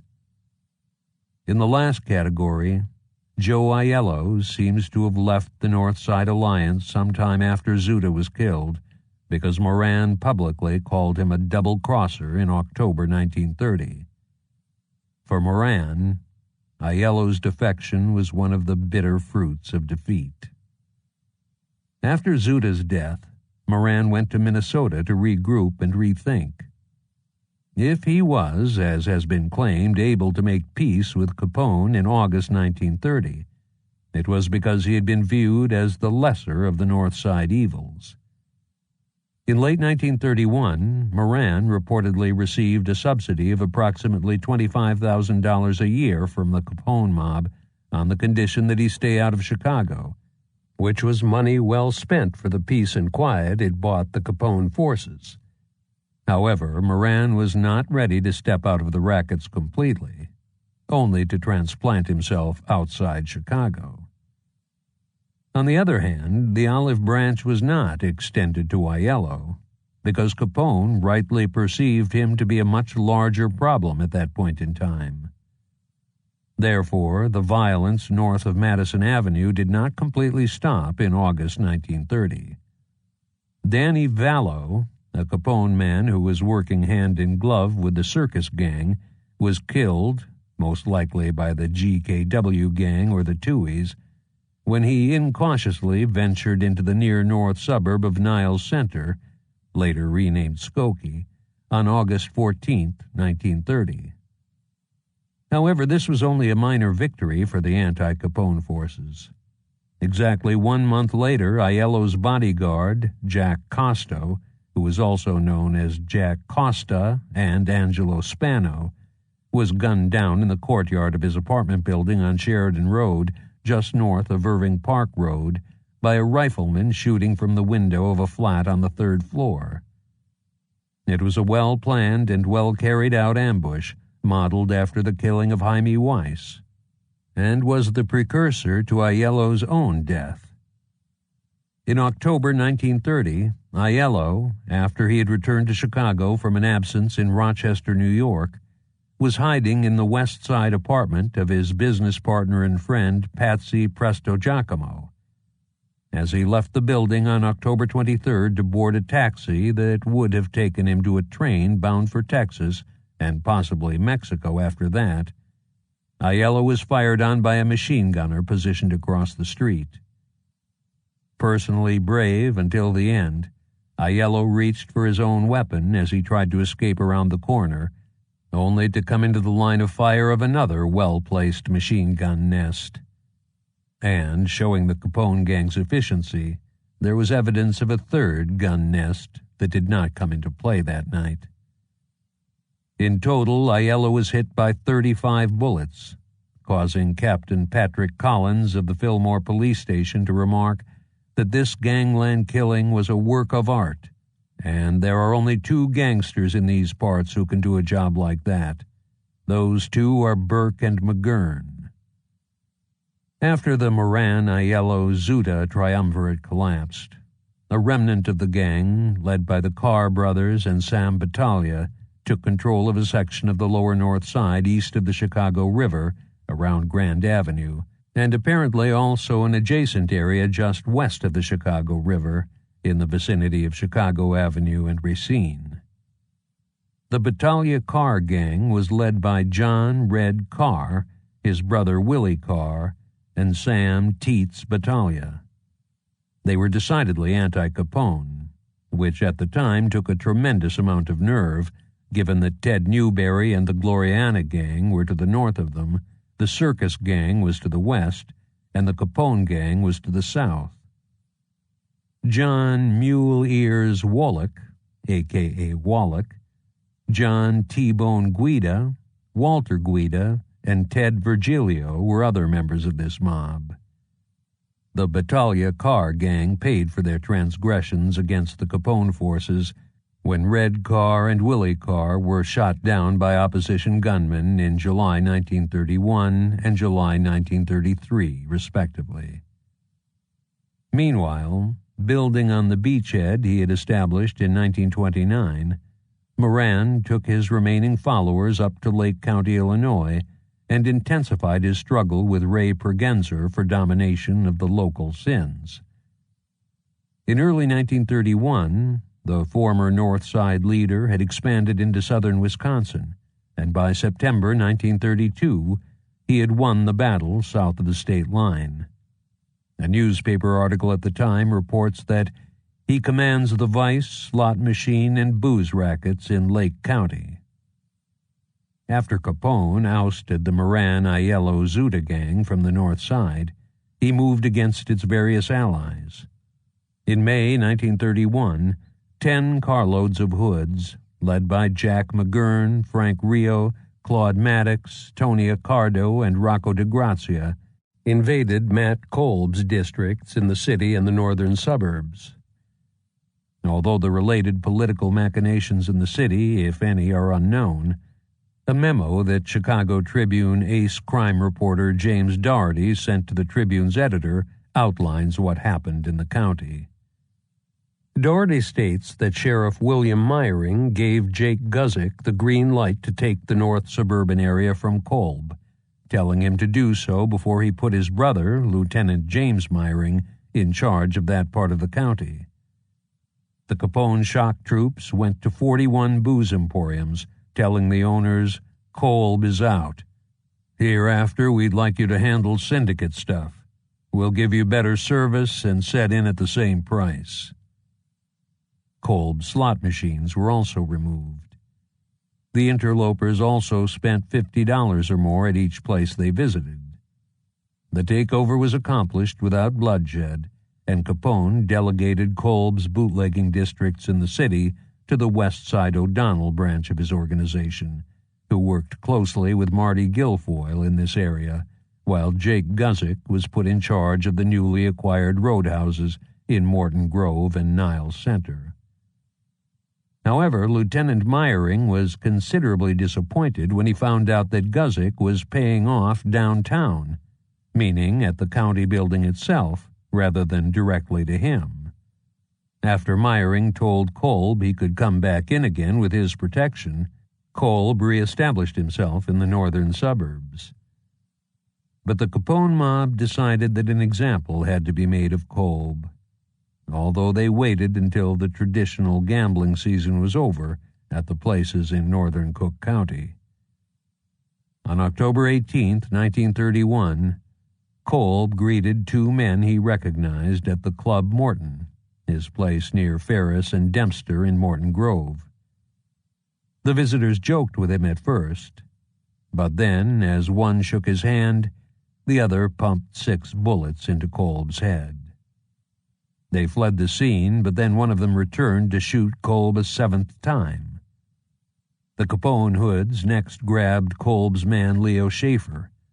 After they gave Schaefer a terrible beating, he turned over to them a list of the suburban places that had been receiving Kolb beer and went to work for the Capone organization instead. Although there was considerable violence north of Madison Avenue starting in the middle of 1930, all was quiet behind the stockyards until 1931. However, after the O'Donnell-Mackerlane gang split into 3 separate mobs in the spring of that year, there was a new round of South Side fighting. A number of the troops, and 6 out of 9 of the group's beer and alcohol districts, went with Frank Mackerlane. Mackerlane's chief lieutenant in his new gang was Eddie Kaufman.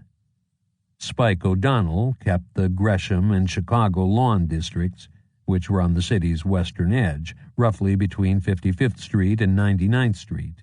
In what followed, the South Side O'Donnell and Mackerlane mobs clearly remained on good terms, because there were no reports of fighting between them, and men from both groups lived in the Gresham neighborhood. George Yama Downs, Daniel McGagan, and Michael Bubbs Quinlan, the earlier partner of George Maloney, led the third group that sprang from the breakup of the O'Donnell-Mackerlane gang. Downs, whose real name was George W. Downs, was arrested in 1924 for questioning in an attack on a young lady who was returning from singing with her church choir. During the early 1930s, he was running some gambling alongside his work in the field of bootlegging. McGagan was a labor slugger and a bank robber during the 1920s. He was sentenced to death for the murder of an officer of a building and loan association during a holdup in 1925, but his conviction was later overturned. The Downs-McGagan-Quinlan DMQ gang controlled the Englewood Police District, just south of Danny Stanton's area, and was backed by the Capone and possibly at one time the Saltus outfits. The DMQs counted in their ranks beer war veterans such as Joe Kainsky, James Daffy Quigley, and Walter the Terrible Pole Zwolinski, all of whom got their start with Spike O'Donnell, as well as apparently a young Jewish lad from Lawndale named Lenny Patrick. Zwolinski was so called because he stabbed Steve O'Donnell's pet goat in a violent rage with a pitchfork when he left the O'Donnell-Mackerlane gang. Full of bravado, the DMQs quickly went on the offensive against both the O'Donnell and Mackerlane forces. The hostilities commenced on April 13, 1931, when shots were fired at Steve O'Donnell's car at 55th and Damon and into his house. The latter type of attack, which endangered family members as well as the intended victim, was new to the South Side and to gangland in general. However, it soon became a standard tactic south of the stockyards.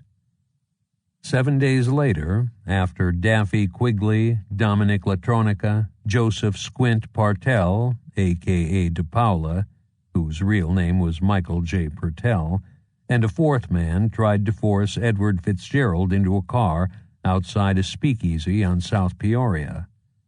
Fitzgerald was Eddie Kaufman's brother-in-law and a fellow Mackerlane gangster. Fitzgerald shouted, "Nix, you are not going to take me for a ride, Joey," as he attempted to flee, before he was shot and killed in the street by one of his assailants. This minor victory by the DMQs soon taught them what others, primarily dead men, already knew, that it was extremely dangerous to cross Frank Mackerlane. Although Walter Zwolinski's proficiency at goat stabbing gave him some notoriety in the underworld, he was far from being on the same level as Chicago's most vicious Prohibition-era killer. Mackerlane's vengeance, although it was not always immediate, was generally quite sure.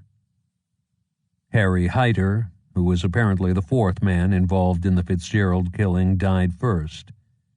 His body was found in a wooded area near Torrance Avenue and 157th Street on May 12, 1931. Around that time, 3 separate attempts were made on Quigley's life, with shots fired into his home on 2 occasions. In return, the DMQ gang sprayed the home of Mackerlane's brother-in-law with machine gun fire while Mackerlane was inside on March 26th. The following day, Mackerlane gave Zwolinski's house the same treatment. On June 11, 1931, Dominic Latronica, the second of Fitzgerald's killers, was found near death in the vicinity of 107th and Archer in Willow Springs. Joseph Partel had been taken for a ride along with Latronica, but his corpse, which lay some 200 feet away, was not discovered until June 29th. 2 other DMQ gangsters were involved in a gun battle with enemies on June 16th, and the Mackerlane gang tried unsuccessfully to kill George Downs on June 25th. A day later, the DMQs struck again at the Southside O'Donnells. Spike O'Donnell's house was riddled with machine gun bullets. With a pistol in each hand, the plucky O'Donnell, who was probably the most fearless of all of Chicago's bootleggers, raced into the street to return fire. Perhaps fortunately for him, a car carrying the DMQ gunman had already sped away. In October 1931, death finally came for Quigley, who Mackerlane had openly threatened with revenge for his part in the Fitzgerald murder. After he was abducted, Quigley received a terrible beating before his assailants shot him 3 times. His body was found in a drainage canal near Lockport, Illinois, on October 11th. Despite his successes in the beer wars, Frank Mackerlane was increasingly stalked by his own demons, and his personal descent into hell accelerated during 1931. On June 6th, he forced his way into his sister's home, knocked her down, and then bit her when she got up. A few hours later, the police found him in a completely drunken state at the corner of 78th and Crandon Avenue, where he blazed away a dozen times at imaginary enemies with 2 automatic shotguns. "They were trying to get me, but I drove them off," Mackerlane assured one arresting officer. These related escapades earned him, after some finagling by his lawyer, a $225 fine, which he quickly paid before he left the courtroom in the company of a sympathetic Spike O'Donnell. By the fall of 1931, Mackerlane was completely unhinged mentally. On October 8, 1931, his wife, Elfrida, and her 2 pet dogs were found shot to death in her automobile on the south side of Chicago. Although the Mackerlane touch, as described by the CPD, was clearly evident, her gangster husband was never prosecuted for these crimes. The police believed that the triple, if one counts the canines, slaying was due to yet another drunken quarrel between the couple, in which Frank Mackerlane was this time the victor.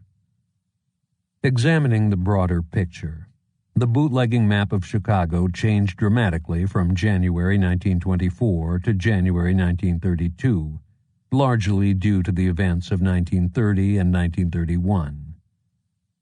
At the start of 1932, refer to figure 6.6 in the bonus PDF, Capone's gang directly controlled 18 police districts and indirectly ran another 10 of the city's 40 police districts through 5 gangs that were its subsidiaries or close allies: the West Side O'Donnells, the Circus Gang, the Sheldon Stanton Gang, the DMQs, and the Valley Gang. This gave the Capone mob control of 70% of the police districts in Chicago, which was a dramatic increase over the 8 districts and a major part of the Loop John Torrio ruled over at the start of 1924, with at most 3 other districts in the hands of fairly independent allies. As has already been discussed, the Capone gang had also greatly extended itself in the suburbs over time. Capone was eventually removed from Chicago by the federal government, rather than by his rivals or the local authorities.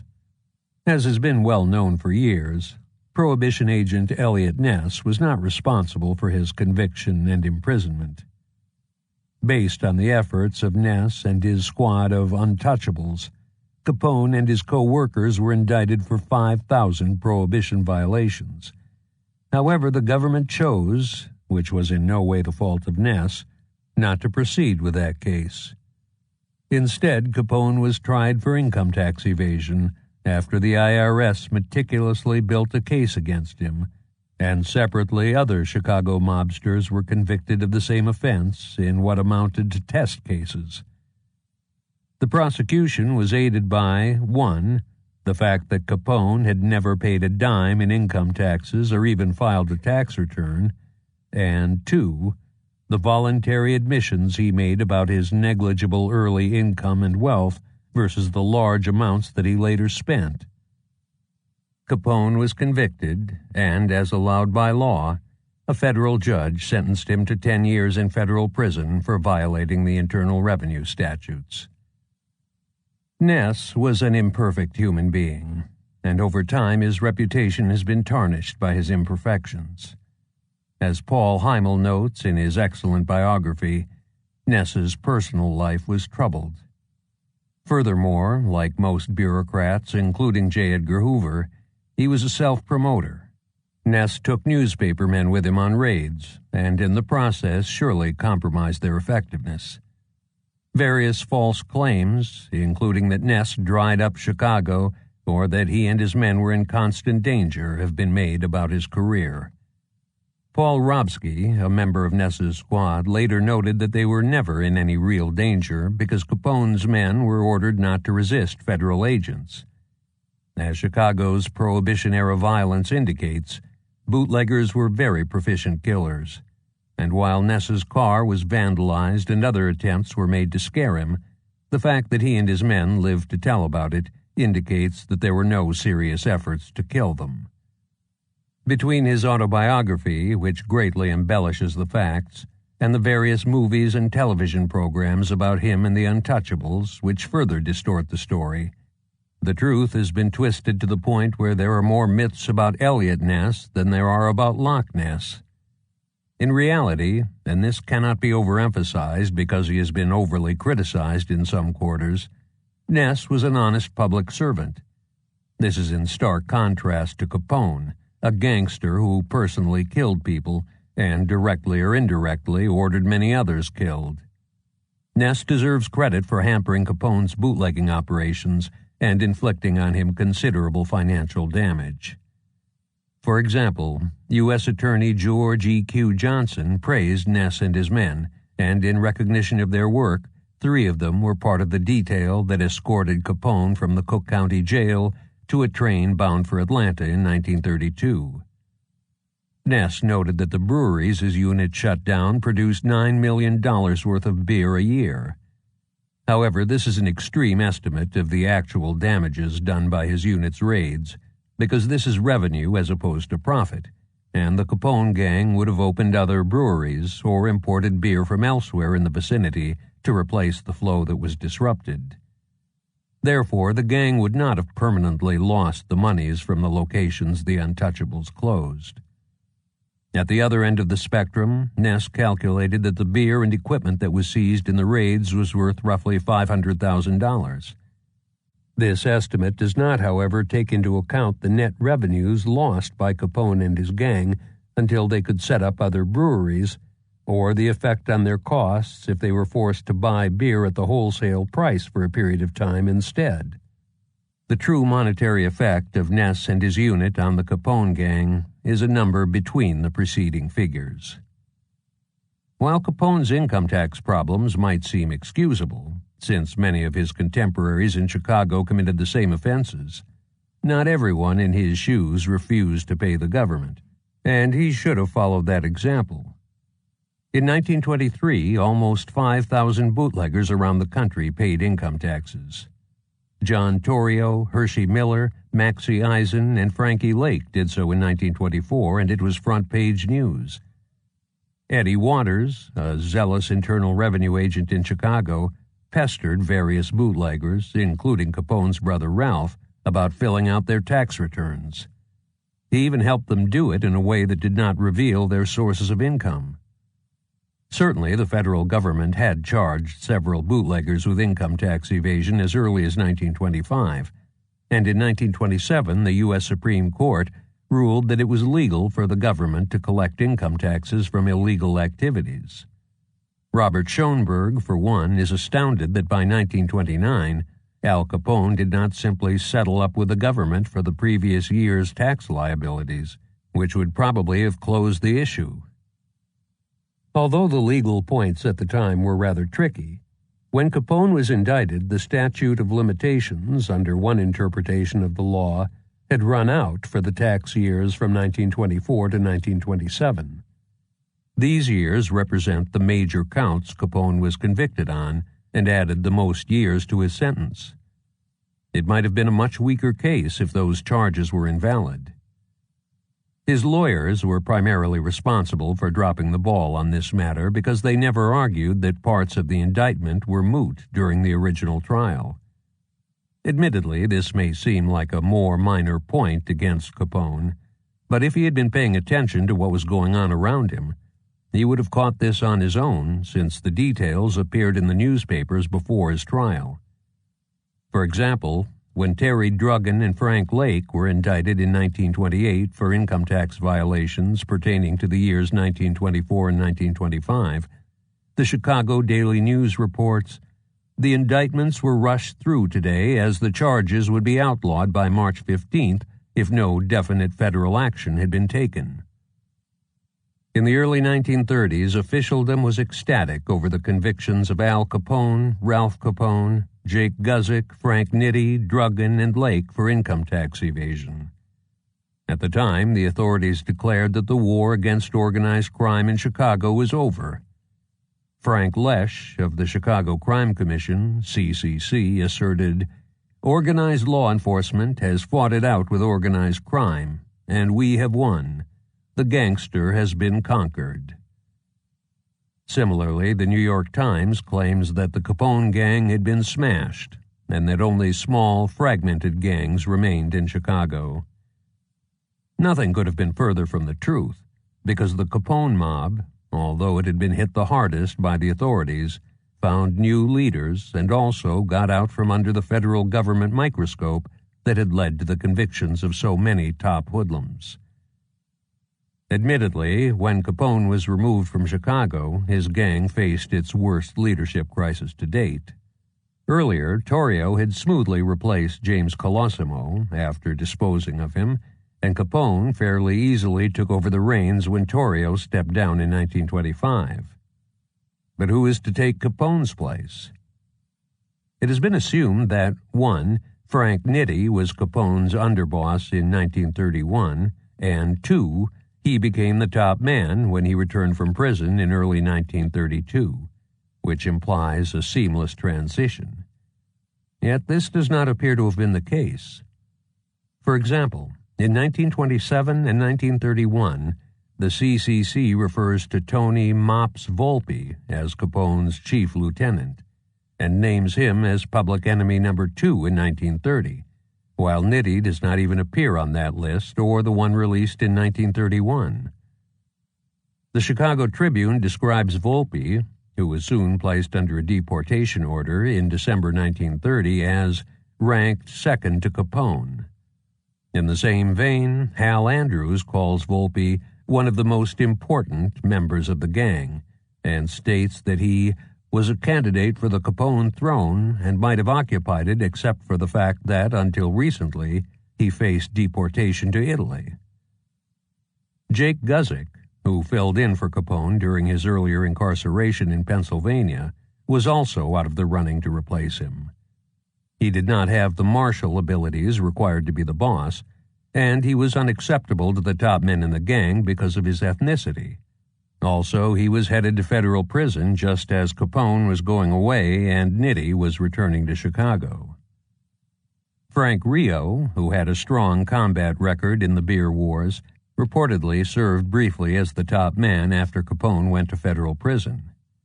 On this point, Guy Murchie states that Rio became the boss after Capone was imprisoned. Similarly, in November 1932, the Chicago Daily News refers to him as Frank Rio, public enemy and Capone gang leader, and the Chicago Tribune calls him the Capone gang chief.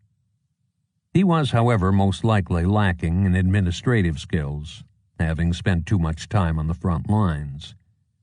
Rio was also with Capone and away from Chicago for several extended periods of time, which removed him from the pulse of the organization. Due to Rio's inadequacies, the seeming unavailability of Volpe, and the shortcomings of Guzik, Nitti took charge of the gang at the end of 1932. Nitti was a compromise of sorts, because while he had solid front office experience directing the business activities of the gang, he was never personally involved in the mayhem, although he had directed the shock troops at various times. However, Rio was at his side to consult with him on all matters of violence. In fact, it is quite possible that Rio became the underboss when Nitti took the boss's position, since both spots had become open due to Volpe's legal problems, and as a team they had all the requisite leadership skills. Consistent with this interpretation, in April 1934, when the outfit's upper echelon met with labor fakers George Brown and Willie Bioff, Nitti and Rio did most of the talking, as they had on previous occasions, which befitted the boss and the underboss of the organization. Undeniably, Nitti had a difficult job.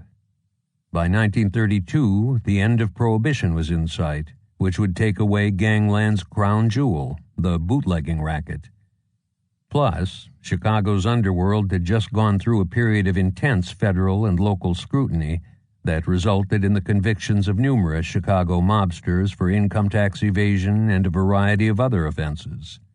Also, when Nitti took over, the gang's revenues from all sources had declined dramatically compared to what they were during the prosperity of the late 1920s. And the number of men trying to feed at the trough had not changed greatly. For example, beer and whiskey sales dropped by 2/3 from their heyday in the late 1920s to the fall of 1931.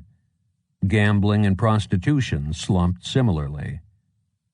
The Capone gang's leaders responded by decreasing the wages and salaries of lower-level members.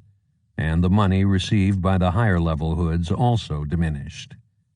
Specifically, by December 1932, various gangs were selling their beer to speakeasies for $25 or $30 a barrel, as opposed to the long-time retail price of $55, although this price cut appears to have started in March of that year.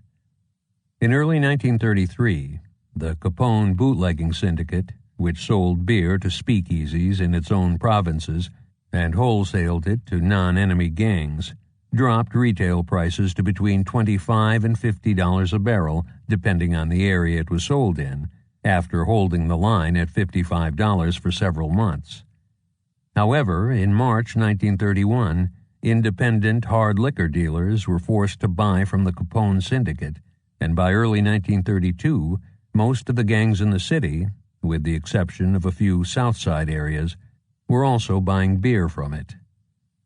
On the other hand, as the dry era wound down, so did the beer wars. This took the Capone mob out of the spotlight because the number of gangland killings greatly decreased. The negative effects of the demise of Prohibition were also offset by the addition of large parts of the North Side and the nearby suburbs to the Capone kingdom, without the need to completely merge the incumbent hoodlums into the mob, as well as the expansion into other activities that began earlier. The growing dominance of the underworld by the old Capone gang would pay it further dividends at the end of Prohibition. In terms of management style, Frank Nitti was in many ways the complete opposite of Al Capone, whose persona and loud manner targeted him and the organization. Nitti was a low-key businessman who ascended to the throne when strategic thinking was increasingly required and battlefield leadership was relatively less important because the beer wars were coming to an end. In 1932, the gang, given the intense scrutiny it was under, needed to go below the radar, and Nitti was just the man to take it there. Regarding the Capone mob's administrative structure in the early 1930s, it has been assumed that the gang was organized along geographical lines because in the 1960s, the Chicago outfit street crews controlled all the rackets within their designated areas, led by a head, the equivalent of a capo in the Cosa Nostra structure on the East Coast, who reported directly to the underboss and boss. However, the street crew structure appears to be a more recent innovation, because the Chicago newspapers do not even mention street crews until the 1960s.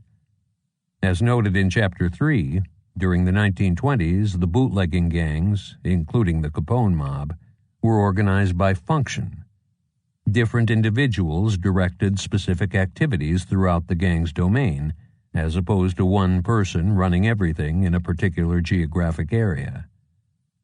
One source, which discusses the 1930s, states, "It is generally believed that shortly after Al Capone went to the penitentiary, there was a complete reorganization in compliance with a plan set up primarily by Tony Accardo.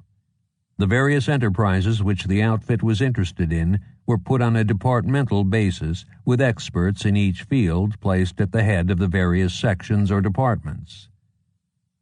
Certain questions must be addressed, however, before sense can be made of this memo, because the Capone gang was earlier organized on just such a departmental basis, meaning by function. As has been previously noted, over time the Capone gang had absorbed several other allied mobs, such as the Chicago Heights hoodlums, the West Side O'Donnells, the Sheldon Stanton mob, and most probably the DMQs. Each gang leader controlled a variety of rackets in his area because those activities had belonged to this gang before it merged with the Capones. Similarly, Ted Newberry and his successors had control of the North Side gang's territory starting in late 1930. This evolution created a mixed structure because in the Capone gang's original domain, things were organized differently. Accardo's suggestion was then to return to the earlier form of organization with a given activity once again reporting to one individual throughout the gang's domain, who in turn reported to the underboss.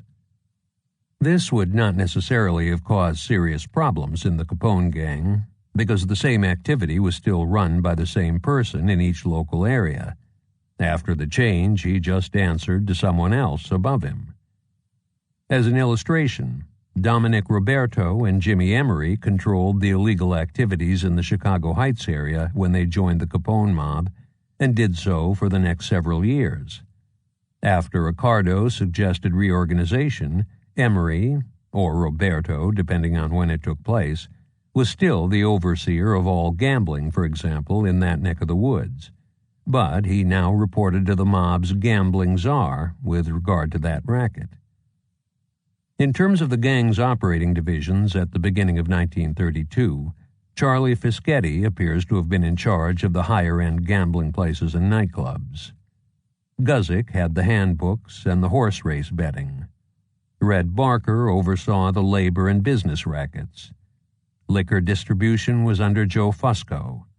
Eddie Vogel ran the slot machines and other coin-operated devices, such as pinball machines and jukeboxes. Vice operations were under Duke Cooney, as they had been for a number of years. Big Bill Thompson was permanently removed from Chicago politics in 1931, when Anton Cermak, a skillful politician who created the modern Democratic Party machine in Cook County, trounced him in the mayoral election. Although he was an unabashed foe of Prohibition, Cermak soon called for a complete cleanup of vice and gambling resorts.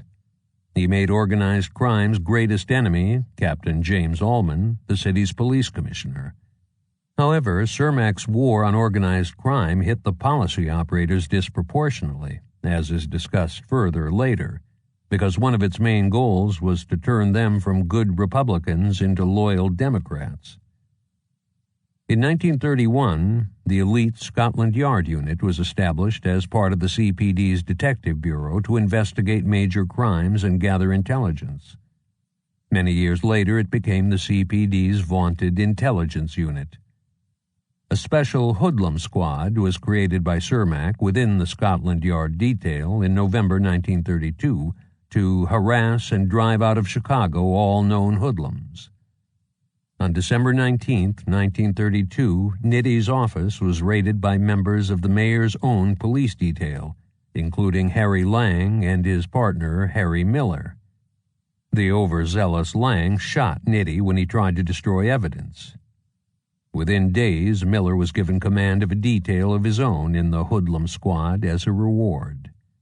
One of the forces driving these interconnected events was the World's Fair that was coming to Chicago in 1933. With Chicago's public image heavily blackened by Prohibition, the city's administration strove to make the best impression possible by clamping down on crime before the Century of Progress exhibition opened.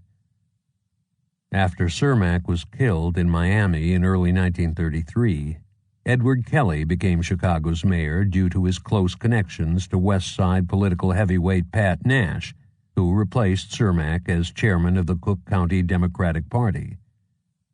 The Kelly-Nash tandem soon took the concept of an unholy alliance to a new level by making the party, the political machine that Cermak had built, a virtual partner with the Hoods in gambling and apparently vice as well. Although there is no way to know for certain, because Cermak died before his true aims were apparent, perhaps this was another objective of his attack on organized crime. Specifically, during his early days in office, Mayor Kelly met with Murray Humphreys and obtained underworld support for several bills that passed the Illinois General Assembly. In exchange, a blind eye was turned toward gambling in the city and the county.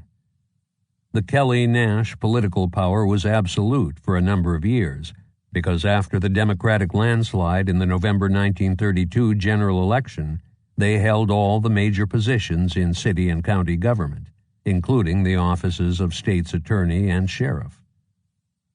Instead of bothering the sanctioned gambling under Nitty's direction, the police, except for the occasional token raid on the syndicate houses, focused on closing unsanctioned places that opened up.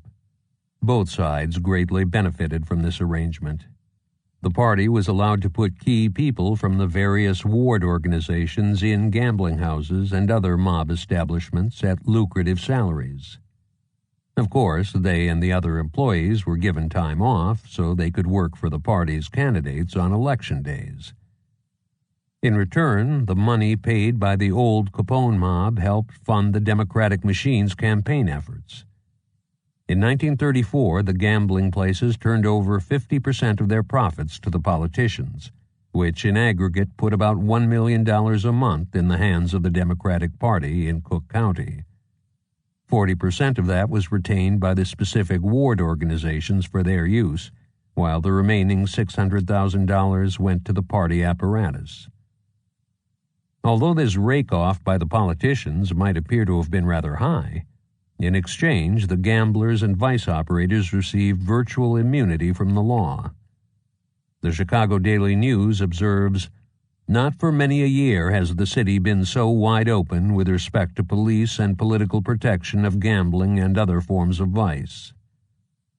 Similarly, Virgil Peterson states, "Never had the gambling business flourished to a greater extent than during the Kelly administration. Never had the gamblers received better protection," and "The political gambling organization under the Kelly-Nash regime exceeded anything Mike McDonald had ever dreamed of a half-century earlier." The various private agencies, once they realized that the hydra known as the Capone mob had not been destroyed in 1931, continued to fight organized crime in Cook County for many years after that. The notable exception was the Secret Six. For a short period of time, it basked, more than anyone or anything else, in the glow of the spotlight that illuminated the downfall of Al Capone. Capone told Ted Todd of the Chicago Herald and Examiner, "The Secret Six has licked the racket. They've licked me. They've made it so there's no money in the game anymore." Obviously, this was an exaggeration, because the IRS ultimately took down Capone, and his gang prospered long after his conviction. Although, if Capone was speaking figuratively, this statement is somewhat accurate, because Chicago's civic leaders, most of whom were prominent members of the business community, were at the helm of the CAC, the CCC, and the Secret Six, and they were also the impetus for the federal assault on him and his gang. Citizens groups modeled on the original Secret Six quickly sprang up elsewhere. For example, between April 1930 and December 1932, similar organizations were founded in the Rogers Park neighborhood on the north side of Chicago, in Lake County, Illinois, and in New York City, Kansas City, Missouri, Omaha, Nebraska, and Atlantic City, New Jersey. In fact, the group's investigators were soon combating bank robbery, kidnapping, and other crimes around the state of Illinois, as well as in various other parts of the country. The Secret Six's fall was as spectacular as its rise, which ironically parallels Capone's own career. In September 1932, it was revealed that the group had been investigating the Cook County State's Attorney's Office, run by John Swanson, who had been its strongest supporter. Alexander Jamie charged, "I have found that a political criminal cabal exists." In return, Swanson's men had tapped the phone line in a clandestine office maintained by the Secret Six and were monitoring the activities of Mrs. Shirley Koob, one of its agents. The state's attorney was exonerated by a grand jury when no evidence was produced to support Jamie's charges. This episode put the Secret Six in an extremely bad light. Although Mrs. Koob was discharged by the group in January 1933, that month Mayor Cermak withdrew the Chicago police officers who were assigned to the agency. In March, the CAC stopped funding the Secret Six, and Colonel Randolph severed his connection with it, effectively killing the organization. Returning to the world of gambling, as noted in the previous chapter, games of chance mushroomed when the North and South Side mobs went to war in the summer of 1930. By the middle of 1931, broad control of gambling was restored under a new Capone-led syndicate, the that oversaw illegal betting throughout the city and the county. In the city, 5 major groups, which had been in place for several years, were at the head of the setup. They were led by the following individuals. 1. Jake Guzik, who directed the majority of the Capone places and spoke for Capone overall. 2. Johnson, Annixter, and Skidmore. 3. Marty Guilfoyle. 4. Northside Frankie Pope. And 5. Dago Lawrence Mangano and Westside Frankie Pope, who were Capone's men on the near west side. The thousands of independently owned establishments paid the Capone syndicate for the right to operate. Handbooks were for the first time generally also offering table games such as blackjack and craps, as opposed to their previous focus on horse races. Gambling was running openly in Greater Cook County in mid-1931. Guzik was the overseer for the syndicate in the northern part of the county, as well as in the south and west, where the Capone gang had always been strong. Roadhouses that had previously been without table games were encouraged to add them to the menu. If the owner provided the premises and the basic amenities, the syndicate took care of everything else, including bankrolling the game, while the roadhouse received 40% of the profits. In late 1931, Mayor Cermak's crusade against illegal gaming appeared to be hitting the independents disproportionately hard, indicating that the big gamblers had reached an accommodation with City Hall, while the minnows were still being targeted. For example, one small operator complained, "There's no reform stuff in this pitchin'. They'll push guys around until we see somebody, or else they'll chase us into the alley and the business will go to the big boys." In search of new gambling revenues, the Capone gang added the ancient sport of cockfighting to the list of its wagering activities in 1932.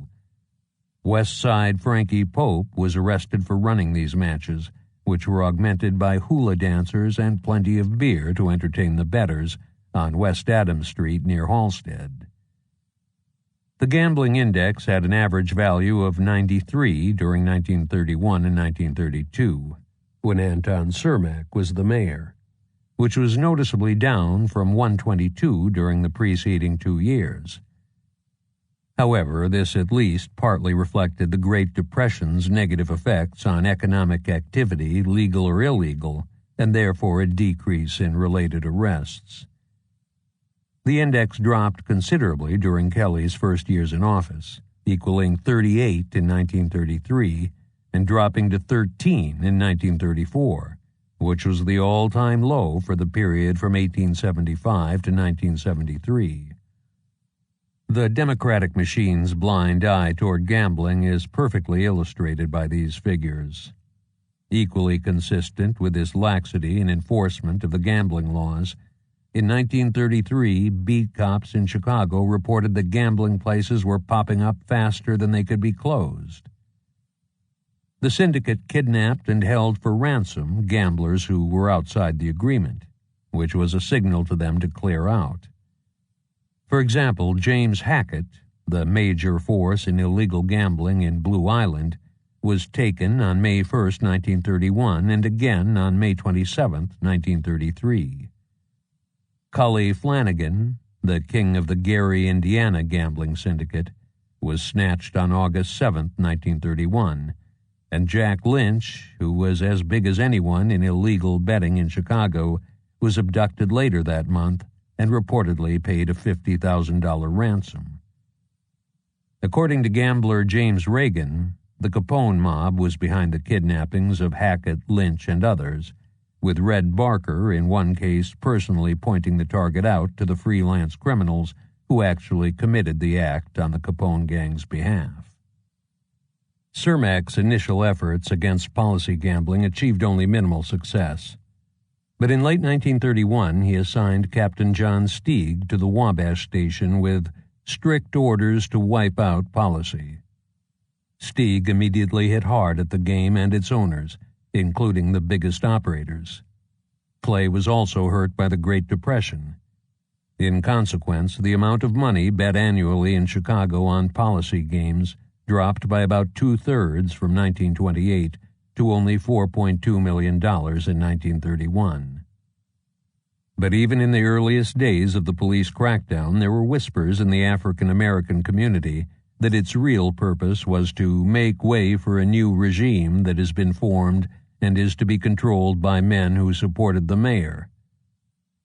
Consistent with this explanation, when Stieg was suddenly and without explanation transferred from the South Side to the Des Plaines Avenue district on the near West Side in March 1932, the word went out that all might soon be well again with policy. The new regime was a syndicate known as the Big 12, which was in with Mayor Cermak. Initial meetings regarding its creation were held in December 1931, and the arrangement was finalized in September 1932.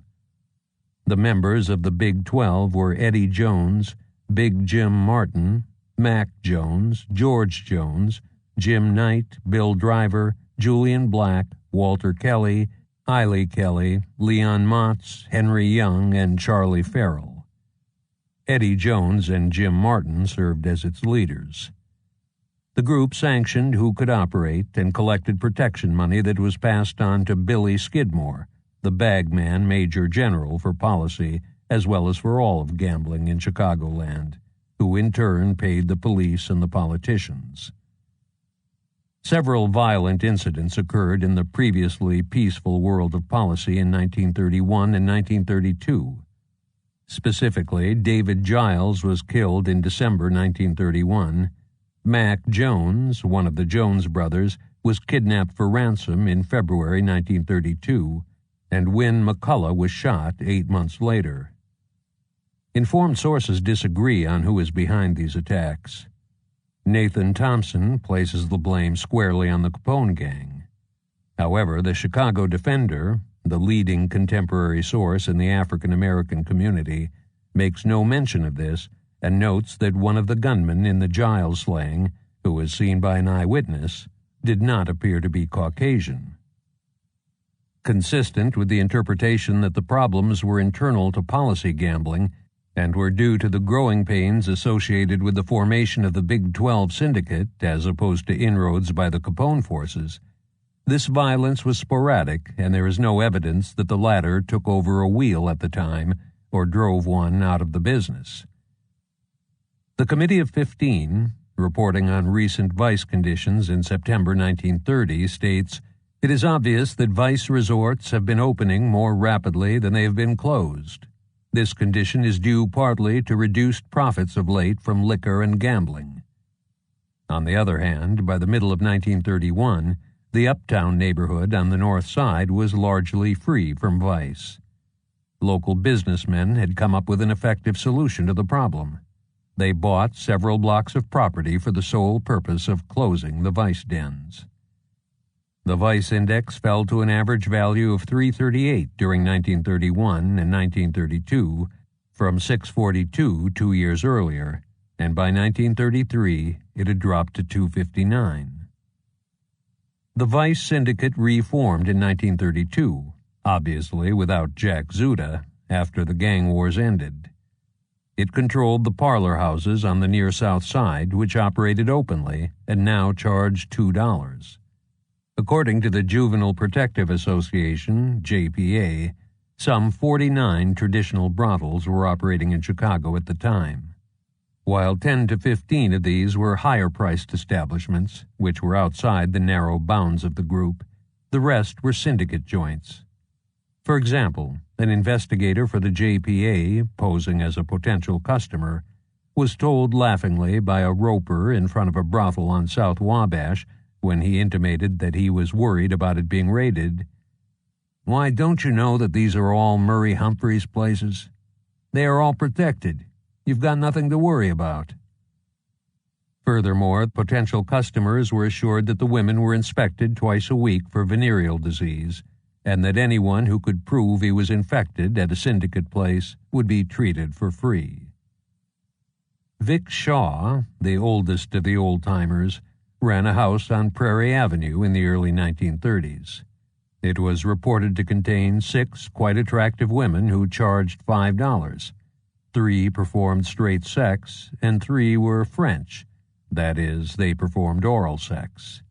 3 women, all supposedly beautiful, operated at the Lexington Hotel at 22nd and Michigan, where a bellboy instructed potential customers to rent a room for $1.50, and a woman would come to him for an additional $3. Streetwalkers and more clandestine bordellos predominated on the north and west sides, which is a clear indication that the vice syndicate controlled only a piece of the city's sex trade. The 1933 World's Fair, which was intended to diminish the city's gangster reputation, was nonetheless expected to be a great boon to prostitution, especially to the near South Side houses closest to the fairgrounds that geared up for it.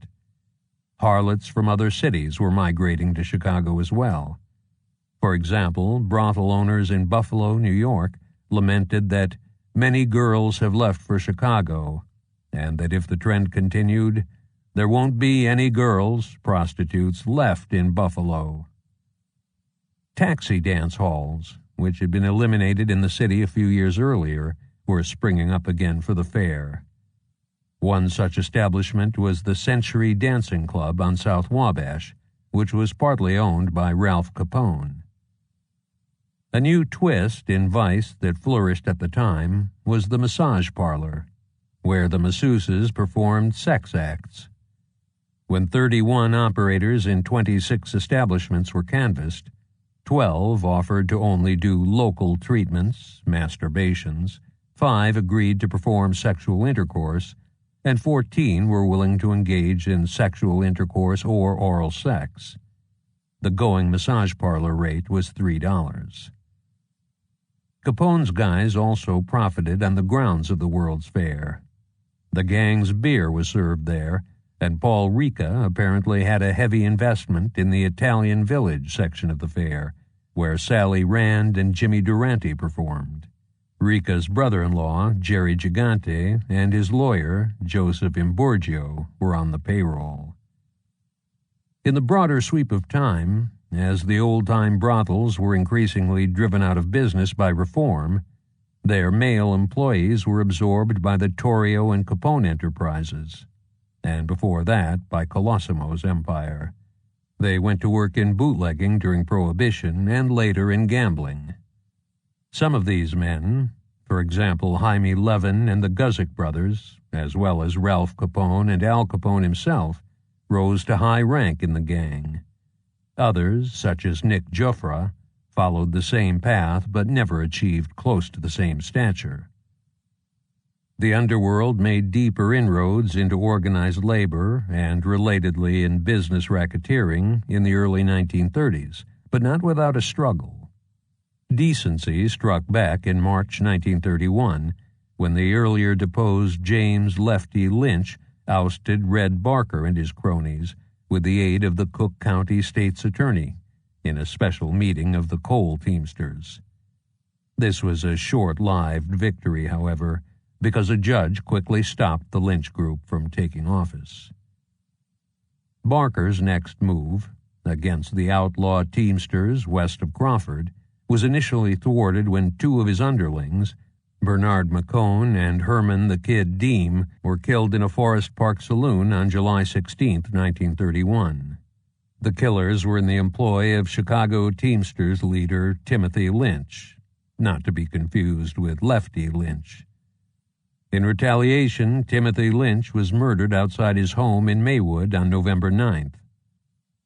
Daniel Tognotti, a.k.a. Tognetti or Tognati, a Barker adherent, was found dead in North Riverside on December 22nd, in what was seen as revenge for Lynch's murder.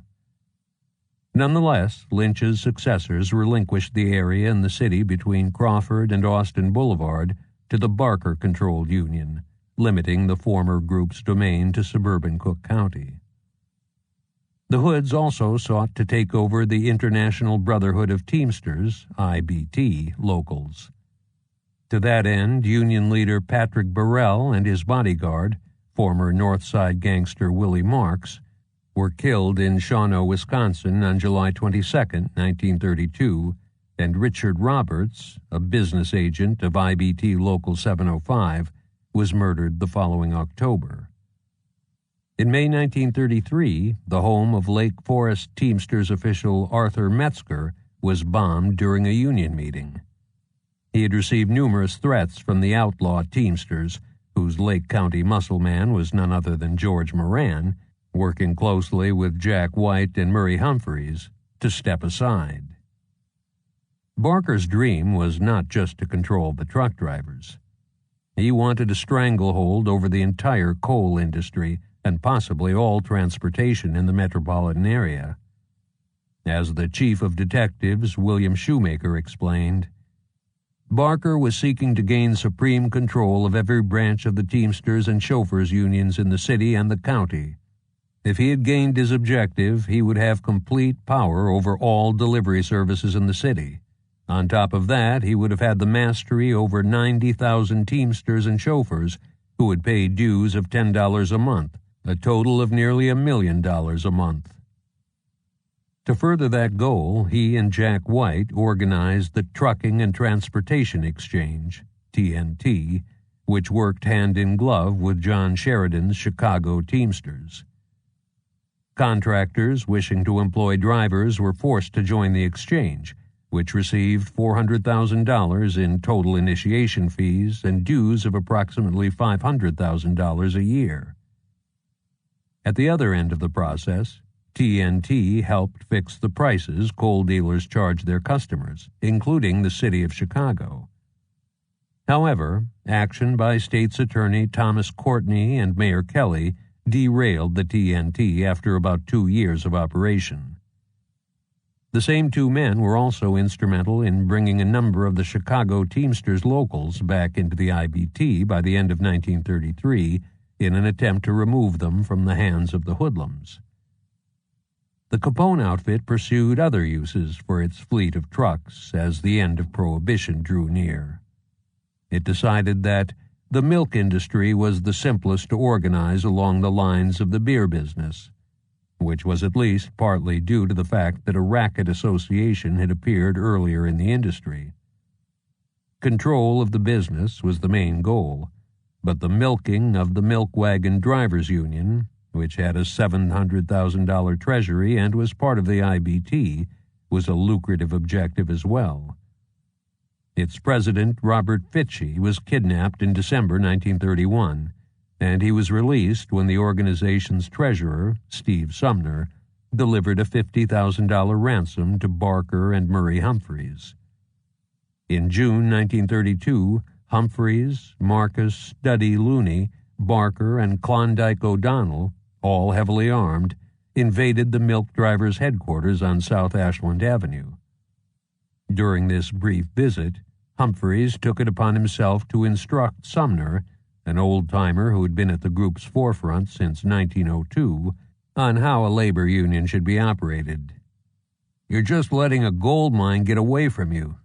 Unions are a great thing if run right, but you are not running yours right." The Hoods demanded half of the spoils that would flow from their control of the milk drivers, and Humphreys explained how the money would be obtained. "Tribute? If you want it from the milk companies, a few sticks of dynamite'll do the trick. If you want it from the mugs out driving the wagons, a pair of brass knuckles and a blackjack will get it.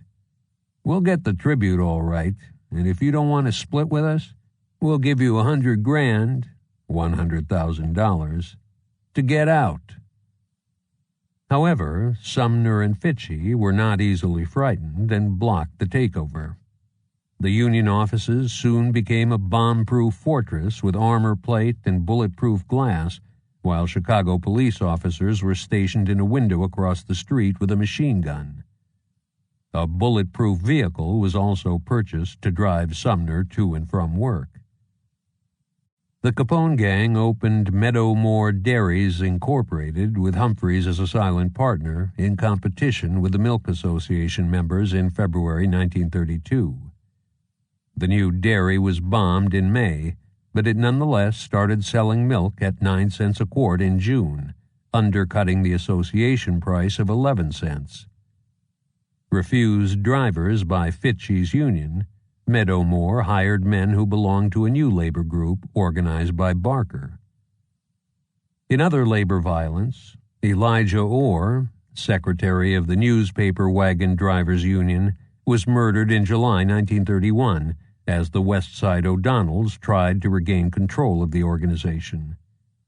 William Rooney, boss of the Sheet Metal Workers Union and active in the meat cutters and flat janitors unions as well, was gunned down in March 1931. Carmelo Lucchese of the macaroni workers and Charles Argento of the Italian master bakers, both of whom were business agents, were killed in January and August 1932, respectively. The following February, Dennis Ziegler, secretary of the hoisting engineers, was murdered, and John Pippin, secretary of the Italian bread drivers union, was shot down 6 months later. Although the motives in these killings, except in the Orr murder, were not clear at the time, Gordon Hostetter commented later that most of these crimes were due to professional hoodlums seeking union control. Other unions caved in more easily. For example, by 1930, Capone affiliate Danny Stanton had worked his way into the Motion Picture Operators Union. It soon benefited from favorable Illinois legislation and experienced increased violence as dissident members Jacob Kaufman and Fred Ozer were murdered in 1931 and 1933, respectively. The Painters Union was targeted, as were others, because of its large treasury, and its secretary, Francis Carr, Jr., was killed in February 1931. According to Roger Toohey, in 1932, the boss of the painters, Art Wallace, paid Frank Nitti $40,000 in the mistaken belief that his organization would no longer be troubled. Toohey also stated that the building janitors union surrendered to the Capones. The Cook County State's Attorney's Office estimated that in 1932, the Capone gang received tribute, in one fashion or another, from 2/3 of the unions in the Chicago area, with Barker personally controlling between 40 and 50 unions. In a few short years, the bootlegging mobs, and most prominently among them the Capone gang, had gone from a minor presence in organized labor to dominating the field. The Master Cleaners and Dyers Association attempted to clean its own house in December 1930, when it brought Dr. Benjamin Squires, an arbitrator and lecturer in economics at the University of Chicago, in as the head of the newly formed Cleaners and Dyers Institute. The institute included about 90% of the cleaning establishments in Chicago. Squires was installed as the czar of the group, with the power to set prices and wages, and also to control individual plants.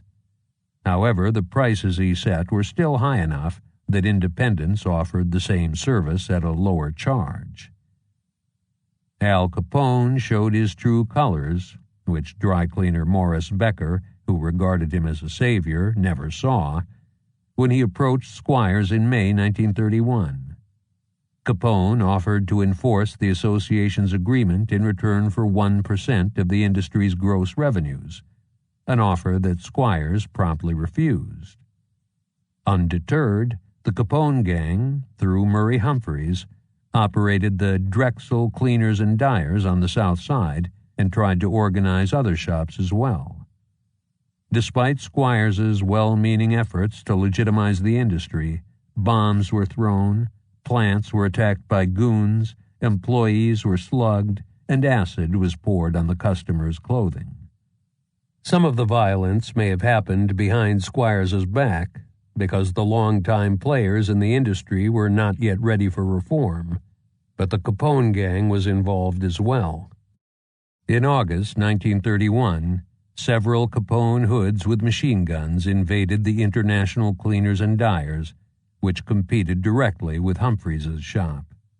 2 hoodlums were soon arrested, but the manager of the business, Benjamin Rosenberg, was murdered in January 1932, a few days before he would have testified against them. Disgusted by the violence, Squires resigned his post in August 1932. His troubles were not over yet, because a year later he was indicted with 17 others, including Capone and Humphreys, for racketeering. Squires and the other defendants were eventually acquitted, but the cleaning and dyeing industry was for years tainted by the gangster elements. In the broader picture, the number of business racket associations fell to 53 in 1931 due to vigorous countermeasures by the authorities, although the overall cost to Chicagoland was still $165 million per annum. In 1932, the cost had dropped to $145 million a year. However, the fundamental nature of this criminal enterprise was changing for the worse. As Gordon Hostetter noted, whereas several years ago organizations of businessmen and organized labor were principally responsible, with the criminal acting merely as tool or an agent, the criminal is now gaining the ascendancy. The criminal Hostetter referred to was, in the plural sense, the Capone gang, and in the singular meaning of the word, Humphreys, who in 1933 led the Capone mob efforts in the cleaning and laundry fields and in business racketeering overall, and was involved with the TNT as well. The Capone organization was certainly adept at working all the angles, such as when it forced bars throughout almost all of Cook County in 1931 to buy from them not only their alcoholic beverages, but also the ginger ale, soda, carbonated water, pretzels, towels, tablecloths, and other peripherals they used. The Capone gang was faced with various internal problems during the early 1930s. Some were due to the age-old issue of members who were dissatisfied with their situation or otherwise violated the rules. In other cases, people in the recently absorbed areas were unwilling to go along with the new order. The Applequist brothers were shot down in their saloon on North Paulina Street on the near West Side in April 1932 for peddling their own needled beer instead of handling the Capone brew. Another ex-North Sider, Joseph Big Rabbit Connell, was killed on Goose Island in October 1932 for making and selling beer in competition with the Capone syndicate. Among the disgruntled members of the Capone gang, Mike Heitler was killed in April 1931 for sending a detailed letter to the authorities describing the workings of vice on the near West Side after he had been removed from his position as overseer. Similarly, Salvatore Agostino Laverde, a.k.a. Frank LaCourte, was shot down in Cicero in November 1931. Long prominent in alky cooking, he had followed Joe Aiello as the real boss of the Chicago section of the Unione Siciliana, while serving as the treasurer of a new importing company that was formed on Aiello's death and was a continuation of Tony Lombardo's original enterprise. He was also the pioneer in the macaroni, pasta, manufacturing racket in Chicago. Capone's one-time bodyguard Phil D'Andrea replaced Laverde as the head of the Unione's Chicago chapter, and unusually, given the fate of his 7 most recent predecessors, he lived through it. In the days and months after the Capone-appointed boss of the North Side, Ted Newberry, was found slain in northern Indiana on January 7, 1933, several theories circulated about why he had been killed. The most tantalizing is that Newberry had conspired with Anton Cermak to kill Frank Nitti and set up a new crime syndicate in Chicago that he would lead in conjunction with Roger Toohey. Cermak, while accompanying President Franklin D. Roosevelt in February 1933 in Miami, was shot by Giuseppe Zangara and died of his wounds in March. It has been asserted that Newberry and Cermak were killed for their roles in this attempted coup, and that Zangara was paid by the Capone gang to assassinate the mayor. As is typical of conspiracy theories, there is no hard evidence to support these claims. Furthermore, it appears that a woman standing next to Zangara bumped into the chair he was standing on and jarred it when he started to fire, Zangara admitted as much, so it is uncertain that his bullet struck the intended target, and it is quite possible that his goal was to kill the president. In fact, Zangara maintained that Roosevelt was the target. Also, organized crime is a tight-knit cabal that uses people it trusts to do the dirty work, as opposed to hiring deranged outsiders as assassins.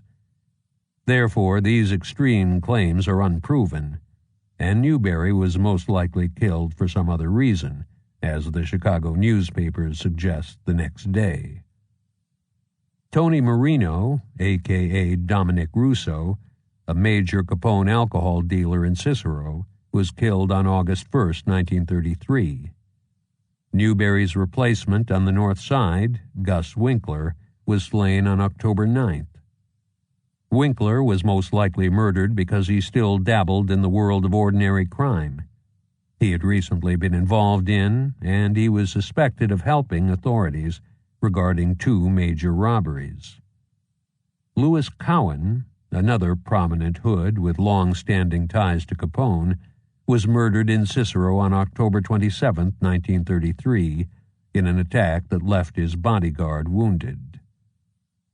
Returning to the South Side bootlegging wars in 1932, the DMQs ambushed Spike O'Donnell's brother Charles outside his apartment on West 91st Street on March 6, 1932, and filled him full of bullets and shotgun pellets. They also invaded the O'Donnell brothers' Gresham district that month, smashing saloon windows to convince the owners to change their beer supplier. The DMQs had previously taken the Chicago Lawn District from the Southside O'Donnells. When Charles O'Donnell died from his wounds on April 2, 1932, his brother Spike finally called it quits after over 12 years of beer selling and beer warring. Frank McErlane made peace in 1932 with the Capone gang, agreeing to buy beer from them, which gave the Capone beer syndicate control at the wholesale level of virtually the entire city. This did not, however, save Walter Zwolinski or his business partner Thomas Kane. Zwolinski was found dead in his automobile, shot 6 times in the head on September 2, 1932. Kane died similarly on October 19, 1932. Death came for McErlane in October as well, on the 8th, exactly a year after his wife's dead body was found. He died in Beardstown, Illinois, where he maintained a lavish houseboat on which he had spent a considerable amount of time during the previous year. Surprisingly, McErlane's death was from natural causes. Suffering from pneumonia and in a delirious state, with imaginary enemies once again pursuing him, McErlane managed to punch a nurse into unconsciousness before he expired in the hospital. One of his former associates accurately summed up the gunman's existence when he said, "I don't know that he ever did anything good in his life." Denied the rites of the Catholic Church, McErlane's wake and funeral were sparsely attended. Joe Saltis's gang was not visibly involved in the back-of-the-yards wars during the early 1930s, which allowed him to dart in and out of Chicago as he pleased. For example, in late 1930 he avoided a vagrancy charge by spending several months in Wisconsin. However, Saltis still ran the New City bootlegging business by remote control through Paddy Sullivan, who oversaw the beer end of it, aided by Nick Kramer and Joe Pollock, who ran the hard liquor sales until his own death in July 1932. Saltis returned to Chicago bootlegging on a more permanent basis in September 1932, when he finished building a new home on Irving Avenue in the city's posh Beverly, sometimes called Beverly Hills due to its elevation, district. He allied himself once again with McErlane. After McErlane's death, Saltis most likely ran his far south side areas as well, at least until the legalization of real 3.2% alcohol beer was imminent in early 1933. A newspaper article at that time refers to him as the erstwhile beer boss of the Southeast Side, and notes that Saltus had visited Macker Lane in Beardstown before he died. What was left of illegal retail beer sales on the South Side, in terms of brew with alcohol content higher than 3.2%, beyond what the Capone gang controlled itself, essentially fell to the DMQ gang. On that point, one Chicago newspaper describes Daniel McGagan in the middle of 1933 as the successor to Saltus. In mid-1932, the Toohey brothers reportedly entered into a compact with the Moran gang. They had recently lost ground to Rocco DeGrazia, Claude Maddox, and Tony Capizio, the Capone gang's spearheads in the invasion of the northern and northwestern sections of Cook County. Defiant as ever, the Tooheys pointedly refused all peace officers from Frank Nitti, Frank Rio, and their associates, and after new recruits arrived, they went on the offensive. The Chicago Daily News calls the Toohey gang at the time as choice a collection of desperados as the town has seen for many a day. It is made up of fugitives from justice from a dozen states. The common bond seems to be their dislike for Italian gangsters. For months, it is said, they have been hijacking every syndicate truck of beer or alky they encounter. The driver and his aides are pulled from the truck seat, given insulting messages to deliver to the leaders of the syndicate, and forced to walk back. On June 16, 1932, Roger Toohey's men killed Red Barker in a machine gun ambush outside of the hotel he lived in near Crawford and North Avenue on Chicago's northwest side, apparently narrowly missing Claude Maddox, Willie Heaney, another transplant from St. Louis to the Capone gang, and Jack White, who were in the street with him at the time. White succeeded Barker as the head of the gang's labor racketeering department and was aided by the O'Donnell brothers from the West Side, Furr Sammons and Murray Humphreys. That same day, Toohey gunmen led by Roy Marshall invaded the Dells, the posh gambling house at Austin and Dempster in Morton Grove, and shot to death Freddie the Cowboy DiGiovanni, a Capone killer and bodyguard. In the fall of 1932, the Toohey gang moved in on the far northwest corner of Chicago, formerly controlled by the Capone gang, which it appears to have quickly captured. On September 26, 1932, a guard at a DeGrazia gambling house near Melrose Park was killed by invaders, most probably the Tooheys. 4 days later, the Toohey gang murdered a waiter in an invasion of a Niles roadhouse. In October 1932, they killed Tony Gerfita, who was probably a Capone man. By December 1932, however, the Tooheys had been pushed north of Irving Park Road, 3 miles beyond North Avenue that had earlier been the southern boundary of their area. The gang killed Joseph Provenzano on December 1st and John Liberto on December 6th. Both of whom were connected to Gerfita and were, therefore, most likely Capone gangsters. The Tooheys eliminated alcohol peddlers Anthony Persico and Nicholas Maggio in a double homicide the following day at Irving Park Road and Cumberland Avenue. John Ranella, who owned a roadhouse just south of River Road in Higgins, which was quite a bit north of the Irving Park Road dividing line, was slain on December 16th, because he was buying beer from DeGrazia. This string of unanswered killings by the Toohey mob was unprecedented in terms of fighting between the Capone gang and its various enemies. However, the Capone forces struck back using methods other than violence, probably because Frank Nitti was intent on keeping them out of the spotlight as much as possible. In December 1932, William Collins, chief of the county sheriff's police, and Lieutenant Myring closed all the speakeasies in the northwest section of the county, telling the owners, "The Tooheys must go." One of the most unusual incidents in the beer wars occurred on February 2, 1933, when a carload of Toohey gangsters ambushed an auto heading south on Harlem Avenue at North Avenue on the western edge of Chicago.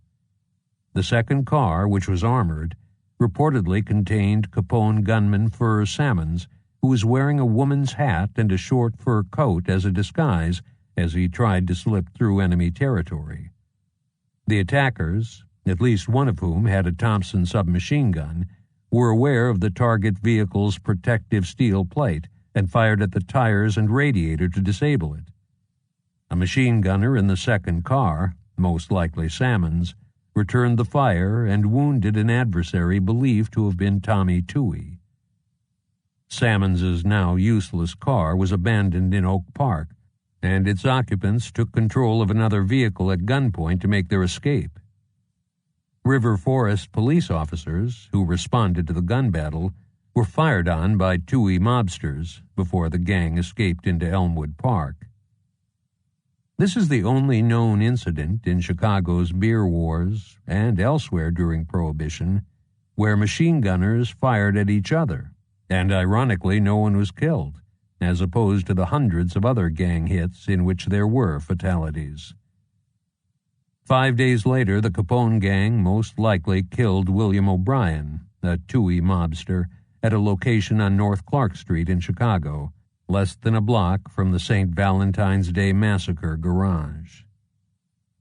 On a different front, Roger Toohey entered the battle for control of the Teamsters unions in the metropolitan area in opposition to the Capone hoodlums.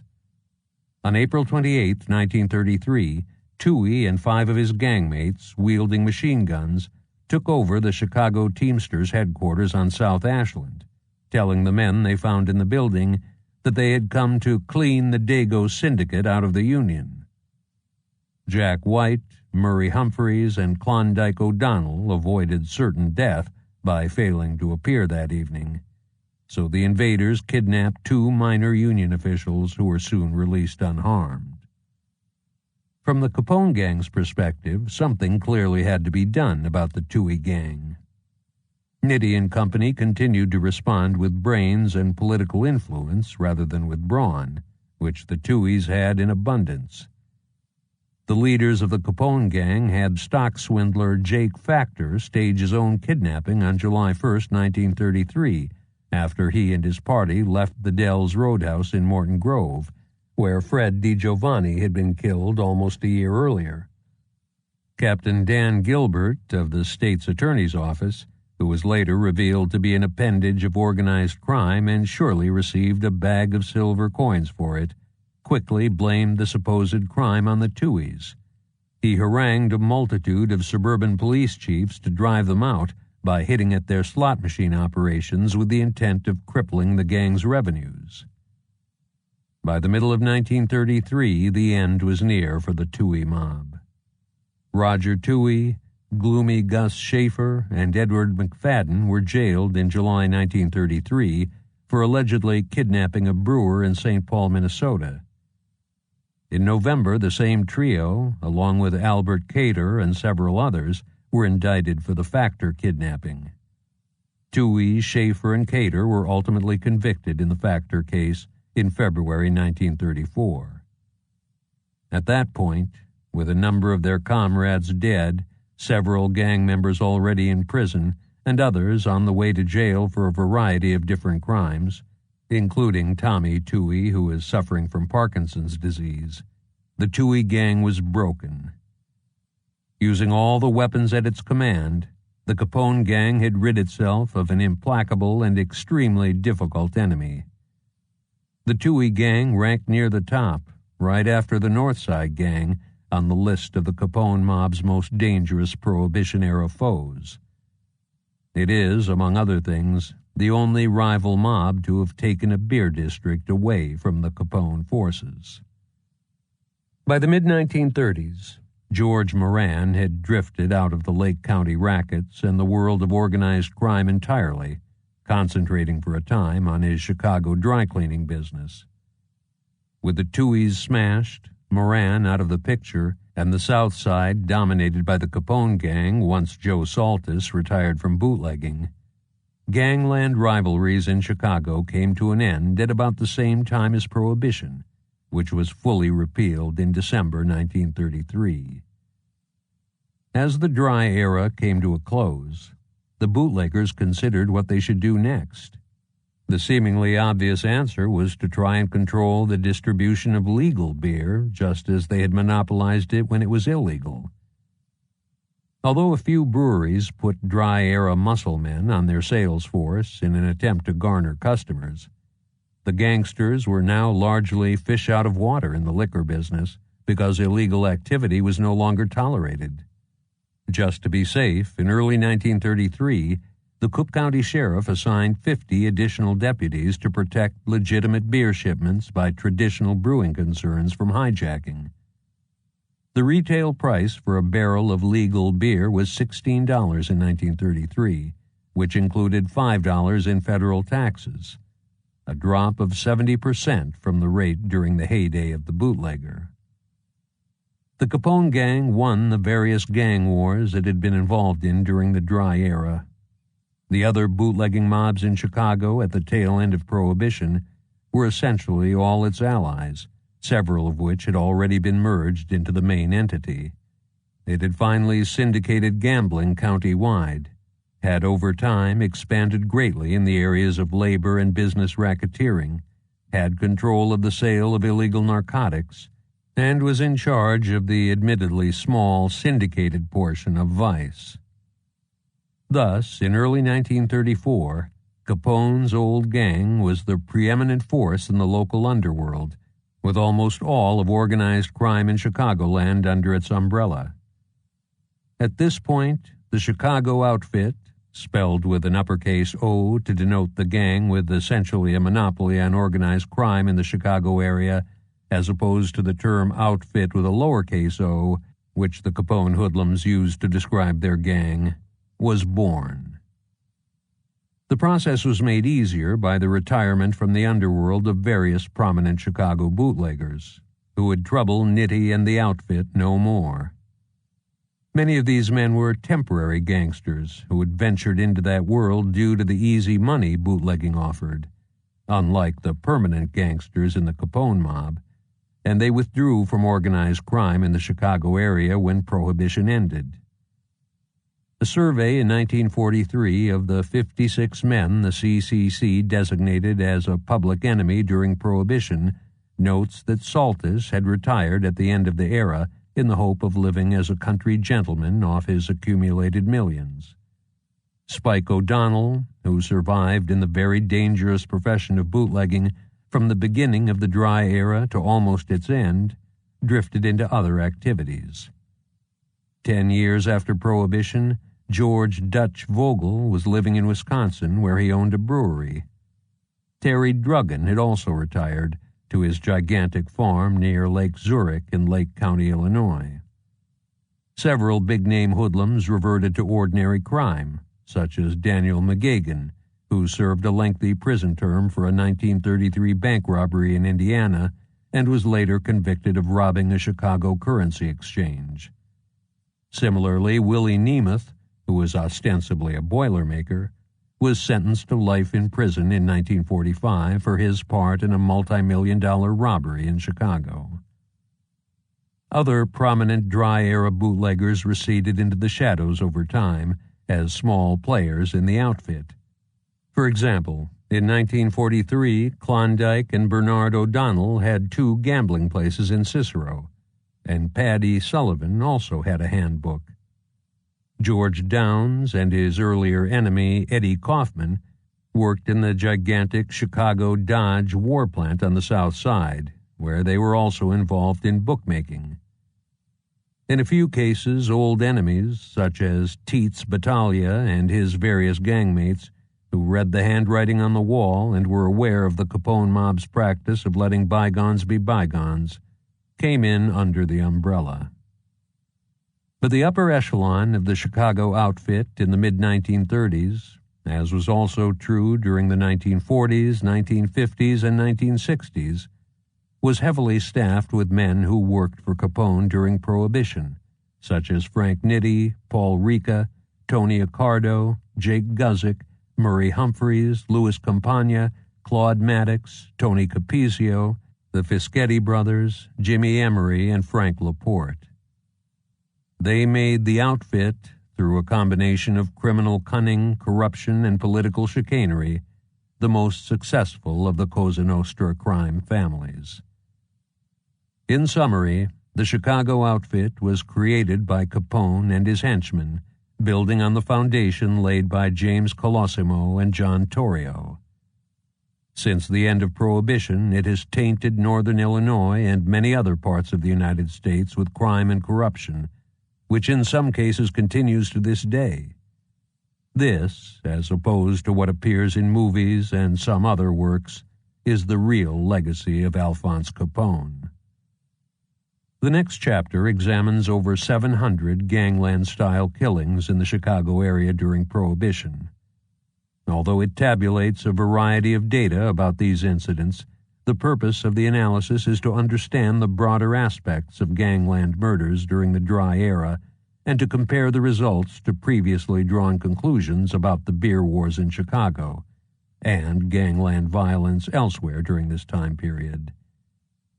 The book concludes with an examination of how the Capone gang came to rule organized crime in the Chicago area and beyond in 1934, which is a remarkable transition because at the start of Prohibition, the Torrio Capone mob was one of some 12 major bootlegging mobs in the city. Chapter 7. The Face of Battle. Gangland Killings in Chicago. When gangsters kill, they only kill each other. Arthur V. Lashley, Illinois Crime Survey. A real goddamn crazy place. Nobody's safe in the streets. Charles Lucky Luciano, discussing Chicago during Prohibition. According to the Chicago Crime Commission, CCC, 729 people were slain gangland style in Cook County, Illinois, including the city of Chicago, from 1919 to 1933, which is essentially the Prohibition era. This accounts for 15% of the murders in the county during this time period. While data for other cities in the United States are incomplete, Chicago was clearly the gangland murder capital of the country during Prohibition. Various authors draw numerous conclusions about these 729 murders, including that almost all, the victims were members of the major bootlegging gangs in Chicago, and consequently that the beer wars were incredibly violent. Although Prohibition ended over 80 years ago, this data set has only recently been carefully analyzed. Therefore, the earlier conclusions about gangland violence during the dry era are based on, at best, a cursory examination of the evidence, and they often conflict dramatically, as the opening quotations indicate. This chapter is based on research by this author and Mars Egigian. They examined all 729 of the murders on the CCC list using the CCC records, CPD homicide reports, and newspaper accounts, and they collected a variety of data about the victims and these incidents. The sample was stratified by the major reasons for the killings, such as bootlegging, gambling, labor racketeering, vice, or other criminal disputes, and each type of killing was examined as well as the full sample. The great majority of the results contradict the conventional wisdom about Prohibition-era violence in Chicago. In fact, almost every conclusion that has been drawn previously about gang murders in the Chicago area during Prohibition is incorrect. For example, a large number, 43%, of these murders were unrelated to organized crime. Also, only 41% of the killings were due to bootlegging, and the victims belonged to the major bootlegging gangs in the Chicago area in only about 40% of those cases. In other words, only 138 of the people slain between 1919 and 1933 on this well-known list were members of the major bootlegging gangs. Therefore, while various bootleggers in the major gangs were killed during the Prohibition era, those casualties are much smaller than is expected based on the total of 729 victims, or the phrases beer wars or gang wars, that are often used to describe the conflicts during this era. The CCC enumeration of gangland killings begins with the slaying of Frank Poroino, a.k.a. Porcino or Focino, on January 4, 1919, and continues to the new millennium. Unfortunately, there is nothing in the CCC's files or in the Chicago newspapers at the inception of the list detailing the criteria used to classify a murder as a gangland killing. However, the CCC's typed list of victims is entitled Gangland-Style Killings, and in a newspaper article in 1962, longtime CCC Operating Director Virgil Peterson referred to them as gang-style. While the CCC's exact definition of gang-style murder is also not known, contemporary and later definitions are available. These definitions are consistent with what the criteria for the CCC list appear to be, based on the details of those killings from 1919 to 1933. Arthur V. Lashley defines a gangland killing as a murder committed by a gang of organized criminals that is consistent with gang methods. These killings were premeditated, did not involve robbery or other common motives, and were carried out in a manner that allowed the killer or killers to usually escape. From the extant CCC files, the agent's determination appeared to be based on evidence presented at the coroner's inquest into each slaying, the verdict of the coroner's jury, and information developed by the CCC. In fact, one recently discovered CCC memo listing some of these murders has the phrase, "based on coroner's verdicts," in its title. The Cook County coroner and the CCC had trained investigators on staff during this era, so the designation reflected more than just witness testimony at the inquest. All the victims on the list were found in Cook County. Therefore, the CCC did not include killings outside this area, even though Chicago gangsters sometimes dumped their victims elsewhere and even committed murders outside the state. These omissions do not, however, appear to be serious. Organized crime historian Jeff Thurston's files on gangland killings from 1931 to 1933 reveal only 8 victims found outside Cook County, 5 in Indiana, 2 in Wisconsin, and 1 near Lockport, Illinois, whose deaths were related to organized crime in Chicago. This indicates that the CCC killings, which total 119 for these 3 years, are understated by about 7% due to the geographical focus.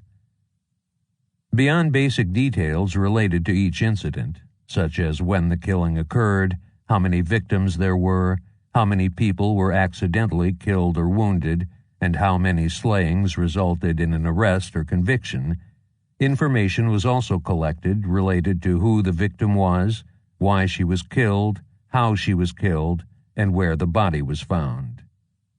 Regarding the victim's identity, data were collected on gender, age, ethnicity, occupation, and whether he belonged to one of the major bootlegging gangs in the area.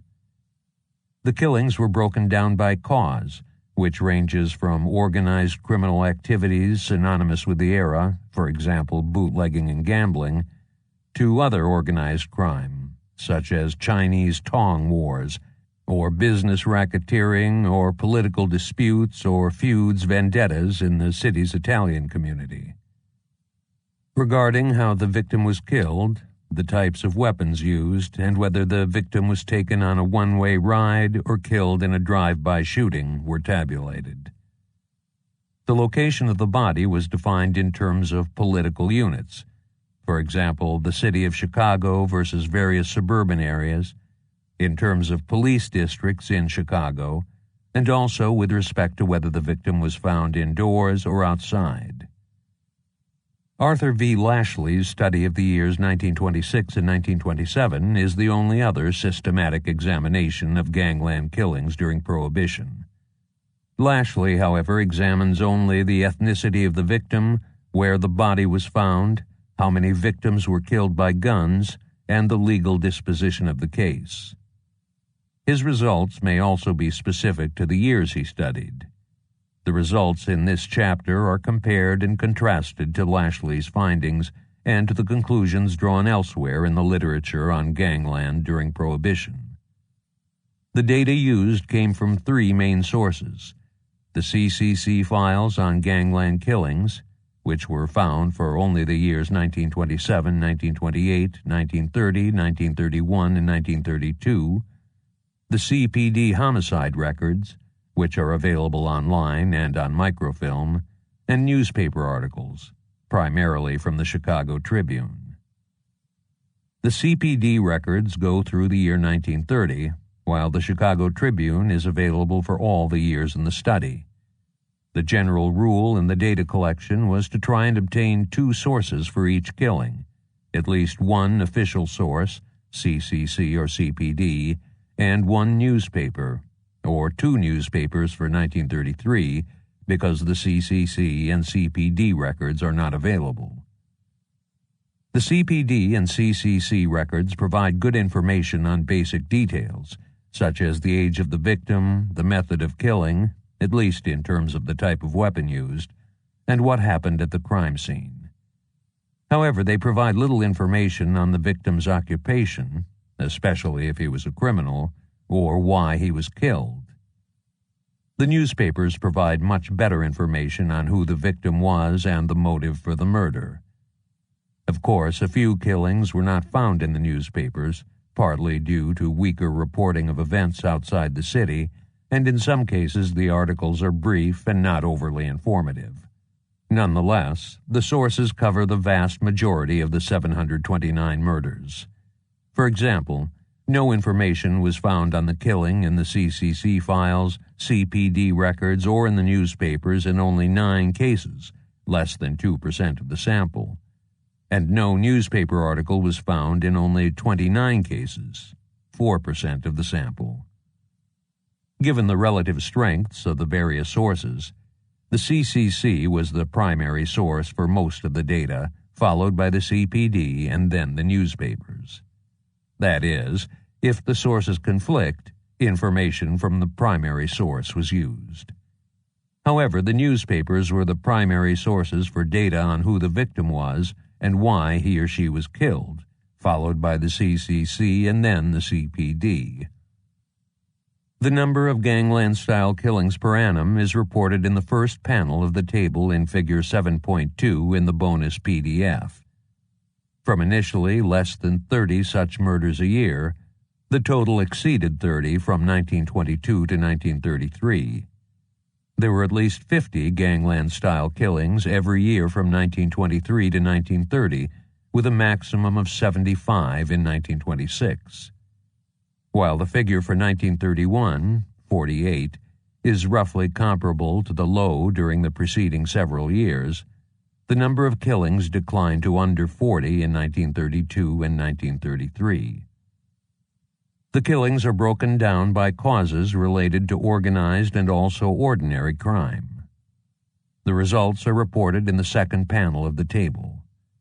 The first 8 causes are part of organized crime, such as bootlegging, the related struggle for the control of the Unione Siciliana, gambling, labor union control or labor racketeering, business racketeering, the taxicab wars in Chicago, vice, and the Chinese Tong Wars.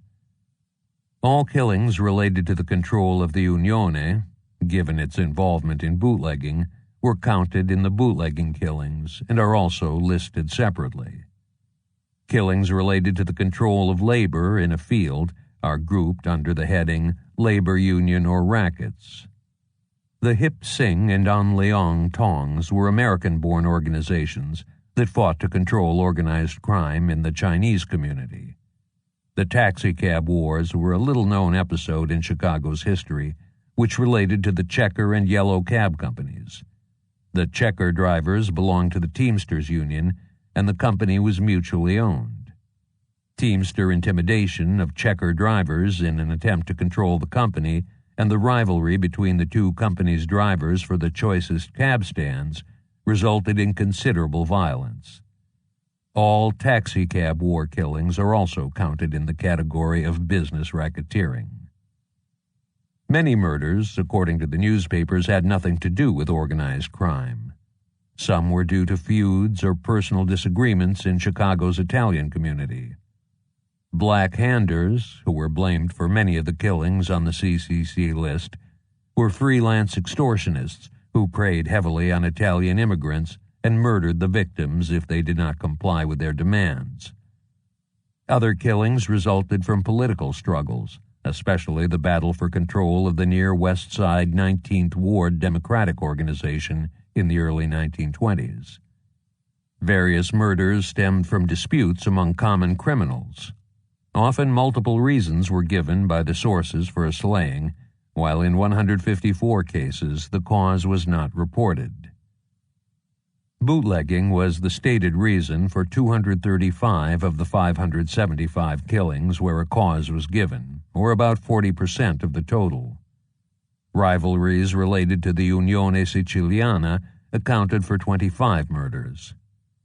While bootlegging was the most frequent cause of gangland killings during this era, 60% of the CCC killings were unrelated to bootlegging. This contrasts markedly with the statement by Gus Russo that 2/3 of the deaths in Chicago are due to the beer-running trade during Prohibition. The first bootlegging killing on the CCC list was the murder of James Colosimo on May 11, 1920. There were few bootlegging murders until 1923, when 3 Southside O'Donnell mobsters, among others, were slain. The bootlegging total dropped to 6 in 1924, but the murder of Dean O'Banion on November 10, 1924, ignited the North Side versus South Side gang war.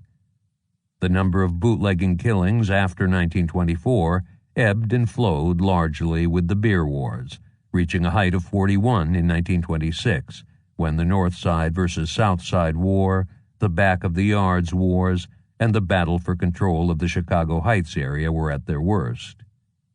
The gangland peace after the death of Jaime Weiss in October 1926 helped decrease bootlegging killings in 1927, although this was quickly offset by the revolt of the Aiello brothers inside the Unione Siciliana. Similarly, the almost citywide peace after the St. Valentine's Day massacre, even though that event was responsible for 7 deaths, kept the bootlegging killings below 20 during 1929. The demise of the North Side Gang in late 1930 and the waning of Prohibition led to fewer alcohol-related murders per annum on average in the 1930s than in the period from 1925 to 1929, with only 3 in 1933. The various gambling operators coexisted fairly peacefully during much of this period. Until 1930, there were never more than 2 gambling-related killings a year, and only 3 a year thereafter. Capone and others made greater inroads into gambling as the bootlegging wars waned, and the independent gamblers, outgunned by the bootlegging mobs, knew the odds they faced and usually went along quietly. For example, there were only 23 gambling-related killings, as many as were due to politics, and 1/10 of what was related to bootlegging from 1919 to 1933. There were 55 labor-related killings during this period, which reflects Chicago's long history of union-related violence. In fact, the first high-profile victim on this list is Maurice Mossy Enright, who was gunned down by rival labor racketeers on February 2, 1920. As the bootleggers and others moved in on the unions more heavily around 1929, the labor killings increased. Business racketeering was responsible for 21 deaths, mostly from the taxicab wars. Killings related to vice activities were minimal, 6 in total, because for years the vice operators in the city generally got along well with each other. The Tong Wars accounted for 6 deaths in Chicago. Of the 575 killings with a known cause, 328 were due to organized crime. That is, at least one of the stated reasons for the killing was bootlegging, gambling, labor union activity or labor racketeering, business racketeering, vice, or war among the tongs. This means, however, that 43% of these killings, 247 of 575, were unrelated to organized crime, which is again inconsistent with the standard wisdom. For example, Lashley states, "Bootlegging and gambling are directly responsible for practically all Cook County gang murders." Regarding other types of slayings, feuds in the Italian community caused 43 murders in total, and these were more prevalent during the early part of the period. 67 murders were due to black hand extortion, the most frequent reason after bootlegging for gangland-style killings. This type of murder decreased noticeably during the early 1930s and is explored further in the appendix. Political struggles accounted for 23 killings, mostly during the early 1920s. Barring a few cases, the victims were usually followers rather than political leaders. Problems among ordinary criminal gangs led to 36 killings, while 140 murders were caused by various other factors. Lee Beenan and Bradley Rottinghouse speculate that organized crime was responsible for the noticeable increase in homicides in Chicago during Prohibition. Analysis of the CCC killing sheds further light on this issue. There were 4,392 non-accidental homicides in Chicago from 1919 to 1930, as opposed to 2,236 during the preceding 12 years. Based on the CCC's list, an estimated 239 murders in the city of Chicago were due to organized crime from 1919 to 1930. Even if the number of organized crime killings from 1907 to 1918 is arbitrarily set to 0, the increase in this type of murder over the next 12 years, 239, accounts for only about 10% of the increase in non-accidental homicides. This indicates that organized crime was not the major reason for the increase in murders in Chicago during the Prohibition era. It is interesting and important to examine how many of the victims belonged, at the time they were killed, to the major gangs in the Windy City whose primary focus was bootlegging. The results are reported by gang for 18 gangs, including 2 in the suburbs, and by year in the table in Figure 7.7 in the bonus PDF.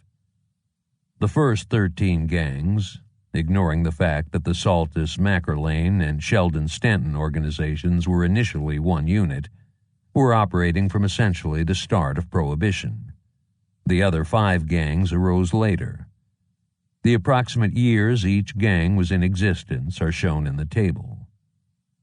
The North Side Gang had the most members killed, 25 in total, which includes Aiello and Zuta gangsters who joined with George Moran in late 1927. The Capone Gang is second with 23 dead, and the Jenna Gang is third with 16. Fourth on the list with 13 victims is the Shelton-Stanton mob, which had to deal with Frank Mackerlane and Joe Saltus in the mid-1920s after they separated from the latter and the various Chicago Heights gangs. The Druggen Lake Gang, which is almost invisible in previous histories of the violence during the beer wars, is noticeable with 10 casualties. For the remaining gangs, the number of victims ranges from 7 for the Southside O'Donnells to 0 for the GKW Gang. The Southside O'Donnell members fell largely in 2 brief episodes during 1923 and 1925. The GKWs appear to have stayed out of the shooting in the North Side versus South Side gang war, and their remnants capitulated quietly when Capone moved against them in 1931. 6 members of the Saltus gang were killed, the last 2 in retaliation for the attempt on the life of Frank Mackerlane. The large number of DMQ gangsters killed per year also testifies to the difficulty of being on the wrong side of Mackerlane. The DMQ mob figure of 1.33 members killed per annum is fourth behind the Northsiders, 2.08 per annum, the Jennas, 1.77, and the Capone gang, 1.53. The total number of major bootlegging gang members slain each year is reported in the last line of the table. The previously discussed underworld truces are clearly evident, with only 5 such killings in 1927 and 10, including the 5 Northside mobsters murdered in the St. Valentine's Day Massacre in 1929. So are the years when the beer wars were at their hottest: 1925, 20 killed following O'Banion's death, 1926, 31 killed, and 1930, 22 killed. Finally, Figure 7.7 in the bonus PDF provides insight into several interesting questions regarding Chicago's gang wars, such as which of them was the bloodiest. A rough estimate for the North Side versus South Side War is obtained by summing the casualties for the Torrio Capone and North Side gangs, which yields 48 dead. However, this is an imprecise estimate for 2 reasons. First, it does not differentiate inter-gang killings from intra-gang killings. For example, in the Torrio Capone gang, the slayings of James Colosimo and Mike Heitler were internal matters. Second, it ignores the deaths of allied gangsters, such as, at times, the West Side O'Donnells, the Saltus Crowd, the Circus Gang, Druggan and Lake, the Sheldon Stanton Gang, the Jennas, at least in 1925, and perhaps the Tuohys. Also, some killings around Chicago Heights after 1926 may have been a part of that war, because the Aiellos tried to install a dissident Unione chapter there at the time. The only other conflict that might be comparable is the revolving battle south of the stockyards. The sum of the Sheldon Stanton, Saltus, Southside O'Donnell, DMQ, and Mackerlane gang dead equals 31, which is much smaller than the estimate for the North Side versus South Side war. The difference would be even greater if the Allied dead were included in the latter figure. Therefore, the battle between the Torrio Capone forces and North Side gang was clearly the major Prohibition gang war in Chicago. How dangerous were the beer wars for the members of Chicago's important bootlegging gangs? The total count of 138 dead is surprisingly low compared to this author's expectation and those of other authors and gangland historians familiar with the CCC count of 729 killings during this time period. To put the figures into perspective, the Capone gang had 500 gunmen in about 1931, but it suffered only 23 casualties during the 15-year period in question. Similarly, in 1924 and 1926, the Northside gang had 200 gunmen, but only 25 Northsiders, including the Aiello and Zuda gangsters who joined Moran later, were killed during a decade and a half. On the one hand, the figure of 138 killed is understated because it does not include bodies found outside Cook County. Increasing the total by 17%, based on reasonable estimates of the bodies that were dumped elsewhere to adjust for these omissions, still yields only 161 victims. On the other hand, a number of the killings were due to internal gang discipline or other reasons, so the figures overstate the gang war casualties. There is, however, a simple explanation for the low total. The phrase gang war or beer war exaggerates what really happened. As the preceding chapters indicate, pitched battles between the major gangs in the Chicago area during Prohibition were extremely rare. Rather, the organized crime-related killings were largely a series of executions. The victims were usually caught off guard, generally 1 or 2 at a time, and they rarely returned fire or killed their killers. A significant fraction, 15 of 138 of the bootlegging gang members killed, can be categorized as gang leaders, meaning they were at the top of their gang. If the second-tier leaders are included, this figure would be quite a bit larger. This is also not surprising. The main objective in a gang war is to strike at the head by killing the opposition's leaders. They are the most capable individuals, and killing them is the easiest way to defeat the other gang, and, in the extreme, to take it over. Therefore, the rank-and-file members of the bootlegging gangs were in less danger than their leaders.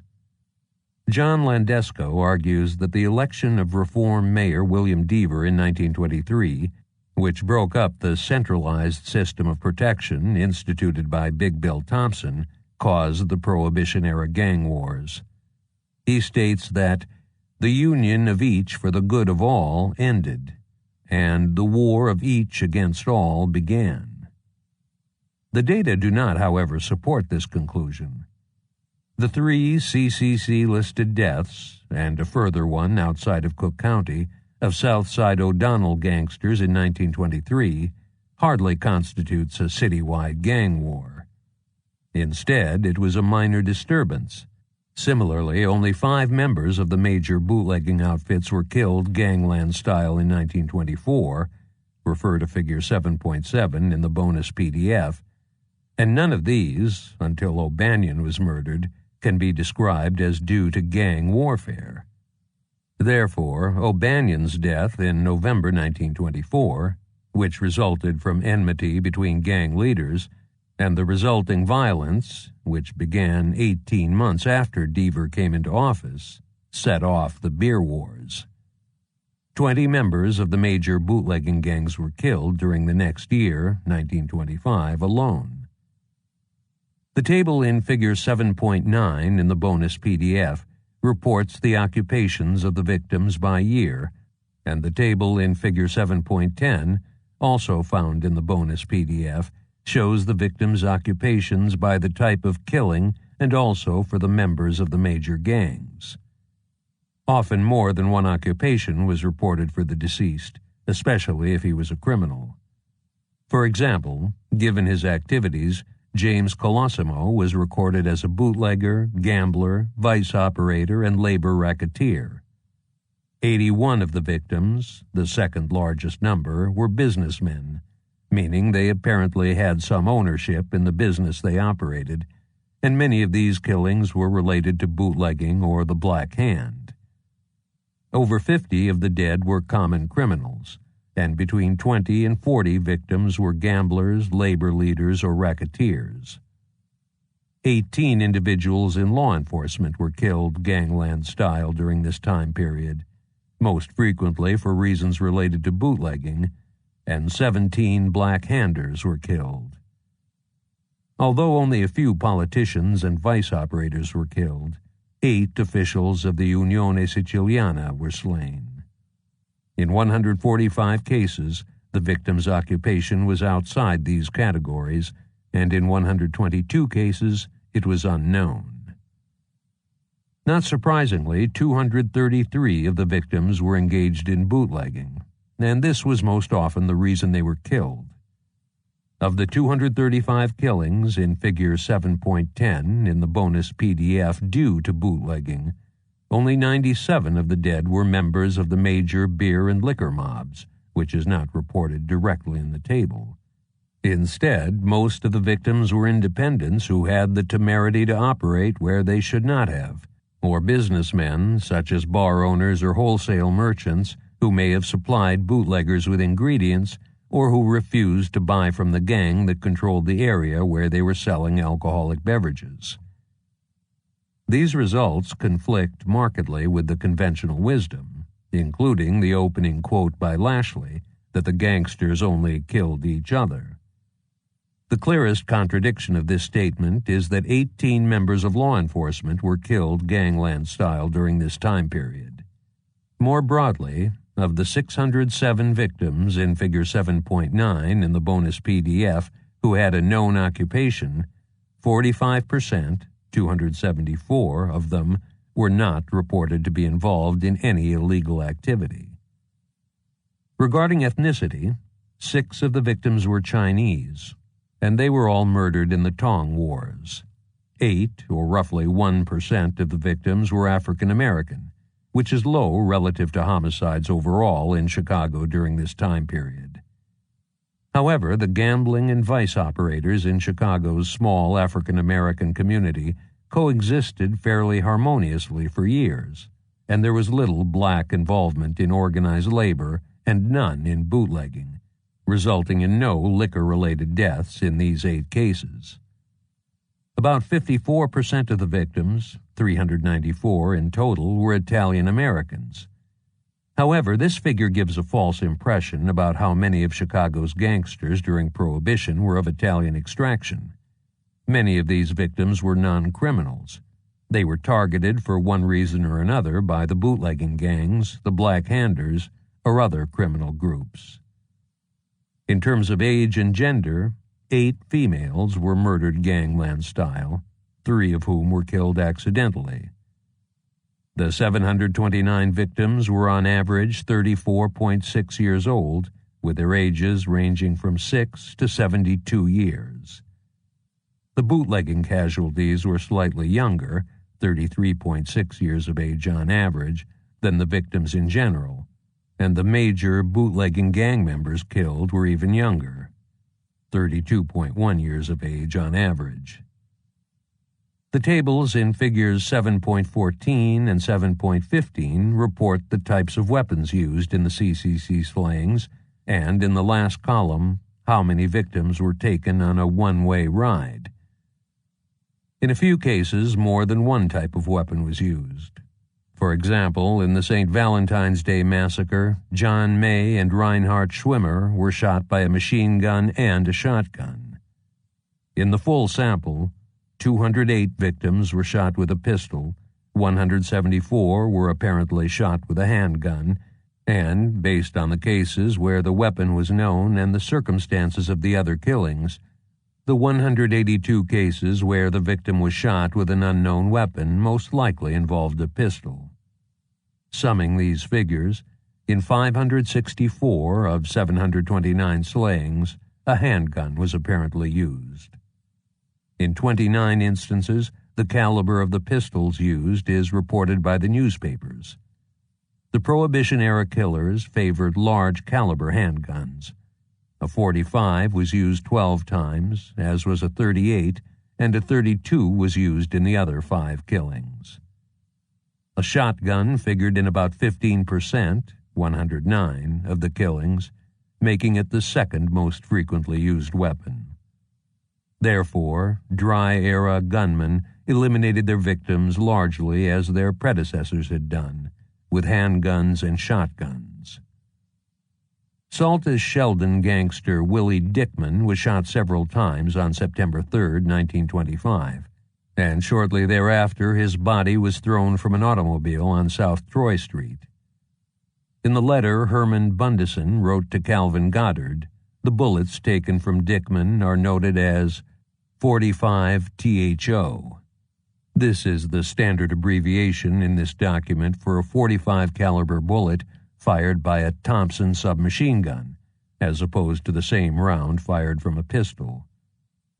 It appears, therefore, that Frank Mackerlane had a machine gun with him when Dickman was taken for a ride, and he fired 3 rounds into his head.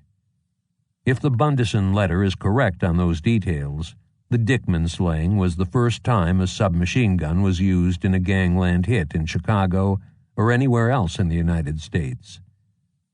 It occurred 22 days before what had been thought to be the first use of a machine gun in gangland, and a month before the previously documented first such killing in the country, both of which were also in Chicago.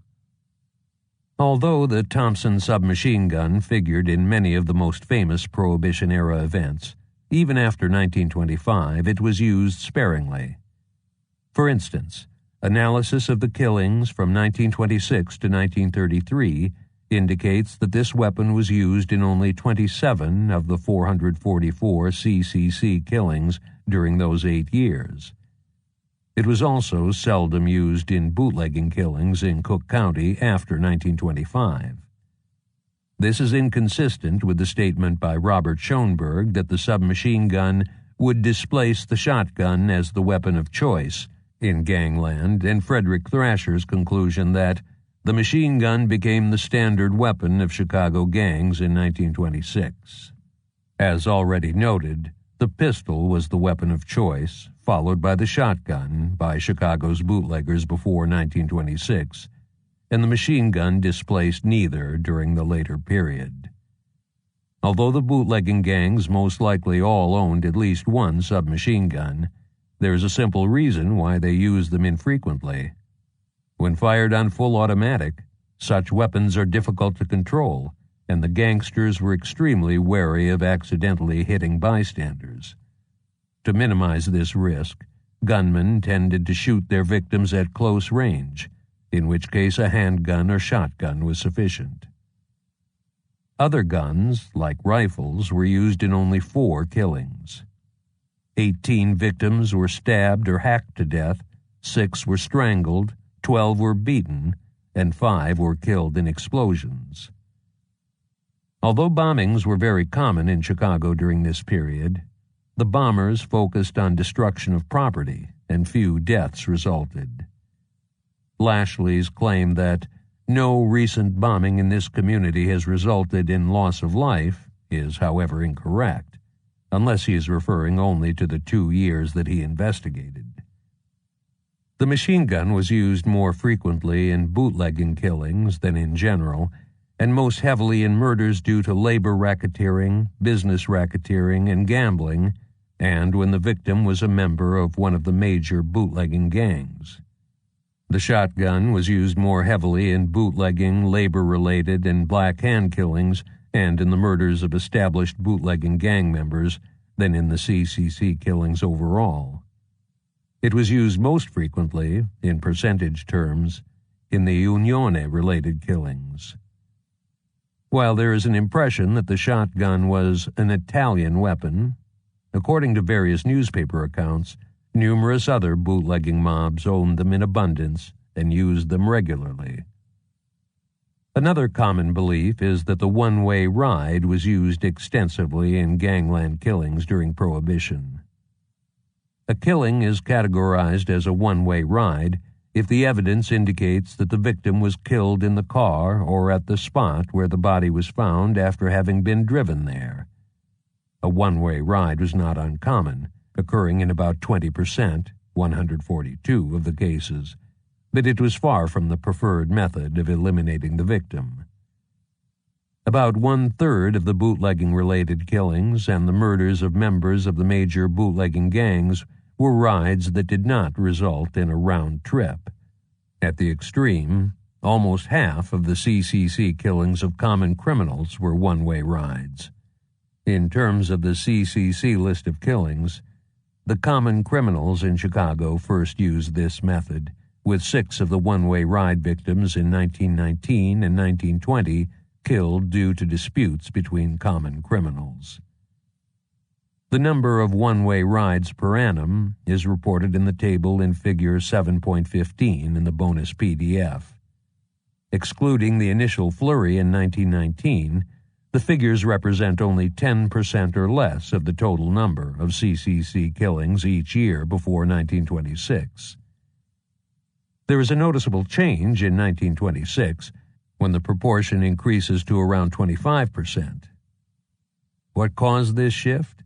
It is at least partly the result of the increase in bootlegging killings and the greater propensity of the bootleggers to use this method to dispose of their victims. The bootleggers adopted this practice more heavily starting in 1924. The widespread purchase of automobiles in the United States, due to increased prosperity in the 1920s, is the most likely explanation for the change in this method of gangland killings. Overall, 21 of the victims on the CCC list were unintentionally killed, and 61 people were unintentionally wounded during the 729 killings. This is at odds with Lashley's conclusion that states, "In the 2 years past, only 2 innocent bystanders were killed in Cook County, and neither was killed by gangsters." In fact, there were 6 such unintentional killings in 1926 and 1927. However, 1.4 accidental murders and 4.06 accidental woundings per year in gangland killings among some 4 million people in Cook County at the time yield a probability of 1 in 2,857,143 of being accidentally killed, and 1 in 983,607 of being accidentally wounded per year in this time period during this type of attack. Although this is greater than the probability of being killed by lightning, overall these risks were not especially large. Further analysis finds that only 4 accidental deaths and 14 woundings, the first in 1926, were related to bootlegging, indicating that the bootleggers were more careful than gangland killers in general. What of Charles Lucky Luciano's remark that Chicago was a crazy place and no one was safe in the streets? By the standards of New York or other major cities, Chicago during Prohibition may have seemed crazy due to the large number of underworld killings and also bombings, which were largely unheard of in gangland outside the Midwest. On the other hand, the data indicate that the gangland killers were fairly proficient at getting their intended victims while not hurting or killing bystanders. Although this is slight consolation to the people who were accidentally killed or wounded in the process, residents of Cook County who were not involved with organized crime were in little danger during Prohibition, especially if they avoided, as discussed later, certain areas in Chicago. After the original research by this author and Agigian was completed, the online CPD records were examined to determine how many of the CCC killings that took place in Chicago were due to drive-by shootings. The number of drive-bys and the number of CCC killings in the CPD dataset each year are reported in Figure 7.17 in the bonus PDF. Based on the evidence for the city of Chicago, overall about 10% of the gangland-style murders were the result of a drive-by shooting. At the start of the time period, this method of killing was virtually unknown. It became much more common after 1923, and during some years almost 20% of the CCC killings were drive-bys. This was again likely due, at least partly, to increased automobile ownership. The evidence does not, however, support the conclusion that after the submachine gun was introduced in late 1925, the drive-by shooting becomes the centerpiece of gangster recrimination. The drive-by became popular slightly earlier, and it was never the dominant method of killing in the underworld. Where the killings occurred, defined in terms of geographic area as well as the type of structure or place the body was found, was also examined. For this purpose, suburban Cook County was divided into 3 zones: north of Irving Park Road, south of the current Interstate 55, and the western area between these 2 dividing lines. Overall, 551 of the 729 killings, about 75%, occurred in Chicago, 14, 2%, in the northern suburbs, 70, about 10%, in the western suburbs, and 91, about 12%, in the southern suburbs. Because less than 1 in 8 residents in Cook County lived outside of Chicago in 1927, the figures for the outer county are higher than expected based on population alone. The gang battles in some suburbs and Chicago gangsters taking their ride victims to the hinterlands to frustrate apprehension contributed to this higher proportion. Of the 551 CCC murders in Chicago from 1919 to 1933, only 58 were one-way rides. 5 of 14 north suburban victims, 30 of 70 west suburban victims, and 49 of 91 south suburban victims were taken for a ride. Figure 7.19 in the bonus PDF shows the locations of the CCC murders in Chicago from 1922 to 1933 by police district, based on the district boundaries from late 1921 to January 1928. The number of killings in each district appears next to the district name. The killings were concentrated in the center of the city, occurring most heavily between North Avenue and 39th Street and east of Kedzie Avenue. There were more than 15 killings in only one district outside this area, Englewood, where the Back of the Yards wars raged. There were few killings on the far north or south sides. Killings in the Loop, which during this period extended to Roosevelt Road, were uncommon, since there were only 15 in the Central Police District.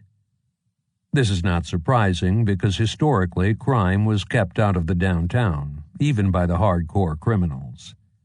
Most of the killings occurred in the city's major southern Italian neighborhoods, Taylor Street, Division Street, Grand Avenue, and 26th Street. The Maxwell, 75 killings, Marquette, 38 killings, Des Plaines, 18 killings, and Warren Avenue, 25 killings, police districts contained parts of the Taylor Street neighborhood. Division Street was the northern boundary of the East Chicago district, 47 killings, so that neighborhood's murders occurred in the Hudson district, 27 killings as well. The Grand Avenue neighborhood was in the West Chicago district, 30 killings, and the 26th Street neighborhood, just east of Chinatown, was in the Stanton Avenue district, 24 killings. The location of the bodies is consistent with John Drury's statement that gangland killings were mostly committed in the Sicilian, meaning Southern Italian, areas of the city. In terms of the type of place the murders occurred, the results for Chicago are summarized in Figure 7.20 in the bonus PDF. In 136 of 458 cases where the murder was found in the CPD homicide records, the killing occurred inside a building. This was a restaurant or other establishment that probably served alcohol in only 37 cases, a private residence in 26 instances, and some other type of building, usually a business, in 73 murders. In 43 killings, the victim was found in an automobile, and 14 of these murders were due to a drive-by shooting.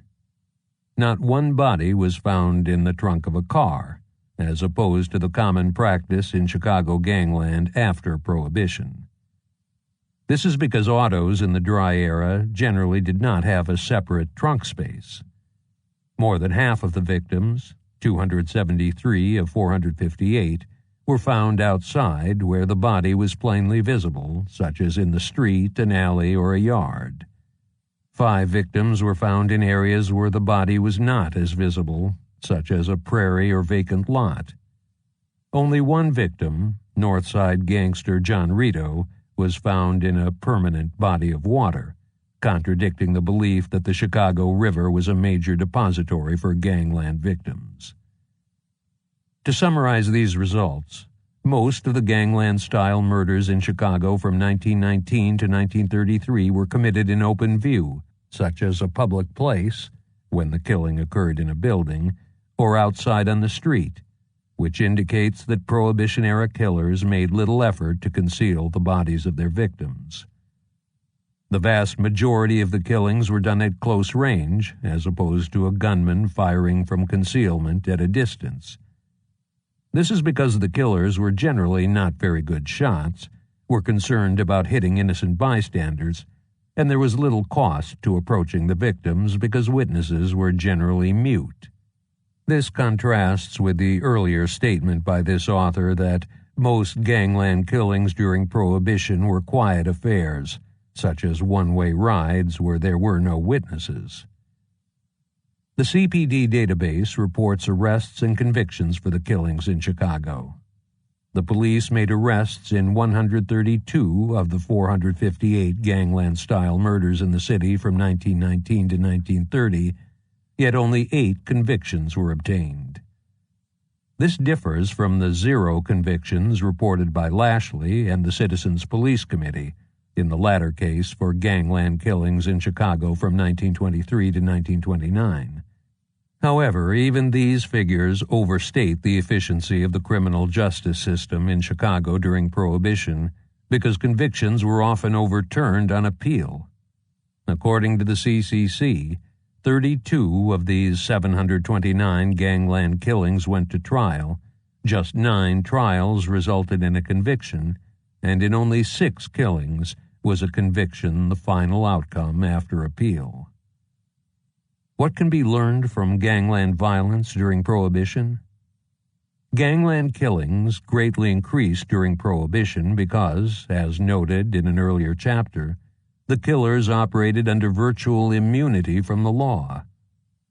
Due to bribery and other factors, witnesses refused to testify, police officers sometimes looked the other way, prosecutors and judges failed to show the necessary zeal, and jurors were reluctant to find the defendants guilty, which explains the minimal number of convictions in these murders.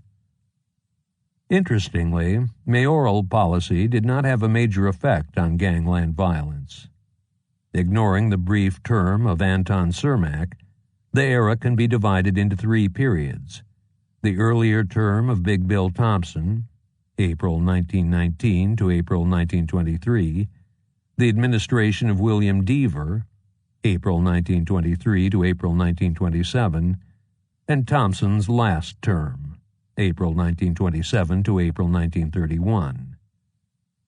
As discussed in the preceding chapters, the Thompson and Deaver policies with respect to crime were radically different. The table in Figure 7.2 in the bonus PDF indicates that there were fewer gangland killings, in total as well as ones related to organized crime, during Thompson's earlier term than during his final one, and on average less killings during the Thompson years overall than during the Deaver years. However, this is because the North Side versus South Side War did not begin until late 1924.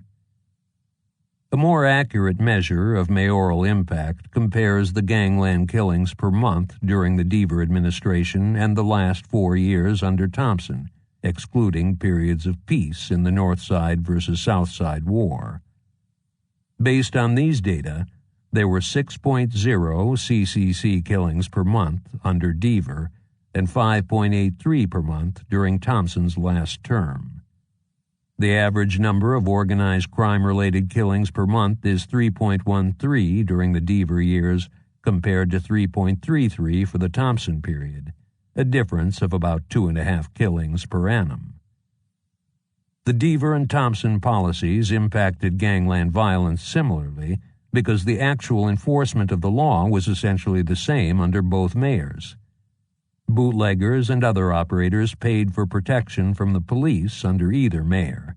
The only difference was who they paid.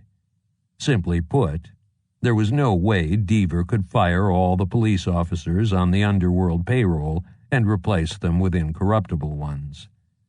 It was also impossible for him to remove elected officials such as ward committeemen who had considerable power over the police commanders. He had no control over the state's attorney or the governor. If mayoral policy was unimportant, what did restrain gangland during Prohibition? The preceding results indicate that the gang leaders behaved fairly rationally because they used violence in ways consistent with their self-interest.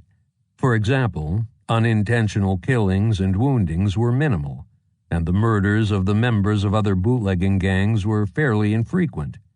Also, the major gangs, despite their issues, coexisted peacefully for lengthy periods of time. Recognizing this, and that individual gang homicides were virtually unsolvable, during Prohibition the authorities used other methods to combat gang violence. First, they flooded trouble zones with additional police officers to prevent further killings to the extent possible. Second, they penalized the gang's business operations by shutting down all bars, gambling houses, and other underworld activities in the problem areas, or sometimes across the entire city. If violence persisted in a district, the lid was kept on for months. Consistent application of this policy deterred future killings because the hoodlums recognized they would be severely hurt economically whenever violence escalated. In summary, Chicago was the gangland murder capital of the United States during Prohibition. Although a variety of research has examined homicides in the city in general, until recently there has been no systematic study of gangland-style murders during this period, beyond the investigation by Lashley of a few aspects of this type of homicide in 1926 and 1927. A detailed analysis of 729 gangland-style killings from 1919 to 1933 yields conclusions that in almost every case contradict the conventional wisdom about the gang wars and gangland murders around Chicago.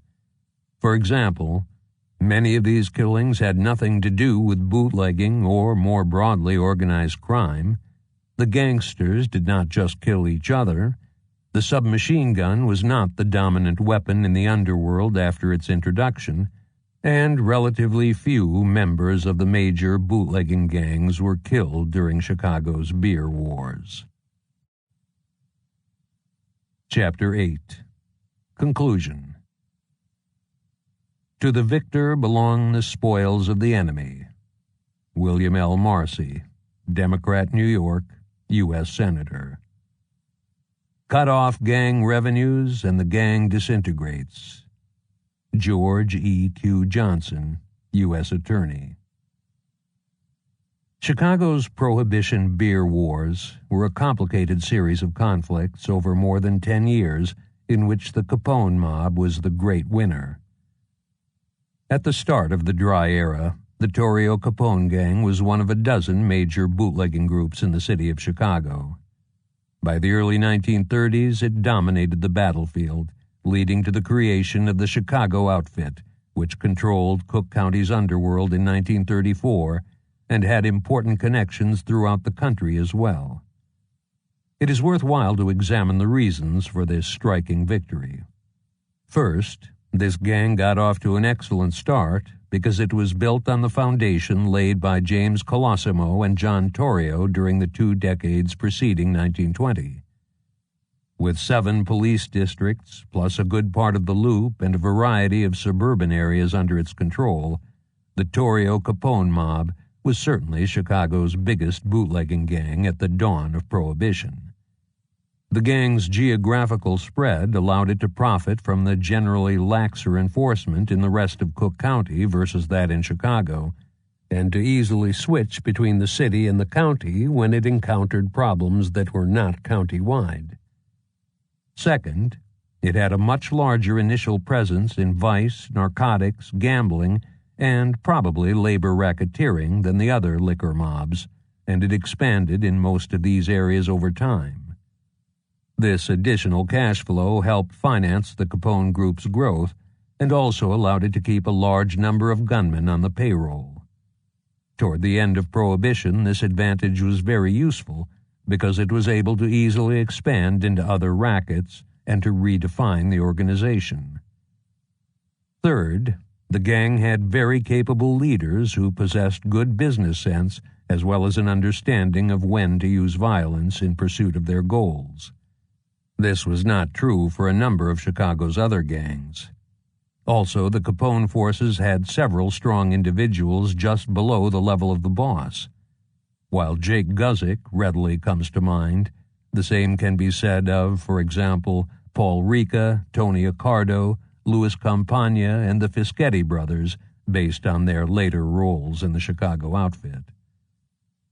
As befits a university professor, in summary, final grades will be assigned to the gang's leaders to evaluate their work in their chosen profession. James Colosimo receives an overall grade of B+.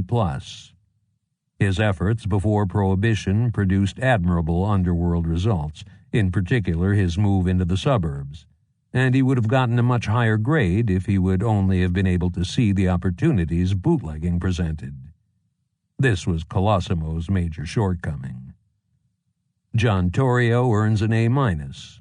He was a superb strategist and an excellent leader who, as the boss from 1920 to 1925, greatly expanded the criminal kingdom Colosimo had created.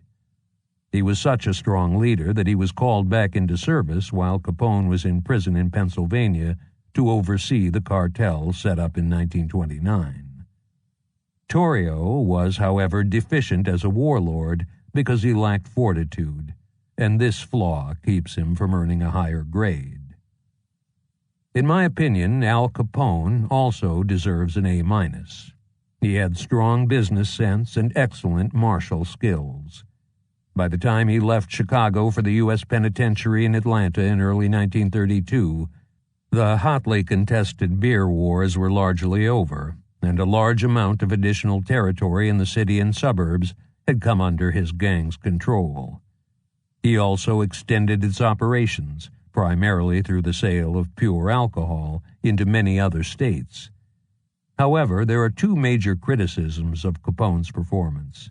First, his public behavior, especially the frequent statements he gave to reporters, put him in the spotlight. In contrast, Torrio and later mob leaders, such as Frank Nitti, Paul Ricca, and Tony Accardo in Chicago, and New York gangsters such as Carlo Gambino, avoided calling attention to themselves and their organizations at all costs.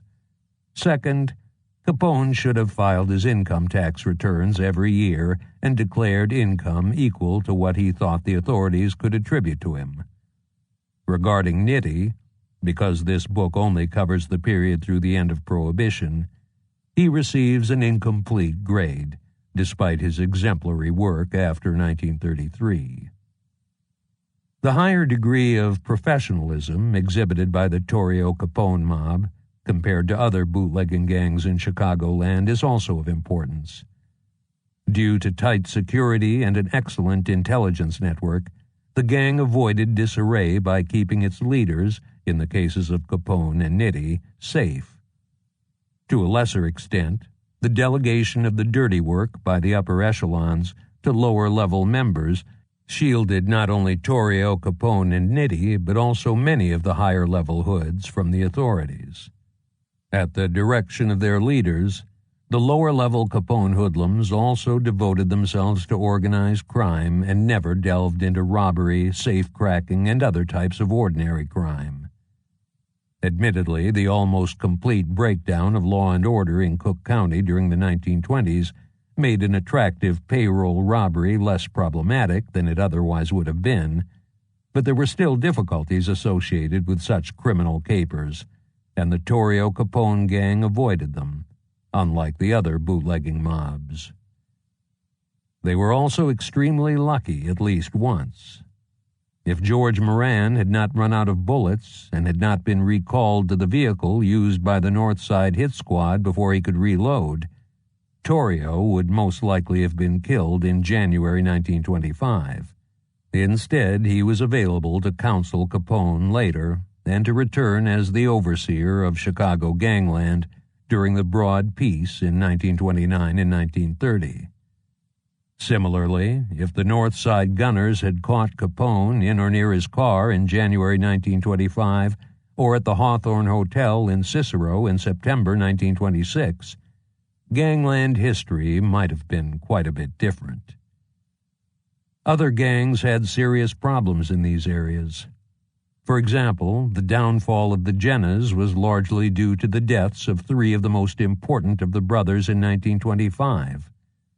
Dean O'Banion and Jaime Weiss died at least partly due to what could be termed lax security, at least in comparison to the extensive precautions that Capone himself took, and Vincent Drucci might have lived to a ripe old age if he had left the election-related violence in 1927 to his subordinates. Similarly, two of the Toohey brothers and one of the Southside O'Donnells were killed during saloon invasions that Capone would have left to his underlings. While in the case of the Tooheys, these deaths took enemies out of Capone's way, in terms of the Jenna brothers, it also greatly opened doors for him.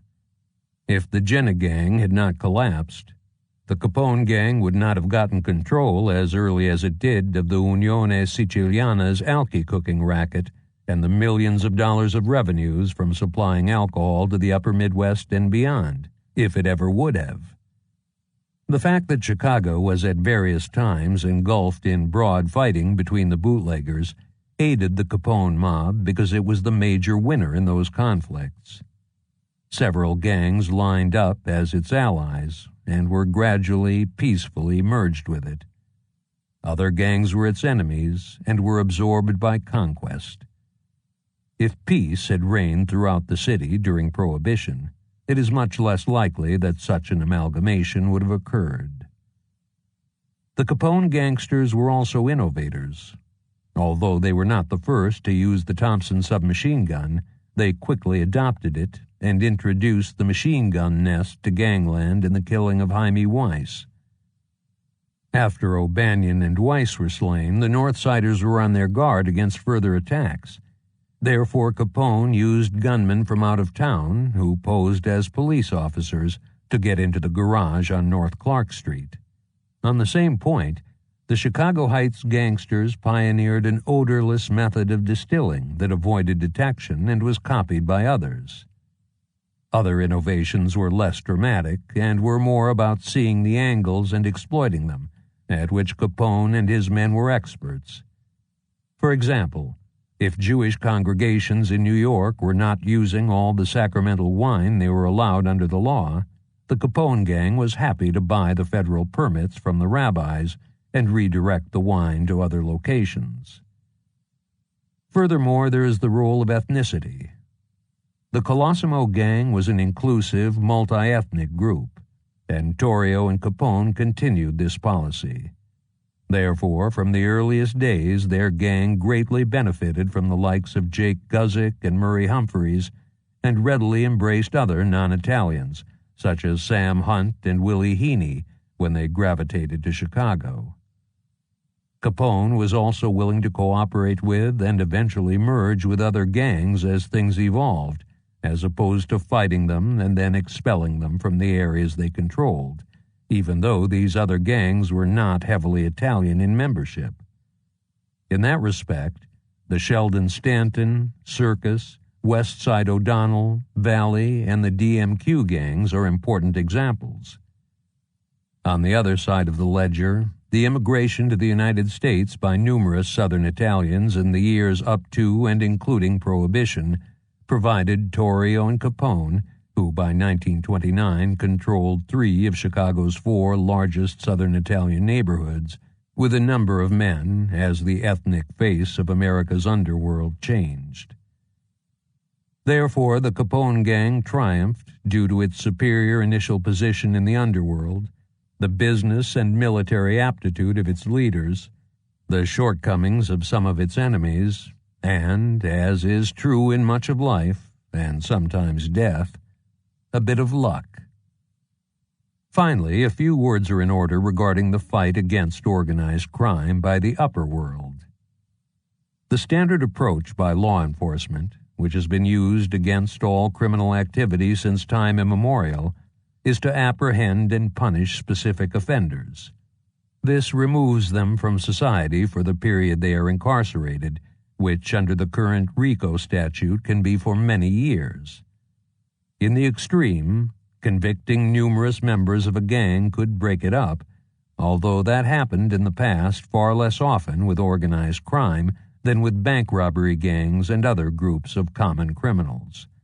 However, in consensual activities such as gambling, bootlegging, and vice, where the consumers consented to gamble, drink, or visit prostitutes, as long as the demand for the product was there, someone was willing to supply it. Witness the results of the war on drugs over the last 100 years, where each time one criminal group was put out of business by the authorities, it was replaced by another one. During Prohibition, whenever the hoodlums did not behave themselves, the CPD hit at their revenues as a form of punishment after the fact. Elliot Ness and State's Attorney John Swanson took this approach further. They struck at the gang's sources of income in an attempt to cripple them. A third, even stronger approach would be to legalize the underlying activities and take them permanently out of the hands of the mobsters. This would effectively destroy organized crime and eliminate the violence and corruption that goes along with it. In the broad sweep of time, this has worked very well in the city of Chicago, the state of Illinois, and elsewhere in the United States, even though the impetus of such legalization was not always to damage organized crime.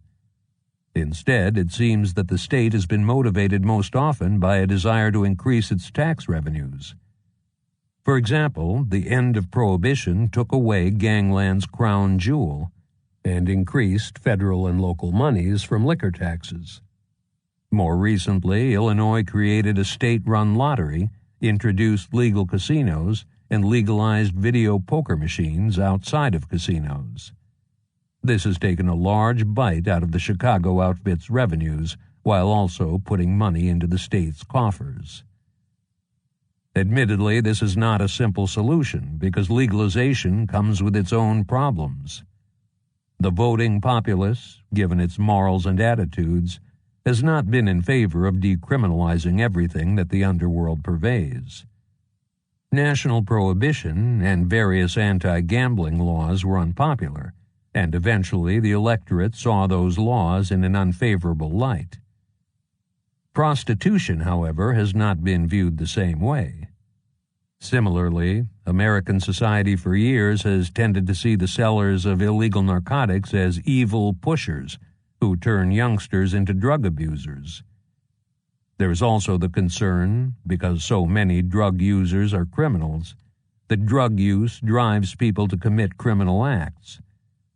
In terms of public policy, this requires society to weigh the cost of the increase in crime, to the extent it is true, against the decrease in murders and corruption and the increased government revenues that would result from the legalization of narcotics and other illegal activities. These are not easy to estimate, and all the effects of legalization would have to be taken into account before it is implemented.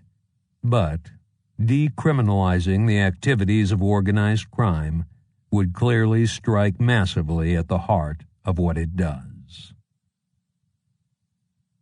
This concludes Al Capone's Beer Wars by John J. Binder, narrated by David Kolachi. Copyright 2017 by John J. Binder. This unabridged audiobook is published by arrangement with John J. Binder, care of Mendel Media Group, LLC, and was produced in the year 2017 by Tantor Media, Incorporated, a division of Recorded Books, which holds the copyright thereto. Please visit tantor.com for more information on our growing library of unabridged audiobooks and to take advantage of special offers. Audible hopes you have enjoyed this program.